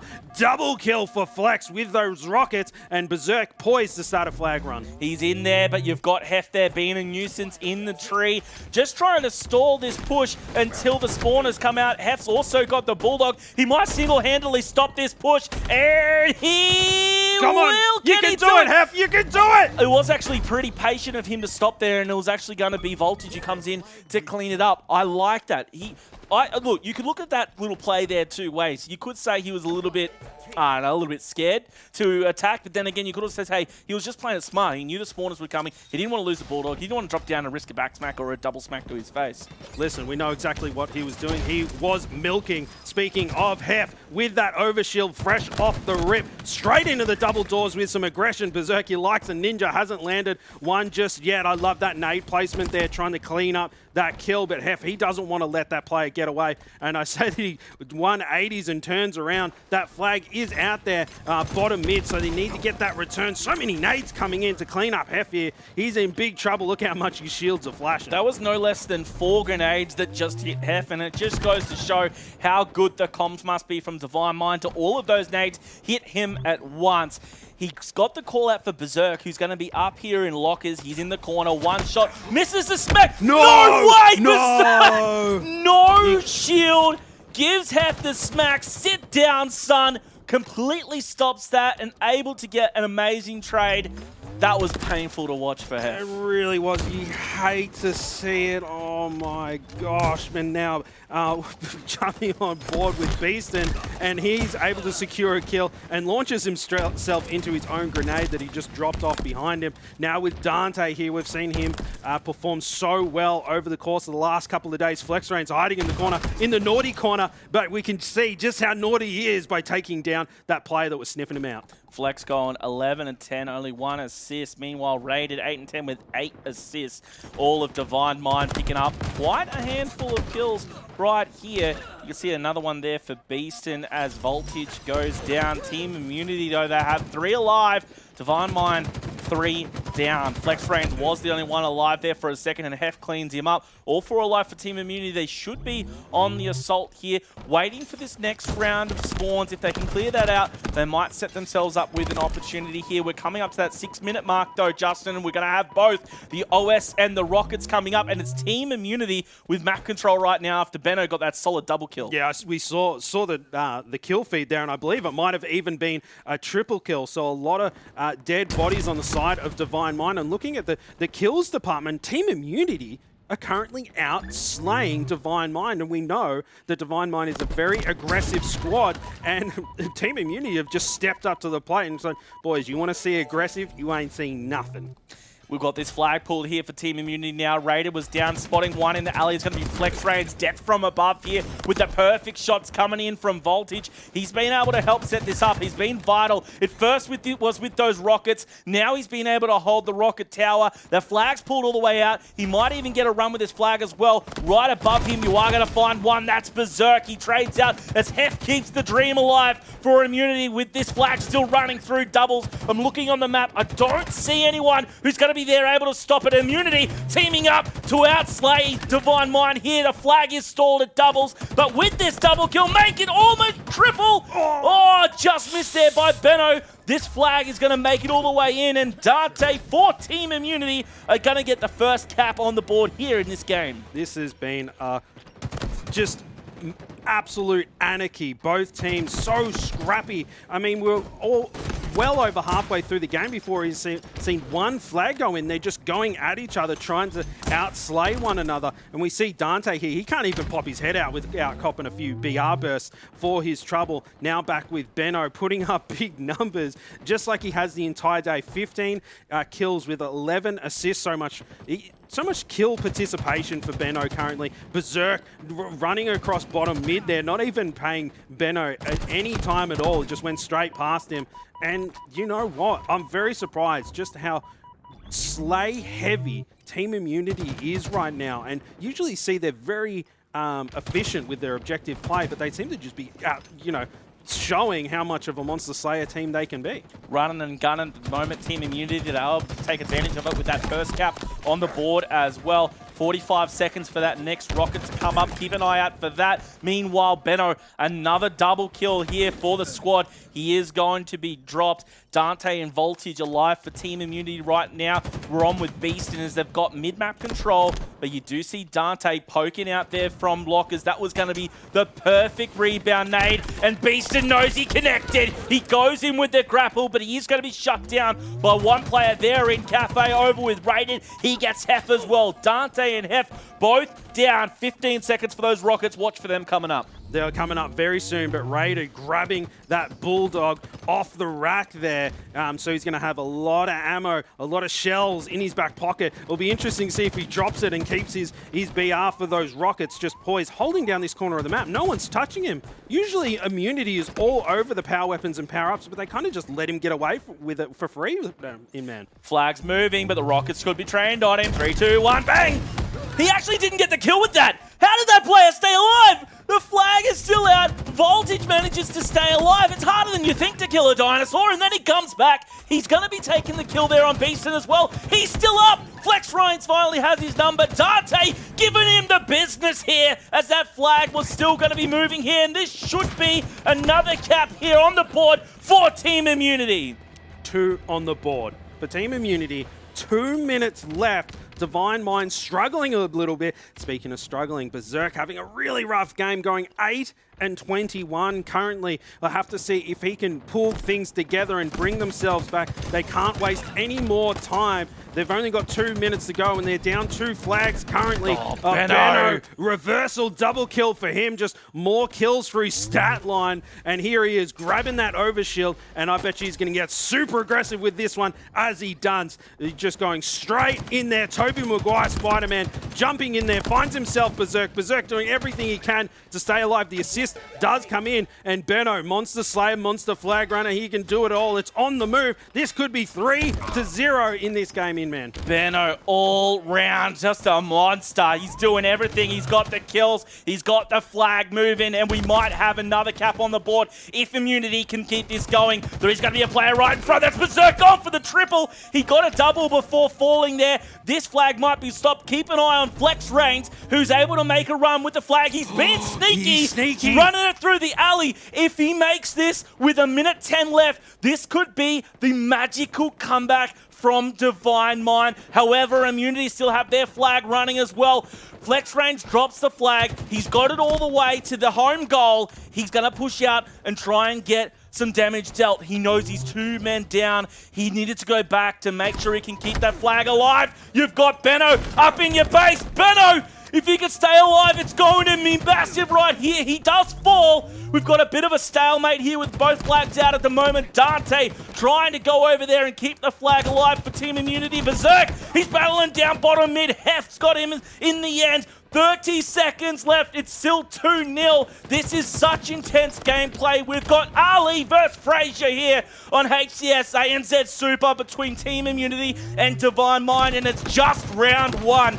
2-0 here in this Capture the Flag. And it does look like Immunity is going to take game 1. So everyone that was predicting a swift 3-0 in favor of Divine Mind, I hope you're pleasantly surprised, because Team Immunity, the GOATs of ANZ, they're here to play in, man. Berserk, you can give the smack all you want, son, but you don't have the result. 2-0. Immunity coming out on top there. What a surprise here, ladies and gentlemen. What a surprise. Divine Mind coming out with what seems to be a little bit of a cold start here, Justin. It was very cold start. But, you know, Zerk, he had a rough game, that one. And Immunity in his head. They're living there rent-free currently. And that's what they need to get back into this game. They can't have a man down tilted like that. He needs to pull up the old bootstraps and get into this game. And Immunity, you know what they were doing. Usually they're pretty respectful and they focus on the game, but they're shooting and smacking bodies left and right to get in the heads of the very hot-headed Divine Mind crew, and they're able to put away one map so far. But Benno, once again, man, we're always talking about Benno or Barcode, but almost 7,500 damage for Benno, head and shoulders above everyone else. Benno, the GOAT, he's living rent-free in my head right now, looking pretty dreamy. 27 and 15 here with 15 assists. He got a trip while he was at it, 6 double kills, killing spree, reversals. He's doing it all. He's moving the flag. He got 4 steals in that as well, plus a cap. Benno doing it all for the Immunity squad. Yeah, they're so hot. And so far the last couple of days, they've really shown that they can clutch up when it matters. But now they're like, okay, now that you've seen the Clutch Kings, we're going to show you the Steamroll Kings, and they're going to flatten everyone that's in their way. Indeed, they are. They're just steamrolling off the start. But look, let's not get too ahead of ourselves. I mean, I'm excited. I'm getting hot on the collar once again. But I have to say, Justin, on paper, Divine Mind still the stronger squad, and we're yet to see what they've really got. We've seen what a slow start can be. The Chiefs in their game 1 had a slow start. Yes, obviously, they came back to win. I feel like this is Divine Mind with their slow start, just taking a little bit longer, i.e. a map, perhaps, to warm up. Yeah, and you know what? 100% agree. We're really gushing over Team Immunity. Sorry, we can't help ourselves sometimes. But Divine Mind, I'm watching myself on this floor, to be honest. They are, Mop, on clean paper, up, Island Maniac. The better team. And Team Immunity, they've had so many amazing games so far today that they've been able to carry all of that practice and that momentum into this series. And maybe Divine Mind, they've been taken aback by just how good Immunity is. Maybe a little bit of underestimation there, and that's where the tilt might be coming from. But this series ain't over just yet. Slow, maybe a false start a little bit, and I'll just have to see if they can warm the engines up a little bit. We'll have to wait and see, guys. Immunity, of course, as we all know, if you're a fan of the ANZ region for Halo, these guys with such a long history, they've been dominant for so long. There needs to be something said here about how Immunity, I mean, back with our colleagues on the couch over here, they were talking about Immunity being mid-team tier. When have you ever heard that about Immunity? We're talking about the GOAT squad. We're talking about Benno, Hef, Voltage, and the addition of one of the old heads, Dante, as well, mid-team. Surely there's something going through their heads right now. They have a lot to prove, and I haven't said that about Immunity in a long time. It's interesting that you bring that up. Something to prove, and they've done it all for this region. They established a dynasty. They've qualified to travel overseas and represent the country admirably many times. And yet, with this new game, and when they could probably hang up the controller and hang their heads high about everything that they've done in the region, they're back and saying, hey, boys, we ain't done just yet. We may be fossils, but we're not ready for the museum. We'll dust them off because they're going to get ripping into round or map number 2 here up against Divine Mind. Guys and gals in the chat, let us know, who are you backing in this one? It's hard to call for us right here from where we're standing. Immunity versus Divine Mind. Guys, this is the winners semi-final of the HCS ANZ Super. Need I remind you, they're playing for the lion's share of $50,000 US.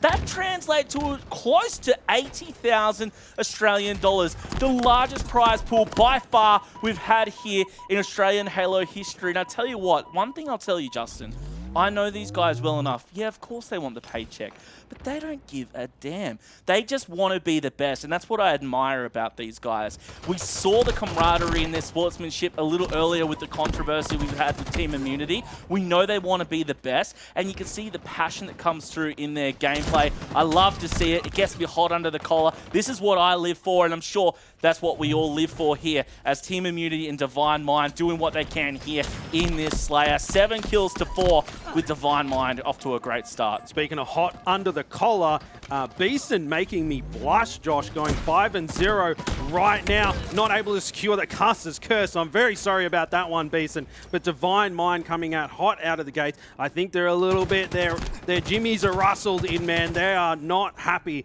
They want to bounce things back. Here comes Benno, though, to shut down Raided. And the scoreline is completely tied up, 9-9, 10-10. They just keep trading things out. And looking at the scoreline, I was about to say that Hef yet to get a kill, but he does grab one. The Caster's Curse working in reverse that time.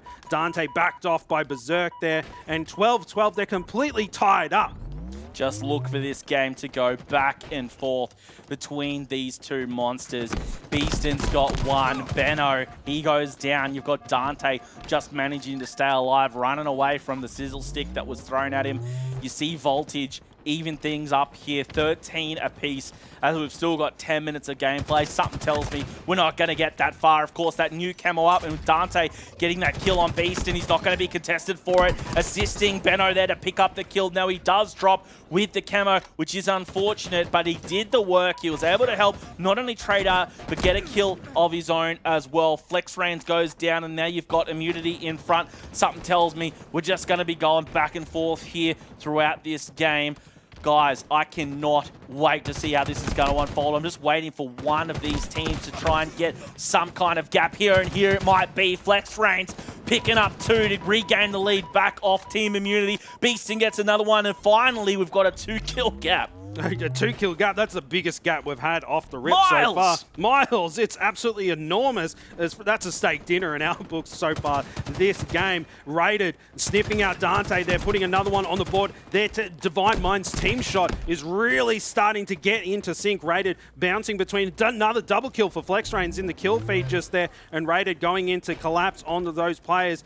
Maybe looking for a bit of a gun down there on the floor. Not able to scoop anything up. But the Divine Mind guys, they're starting to eke out a little bit of a lead. It's 5 kills the difference now in men. I cannot believe what I am seeing here. After that start, we've now got 25-20 here. It was 25-19 until Dante got a kill. Divine Mind, they just were able to get a breath of air there and keeping the momentum going. And I think it was big thanks to Flex. He picked up 2 double kills throughout this game already, and he's got a couple of assists to his name as well. Rated, he's even money 4-4, but he's got those 6, now 7 assists as he's helping out his team. Flex Reigns picks up another one on Dante. We are, of course, on with Voltage as he tries to take down one. Unfortunately, he falls, and ladies and gentlemen, it's 31-23 as we're finally starting to see Divine Mind walk away a little bit. They're looking back at Team Immunity while they take another step forward.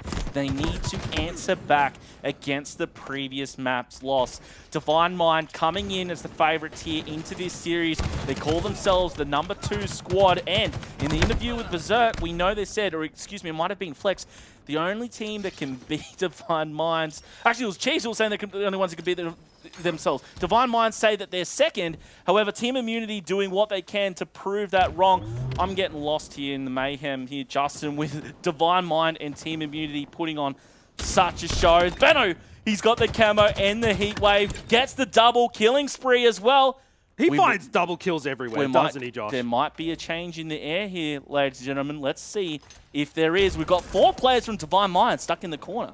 Flex down low, Benno pushing forward. Sneaky Beaver gets the shots out, picks up 1. He's going to be hunting down Berserk, who might come back up here into the blue base, stuck in the corner. The collapse comes in. Rated goes down as well. Flex is going to challenge. He gets smacked. Immunity collapsing here on the Divine Mind squad. And now they're only 4 behind, Justin. That's 1 round of slaves, which is basically nothing with how these boys are playing currently. Looking at the stack lines, Flex Reigns doing everything that he can for his squad, holding Immunity at bay. 6 kills the difference currently. Flex Reigns putting another one on the board, raining on Immunity's parade, just flexing on them, putting shots over onto Dante. De-scoped a little bit. Now he's got those sizzle sticks. Time to set up the snag stand over at Bunnings and throw some out. Here is of Hef. He's chased him down, backed him off a little bit, and Flex doing so well. He's just so hyper aggressive on all of these plays. He wants to make a statement to these Immunity boys, Josh. 45-38. We're on the final stretch here of this sprint. Can Team Immunity put out a foot and trip Divine Mind at the line? They may just do it. 47-40 though. Flex Reigns, he goes down, but another kill picked up here by Beast, and he's got another one. Voltage is 1 shot up top. Voltage actually takes down Berserk. Dante picks up another. 48-43. There is hope. Immunity holding on just by the skin of their teeth. No shield here for Raiden. He falls as well. Team Immunity can get the comeback here. It might just be done. Things slow down for a moment as both teams just try and they lick their thumb and put a finger in the air, trying to sense where the breeze is coming from. 48-45. I can't believe what I'm seeing here. Dante, he runs away. Flex while he's distracted. He may be taken down. He does. 49-47. 1 kill required for Divine Mind. Dante falls. Divine Mind, they do snatch it up in the end, but wow. What a game. 50-47 there. Oh my gosh. What a game. I'm losing it. I was lost for words. So I was glad you were there to pick things up. I can't believe what we're seeing. My jaw and beard was just collapsed onto the floor watching that. And I was like, Divine Mind, please don't let Immunity do that to them. And have a look at the stat line. Unfortunately, Hef struggled a little bit Yeah, a little bit. Just a little bit there, as we might have seen. But wow, what a game, guys. I can't believe it. Both teams putting on a show, 50-47. But what about the collapse there? We saw Divine Mind ahead by at least 10. I know there was a double-digit lead there for a little bit. They opened it up about halfway through the game, but Immunity just brought it all together at the end and almost had that magical comeback. It was just unbelievable, right? Immunity almost clutched it up once again, and Divine Minds, they only needed a couple of kills, and they really did bring it back, as you say, Josh. And, you know, what a nail-biter in the end. And what's strange is that you saw Hef, and he only managed to get 2 kills that entire game, but they pushed Divine Mind all the way to the end. It was only a handful of kills in the end, and what happens if, you know, Hef brushes off that game and then bounces back and, you know, wants to prove that he is one of the best in the region as well and puts on a monster performance next game? Is Divine Mind going to be able to handle that? Yeah, I think we might have been hearing that Hef might have had some problems throughout that game. So we'll have to get an update from that. We'll see what happens. Or maybe he just got a whole lot of assists. Listen, the problems that he was having was the Divine Mind was just slapping him around. I mean, they were pretty strong. And we saw Flex there. The only thing more beautiful than his face is his BR shot, Josh. Let's be honest. I don't know, even then. But I'll tell you what, we've got a hell of a series ahead of us, guys. We're 1-1 here in this best of 5. It's the winners semis as we're trying to decide who's going to go into the winners bracket final, who's going to have what it takes to go up against Chiefs up there in the pinnacle of the winners bracket, which we'll be seeing maybe, definitely a little later on in this tournament. I can't pick it at this stage. Something we did discuss going into, I think it was the tail end of map 1. We were saying that Divine Mind, don't rule them out after that nice victory on the CTF Bazaar for Immunity. They may have just needed a little bit more to get going, right? To start that engine up. Now, they did get the win on map number 2, but what I found most interesting, right, is I thought, okay, if Divine Mind really rev up and keep going, they're just going to run away with it. But that's not really what we saw. We saw them get a healthy lead, but then Immunity, despite Hef choking on his own sticks, they came back in a massive way and only lost by 3. Now going here into the oddball on live fire, can Immunity come back? I think there's a real possibility that they possibly could.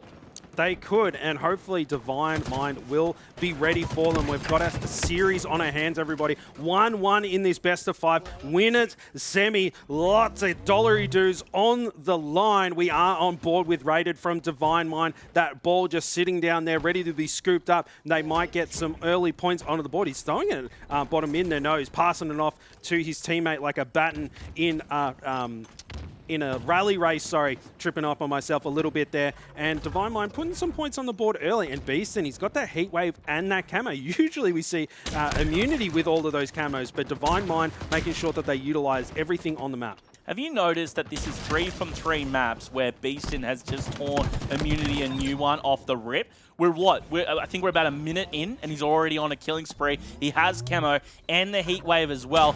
Beaston is a beast. I'm telling you, as he's going huge, he gets an assist. He knows there's another player there. You know how he knows? Because he can sniff him out, Justin. He can smell the fear, and he's going in. And yeah, he started off the previous game with a killing spree as well. Currently 5-0, and he's getting down and dirty in the underground of the map just there, and he's helping out his teammate here. The Immunity boys trying to push them back, but Beaston coming in, putting his body on the line. Finally, the Killjoy comes in. Benno with yet another double kill. He just racks them up. I swear he gets more double kills than singles, Josh. I think so as well.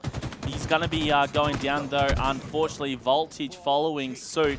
You've got Hef there, 4-4 off the rip. Divine Mind, though, a fantastic start. 2 players, both Rated and Beaston, with 5 kills apiece here in the start of this oddball. Team Immunity yet to get a point on the board just yet, but of course, early days. Rated picking up the kill there on Hef.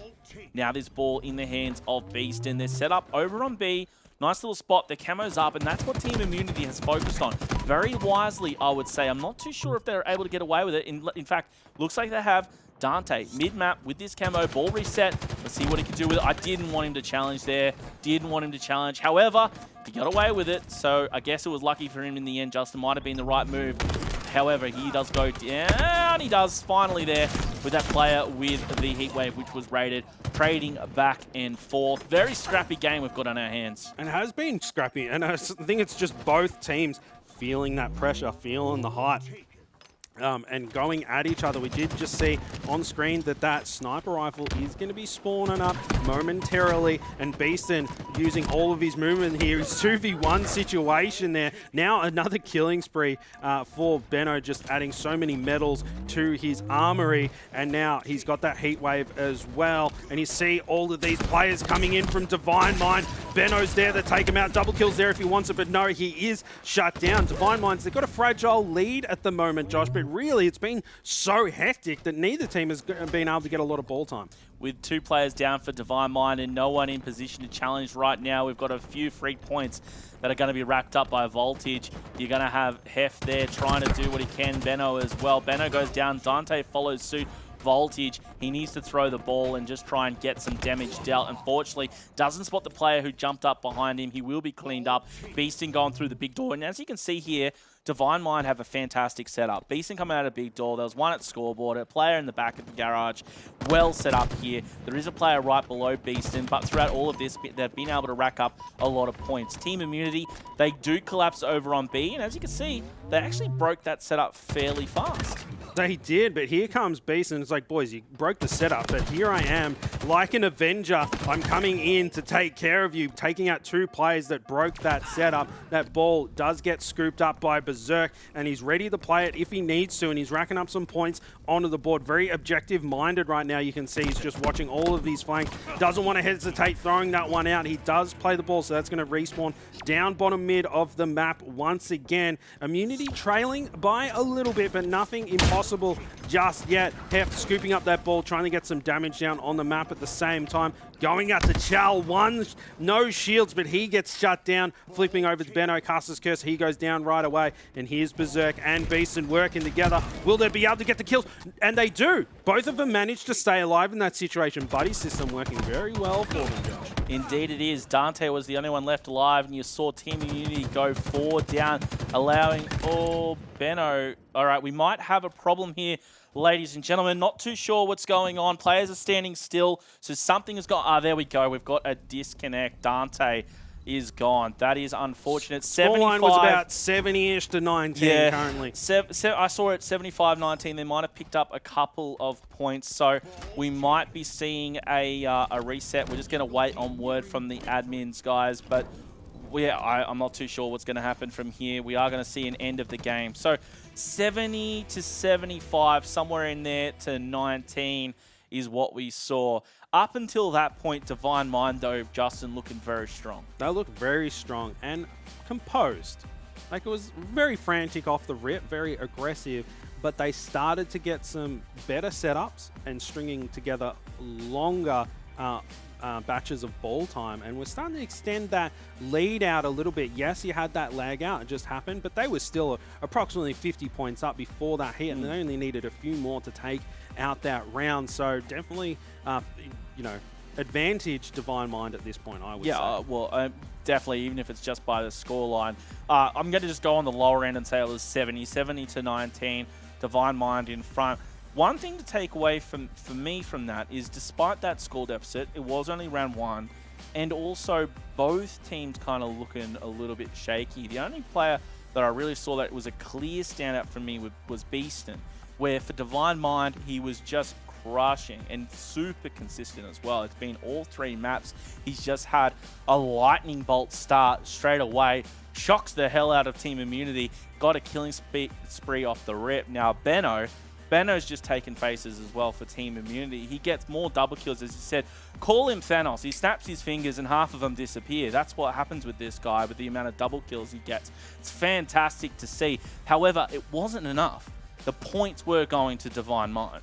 Yeah, and getting a double kill, the thing about getting picks within Halo is that it creates opportunities. And if you have Benno that's going in and double kill after double kill after double kill, that's creating opportunities for your team to go on runs. And even though Benno was getting more double kills and creating those opportunities, wasn't translating to many points. Divine Mind seemed a little bit more objective efficient that time around.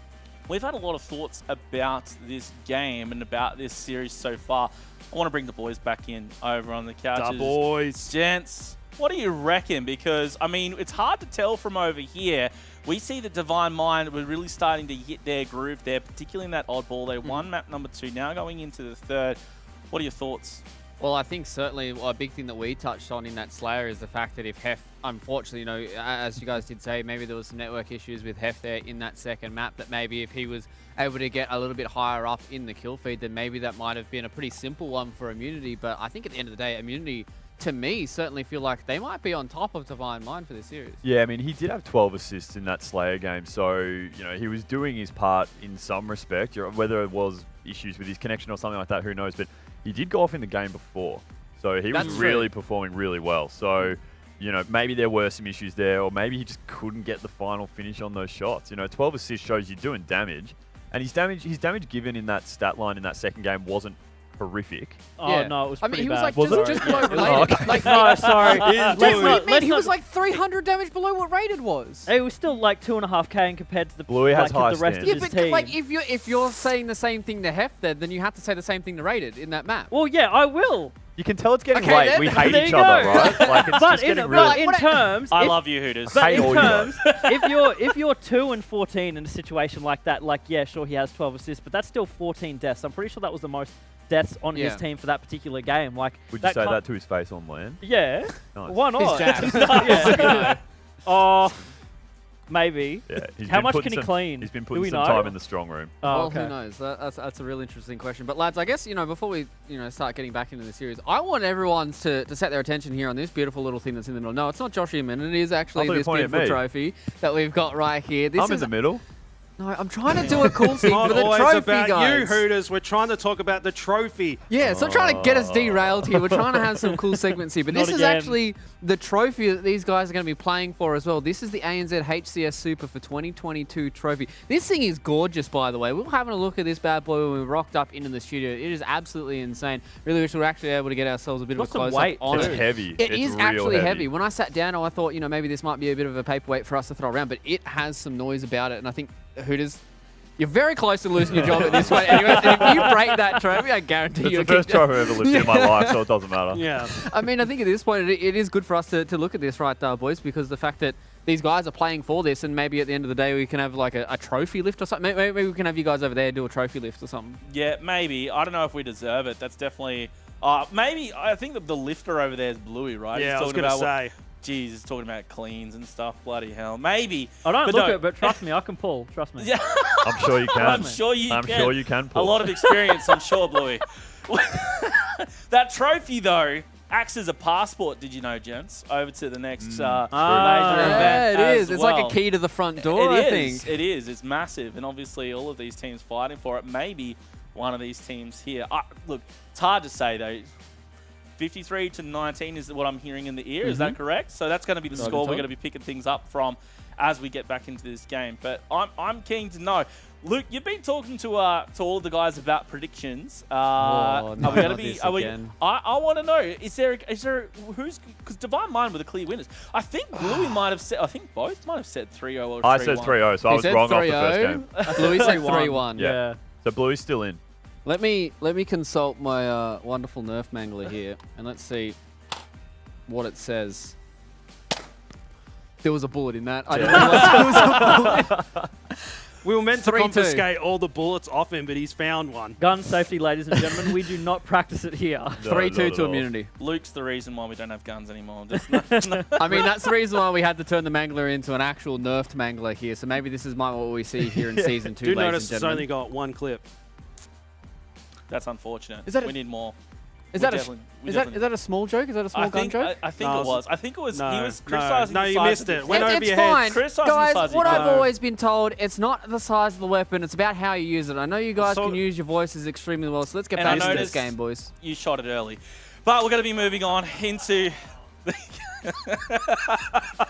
back into the game here. I hope it's sillier. The time is silly o'clock here as we get into the game once again. As a reminder, guys, we unfortunately had a DC. Dante lost his internet connection, and we're going to be getting back into the game now. Picking it up with Beeson off the bat. As a reminder, Immunity need 81 points. Divine Mind need 47. 81 and 47 is what we're going to be needing from both sides. Justin.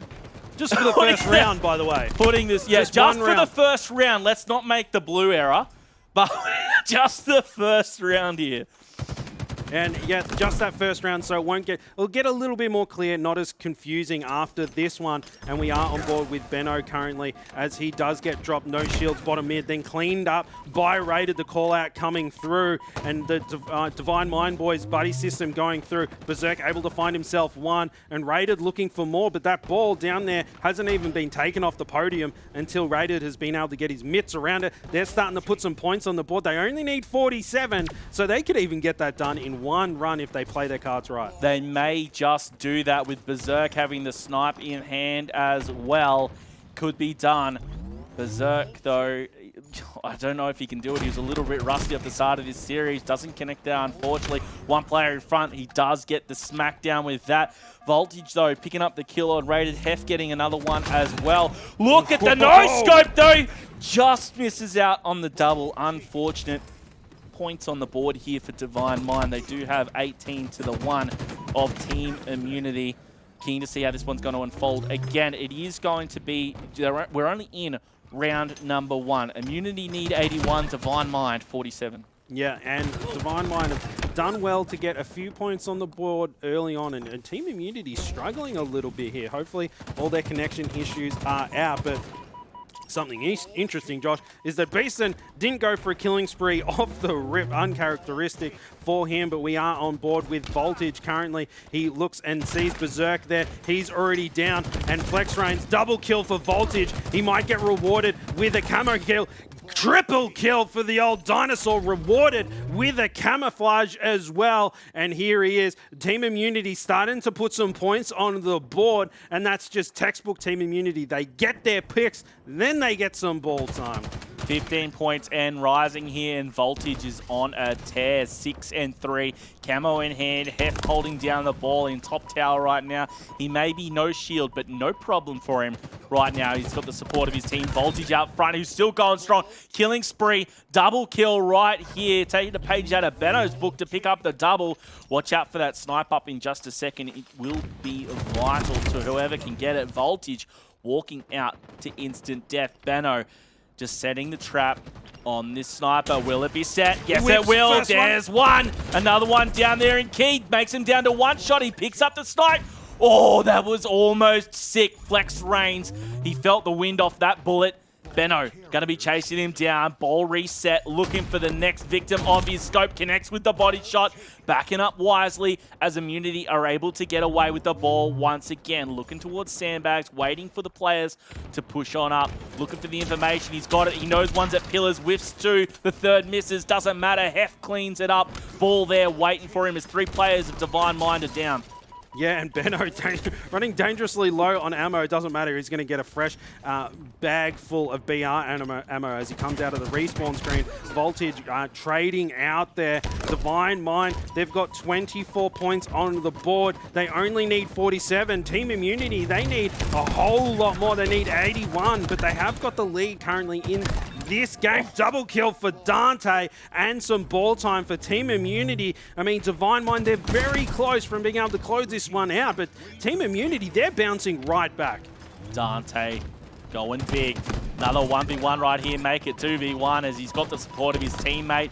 Able to swap it out. You're going to see Beast in there. He gets cleaned up as well. Didn't spot the player coming through Key, and he's going to be taken down. 62 points. Remember, they need 81. 81 points is what Immunity needs. They're very, very close, guys. Only 11 points away right now. Dante able to still pick up more. 2 players down for Divine Mind. He's tagged up from behind. The call-out's going to go out. His teammate was 1 shot. Only 3 points remaining. Dante looking to wrap it up, and there we go. This will be the first round going to the guys on Team Immunity. Round number 2 is going to be up in just a second. If you are just tuning in, Dante, unfortunately, he lagged out in the first round when we tried to start this game. Then it was a continuation. Immunity needed 81, 47 for Divine Mind, and Immunity actually got that one. Now, it needs to be said, we need to address it, just the momentum change. You know, when you've got that reset, what kind of shifts? And you must be frustrated if you're Divine Mind right now. Yeah, exactly right. That momentum, they had control of that game. And even if there was some connection issues and all that kind of thing, it does take the wind out of your sails a little bit. But here comes Divine Mind straight off the rip. Looks like Ali is about to go berserk because he's eager to get into the action. He does drop off that rip. Now on board with Benno, he scooped up that montage maker in his back pocket. We'll be looking for some faces. FlexRain's not looking both ways as he crosses the street. Cops one into the back. Benno shut down. Beaston getting the better of him. Now he's, rather than going for that sniper, he's gone, nah, it's all about ball time, and he's rotated it away, Josh. Which is what's, you know, really interesting to see from a player like Beaston. He's so aggressive, so fast. He's, you know, this ex-COD player. You would have expected him to go for the power weapon, but no. He does the right thing by the team. He gets the ball, brings it back to where they're spawning, and look, they're being rewarded already 20 points on the board. Yeah, they're racking up points very quickly, and Berserk with the camo too. He is going to be so important for holding down the fort here. He's already found himself one. And just look at Divine Mind. It's 12 kills to 2 off the rip here wow. for Divine Mind. Wow, Divine Mind making a big statement and saying, mate, that round reset previously, fluke. You know, not Luke, that was a fluke. And now they're on a 30-point run currently, and Team Immunity is struggling to even get on the board. Dante and Hef on the old goose. Divine Mind angry as we start round number 2. Off to a brilliant start. 3 players were down though. Beaston getting repulsed, but it's not going to be enough. He does pick up Hef before being traded out. 36 points here to the 0 for Team Immunity in the first couple of minutes of this game. Being completely outslayed here though, Immunity by Divine Mind. Dante goes down, Flex sees the plasma in front, no fear, just going to be diving into that with that ball to keep it moving towards Garage. Nice little beatdown, but Hef picks up the double. Despite being down a couple of players, Berserk able to get away with the camo, but only for a second before he was dropped. Things go back to that frantic kind of mode here, Justin, as Team Immunity now have control of the ball once again. Yeah, and Team Immunity's control of the power-ups is usually so strong, but we're seeing Divine Mind get back-to-back camos, which means they're really starting to pay attention to these things and making sure remote detonation from Raided, they're able to take out Dante. And you know what? Divine Mind, they're playing out of their skins right now. We are going to jump on board with Voltage, though, see if he can get his boys back into the game. Trying to repulse back Berserk. He does. Grabs a Mangler off the wall. Ready to help. FlexRain's there. Weak. Doesn't even need to pick up the assist because Hef's got full control of it. Ball has been played, and Voltage is there to scoop it up. 3 players down for Divine Mind, allowing Voltage to run forward, get the ball. They're back in the garage. Let's see what kind of setup they can get. There is going to be a player right on his heels. It's Beaston. Raiders out the front. You've got Beaston in the back. And together, they're going to make a Dante sandwich. It might have been Hef and Voltage going down there. Beaston holding on to the location here, just trying to defend this ball. He expected the 2 Immunity players rushing in, and here they are. Tries to repulse away. A little bit of a desperation play. It wasn't going to work out. Benno getting the kill there, and it is Immunity, this aggression coming out, and this is what you need to do. Fight fire with fire, and Immunity are learning that, and they're trying to bring that fire to Divine Mind. Now, with the team slayed out, Team Immunity desperately trying to get that ball away. Dante does it, gets the reset, which is fantastic. Yeah, Dante rotating that ball all the way over to where the B Stronghold sits in a position to play. Not only did he play the ball and reset, he was able to, you know, milk. I know it's the word of the day currently, Josh. It just keeps falling out of my mouth. And now Raided trying to grab that camo, but he had the repulsor. Little bit of a fumble here. Desperately trying to stay alive. Shields are flashing. He does look like he might be able to get away with it here. Raided doing so well, playing his life to perfection. Now he's got camo, Heatwave. What a dangerous combination. He's got the ball as well. He's got all the goodies, Josh. Indeed he does. Heatwave camo combo. Hef falls for the bait.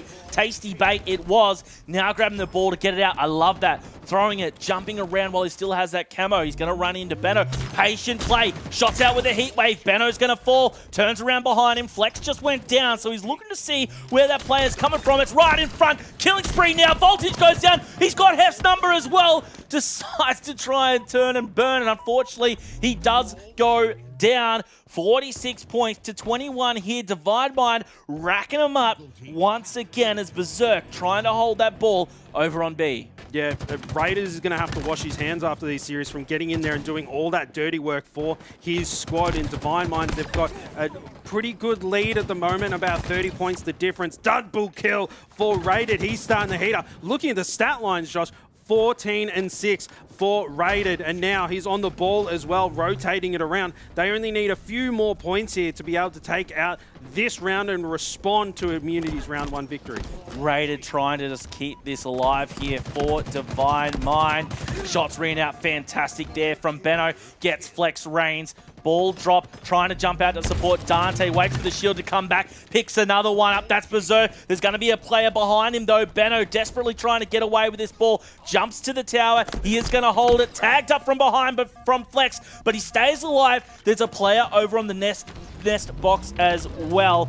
With a minute left, you're going to see Camo and Snipe coming up here. Flex range, going to be trying to attack Benno here. Benno still managing to stay alive. Gets that pre-nade out as well. And you can see here, Immunity, they're behind by 30 with a minute left on the clock. They may still get a comeback. Remember, guys, we saw Immunity go really, really strong in that previous round. They got the win. Divine Mind need to tie things up here. 70-40 your score. Berserk with the snipe. He goes down. Beastin charging out with that heat wave. Nice repulsor work. He's got that double kill, and he's still hungry for more. Expect him to go down bottom, maybe work his way around with this heat wave. Hef in front of him, he spots one, gets the wingman, another as well. Here we go, he gets the assist. Beastin picking up another kill on Dante, and he's away with the ball. What can't this guy do? Yeah, he's very objective efficient, and he gets kills, but then he just goes for it. And Beastin,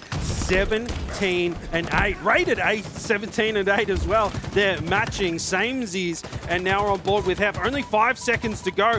Divine Mind will be able to milk down the clock and take this one out, but Immunity grabbing the ball last minute, but it won't matter. Not enough time on the clock, and Divine Mind, now they are 1-1 in this oddball. This is what we love to see. This is what we're here for, ladies and gentlemen, as these Titans clash. We're 1-1 in the series, 1-1 in the oddball, and these guys are putting on a hell of a show. Rated, starting out strong, helping Berserk get the kill there on Dante. Beastin gets one as well. Teams trading out here. 3 players down for Divine Mind. It's going to be Immunity looking strong at the start of the 3rd round. We are, and now Hef with that heat wave, just shooting bullets through the doorway, just asking for trouble, asking for players to challenge me, challenge me, but it doesn't matter. Flex, now he's got all the goodies. I think he has Snipe as well as the heat wave and the oddball and the repulsor. He's just gone shopping across the map and collected everything into his basket, and now they're putting some points onto the board as well. But Benno, he's got that camo, Josh. Benno with the camo, he's been taking names. He's about to get another one. Beastin able to get away with his life. Flex range falling right in front of him, and now he's got the snipe. This is where we could see some magic. Hef, he's going to be pressured. Beastin coming in. Benno's got first shots. Beastin goes down. Benno looking for another one. He's got a double. Let's even go to town with this snipe as well. He's got the ball, keeping the dream alive. 3 players down for Divine Mind right now. Immunity with their whole squad. Hef out here guarding B. Benno at the big door, and he's still got this snipe as well. He's tagged up,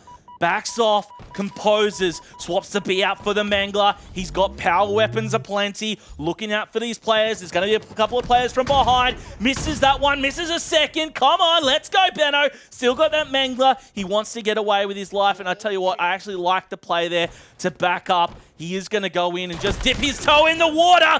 You can see there, Heatwave versus Mangler. They both trade out, all things even. It's going to be Divine Mind here racking up some points now.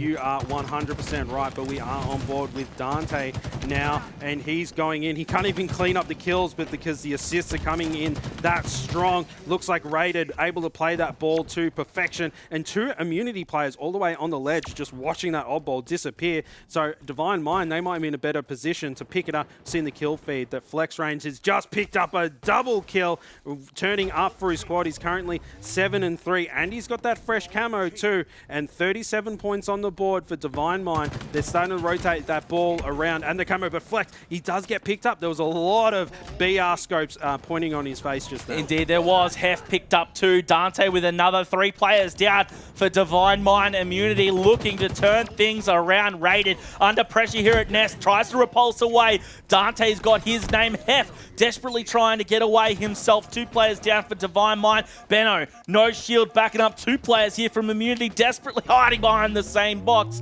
You can see now trying to get hands on the ball. Dante's away. He's got this Mangler. He's going to be in the mid. He's going to get the smackdown, and thanks to Benno cleaning up that kill. 1 coming through the cuts. He gets dropped. Beaston managing to stay alive. Snipers up. Keep an eye on that. Beaston with that Mangler. Trading there, and everywhere we jump to, as good of observers as we've got, we're going to death and mayhem every which way. Team Immunity, Divine Mind, they're so equally footed right here. 10 points separate them here in round number 3 of this oddball. Beaston challenging the 2 Immunity players down low. Voltage gets dropped. 2 players of Divine Mind hot on the tail of Dante.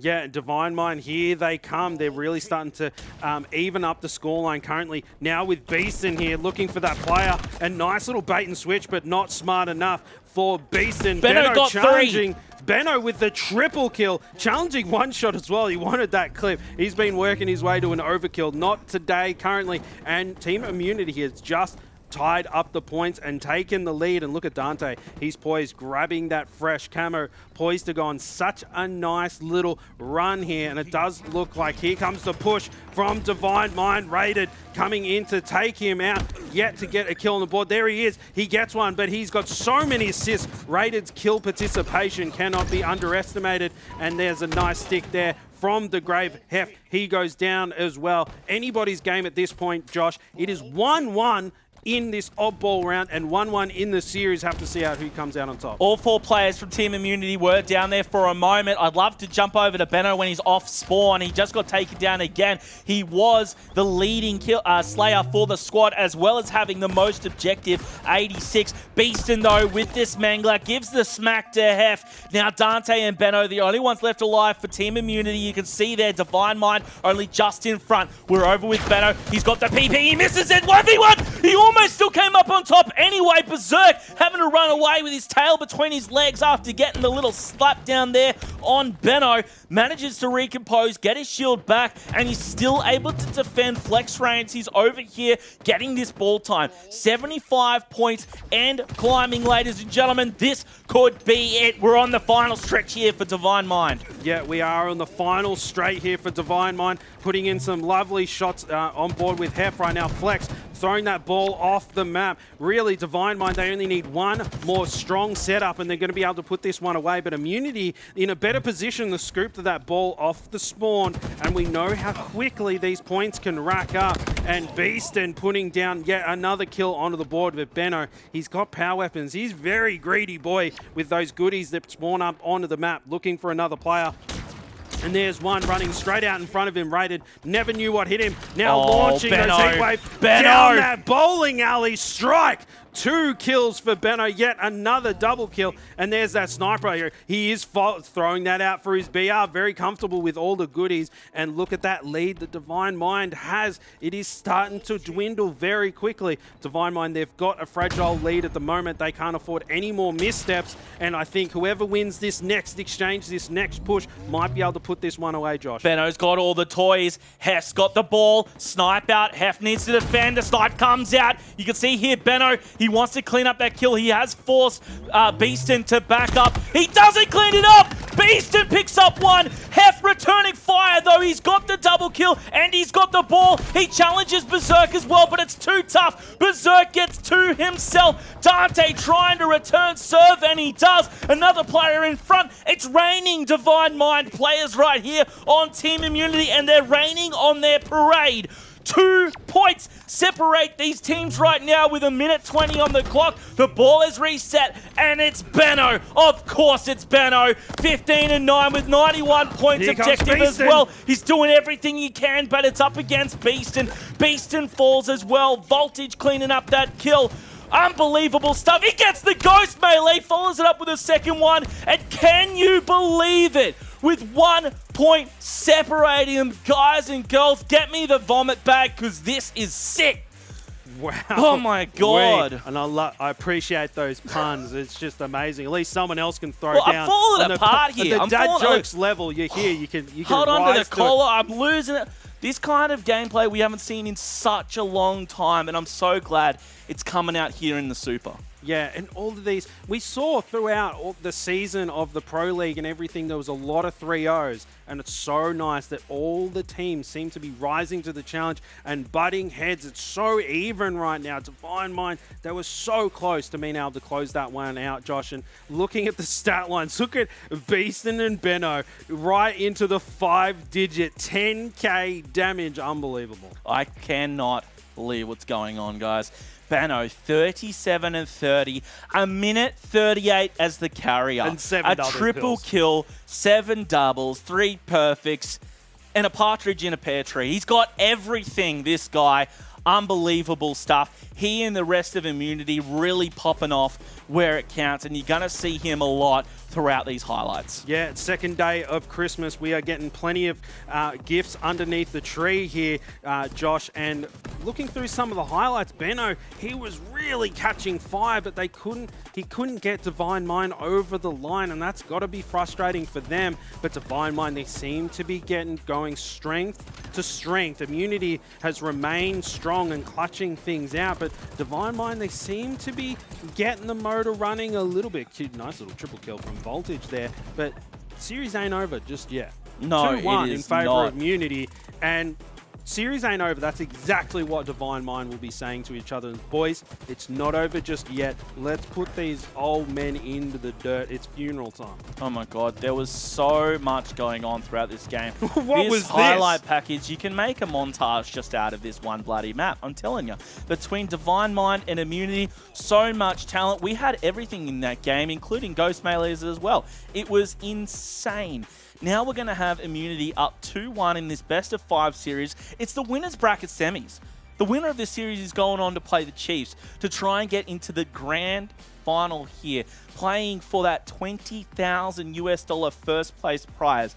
Insane. And it's crazy that that's even coming out of my mouth here for ANZ Halo. No, it's just, that's a huge old bag of cash. Let's It not is. beat around the bush. You're going to need, 4 That's one of people those to carry that huge out. sacks with the dollar sign on it. Yeah, it is. And they're going to be running away with it like the Hamburglar, Josh. But this series still going 2-1 in favor of Team Immunity. And there was a lot of predictions at Divine Mind. They were going to 3-0. 3-0, 3-1 is what I heard from a couple of our friends over there on the couch. Some analysts, huh? How those predictions. I tell you what can I say, man? Whenever I predict something, it's usually the opposite. But Immunity, they do have a lot in the tank, it seems. 2-1 the score. How will Divine Mind fare going into map number 4? We'll just have to find out as we load that up now. Ladies and gentlemen, let us know in the chat. And of course, don't forget to send us your clips, send us your thoughts, send us whatever you like on Twitter with that hashtag HCS Super. We'll see it, we'll feature it here on the broadcast. Until then, let's get this started. Map number 4, Strongholds here on Recharge. We're on with Rated, watching it from his point of view as they try and contest for that camo, as we always do at the start of this map. No, you do. I love this opening scrap over who gets that power. It does look like Immunity has come out on top with that. Benno scampering away with that one. Just getting in and doing the dirty work and able to still utilize some kills. He is taken down. Such an important kill for Divine Mind to shut that one down. And Dante, he's the sword king on this map. Every single time we watch him, he's got that. Here we go. He did decide to put in his back pocket and say, I'll just take him out with a BR. I'll save those swipes for later. But now he's stalking into gold with that sword. He will have it pulling out and Berserk. Better watch out because Dante's coming for you. Doesn't matter. It looks like the team nade came through. He jumped on his team plasma that came through the window there, Josh, I think. Yeah, that was just a little more than unfortunate for Dante. But with all that said, it's Immunity off to the races with a triple cap. But B and C both simultaneously falling right now to Divine Mind.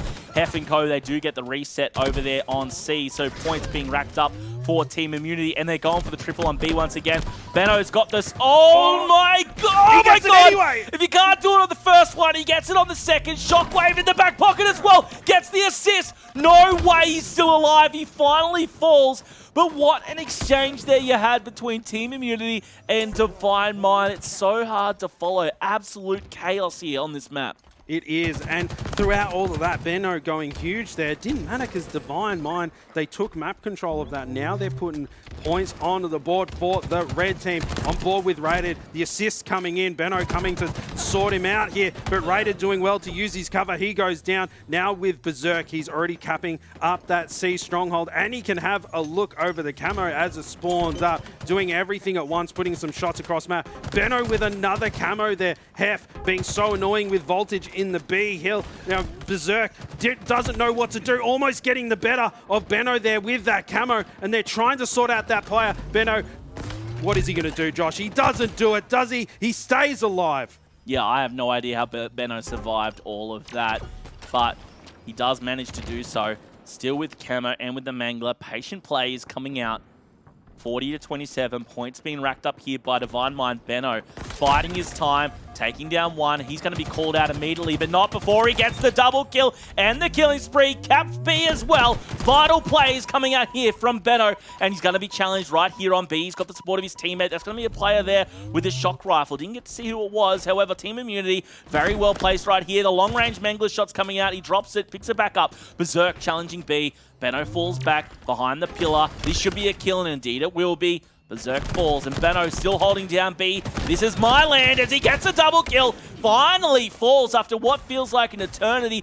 Benno did so much work there for Team Immunity. Yeah, simply just can't stop talking about him. 12-3 for Benno, by the way, and for those keeping score at home, which is almost as many kills as the entire Divine Mind roster right now. And they do have... Team Immunity, they've got a fragile lead at the moment, about 33 points.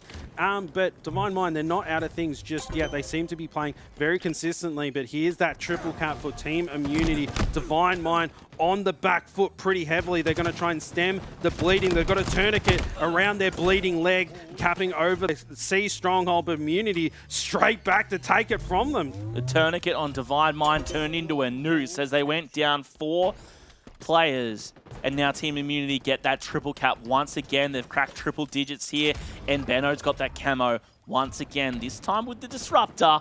He might surprise us here as he goes on in. Voltage, he's running point. Player up top. Here he goes, ringing out a few shots and a beatdown later. He gets the double kill. Yet another killing spree for the GOAT here in ANZ. He's looking for flex range as well. He doesn't want to waste his camo. Look at this. No sprinting, no rush play. Just doing the work here. Justin getting another kill. Following up, there's Berserk. He managed to sail up. Will he die?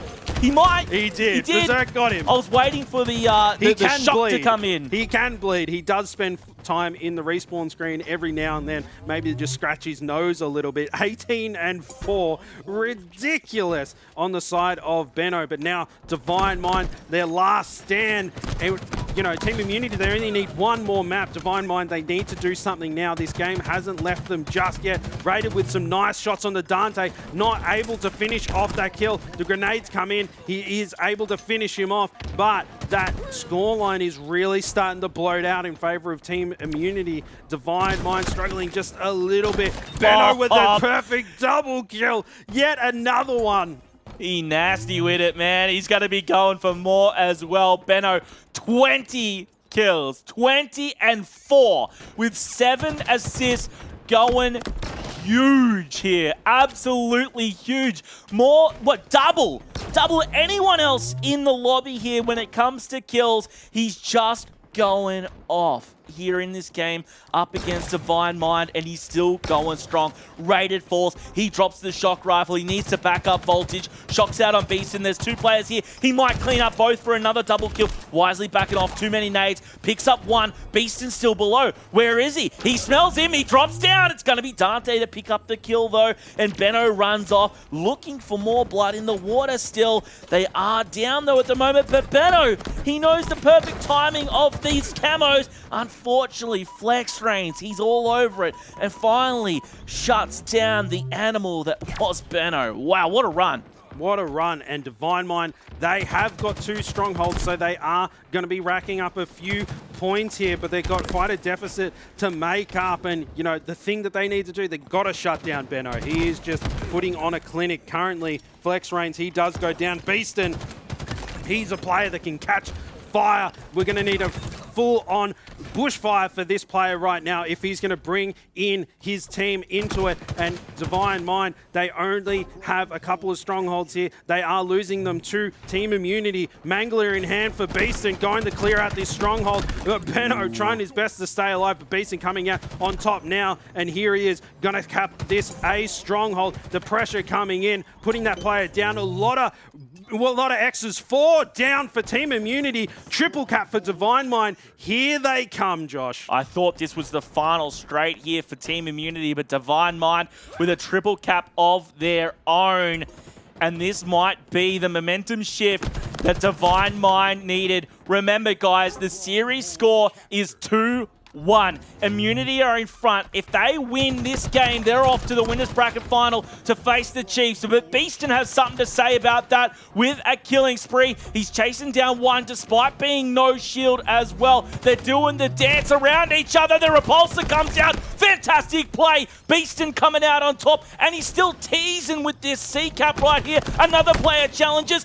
Voltage goes down from behind, and Beastin somehow still alive, and the triple cap still in play. Divine Mind are now only behind by 10. Wowee, Divine Mind, they were just playing with their heartstrings, Josh. Here they come. They've got the triple cap, and they are maintaining so much pressure on Immunity. Beastin going absolutely huge for his team. He's got 17 kills.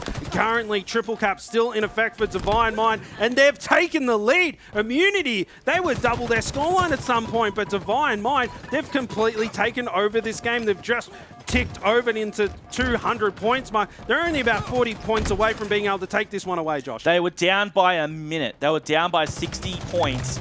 And you could see Divine Mind held a triple cap from what was 100 points all the way up to 220. They're now in front. They still have control of B and C. Ladies and gentlemen, we might still have a series on our hands here as Divine Mind pulling out the comeback of the century here against Team Immunity. We need to pull something out as we get to the pointy end here.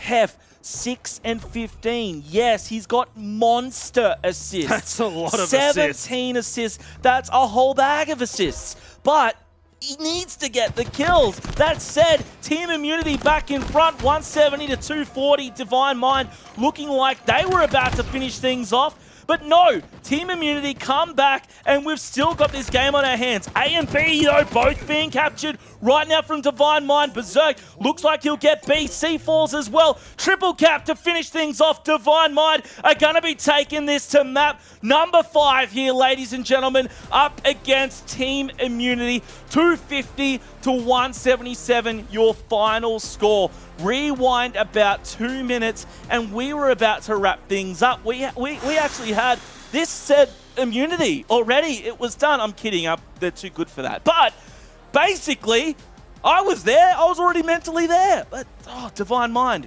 what a comeback. Yeah, we were already checking our list. I'm like, yep, Immunity take this game, but nah.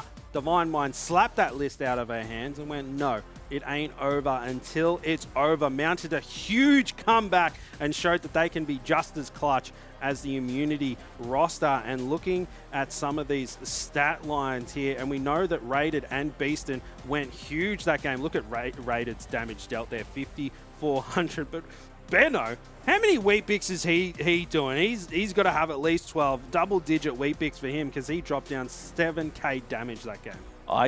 Benno was playing some of the best Halo he's ever played. He just couldn't bring it together with the rest of his squad, though, unfortunately. And what was really insane for me is that Divine Mind felt like they couldn't get a foot in the door to victory. And then what happened is they bust down the door, come charging in. They kicked Immunity out. Now they're squatting in the victory house right now as they took down that map. I couldn't believe it. And you see here as we go through the highlights, it's just going to be a Benno highlight reel until right at the end when you see down the bottom, you're going to see A, B, and C all lit up red and Divine Mind have a whole 100 and something points uncontested with a triple cap. Yeah, and you know what? Divine Mind, look at the score, 140 to 40. It's ridiculous. Despite how Benno has been playing, Divine Mind was still able to take that one out. So if Benno has to do that to even keep his team in contention, what's going to happen if Benno has, and dare I say it, everyone prepare themselves, Benno has a bad game, what happens? Yeah, well, maybe we'll find out. I definitely hope for their sake it's not going to be game number 5. I just want to call out, it was 160 to 100 with Immunity in front. And then it took about a minute to a minute and a half for that 160 to 100 to turn into 220 to 160 with Divine Mind in front. Just what a tilt there. It was crazy to see. And that, of course, is going to take us to game number 5. Ladies and gentlemen, tell you what, I'm absolutely psyched we're going there. These two juggernauts of the ANZ region, Divine Mind and Team Immunity. You've got the has-beens in Team Immunity up against this new blood of Divine Mind, thinking that they are cemented in second place and contesting for first against the Chiefs. Immunity seem to have something to say about that. If they do, they're going to have to pull something out. Benno's going to need to be firing. And for me, the X factor going into a Slayer is going to be Hef. You think so? I think so. He seems to be struggling a little bit picking up those kills. Then again, I mean, if he's dropping like 17 assists per game, maybe it's the others that just need to clean it up. If he's doing the rest of the work. We're talking about this on the Uber on the way in, about the Chiefs with Madsy and Barcode. And it's like, oh, you know, the Slayers and Pips not picking up as many kills. But how can you kill anyone when they're in the respawn screen? All right, Benno comes in, double kills everyone. How's Hef meant to get anything? It's like, share a little bit. You know, Benno's been a little bit Hef maybe just making Benno look good, which is probably what he's been doing. He goes in, it's like two bursts, he's over there, Benno, couple of bursts, move on to the next one. I think he's been making him look good for about 10 years. He'd probably say that if we were talking to him. We'll have to find out, but we are going to be getting set up for map number 5. It is going to be Streets Slayer, and there's no better way for me to finish this one off. I love me some Streets, and if we're going to be finishing off on a Slayer, let it be here. Divine Mind versus Team Immunity. One of these teams will be going on to face Chiefs in the winners bracket final here of the 50k HCS ANZ Super. This is the largest prize pool, the biggest event we've ever had here for Australian and New Zealand Halo.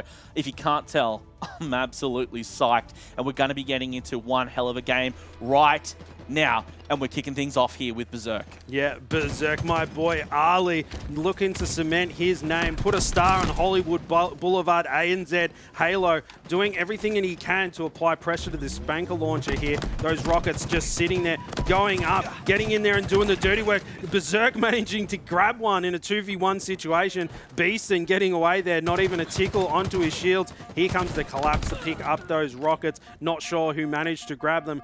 4-1 in favor of Team Immunity right now, and we talked about the fact that, you know, Benno's been carrying pretty hard in the kills department. Divine Mind, they've been pretty consistent across all 4 of them, and sometimes that's what you need in a Slayer game to put things away. Benno, yet another double kill. Just leave that medal permanently on his screen, I think. Beaston has started every game with at least a few kills, and he's off to a 0 and 2 start with no assists. Meanwhile, Benno, 2 kills, 2 assists, and only 1 death. We need to call that out. And Beaston falls again. 3 players down, in fact, as Voltage picks up a triple kill. Overkill potential. Can he get it? He wanted it so bad. I think I wanted it more. He does get shot from behind. Flex range picks him up, but Voltage 7-2 off the start. The man was angry after the controversy earlier in the night. They wanted their placing. They know they can do it. They can take it all the way to the grand final. And with gameplay like this, they may just do that. 15-5. Your scoreline here, ladies and gentlemen, with Beeston 0-5. Again, I call him out not because he's going bad. He's not a bad player, but he's popping off every game until now. And Immunity are shutting him down before he can even take a step. Yeah, Beeston, he's got to fire himself up. I mean, you know, slap some water on his, like, slap his face with his own hand. He's got to get back into this game. He does get one onto the board now, on board with Flex Reigns, and he grabs himself a kill. 17-9 currently. Divine Mind, they're hanging on by a thread currently. That scoreline, they can't afford to let it bloat out anymore. We haven't hit that halfway point yet, Josh. Maybe we're getting a little bit ahead of ourselves. There's still plenty of time, and plenty of time for Rated to pick himself up a couple of kills. 8 kills the difference right now. Beeston, a little one-shot cleanup there. 7 points the difference currently. And now we're going to have to look to Beeston to pull things back. He was 0-5, now 4-5 currently. This is anybody's game now, I think. Indeed, it will be 20-14. Your scoreline right now, ladies and gentlemen. Look at it. Trading kills in the kill feed. Dante and Hef both picking up kills. Beeston, he's trying to get one, but he's tagged from behind. 2 players right there. He gets the killing spree by taking down Dante before he's dropped. 24-16 your score. Halfway to victory here for Team Immunity. Yes, and now we have Hef with that Bulldog in his back pocket as well. Plenty of help from Voltage here, picking up one, and they're just trading out kills at this point. Berserk backing Hef down. He's in under a lot of pressure, jumps at, challenges Berserk, puts him into the respawn screen, 28-18. It just seems every time Divine Mind starts to bring things back, Immunity just pushes back that lead out to 10 or 8 kills.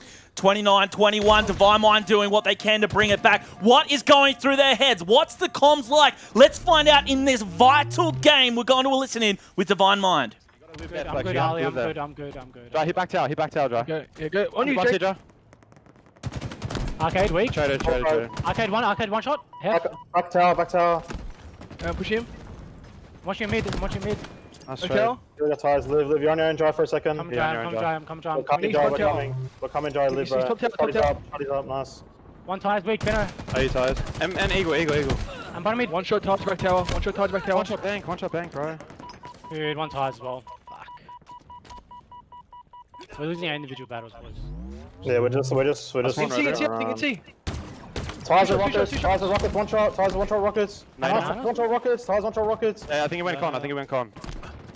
Yeah, he's actually 2 on ties. Absolute PD as well. Still ties. Does he have rockets? Yes. Watch out, flowers. Can you guys live? I'm pushing out here. Watch out my bank. I hear you, bank. Watch flowers. Back dead. Watch out bank. I hear you, bank. Ties, last guy. We heard the frantic comms coming from Divine Mind. You could see them. You heard them. They're recomposing. They're calling out what's wrong. They know what they need to do. They're only 7 behind. Let's now go to the Team Immunity camp and hear from them as they need 15 more kills. Weak players. One shot for the middle. One shot statue. Top 8, flex, weak. Yeah. Weak in heaven. Push me, flowers. One shot. He's dead. Back. Okay, one shot. Okay, Absolute top 8. Watch top. Yeah. I'm just Two. Nice. Good try, Lucky. I'm pushing. Yeah, here. Middle. I'm here with you, bro. They're already commando. Red, one shot. Yeah. Nice, another one. Pick a tap. Well, I got Okay, one. yeah, You want him? Trade. Got 3 on him. One shot top. I got him. Nice. Someone coming back up. I got naded, bro. Live. No one in tickets yet. Where are they spawning? Where we They're gonna be. Calm, collected, smooth, soothing to the soul. The comms coming out of Team Immunity, they are sounding strong. They have concrete foundation as they're looking to finish this off. Bano picks up a double kill yet again. Beeston trying to shut that down. Immunity only needs 6 more kills, Justin. 6 kills to go for Team Immunity. Divine Mind, their hashtag danger zone. Big time Mavericks of the scene. Beno putting some nice shots here. This is going to be the last rocket launcher of the game. And look at this. Beno just launching through. He wants to get things going 46-36. Team Immunity so close to being able to put this one away, Josh, but Divine Mind holding on for dear life. The Rockets are up. Flex was one shot. He gets dropped though, which means the Rockets are going to be down at ATM. 47-37 points here. Stalker rifle in the hands of Dante. Who's got the Rockets? Beaston might have got away with it. You can see here, final points being racked up here by Team Immunity. Divine Mind desperately trying to stay alive. There's the Rockets. Beaston has them in hand, but you can see there only 1 point required for Team Immunity to make it into the grand final. It's going to be Voltage, the Dino, the man, the myth, the legend to finish things off here. 50-39. Team Immunity, the juggernauts, the champions of the region, the #1 team in Australia and New Zealand for many years. The old heads, the washed guys, they've made it here to the grand final. Oh, excuse me, the winners bracket final. Probably the grand final here of the ANZ Super. I see these guys. I'm riding the wave over here, Justin. Insane stuff. I'm riding the energy, and the Immunity guys must be maybe almost as pumped as I am. Old but not obsolete. Team Immunity clutching that one out.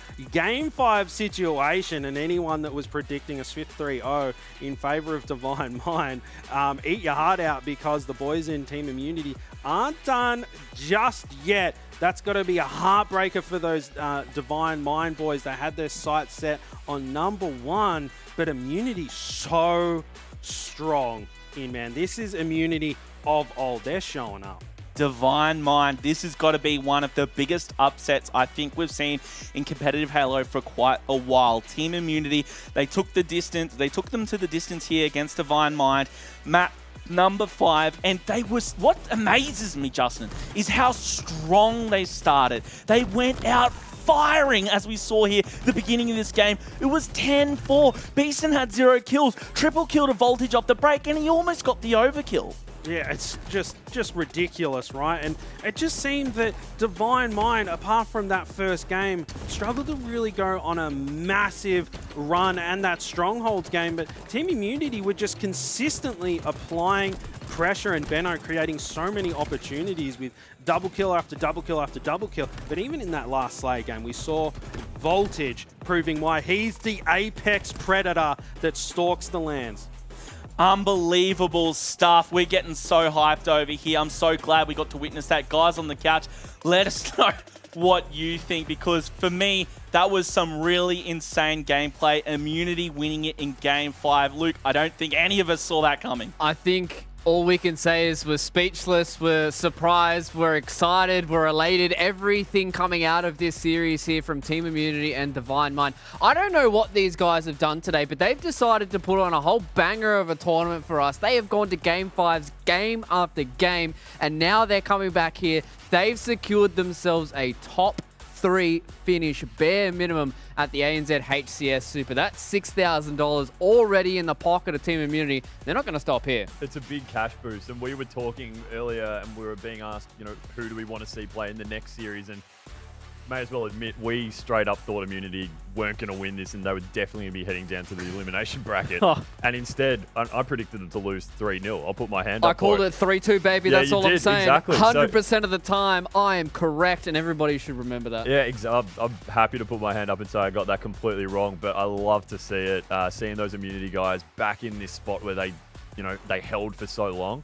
And we need to chat about Benno, because the numbers he's putting up, at what point do we start to put him in the conversation for, best in Oz? Because he was for so long, and we know Barcode's taken that title now, but the numbers he's putting up, he's going to soon start to be able to lay claim to that as well. It's nutty. I need to know his sensitivity. I need to know what kind of controller he's using. I need to know what undies he's wearing. I need to know how many wee picks he has in the morning, what time he wakes up, what time he goes to bed, because that man is onto something here in Halo Infinite. But lads, let's go have a look at our championship bracket. We are getting towards the pointy end of the Saturday here, and this is how our winners bracket has looked. The Chiefs were the only ones who put an egg on the board up against BBR, being able to send them down 3-0. Everybody else right now is coming in clutch, and I think the big thing for us, Bluey, 3-2 for Immunity across the entirety of tonight. These guys have played more Halo than anybody else so far. Yeah, that's the thing too. Like, these guys have gone the mile, and especially, like, it's surprising to see, because don't generally like the retirement homes make them have to go to bed by a certain time. They shut the internet off. Yeah, exactly. So now, like, They they're got just the letting dongles them plugged in and everything. Clearly, everyone who works at the home is watching them play and saying, like, we can't shut them off now. They're on an absolute roll. It's fantastic to see, you know, a great call from you, Fluke. I'll say, you know, you said that Immunity were going to come out on top of this. I was saying that, man, I hope we go to a game 5, but I'm not sure we'll get it. And of course, now they have Immunity have everything to fight for. Them going up into that upper bracket now, like, now they really have to put on a show. It's nutty. The fact that Immunity have been able to send a shock into our systems, the fact that we didn't even talk about it was a full 5-game series between the boys of the Direwolves and BBR. Absolutely gnarly stuff. By the way, those of you who are paying attention, it went towards the Slayer 50-44 in that final match. So congrats to the Direwolves getting themselves a top 4 finish here. Ladies and gentlemen, it is time for us to round out the rest of our top 4. Divine Mind going down in a Game 5 clincher. They're going to have to back it up one more time here, because they're going to be fighting for their top 4 slot up against the Demons. So for the final time tonight, ladies and gentlemen, we're going to go to a quick break. On the other side of this, more Super.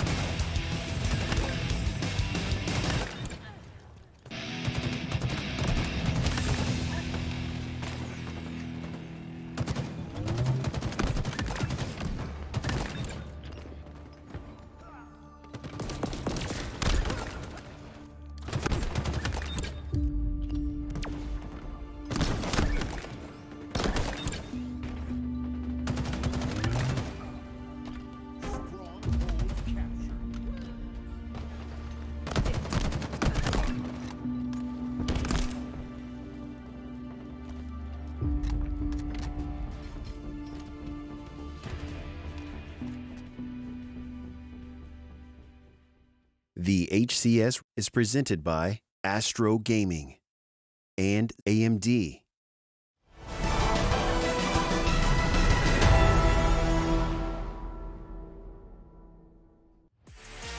Hello everyone and welcome back to the greatest region on the planet here in ANZ. I've said it many a times and I'm sure that we are proving it to you guys at home so far. Every single one of these series has delivered for these 2 days that we've been a part of so far. We've still got a full day tomorrow as well, ladies and gentlemen. That's where we start getting in towards the pointy end, because that is where top 4 is finished, and that's where we get to find one of our champions here for the ANZ HCS Super. But for the final time, we get to figure out who is going to be progressing forward in this championship bracket and who is going to be going home. A little bit sad and a little bit disappointed with how they finished here in the ANZ HCS Super. We made a change once again here on the desk. We did a complete 180 with everybody here. Boys are back over there in the caster desk. Now I've got these two wonderful gentlemen by my side here.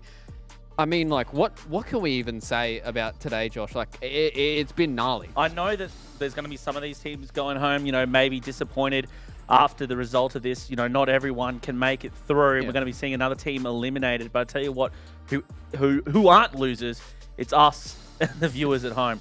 Because what insane Halo we've had today. I think it's been nuts, the fact that we've been able to really kind of hone in on like our top 3, and I think even at this point when we're looking towards this remaining series here, Justin, the fact that we're looking at this Divine Mind squad who fell down to Team Immunity, who I feel like have really certainly leveled up into this, they still might be able to falter here, and I think this would leave a pretty sour taste in the mouths of Divine Mind if they lose 2 back-to-back series in their only play here in the championship bracket. That's certainly got to hurt. They have that lifeline that is the elimination bracket. They'll be coming up against the Demons, who has made their massive lower bracket run all the way through, highlighting some of the players here: Lolly, Plasma, Sways, and Jordan, and they're all beasts. They're all demons straight out of hell, and I really hope the Divine Mind are able to just brush off that series with Immunity. They need to focus. They can't let their guard down. This isn't a low-tier team. These guys are up there with the best. So I have to see if Divine Mind's ready for them, because Demons, they're on a hot streak. I mean, there's a reason why that we put the Demons as our ASO bracket breakout team, because these guys can make a big run, and they've made a big run so far in this elimination bracket, Josh, and they've got one big task ahead of them. They've got Divine Mind to take down. Yes, we have seen a little bit of weakness from them losing their series up against Immunity, but I think this is just going to be another hurdle for them to overcome, because these guys have proven to us time and time again they are top 2 in ANZ. Well, I think this is the series where if we could see Plasma actually get this win here for Demons, that I might send him or he can send me the PayPal details for a steak dinner, because I think this one's going to earn it for him. Divine Mind, Berserk, Beeson, Rated, and Flex Rains, who we just saw in that insane series that I can tell you I'm still recovering from against Immunity. It's going to be a very uphill battle for Demons, but I can only imagine how heated and tilted Divine Minds must be right now. There's no way they thought they were going to lose to Immunity. Definitely not in that series. And especially because every single time that we talked to the lads on Divine Mind, they were talking about just making sure they get through all the other series so they can have that rematch against the Chiefs and prove that they are a chance for the title. But now they're in this elimination bracket, and I want to start to highlight 2 of these players here from both of these teams. I think it is good for us to start to talk about Jordan and Berserk. Berserk has really been a player here for Divine Minds that has been doing a whole lot of work, but looking across over at Jordan's stats here, I think he can certainly be one of those players for the Demons to step up. We talk about Plasma, talk about Lolly a whole lot, and Sways as well. I think all 4 of these members are going to be a really big core for them, but it looks like Jordan might be the guy who really is trying to get a lot of these Stronghold caps for them. He is, and have a look at that accuracy, 60% plus, and then the Stronghold caps per game. So doing a lot of objective work. I mean, we've looked at Plasma and Sways as being the main slayers for the Demons rosters, and Jordan could probably fill those shoes if he needs to, but someone's got to do the dirty work. But over on Berserk, he's got some pretty tasty stats too, doesn't he, Josh? Indeed, he does. Berserk there, you know, over 50%. The thing to look out for there is the KDA 1.59, and Berserk, you know, we've seen him a lot. He's represented the country overseas, a lot of experience in that young lad, and I'm sure he can bring it here. And again, there must be whether tilted or not, maybe it's the experience that should be shining through here. We talked about the LAN experience and international experience. I'm hoping they can recompose, because there's no way they want to lose here to Demons. The upset from Immunity is surely enough. Yeah, and I think that's the kind of story that we've got to start to paint here, right? Is the fact that Divine Minds, they have to back directly up after their series from Immunity. And if I know a lot of these teams would like to take a bit of extra time to recoup, but there's no time now for these guys. We need to get in this series. We need to get this one done so we can head in towards Sunday. And it's going to take a little bit of time for them to start to mentally recoup and really kind of come back. But I think they're still going to come into this with a whole lot of confidence and still be able to take it all the way to the distance. Let's see what 5 maps are going to be having here for our final series of the night. We're going to be starting here on Strongholds on Livefire. We're going to be going into the middle of the map pool there with the CTF on Aquarius, Justin, and I'm excited to see that one because that is a map where we can have a whole lot of flag pools, a whole lot of flag caps as well. I'm interested to see if this is where the Divine Minds really are able to corral around each other and make that one look clean. Yeah, and you know what? I was thinking about it, and maybe Divine Mind needed a bit of a reality check. The Immunity playing to their potential and Divine Mind faltering a little bit, and this is a test.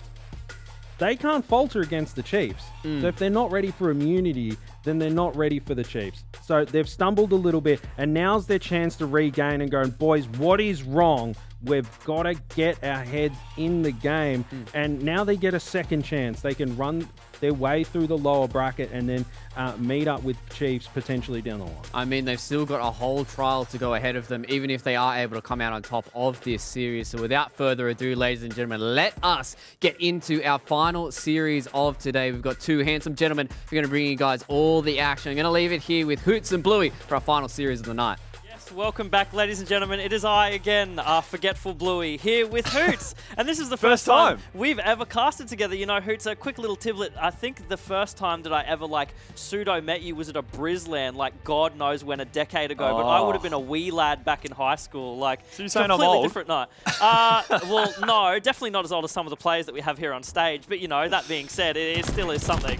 But, well, look, we're jumping straight into it. We're obviously not wasting any time, Blue. We can chat about that a little bit later, but we are on board here with Plasma. And, you know, starting off here, B-Cap not being taken at all yet. These teams are probably going to start to suss themselves out a little bit. But I think one thing we have to consider is Divine Mind coming off what they probably considered a bit of a shock loss in that last series. As Josh mentioned as well, how are they going to be feeling? Are they going to be amped up and angry and really wanting to make amends for that? Or are they just going to be down in the dumps and shatters? Yeah, this is a good little bit of information we can take just from the beginning of this game, right? How shaken are Divine Mind right now? And they are, in fact, playing a bit more scattered than what I would have expected. I would have expected more of a full sort of top-mid push just from all four of them, really asserting their dominance on the map, but it's very scrappy so far. Not typically something that we're used to seeing from Divine Mind up until this point. I would be willing to wager that they are quite upset. The fact that they just lost and they're being pushed down into this position. Yeah, scrappy's a really good way to describe it. I mean, look, we're a minute in so far and only 3 apiece.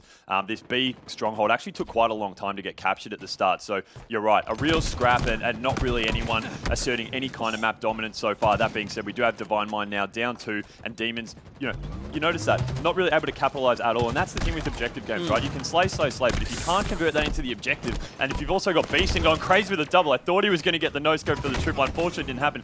But an absolute mammoth amount of death on this B side. It was 3 down for Demons momentarily, and Divine Mind using that to capitalize. They've got A and B locked down, starting to score and starting to put a little bit of distance between them and Demons. Yeah, good point you make there, Hoots. It's the kind of make or break between these teams within these brackets that, you know, if you are not really making use of the kills on the map, then what are you doing really? How are you even being effective? Demons had a huge spot there. They had so much room to play with, but they didn't really do anything. They weren't going for a lot of map control. Sure, they can't cap a point, but at least you can push past that mid position, start to really put some pressure on Divine Mind, make some more space, but they didn't do that at all, and Divine Mind just kind of got to collapse. I'm liking this from Divine Mind. They're occasionally losing captures, but as soon as they do, they rotate to another one and start to take it back. So they built a bit of a lead so far, around 40 points, but we were chatting in the green room before, Blue, and you said you were watching Berserk stream a little bit. He was getting angry. He was getting angry, and it was affecting him negatively. He wasn't sort of harnessing that negative energy to try and play better. I don't know. So far, starting off pretty well. 4-4, so nice and even, but he's a player who hopefully can keep the mental game in check. Yeah, let's hope so. You know, Berserk is a very strong player in his own right, but he has a bit of a temperament here. But seeing how he's playing right now, he could be turning that frustration and that anger into something for the better for his team. But right now, he's got to learn to take that and shut down a player like Plasma, who, of course, Curse of the Caster goes down, isn't performing as strong as what I would have expected. You know, shout-outs to Inman on the couch right now. Plasma's got a steak dinner that he's trying to fight for, and if he's performing like this, I don't think he's getting that at all. Yeah, look, it seems like Demons, while we have been chatting, have really started to turn momentum around. In fact, they've actually taken the lead off Divine Mind. So this ANC on lock here, they're holding it down really well. A lot of emphasis around this tower and nest, but you do see there Jordan starting to push through middle, going for A. So, you know, potentially trying to get a triple cap as well. You know, sometimes you got to be careful. You don't want to overextend too much going for that triple, because you can start to forget other sites, and before you know it, you're going for a triple and find that it's been completely flipped on you and you've lost 2 sites whilst gaining that third that was supposed to be your triple cap. So, you know, overextending is something in Strongholds that we do see actually happen a lot, but God, this snipe tower at C has just been an absolute grenade fest so far. Yeah, imagine if there was a whole bunch of gore in this game, right? I could only imagine that it would just be covered in blood and bits right now, but that is not the case. You can see how strong the holds are coming through. And yeah, to touch on a point that you make before, again, another big make or break point between these top tier teams is how well they're able to just keep a lock on enemy spawns. And Demons appear to be doing that through and through right now. But as I'm saying it, of course, Divine Mind start to flip things around a little bit. They have B and C control. They can start pushing in Demons into A and just keeping their lockdown. We have a mad fight for this camo here right now. Plasma going for it. It looks like he's going to pick it up. Demons actually securing that camo really well. Going for the remote detonation. On. Lolly gets it. Thank you very much. This camo, they pretty much, Demons were able to grab it uncontested. It was only 1 push from Divine Mind to try and get it, whereas 3 Demons went through and grabbed it. Lolly, he's going to be able to do a lot of work with his heat wave as he pushes into A. Should clean up nice and easy there. Gets the assist with flex range. And look at that. As soon as he manages to drop him, we're probably going to see, I believe that was Beast and push back. He's the last man alive, actually. So A taken pretty easily. B as well going through now. So you see them really efficient here. Getting the 3 down, starting to convert it. That's a triple cap. And now we're going to see Demons go on a big run. They can start to put a real big gap between them. Lolly was the man in the hour in that play. See how much space he created for his team. See how much pressure he put on. He grabbed camo, but I don't think for the majority of that fight he actually was disguised in that camouflage. He just said, nah, I don't care. I'm throwing it to the wind. He's going in with the heat wave, putting down so much damage, so much pressure on A, just completely wiped Divine Mind out and just making them have to go into a full reset. Once again, that B and C control is ever so important. Rated is flipping it now, so they do have A and B control, which means they can flip it themselves, lock them down on that sniper tower. But I feel like, personally, that is a much harder position to hold a team down. Yeah, look, they really needed to stop the scoring there for Demons, because Demons were going on a big run at that point. Lolly's the one who obviously is catching fire for Demons. I've been keeping my eye on Beastin in the kill feed for Divine Mind. He started off really strong. I think he was up to about 10 kills, probably about 3 or 4 minutes ago. So, that's a bit too early, probably. Maybe a minute or 2 ago. But hasn't really done a huge amount since then. So, they managed to neutralize him a little bit while Lolly's been the one going on a tear. But you see here now, we have a triple cap with Divine Mind. Ooh. So the really strong push there to take that triple cap away straight away. But just the sign that they are starting to push for those triple caps shows that they're starting to feel they're in control of the map and they can take those risks going for the triple cap. This camo, though, we do have coming up, and I believe it looks like we're going to see, who is that going for it? Lolly again, so he's not going to be able to pick it up. I think that camo is going to go in the hands of Divine Mind. Could be the first one they've got this map, so let's see if they can use it effectively. Yeah, you know, considering that entire time between those 2 camo spawns, there was like barely any fights, really. The game did slow down quite a lot, and it just became very scrappy back and forth. Kills really trying to matter. I think both teams are more so focusing on trying to just make the big slays before they go for any plays around the points. And they're going to need to do that, especially with where the scorelines are right now and how close it's been consistently throughout this match. Yeah, this is a super close game now. We did see a bit of a lead at the very start, but it has come in straight out. Repulsor, unfortunately, not connecting on lows. It can be kind of inconsistent sometimes. I thought he would have at least got some kind of pushback there. Unfortunately, nothing. Left himself super exposed. We do have Divine Mind now flipping B. They're going to start scoring again. So I think in the last couple of minutes, Divine Mind really have been starting to take some of the momentum away. See Sway's fighting a bit of a one-man battle. Who does manage to pick up the kill, actually. Flex range, tossing a few nades. Sway's backing down a little bit, but pushing out hard. Challenge, collapse. Knowing he had the help. Look at that swarm on C. So C's going to be picked up, and now they're going to have this really great vantage point from the nest to just rain down grenades with most of Divine Mind stuck here at B. So we could be seeing a potential triple cap here. That being said, I think a bit of overextension, although, no, that being said, they are going to be able to secure B. A is going to potentially be flipped as well, but they're moving through really well. They're grabbing a site together, working really strongly, and sometimes in groups of 3, and then just assaulting the next bomb site. So we typically see that move from C to B, using the advantage of the nest and Demons did it perfectly back then. There's a big focus right now with, I'm looking at Flex Rain's name on the board, and he's a big communicator in his team for Divine Mind. I'm wondering if Demons can match that right now, even though they do go 4 down. So let's jump to a listen in and see where their heads are. We're going top middle. They're weak, they're weak. I'm living. One of them is really weak. Two on B, guys. Camo. One on camo, guys. We can collapse on B. Camo weak. I'm just leaving. Sandbags. Sandbags and camo. Got camo. He's fine. Watch him. You gotta push him out. Nice, guys. Get down. One on me. I'm getting up B. Yeah, get B. Go C. Jordan, take it. Jordan, I dropped it. One shot on mid. I'm gonna help you B. Watch my middle after this. Get my middle after this. Vince, one shot. Look out. Big door pause. Just live, baby. Have you push. Have you hold push. Just live. Middle, guys. Yeah, just live. Where are they going? Middle. Yeah, middle. One shot sandbags. I'm being pushed hard middle. Yeah. I'm leaving you, Paz. I'm leaving you. Yeah. Another C. Help it. I need help C. I'm living. They're on me. I'm living. Boxes, guys. I'm living. 2C plant. Pass on C. Nice. Protect B now. Hold it. I'll stay C. On B, one shot. Nice, guys. Watch your sandbags. One shot. Nice. They're going to be big door. I'm staying C. Wait, Brayden's fucking double neg cunt. Let's go. I'm going A. This point A. I'm living. I'm on shot. Scope top, guys. I'm side, maybe. Really clear-cut comms coming out from the Demons. I think it's pretty much comparable to what Divine Mind has been doing throughout every time that we've heard, their cast. I put a lot of praise on Flex Rains for not only being a star player himself, but being a shot caller, and I think we've been hearing a lot of that out from Demons in general. All 4 of them seem to be on the same page. Yeah, Demons are really starting to purr. I felt those comms were really frantic, but there was still some, they're speaking really quickly, quite frantic, but you could still really tell clearly what they were trying to do there.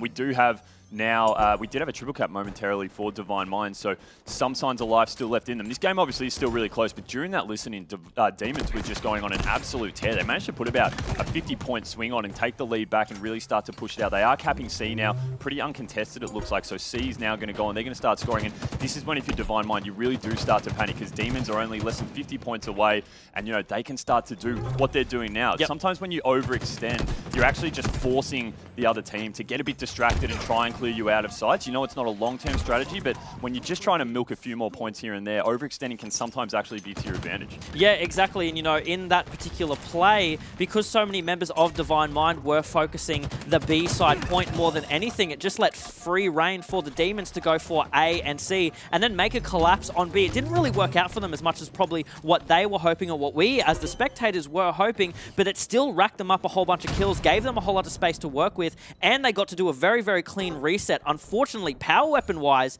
the sniper is now in the hands of Flex Range. He does have 1 bullet left in the bank. He does connect it, but it doesn't result in the kind of kill that I think he was expecting. Plasma jumping up on B now. There are still so many scrappy battles left for this, and look how close the scoreline is right now, Hoots. Yeah, scrappy is going to be exactly the right word to describe this. When you've got a 205 to 204 scoreline, it's going to be scrap for these last few strongholds, just so teams can try and get some kind of momentum, because right now you don't really know what's going on. There's so much time to deal with. You can't really sit back and try and group together in spawns to make pushes, knowing that, if you give your enemies just a little bit of leeway while you're trying to set up for that, they can put 20, 30 points on the board and all of a sudden they're winning the game. So Divine Mind now getting a bit of control. We have been really back and forth for the last minute or two. Teams haven't really been pushing past this sort of early 200s much at all, really. We've kind of been stuck on this early 200s for quite some time, but we do have Demons starting to get this score now, so they've taken the lead back. Really strong push coming on C here. They have still got that locked down, and this is great for them. The Repulsor here coming in from Flex Range. He manages a trade, not ideal. That's 3 down for Divine Mind as well, so they are still putting a cap in on C, but B is coming in for Demons, and they're only 25 points away, Blue. Yeah, Demons with just the overall better positioning there. That crucial trade is even really good for the Demons in that scenario. It gave them so much space to work with. Sway's picking up a really clean kill on C Tower. Then they do have a triple cap. It looks like this is going to come down to the wire. There's not enough time here for Divine Mind to react. They're on B, but it's not going to be enough. A now, the rotations are too strong. They can't react enough in time, and that's 250 to Demons, and they take map 1. Yeah, that's, when you get that triple cap in those last few moments, it just makes it next to impossible for the other team to be able to take that lead back or stop you from scoring, because you don't have to just flip flip one, you got to flip two. Yeah, exactly. And there's just no time for it. It's kind of like that Netflix dilemma, right? There's so many options in front of you, you don't know which one to pick. And in that scenario, it becomes so hard because not only do you have all those options in front of you, you got the timer ticking up as well. And I think for Divine Mind in that particular situation, you kind of just have to accept the defeat that's about to come your way. Yeah, I mean, look, Demons take a 1-0 lead early. We didn't really think we'd be seeing that as we spoke about at the start, but geez, Rated had a rough day at the office. 9 kills, 18 deaths, unfortunately. But look, it was pretty even slays for everyone else. I think Beaston and Lolly, I believe, were the two real sort of heavy hitters, as we can see there in the damage dash. Actually, Berserk as well, 7,172 damage. Actually led the match. So obviously putting out a lot of damage across the map. But we are just highlighting here Lolly's 23 kills, 18 deaths, 9 assists. So pretty solid performance there, including that remote detonation. Which I mean, that's the thing, though. You have one player on Divine Mind with 7k and then everyone's sort of under him. But at the meantime, you have 2 players on Demon sitting on 6k, a little bit above 6k damage. That's the kind of damage that makes the difference in those particular situations. And in my mind, it just means that they were stronger on the team composure level. They were stronger in calling those shots, calling those team shots. Yeah, cheeky little remote detonation in that particular instance. And like, they just seemed so much stronger, especially in those last few ticks of the game.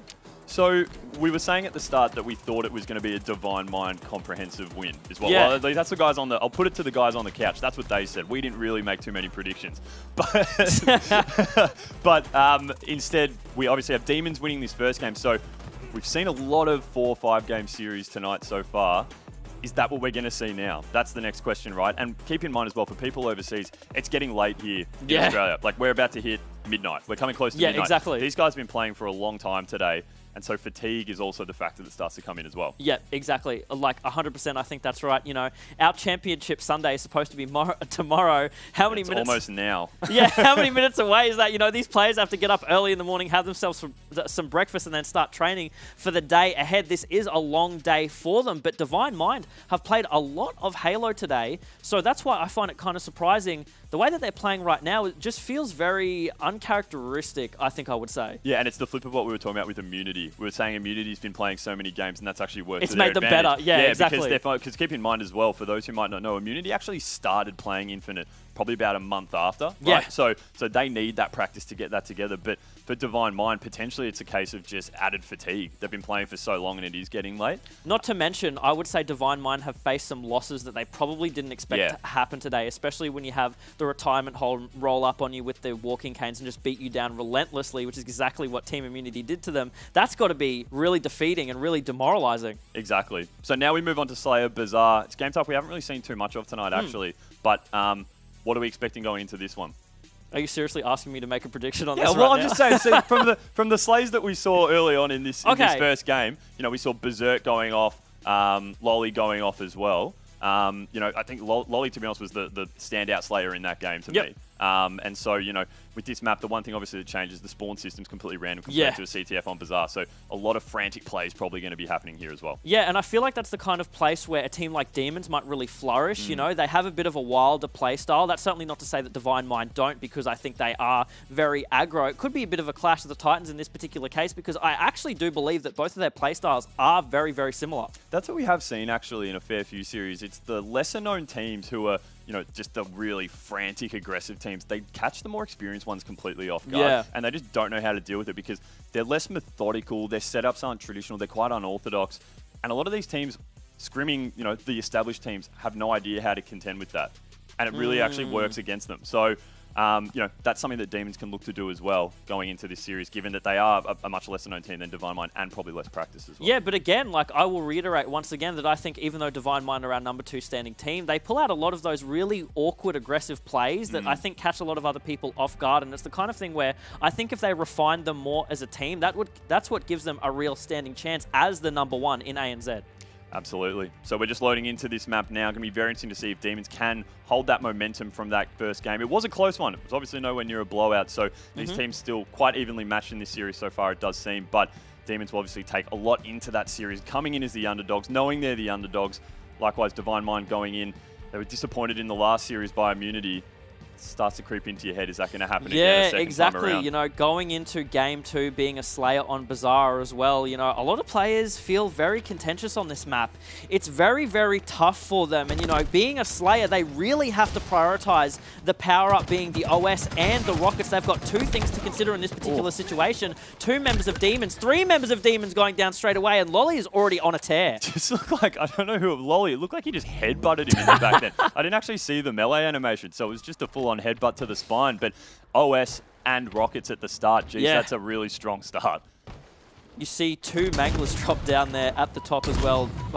Multiple players obviously deciding to drop those in favor of the Rockets. Demons already making use of them. I think he only connected 1 fully and then connected the second just for a hit, which isn't exactly what you want to see in this particular situation. They do have a bit of a room to breathe in the early stages. Plasma throwing out that electro nade, just grabbing some ticks, which gives him enough information to say, hey, there are in fact some players down here. And of course, in a Slayer game mode, intel is so important. And I think that's what you were sort of seeing Jordan do. Jordan actually grappled up to that bar, having a look in there, couldn't find anyone. Turns out they've actually already moved over to the locker. Okay. Yeah, they're gone. So he has moved in. He's taken down. So unfortunately, not able to use that intel really to pick up any kills. But starting off pretty even Stevens at the start. Demons up by 3.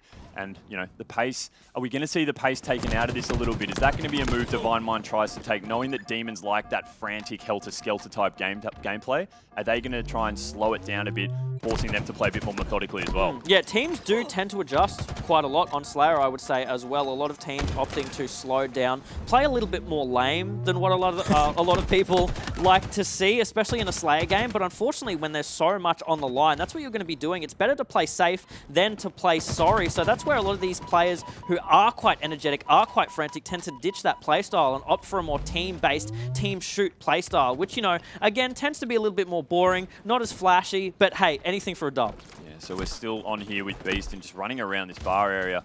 Unable to really find anyone for quite a while. It sounds like there's a lot of stuff going on, but the people we've been following just haven't really been doing too much. I'm hearing grenades, I'm hearing shots fired. This OS, I think, is popping quite shortly. Did I just see it there? Yes, it actually Sways. was. So Sways has popped it in there. Clearly he's going to win that one against Beast in here. Moving up, you see the grapple just shooting past him, fighting with Berserk, and we're going to have Lollies coming in to clean that up. Great teamwork, great comms. I love when you see that kind of collapse coming in, knowing that one person's playing distraction while the other one comes in to clean it up. Look at them all rotate as well. It's like one single line just waving all the way across the map. Unfortunately, it looks like their eyes are just diverted on the wrong side. They can probably see now if that electric grenade ticks, that's going to give them enough information to realize, okay, this is in fact where they've spawned. They are up on blue bar side. Didn't tick, but I think the call came out anyway. You can see the rotation come out, raided in this back alley, taking a BR fight in his favor against Sways. Fantastic stuff from him. He's got help from Beaston as well. Does manage to take him down on that jump up, but does go down himself as well. Berserk making a nice little flank, trying to grab some intel for himself, coming face to face with Plasma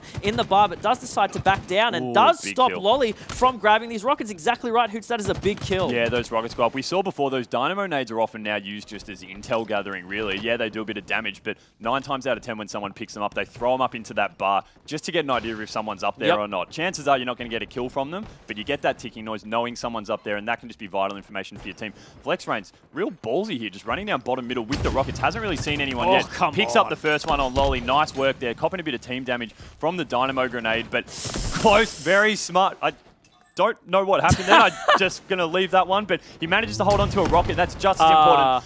As I say that, wastes his second one, so you do a bit of good, you do a bit of bad. Bit of a miscommunication there, I think, about where the actual player was. You know, before he shot the rocket, they were in fact in that location, but they quickly just ducked around to double doors. But I don't think that was communicated quite as quickly as what it could. You can see the little rotation come out here. Everyone is now looking towards that OS. That is the major player right now. You got Berserk and Flex Rains both near it. They do grab it in the hands of Berserk. But in the meantime, look at the scoreboard. Lolly and Sways taking down kills on Divine Mind themselves. You've got Berserk and rated left. Berserk with that OS can make something happen, but he's got no support from his teammate. The green gun coming out, it does miss so much of his OS going down. A double kill, the nade placement from Berserk. That's what we like to see from a star player of this caliber. Exactly, and it was that OS that was so critical in allowing him to stay alive, cop a bit of that self nade, and pick up the double as well. That's exactly what they needed, because they were starting to lose the lead quite a bit. They've brought it back a little bit now, but they still do need to make some big moves. We saw the rockets before, when they did have them in their hands, weren't used as effectively as they could have been. So they've got to make sure that next time they can pick those up, Demons, Demons that they actually make some use with them. But Berserk's just been running around like a bit of a madman there.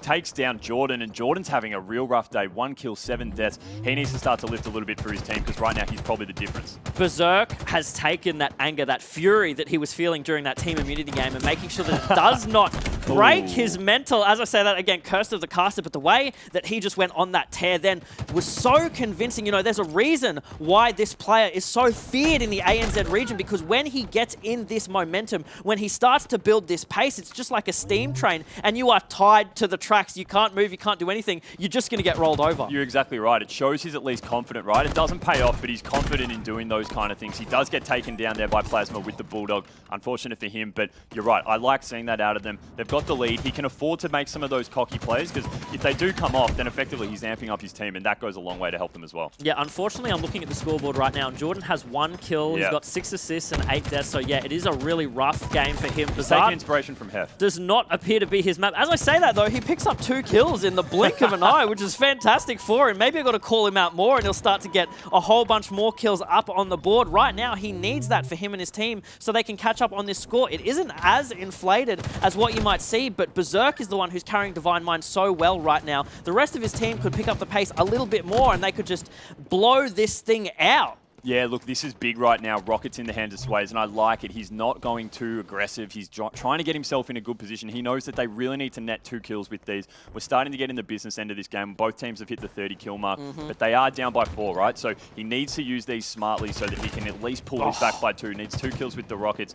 We are on with Beast, and he has that overshield. So they'll take the Rockets Demons. Divine Mind will instead prioritize that overshield, and you can see Beaston just has the confidence to run around quite openly here, but now starting to set back a bit. He does need to be careful because Rockets are moving in, so we do get a trade with the Rockets. I think he shot both then, so he did. He's running against the grapple there we with go. the back smack Beaston. Love to see it. We saw Barco do it earlier in the year, and he's taken same a bit, map same too. spot as well. Yeah, Pretty I know, similar right? spot. He didn't get to weave through the pillars like Spider-Man, but it was close enough. We'll give it to favoured spot for him. Excellent use of the grapple hook there for him to secure a cheeky, quick little back smack. Fantastic stuff for him. Unfortunately, Sways did not use those rockets to their full potential. I was waiting for them to make a play where they set a trap, baited it, made Divine Mind come to them. It did, but Divine Mind seemed to like read them like a book. They were so spread out. There were no opportunities for them to pick up an easy double with those rockets. We've been flicking around and we were just seeing trade after trade. Unfortunately, that's not going to do it for Demons. They need to start getting 1 and 2 picks per life to try and bring this back. They are now down by 10. So that's actually blown out quite a lot. Yeah. Those rockets just did not work for them at all.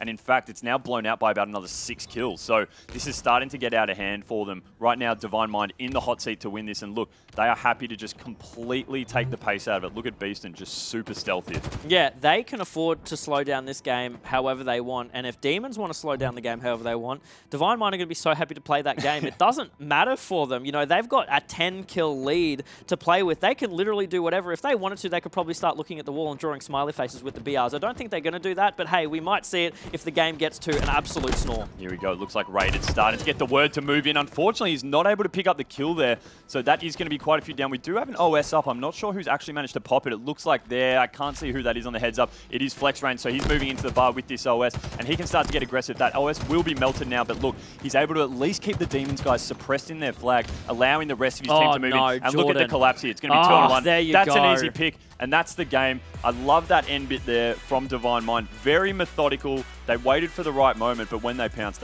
really hard. Yeah, exactly. Great word there. Methodical. It was clinical. Everything about that collapse just at the end there just spoke words to how much they would have been calming that. You know, Jordan with the very, very unfortunate positioning at that moment. Don't really understand why he was so far separated from his team. You know, he just made such an easy pickings for Divine Mind. We are now 1-1 tied in this series. And again, you know, going into this, I didn't think that Demons were going to put up this much of a fight, but they're proving themselves to be really, really strong contenders against Divine Mind. They're certainly being a handful. Yeah, it was unfortunate with Jordan at the end there, you're right. It either comes down to A, was it an unlucky spawn, and Divine Mind just got in there quick enough to pin him. Or was it just stupid? Or is it, well, yeah, I don't want to say it that way, but you might be right. You know, when you are having a bit of a rough game, sometimes you start to try and overcompensate, and we look at the stats here, and you're right, Jordan, pretty rough trot there with the damage given, and we're on board here with Berserk, and look at that, 19 kills, 9 deaths, 8 assists.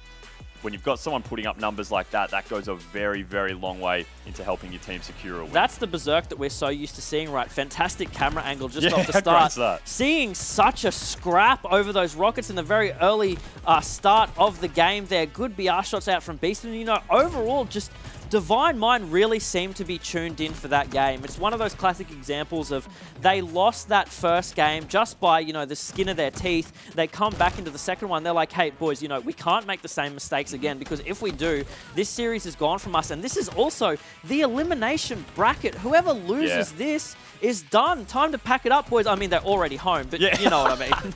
No, you're right, exactly. Because keep in mind, you know, this prize pool we do have, 70,000+ Australian dollars. You lose this, and it's all right. You'll take a bit away, but you're right for that big fat check of around 28 grand for coming first. That's gone, and you've got no more say in it. So the stakes are obviously very, very high. I think that match for me came down to Demons just not being able to utilize those rockets properly. Yeah. Every time they had them, I think at a max they got 1 kill from them, but several times they were just whiffing rockets, predictions, not really solidifying on kills that were there. That Sway's play near the end in particular was like so heartbreaking to see, because they were doing everything right. I think in that particular moment, they were just waiting for Divine Mind to collapse in on them, and they have the advantage of that particular moment. You know, a rocket is potentially 3 to 4 easy kills if you can make them count, but they just couldn't do anything with them. Yeah, sure, they connected, but it was no kills where it mattered. Yeah, exactly. So we're now moving on to CTF Aquarius. For me, this is the map that really does separate the men from the boys, the adults from the kids. You know, there's so much, especially CTF on Aquarius, you really need to have your tactics down. You need your strats down. Your setups have to be good. You need to know when to pull the flag, which route to run them. A lot of the teams who are probably less experienced struggle on this one a bit more. Yeah. So if Divine Mind's going to make a big statement, for me, it has to be on this map. Oh, yeah, good point to make. Like, this is the map where both teams really have to prove where they cement themselves. And that's the thing, you know, did a listen-in with Demons before, how they were communicating. I'm imagining maybe in that second game, it would have been a lot more frantic and a lot less controlled in that chaos than what it was before. And now with the CTF, we're probably going to see a huge, like, evolution into absolute chaos, because this is where comms reign supreme. You need to know when you have numbers up. You need to know when a teammate is potentially about to die, so you can pull back from a pull if you think that's the moment to make it. We've seen in a few games on this map type before, in previous series, that the teams that really start to rack up those assists are the ones that do it well. So you obviously want those high double-digit assists. I think Immunity was a prime example of that a few series ago, where everyone was putting sort of high-teen assists up, and it just meant that they were easily going to get the win there. We do have 3 dead, 4 Dems. I think it might have been 4 dead momentarily. Yeah, it was. So we do have a flag coming through with Flex Reigns here, running it down the car side, and look, he's already managed to make it halfway through, and Nate does come in and it hurts him, but he still manages to get through, so he has a little bit of shields left. He's probably going to lay low, but oh no, he still has to run because he's getting shot behind him. No shields, and he still manages to put it in.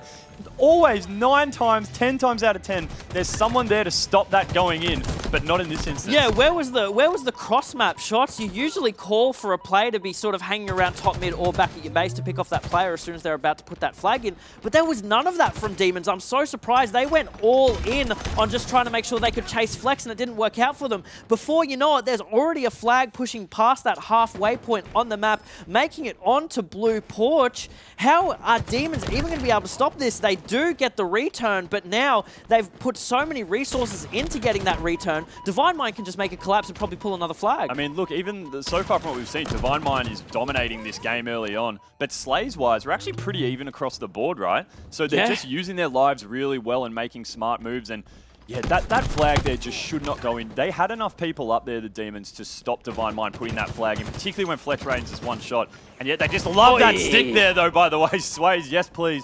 But yeah, they should have had someone there ready to stop that flag. Yeah, it's the classic, you know, like as I pointed out before, 10 times out of 10, you said that's what you always get. And I think that was just a classic miscommunication. You know, do we want to drum it down to now? Things are so far on the line for both of these teams that for the Demons, you know, having a little bit less experience than what Divine Mind do, is this where we start to see the crumble for Demons? Is this where we start to see them break apart? Communication is the first thing that goes in these scenarios, and is this what we're starting to see? And this is another flag cap guaranteed. They were 4 down there, Divine Mind, the last player. Okay. Just overthrow it a little bit if you want. gone, that's all right, we'll put it in. Oh, actually, sorry, completely wrong. I was reading it wrong way. It's the Demons. I had my scoreboards completely confused. So they run that one completely uncontested. Divine Mind were no chance to put any kind of a stop to that. And straight back 1-1, pretty early still in this game. But, you know, these teams definitely taking their turns in momentum. Yeah, a really, really good recalibration from Demons, I would say there. They managed to maintain things really well. They had a lot of support,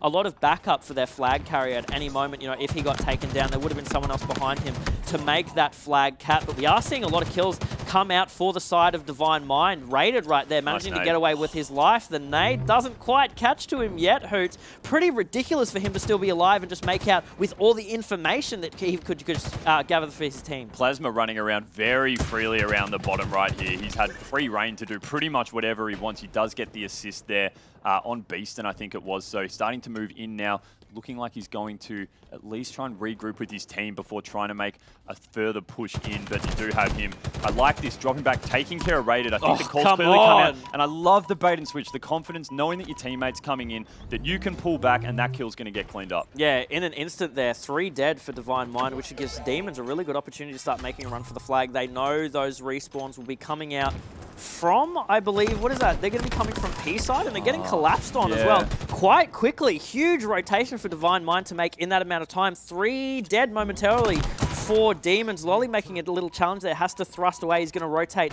back near Util side as well. They're all sort of making a pushback because they know they were down so many players. They have to come off spawns. They have to make a reset because Divine Mind are going to start pushing for this flag. I really did like that attempt at that flag pull before from Divine Mind. They went in trying to go for the pull. They backed up thinking the time wasn't right. When they finally did go for it, they kind of got a bit of a run, unfortunately. Sometimes you just get unlucky with your enemy spawns. Is that a stick? Looks like we're going to have another stick here. So it's Stick City going on in this game. 2 so far. Flag is out, and it actually will be returned now. So on with Sways here, fighting up at top B, and he's just, I love the darting around, using the cover. Unfortunately, it doesn't help when you've got someone shooting you in the back as well, but Deathfinger going into effect here right now, and a lot of chaos coming in as teams are just trying to establish some kind of top control. See those dynamo grenades working perfectly for Jordan there. Let's talk about Jordan for a second. Had an absolute shocker in the last game. 13 kills, leading the map right now. Oh, you couldn't have put it any nicer. Yeah, absolute shocker it was, and he's come back in full force as well. He's doing a lot of work for his team, and I think he was one of the main supporters in every time that a flag pull has been made by Demons, particularly in that first flag cap they got. He was right behind them, supporting them all the way, putting enough damage down the map to make sure that the members of Divine Mind couldn't just pick off that flag carrier, which was Sways at the time.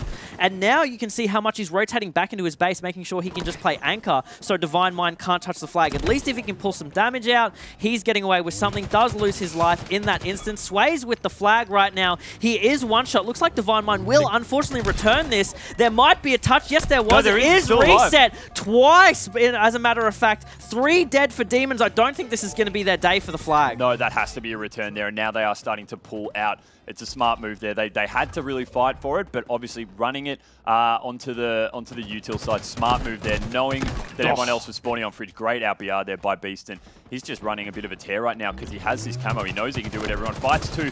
Okay. Smart move to back down. They went hard for him. He still picked up 1, though. Not a bad effort. He was being shot at by 3 people. Meanwhile, while all this is happening, we do get a flag in for Divine Mind. So they had to really scrap for 1 there. We hadn't had a score for quite a while, but they do put 1 in. 5.5 minutes left on the clock. They really had to work for that flag cap. Demons were making sure that it wasn't a free run for them, which is exactly what they need to do. At this point, though, you know, I'm asking myself, should in that moment have Demons have capitalized on the ground that Divine Mind would have had to give themselves to capture that flag? You know, there wasn't a lot of push from Demons, albeit they did go 2 down in that moment. They're just not able to regroup, recenter themselves in order to actually make for a top mid push. Just get the ground for top mid so they can start pushing Divine Mind back.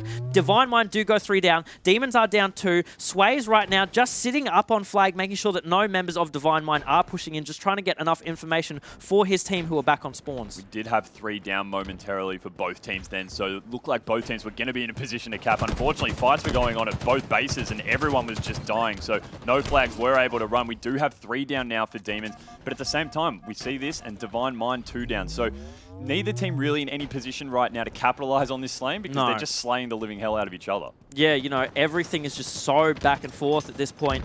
Even for a round that isn't all tied up, that's the thing though. Divine Mind are up a flag, so they can more focus their efforts on defense rather than a cap. If they know that they have to fall back just a little bit to ensure that Demons aren't touching a flag and any point, then they're going to do that. They have the space to do that. Demons, not so much though. They need to start capitalizing on the time that's ticking away right now. 4 minutes left on the game.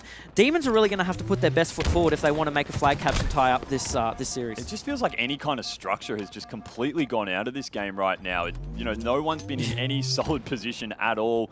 Very scrappy.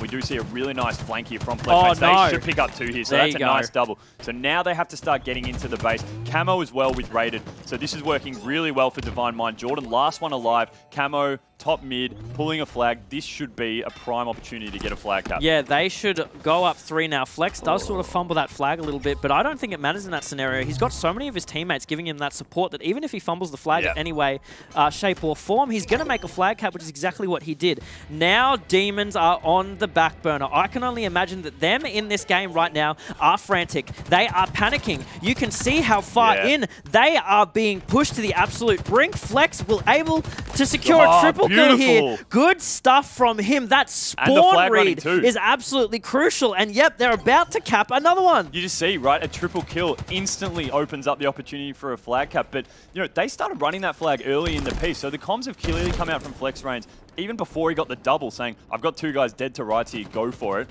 And then the triple comes in as well, and it's just easy pickings to put that 4th flag in. Yeah, it was all done and dusted, I think, Hoots, just from the point that Flex could say, hey, 3 guys have just spawned Fridge. I can get shots on 2 of them if you can get the cross, and Jordan's just trying to leg it back to our base. We don't really have to focus on him whatsoever. They do take him down quickly. So many kills going in for Divine Mind. Rated, who also, you know, was having some stinkers of some games before, is now going 23 and 13. Yeah, absolutely. We did see Rated was playing full defense, right? He was back flag, hanging right back there. No! Knowing that the socking out BR coming out there. But Rated just hanging back, knowing that this is defense time, right? 3 caps in 2 minutes. Like, they have to come to them, Demons. They only have a really few couple pushes left in them. Otherwise, this isn't going to work. So they need to be pulling a flag in the next 10-15 seconds, really, if they want any chance of tying this game back up. Yeah, the amount of pressure that Demons are going to have to pull out of the bag in such a short amount of time is just absolutely incredible. And some might even say an impossible task, especially in this situation. When you're all dead. Going 4 down. That's 4 in the grave for them once again. You know, so many instances we've seen the Demons go down. Not 4, but 3 dead. And of course, when you have 1 player just left alive, what is that 1 player going to do? Exactly. He's not going to make for a Rambo down the middle of the map, grab a flag and capture it himself. He's never going to be able to do that, especially when Divine Mind are as coordinated as they are right now. So Divine Mind right now are just happy to play Pest. I love it. They're throwing that flag out with, it looks like, no real intent on capping it. And they're just going to, Rated's just sitting back base here, just causing a ruckus, knowing that Demons have to get rid of him. And look, this is just wasted time for Demons. And now he's got the opportunity to actually start running it. You know, probably don't need it right now because it is going to be a win, but I love that. And I love the angle that he was holding before as well, sitting top Fridge and basically just giving intel, letting them know, hey, they still haven't run past any of my sightlines yet, so they have to all be stuck in back flag. Just start tossing nades, toss nades. But meanwhile, Beaston, this one looks like it's about to be fully over. He's going to put this final flag in, gets touched a little bit, and then slides in. So that was a dominating 5-1 win. A game that started out pretty even, but then Divine Mind just started to motor, and when they motored, they just destroyed them towards the end then. You know what, Hoots? You were talking about how for you, CTF Aquarius is sort of like the landmark of where you are as a team, where you are mentally, where you are technically, how, you know, you wrap yourselves as a team in a nice little bundle and take these maps. So now that you've seen how convincingly Divine Mind took that, what do you think about the rest of this series? Well, I think that, like I said, I think that just shows to me that they are the more well-tuned squad, right? When you have these game types that do require those kind of tactics, they're obviously going to come out on top. So what that then says is Demons need to rely on those frantic game types if they're going to want to have any chance of winning this, it looks like. But have a look at some of these accuracy stats just before as well. I know. Absolutely crazy, but across the board, Divine Mind, when you've got 2 players in the 6,000s, you know you're doing something right. Unfortunately, Sways just wasn't putting out a huge amount of damage in that, and that was maybe the difference maker for quite a bit of that game. Yeah, exactly, you know, but you look at overall Rated, the game that he had here was absolutely disgusting. You know, 3 triple kills, and then I think his overall KDA was something like 14.3. So he was really in it every time. He was willing to just be dirty, get down in the mud. And I loved what you said near the end there. How much of a pest, how much of a little rat he was, just sitting in the base the whole time. I could only imagine being a member on Demons being like, can someone please just kill this guy? Like, we can't get out of spawn, dude. It's like, mate, play the game. Like, pull that flag or get out of our base. But he's happy to just play sit the there. game. Yeah, exactly. I know. How pathetic does it sound? But that's honestly what it is. Just be thinking, as you said, get this rat out of our base. But he just stayed there. And, you know, they ended up putting that 5th flag in, which they didn't need to do either. So that's a statement in itself, right? Yeah. They could have just let the time run out. And if they wanted to, they could have just overslayed them and tried to basically annoy them that way. They could have statted. You're yeah, saying. exactly. They could have statted. But instead they said, no, do you know what? Let's actually make a real statement. Let's finish this properly and hit the score limit rather than waiting for the time to run out. I'm really glad they did, because either exactly. way, it shows, you know, overall dominance. But I think they were so dominant just in the game in general, you know, showing that, yeah, we can just take this flag for free. It doesn't matter for us. I think that's also a statement for every other team that's probably watching right now as well. Yeah, exactly. So we have flicked over to midnight now. So we are on Championship. Welcome to Championship It's Championship Sunday, baby. Let's go. But so, you know, over midnight, 2-1 up for Divine Mind. So they're going to be wanting to get, I was going to say an early night. They're not going to get an early night, but they're going to be wanting to get to sleep and put Demons to sleep and out of this tournament so we can get to bed and get on with Championship Sunday. Yeah, exactly. You say they want to put them to sleep. They want to put them to sleep 6 feet under. They kind of want to make sure that they never want to play Halo again. Send them down to hell where they belong. Knocking them out of this Super. Exactly. And that's exactly what the Demons are facing right now. If they want any chance at this, they have to take on Divine Mind next on Oddball on Streets, a game which I would historically say is very chaotic, is very frantic. So for Demons, this could potentially be an area in which they shine. Yeah, it's the way the map's laid out, really. You do have a lot of those tight corridors, particularly down the cafe and arcade side. Yep. So, you know, you can have just those crazy guy picks up the Bulldog, couple of nades sprinkled and just charges in and picks up a double or a triple. Those kind of things can happen, and they seem to favor the Demons because Divine Mind are a much more methodical team from what we've seen, particularly in that last CTF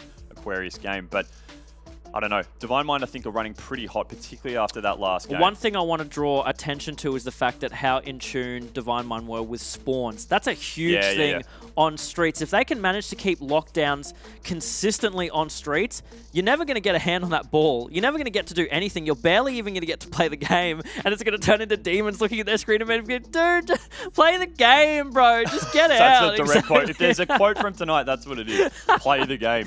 But one thing we have seen with ANZ Halo in particular, I noticed the difference between ANZ and the NA players in particular.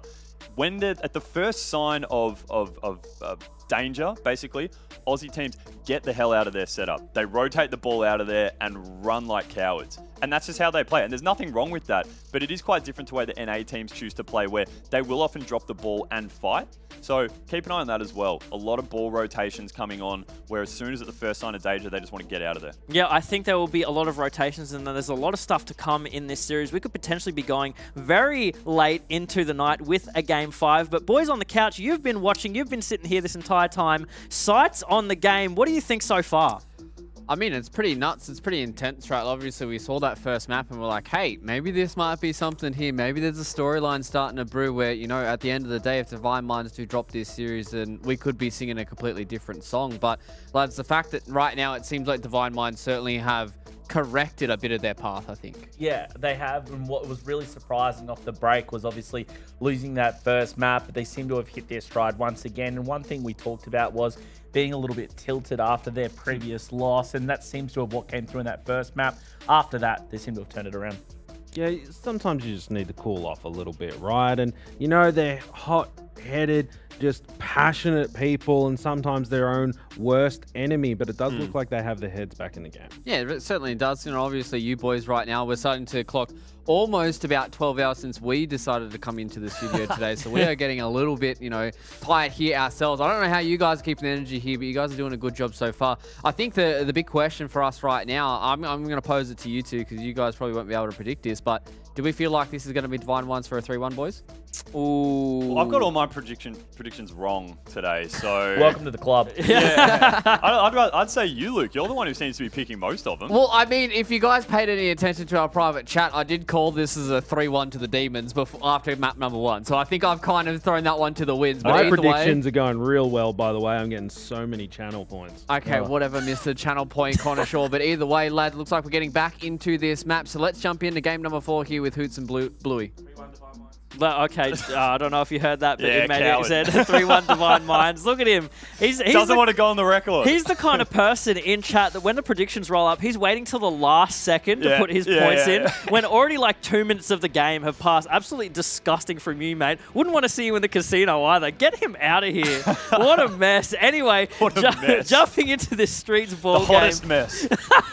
Jumping into this Streets ball game right now. Very scrappy off the start once again, but Flex Range just flying in, getting behind them as soon as possible. I'm pretty sure there's still one rocket on the ground. Yeah, that was just a really...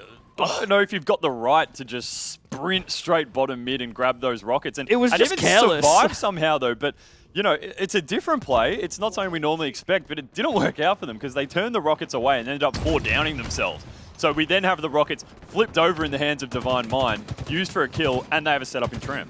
Yeah, exactly, you know, and this is the kind of thing, I'm actually, again, really surprised. I pointed it out before, a lot of teams are seeming to favor this Tram hold up a lot more than what we've previously been seeing. There hasn't been a lot of rotations at all from this Tram sort of section going up Arcade into PD. You barely see that happen. I mean, we've barely seen it happen tonight, so I think a lot of teams are just deciding, now, obviously, there's a lot of money on the line, let's just try and play it as safe as possible. I mean, we saw it with that BBR game that we were watching in one of our first series today, where Ads was actually just sitting in Tram, holding ball by himself, and the entire map for about a minute was just sitting on the complete opposite side around A. So it's interesting to see teams get set up in Tram with ball, but then send everyone else out to the map purely to cause chaos. Yeah, exactly. They're just trying to disrupt as much as possible. But even then, that chaos creates space, right? That space is there for them to hold the ball as long as possible. So fantastic to see that Demons actually managed to break the hold that Divine Mind had in Tram, are using it for themselves now, and we may see the points tick up a little bit here. I wouldn't be surprised Lolly does decide to play the ball,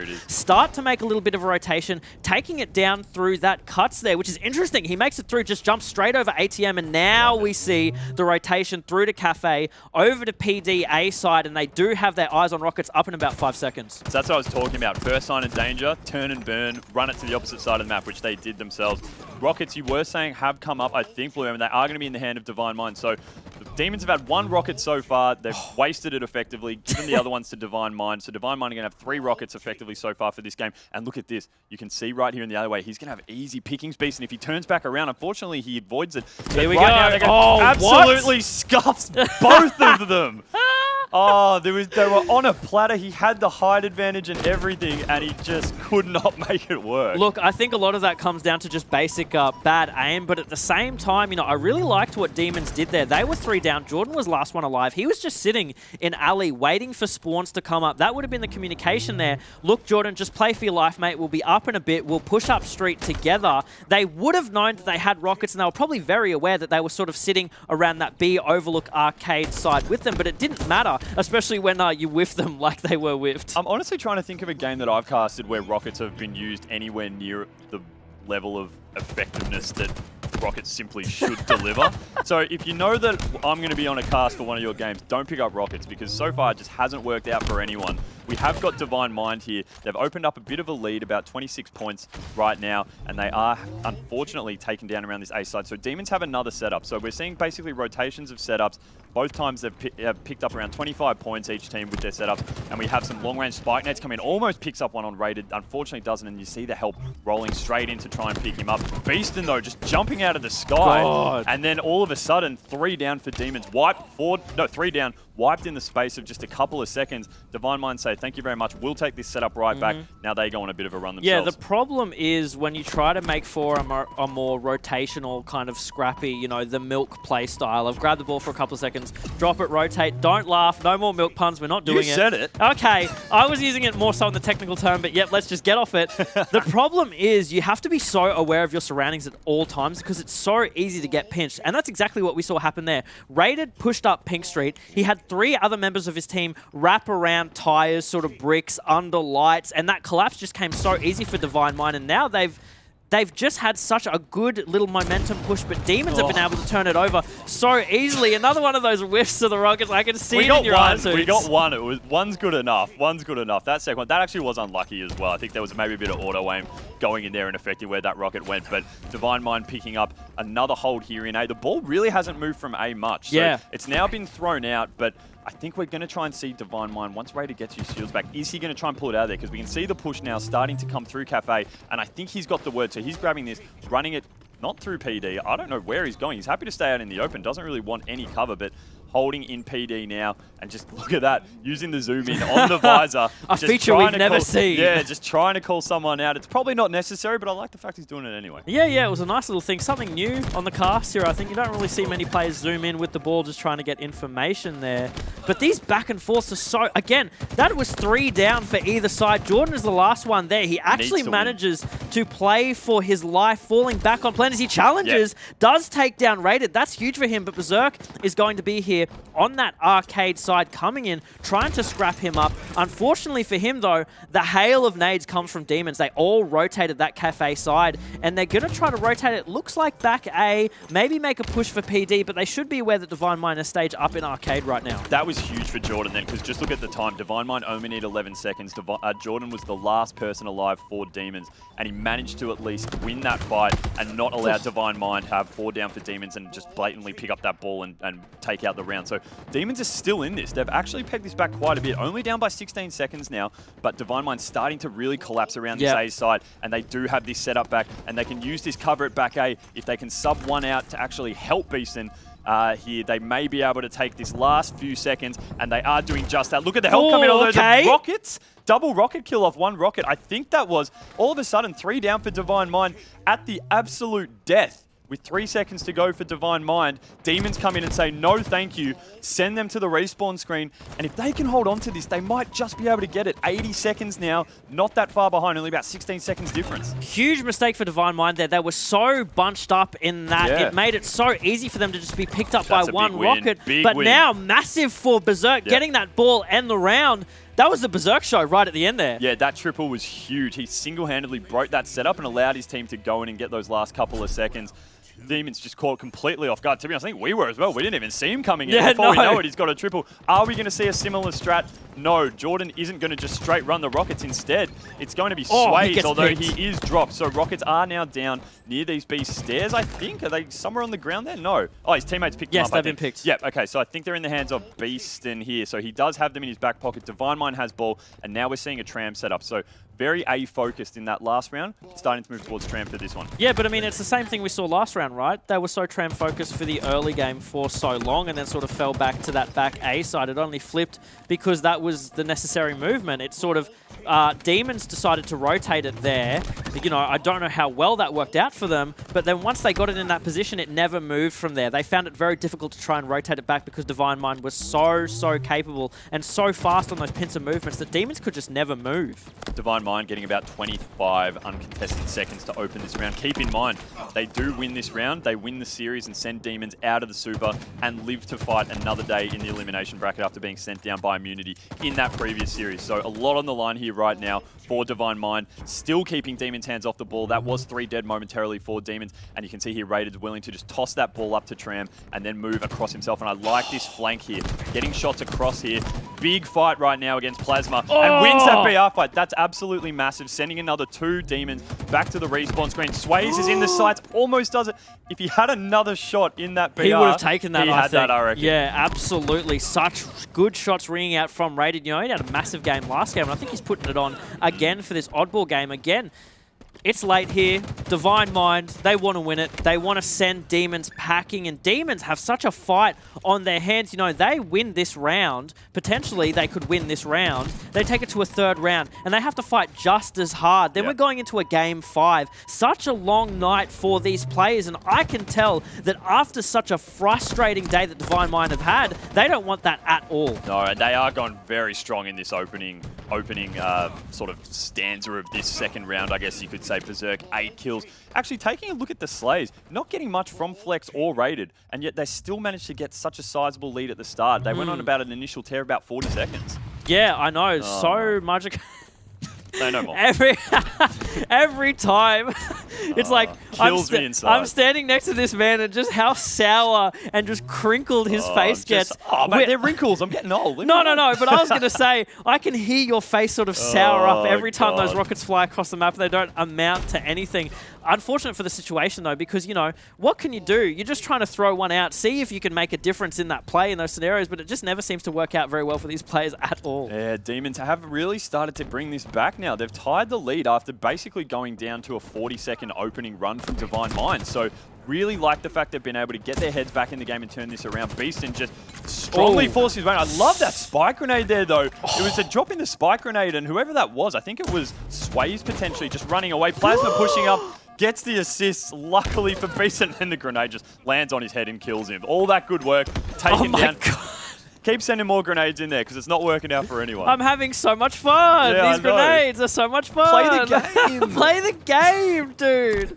Oh, so ridiculous, that little tussle there. But that's what makes the tram setup so dangerous. If you can't get those micro rotations down in those hallway sections, you're going to be eating nade after nade. That's exactly what we saw ringing out from both teams. Unfortunately, though, Demons are still the one in the lead. Divine Mind have a little bit of time to make up for, and if Demons can get their hands on this ball, which it looks like they're going to start making a little rotation here. They're going to be racking up even more time. Sways is using his Bulldog to perfection. He dropped both. He effectively broke the entire shields of everyone on Divine Mind in that point. If we see one more drop for Divine Mind in this alleyway, which unfortunately we don't. I don't know where he actually went, but Sways was just doing great work there, just putting so much pressure on the Divine Mind push up into ball. And that's why we do see now Demons out to about a 20-point lead. Needs to be careful of that drop wall there. That will send grenades back straight at you, but Berserk doesn't care. Goes straight out, fighting again with Sways. Sways drops him. He was down a shot, so great work by Sways, though, to at least try and stay alive there. And right now, about a 21-second lead for Demons. Rockets in the hands of Sways, ball at his feet. I'd be passing that off so you can use those rockets once his teammates comes in, which I'm sure he will. Big kill for Sways there, just in the middle down at Bricks. You know, that enabled the rest of his team to just push up so safely. There was no contest from Berserk in that moment. You know, he goes down and there's just a free path right up the middle. Rockets again, not proving in the favor for the Demons. Demons go down 3 at this point. There's so much on the line right now. That's a big kill for Divine Mind. Berserk with the Bulldog in hand. He's got a full magazine for that. There's a lot of damage he could do. And right now, look at the aggression coming out. They know that Demons have no option but to spawn in trams. So Berserk is just going to get right up in their faces with this buckshot. Yeah, he's doing a great job of holding this cafe push. He just needs to figure out how to clamber up, but he's done it well here. Great use of the nades there and gets the double, or the assist at least it was. So takes another 2 down, and look at this time start to come back, Bluey, now. They're only about 8 seconds down, quick maths, and are starting to keep cutting this lead back. So they're about to overtake the lead now. Lolly is going to push in, and I love this push from Demons. Fantastic. Look at that, blink of an eye, 3 down. It was Lolly coming down through the cafe side, and then 2 Demons players just launching basically through Arcade, and they instantly flipped that, and now they've only got 10 seconds left to take out this second round and force it to a deciding round 3. Huge win for Plasma there. That's a shutdown on B-side Arcade. Only 5 more seconds for them with the ball. You can see Divine Mind making a push right now, but I don't think it's enough. They can just get enough time to tie up this game. 1 round apiece for each team. Hoots, what do we think? How are Demons showing themselves right now? That's just got to be a massive morale boost for Demons. Being down around 40 points at the very start of that round in really quick succession, to be frank. And then they come back and really start to dominate and win a very close round 2, forcing this round 3. They're not willing to go out yet. They know what's at stake. If they lose here, they're going home. We move to a deciding round 3, somehow staying alive there. And Rockets in their hands. Berserk taking down. All 4 dead. Double kill for Plasma. He's got the shotty as well now. And they've got a set up on 8. Fantastic start. Couldn't ask for anything more if you're a Demons fan. Finally, a good use of the Rockets. A little bit janky off the get-go, but he gets a clutch kill. We'll take it. Exactly. He swaps it out right quick for the Bulldog as well. That is in the hands of Plasma. Once again, he's been favoring this gun quite a bit. Does get taken down. I feel like the Bulldog should have done more damage then, but, you know, whatever. Divine Mind do go down 4 in that exchange. There are 3 players up for the Demons, and they are making some time on the board. And we're just going to see exactly what we saw just before. They're going to spawn down around Tram area. They are making a big push actually through Cafe, and it doesn't look like there's anyone sitting around the ball here to protect this push from Cafe. So they are going to have a pretty clear run, and look at that straight away in the kill feed. 2 dead, so they do have the numbers advantage right now, Divine Mind. They're going to be able to take over this ball, but that's not after Demons put a really strong start in netting that first 30 seconds or so. And even saying that, they don't convert it to ball time, Bluey. Yeah, I really like that play from Sways there, but I don't like that one. There is no reason why he should have lost that fight there. Raiden had to reload his gun. That should be more than enough time to finish him off with a quick headshot, but there was just something not connecting between his thumb and the sticks. Very unfortunate for him, and I feel like if he won that battle there, that would have been huge in terms of giving Demons enough space to rack up a good chunk of time for them to get so far ahead of Divine Mind that Divine Mind might have started panicking. Demons have done a really good job, Jordan in particular, I think it was, of stopping that rotation from Divine Mind down through to the tram. They were trying to move it there, but he was there putting enough pressure, and you actually saw them turn back and fall straight back into his teammates. So falling straight back into the lap of Demons. They did net about 20 seconds, so it helps him bring that lead back a little bit. It's not completely blown out, but not being able to move and completely controlling where they can go and dictating that, that's fantastic. An effective rocket, we love to see it. A second one here, shots on Jordan. There's going to be the cleanup. Divine Mind using these rockets perfectly. They were 3 down momentarily there, Demons. And watch this. If he turns left, and it comes straight over it. He jumped it. So potentially that's not really the area you want to be using those rockets. We've seen players struggle because effectively you can just hop right over it. Yeah, exactly. And you know, I don't think that was intentional for Lolly unless he was tapped right into the game, seeing the matrix, the code right in front of him, reading those hitboxes, and he just managed to jump at the right time, dodge that rocket. That's massive for them. But even in those exchanges, they go down 4 just like that. The rockets didn't even matter. Why do the rockets matter for Divine Mind when they can just use their BRs and get the same result? Flex Range is playing super strong objective here, and I like this from Beaston here. He's just stopping the push coming through from Arcade. He is dropped eventually, but very strong work there to stop that 3-man push coming through. And Flex Range, geez, look at that ball time, 130 points. Yeah, he's absolutely on it. Again, this man, we've discussed before, he's the shot caller when it comes to this team as well. So I think that's really good for him to be able to put himself in the seat of holding objective. It gives him a lot more control over his team. He can sort of call where he wants them to rotate when it's necessary. He can tell them what he's doing with the ball and when. It's fantastic for him to put himself in this position, especially if he feels like he's not really performing in the slaying arena. But then again, he could just turn it on whenever he needs to. Keep in mind, Flex Range as well played a lot with the Chiefs. He filled in for them as a sub several times as well. So he brings a lot of experience in a really top-rated team to this Divine Mind squad. So, you know, clearly he's one of the big shot callers for Divine Mind, as you said. But geez, this one's super close in this deciding round 3 right now. Divine Mind only in front by about 6 seconds. Wow, what do you say about that one? Other than 2 down, 4 Demons, Divine Mind 4 up, Flex Range still holding on to that ball. Look at the pings coming through. He's saying rockets, rockets, pick up the rockets. Maybe his screams through the microphone aren't coming off as clear as much as he'd want to. It did. They got the rockets, but again, Hoots, only 1 comes to connect for a kill. There's so much score right now blowing out in favor of Divine Mind. There's only about 20 seconds that they need. There is a play ball there from Divine Mind, from Flex himself. Not sure how well that works in their favor, but Demons, they've got some good rotations left in them. They just need to make that space, but no, unfortunately, Divine Mind are the ones securing all the kills right now. Lolly in a nice little position, does get taken down, can't handle 2 players from Divine Mind. There's so much on the line right now. This is it. If Demons lose this, they're going home. 10 seconds left on the board. It's counting down. It's just ticking away. There's no pushes that these boys can make during this time. They're going down so many players. 2 seconds left until they go home, and that's it. The Demons are done. They go home. Championship Sunday, and they're the first team to lose, Hoots. Oh, no, that's a title no one wants to have. But I just want to point out Flex Rain's objective work in that game. I was just watching his icon on the screen the whole time.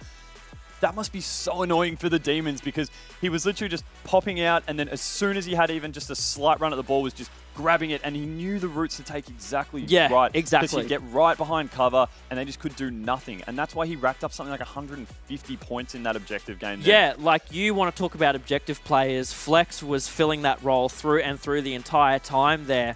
But, you know, at the end, the Demons, you could see how panicked they were. They knew that this was it for them, and the pushes that they were making were so frantic. They were just getting killed time after time. There was nothing that they could do in those situations. You have to try and stop the ball, and all it comes down to is landing the shots in those situations, and they just weren't. They did a great job of separation as well, just keeping the ball player away. And look at Sways, 9,300, but Berserk, 11,215, and only taking 8,910. So putting out a lot, but not taking as much as some of his other teammates. I just thought objectively that final 30, 40 points that they managed to net there was just sensational. Yeah, for sure. Really, really great Halo from them, and I can only imagine how strong those shot calling scenarios were coming out, especially, again, Flex, I want to highlight him being the objective player. He would have been the one calling those rotations, saying every single time, look guys, this is where I'm moving with the ball. If you can supply me with some shots, some support here and here, like we've got this game in the bag. This is absolutely massive for them overall. What a stellar game for them. Divine Minds proving themselves are back. And looking at that first round as well, FlexRains was netting like 14, 15 kills in that round. So clearly he then decided to pivot his role and move to objective player. But Luke, Divine Mind, they got disappointed against Immunity, as we know, but that's a really impressive turnaround, especially when Demons took that game off them at the start to really, make them on the back burner.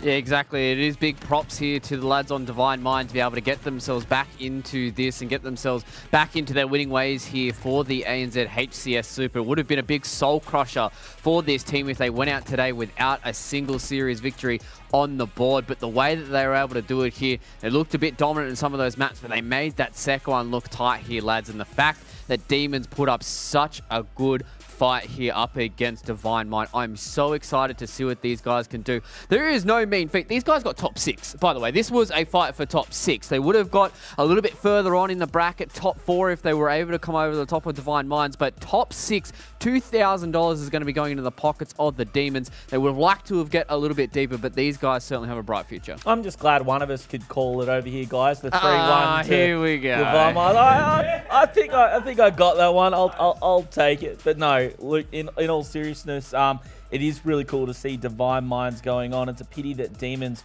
will be eliminated here, but what a series that was, and I think credit to Demons as well for the fight that they put up, Justin. Yeah, golf clap to the Demons. They just turned up in the Halo scene and really put their names on the map, and I really hope they stick around for the duration. But Divine Minds, with those Angel Wings, able to exercise the Demons, and they're going to be moving on. Yeah, that's something we really didn't get to touch on, right? It was a fight of good and evil here between Divine Mind and the Demons. But with that series loss, the Demons will be saying goodbye to the ANZ HCS Super. But Divine Mind, they progress forward in our bracket. So for those of you who haven't seen the entirety of today, let's bring up the bracket and see what you guys have missed from today. It was an insane day that we had here in the studio. This is how our elimination bracket is stacking up, lads. Right now, we only have 4 teams left remaining. At the start of the day, we said goodbye to the 1620 Kings and reunited. And then a little bit later on, Deathruptor fans and Authority Pink joined them back at home in the bleachers. But this is where it started to heat up here, Josh.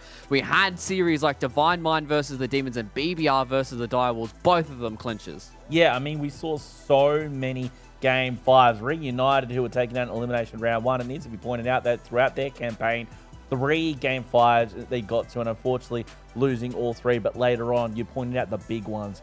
Direwolves versus BBR. That happened off stream, and unfortunately, BBR couldn't go the distance against the Direwolves, and of course, Divine Mind, who we just saw take down Demons 3-1. That elimination semi, Divine Mind versus Direwolves, that's going to be nutty. Yeah, that's going to be sick, especially from what we've seen from the Direwolves and the fact that we have seen a few chinks in the armor for the Divine Mind lads. But let's go and have a look at our upper bracket. This is how it panned out. These are the people who have not lost a series just yet in the ANZ Super. But look at these guys right now in the winners final, Chiefs and Immunity. Justin, Immunity, 2 series back-to-back full 5 mappers, and they took down Divine Minds, and they're making a play for top 2. Yeah, we're talking about it even before we started the first broadcast yesterday, is what Immunity we were going to get. And they're going to a bit rusty, a bit old dusty, but it's been classic Immunity all throughout today, clutching up and taking down teams like Divine Mind that are on paper the second best team in Australia, but Immunity, they're showing up at full strength. Yeah, I'm excited to see what they can do with a full day's rest underneath their belt as well, and see if they can come out hot for the final day. As we already said, it is Championship Sunday here in Australia, and we are getting ourselves closer to the end of the ANZ Super. But this is the prize pool. So far, we've been able to give out the prize money from 5th all the way down to 10th, but this is where we're starting to get towards the pointy end, Josh. Tomorrow, that losers semi-final final, it's for $2,000. That winner's bracket final is for $11,000. That is nutty, the amount of money that we're going to give away to those guys just by getting a dub on the board. An individual player for 4th place is going to go home with $1,000 US. Just get 3 places better up there in first. Easy game. That Easily. $1 grand turns to 5 for each individual player. A massive prize pool, and everything is on the line tomorrow. It's going to be a crazy day for us to get into that, lads. And before we do close out the show, it has been a long day for us. So, Justin, any final thoughts before we let everybody get a little nap and then come into tomorrow? I mean, I'm really feeling for the Divine Mind boys. They stumbled, but they picked themselves back up because you can tell that they really want it, Luke. They really want it. So shout out to them to be able to pull it together. Maybe a little bit of tilt creeping in there a little bit. And we've got to see whether or not they're going to be able to, you know, reset a little bit tomorrow. Maybe a rematch with Immunity would be interesting depending on how that Chiefs series goes. We've got a whole lot of spicy storylines for us to get through, ladies and gentlemen. It has been a long night for us here in the studio, but I'm sure you guys at home have loved the greatest region on the planet. We've got one more day to crown our champion here in ANZ, and I'm sure you guys are going to be joining us for our Championship Sunday. Same time, same place, where we get to crown our champion here in ANZ. I've been Fluke, and as always, stay safe. I'll see you guys for the next one.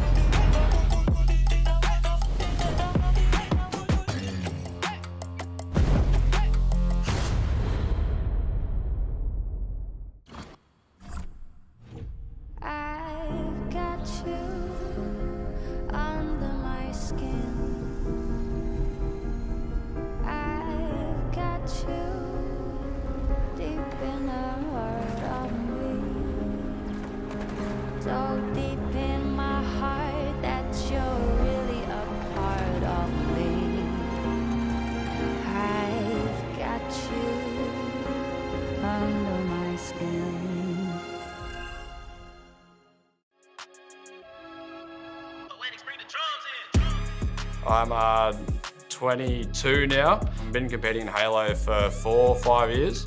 Currently doing an IT degree as well, and working on top of that. So got my hands full, but yeah, getting a bit of Halo in on the side. It's been cool. was about 5 years old when I first picked up the controller and I started playing Halo CE campaign at about 2 o'clock in the morning because I wasn't allowed to play shooters at the time. Didn't really get into the competitive and multiplayer scene until about Halo 4. I would say I am a bit more aggressive on the map. I like to think I'm doing a lot more damage and kind of, trying to, direct the team on like where we should be kind of going and playing for. I'd say I'm probably, doing the damage, calling out the players and, trying to find those opportunities. VR and pretty much anything I can really get my hand on. If a preference, probably the mangler. I like running up into someone's face and just smacking them with it and putting them in the ground. It's pretty cool. I definitely think we're seen as the little guys, but we have the talent, we have the players. If you have the right mindset about anything, nothing's really going to get in the way.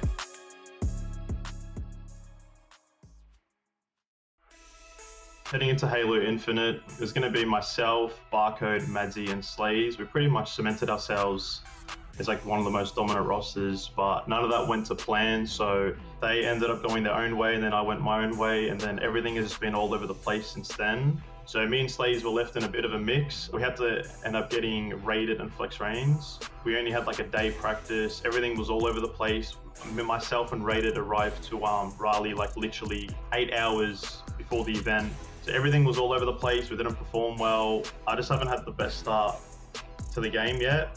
At the start of Halo Infinite, I decided to just coach for the Chiefs, and that was a new experience to me because I've always been a competitive player. As I was watching the games and all that, I just wanted to compete.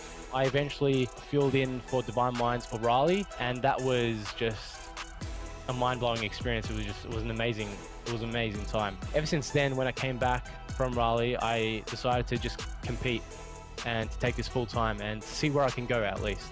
I just wanted to build the best possible roster to be the #1 team because Chiefs are pretty strong. I've always wanted to stay with the same 4 till regionals and worlds. At that time, I was like bouncing back and forth with filling in for the Chiefs as well as like making my own team as well. Berserk just went back to his roots and picked up myself and Raided, and we've been playing ever since. We've been doing much better than we ever played before. I want to take the opportunity on Beeson because I think he's got a lot of potential and he knows how to win. He's got great energy, he's always going hard, 100%. He's just a freak at sticks. Yeah, I never would have thought I would play with a Call of Duty player myself. He picked up the game so fast and picked up the mechanics so fast. It's really cool to see. So he does want it, and I think by the end of the year he could be definitely like the best player. I think we'll find a lot of success together if we just keep doing what we're doing.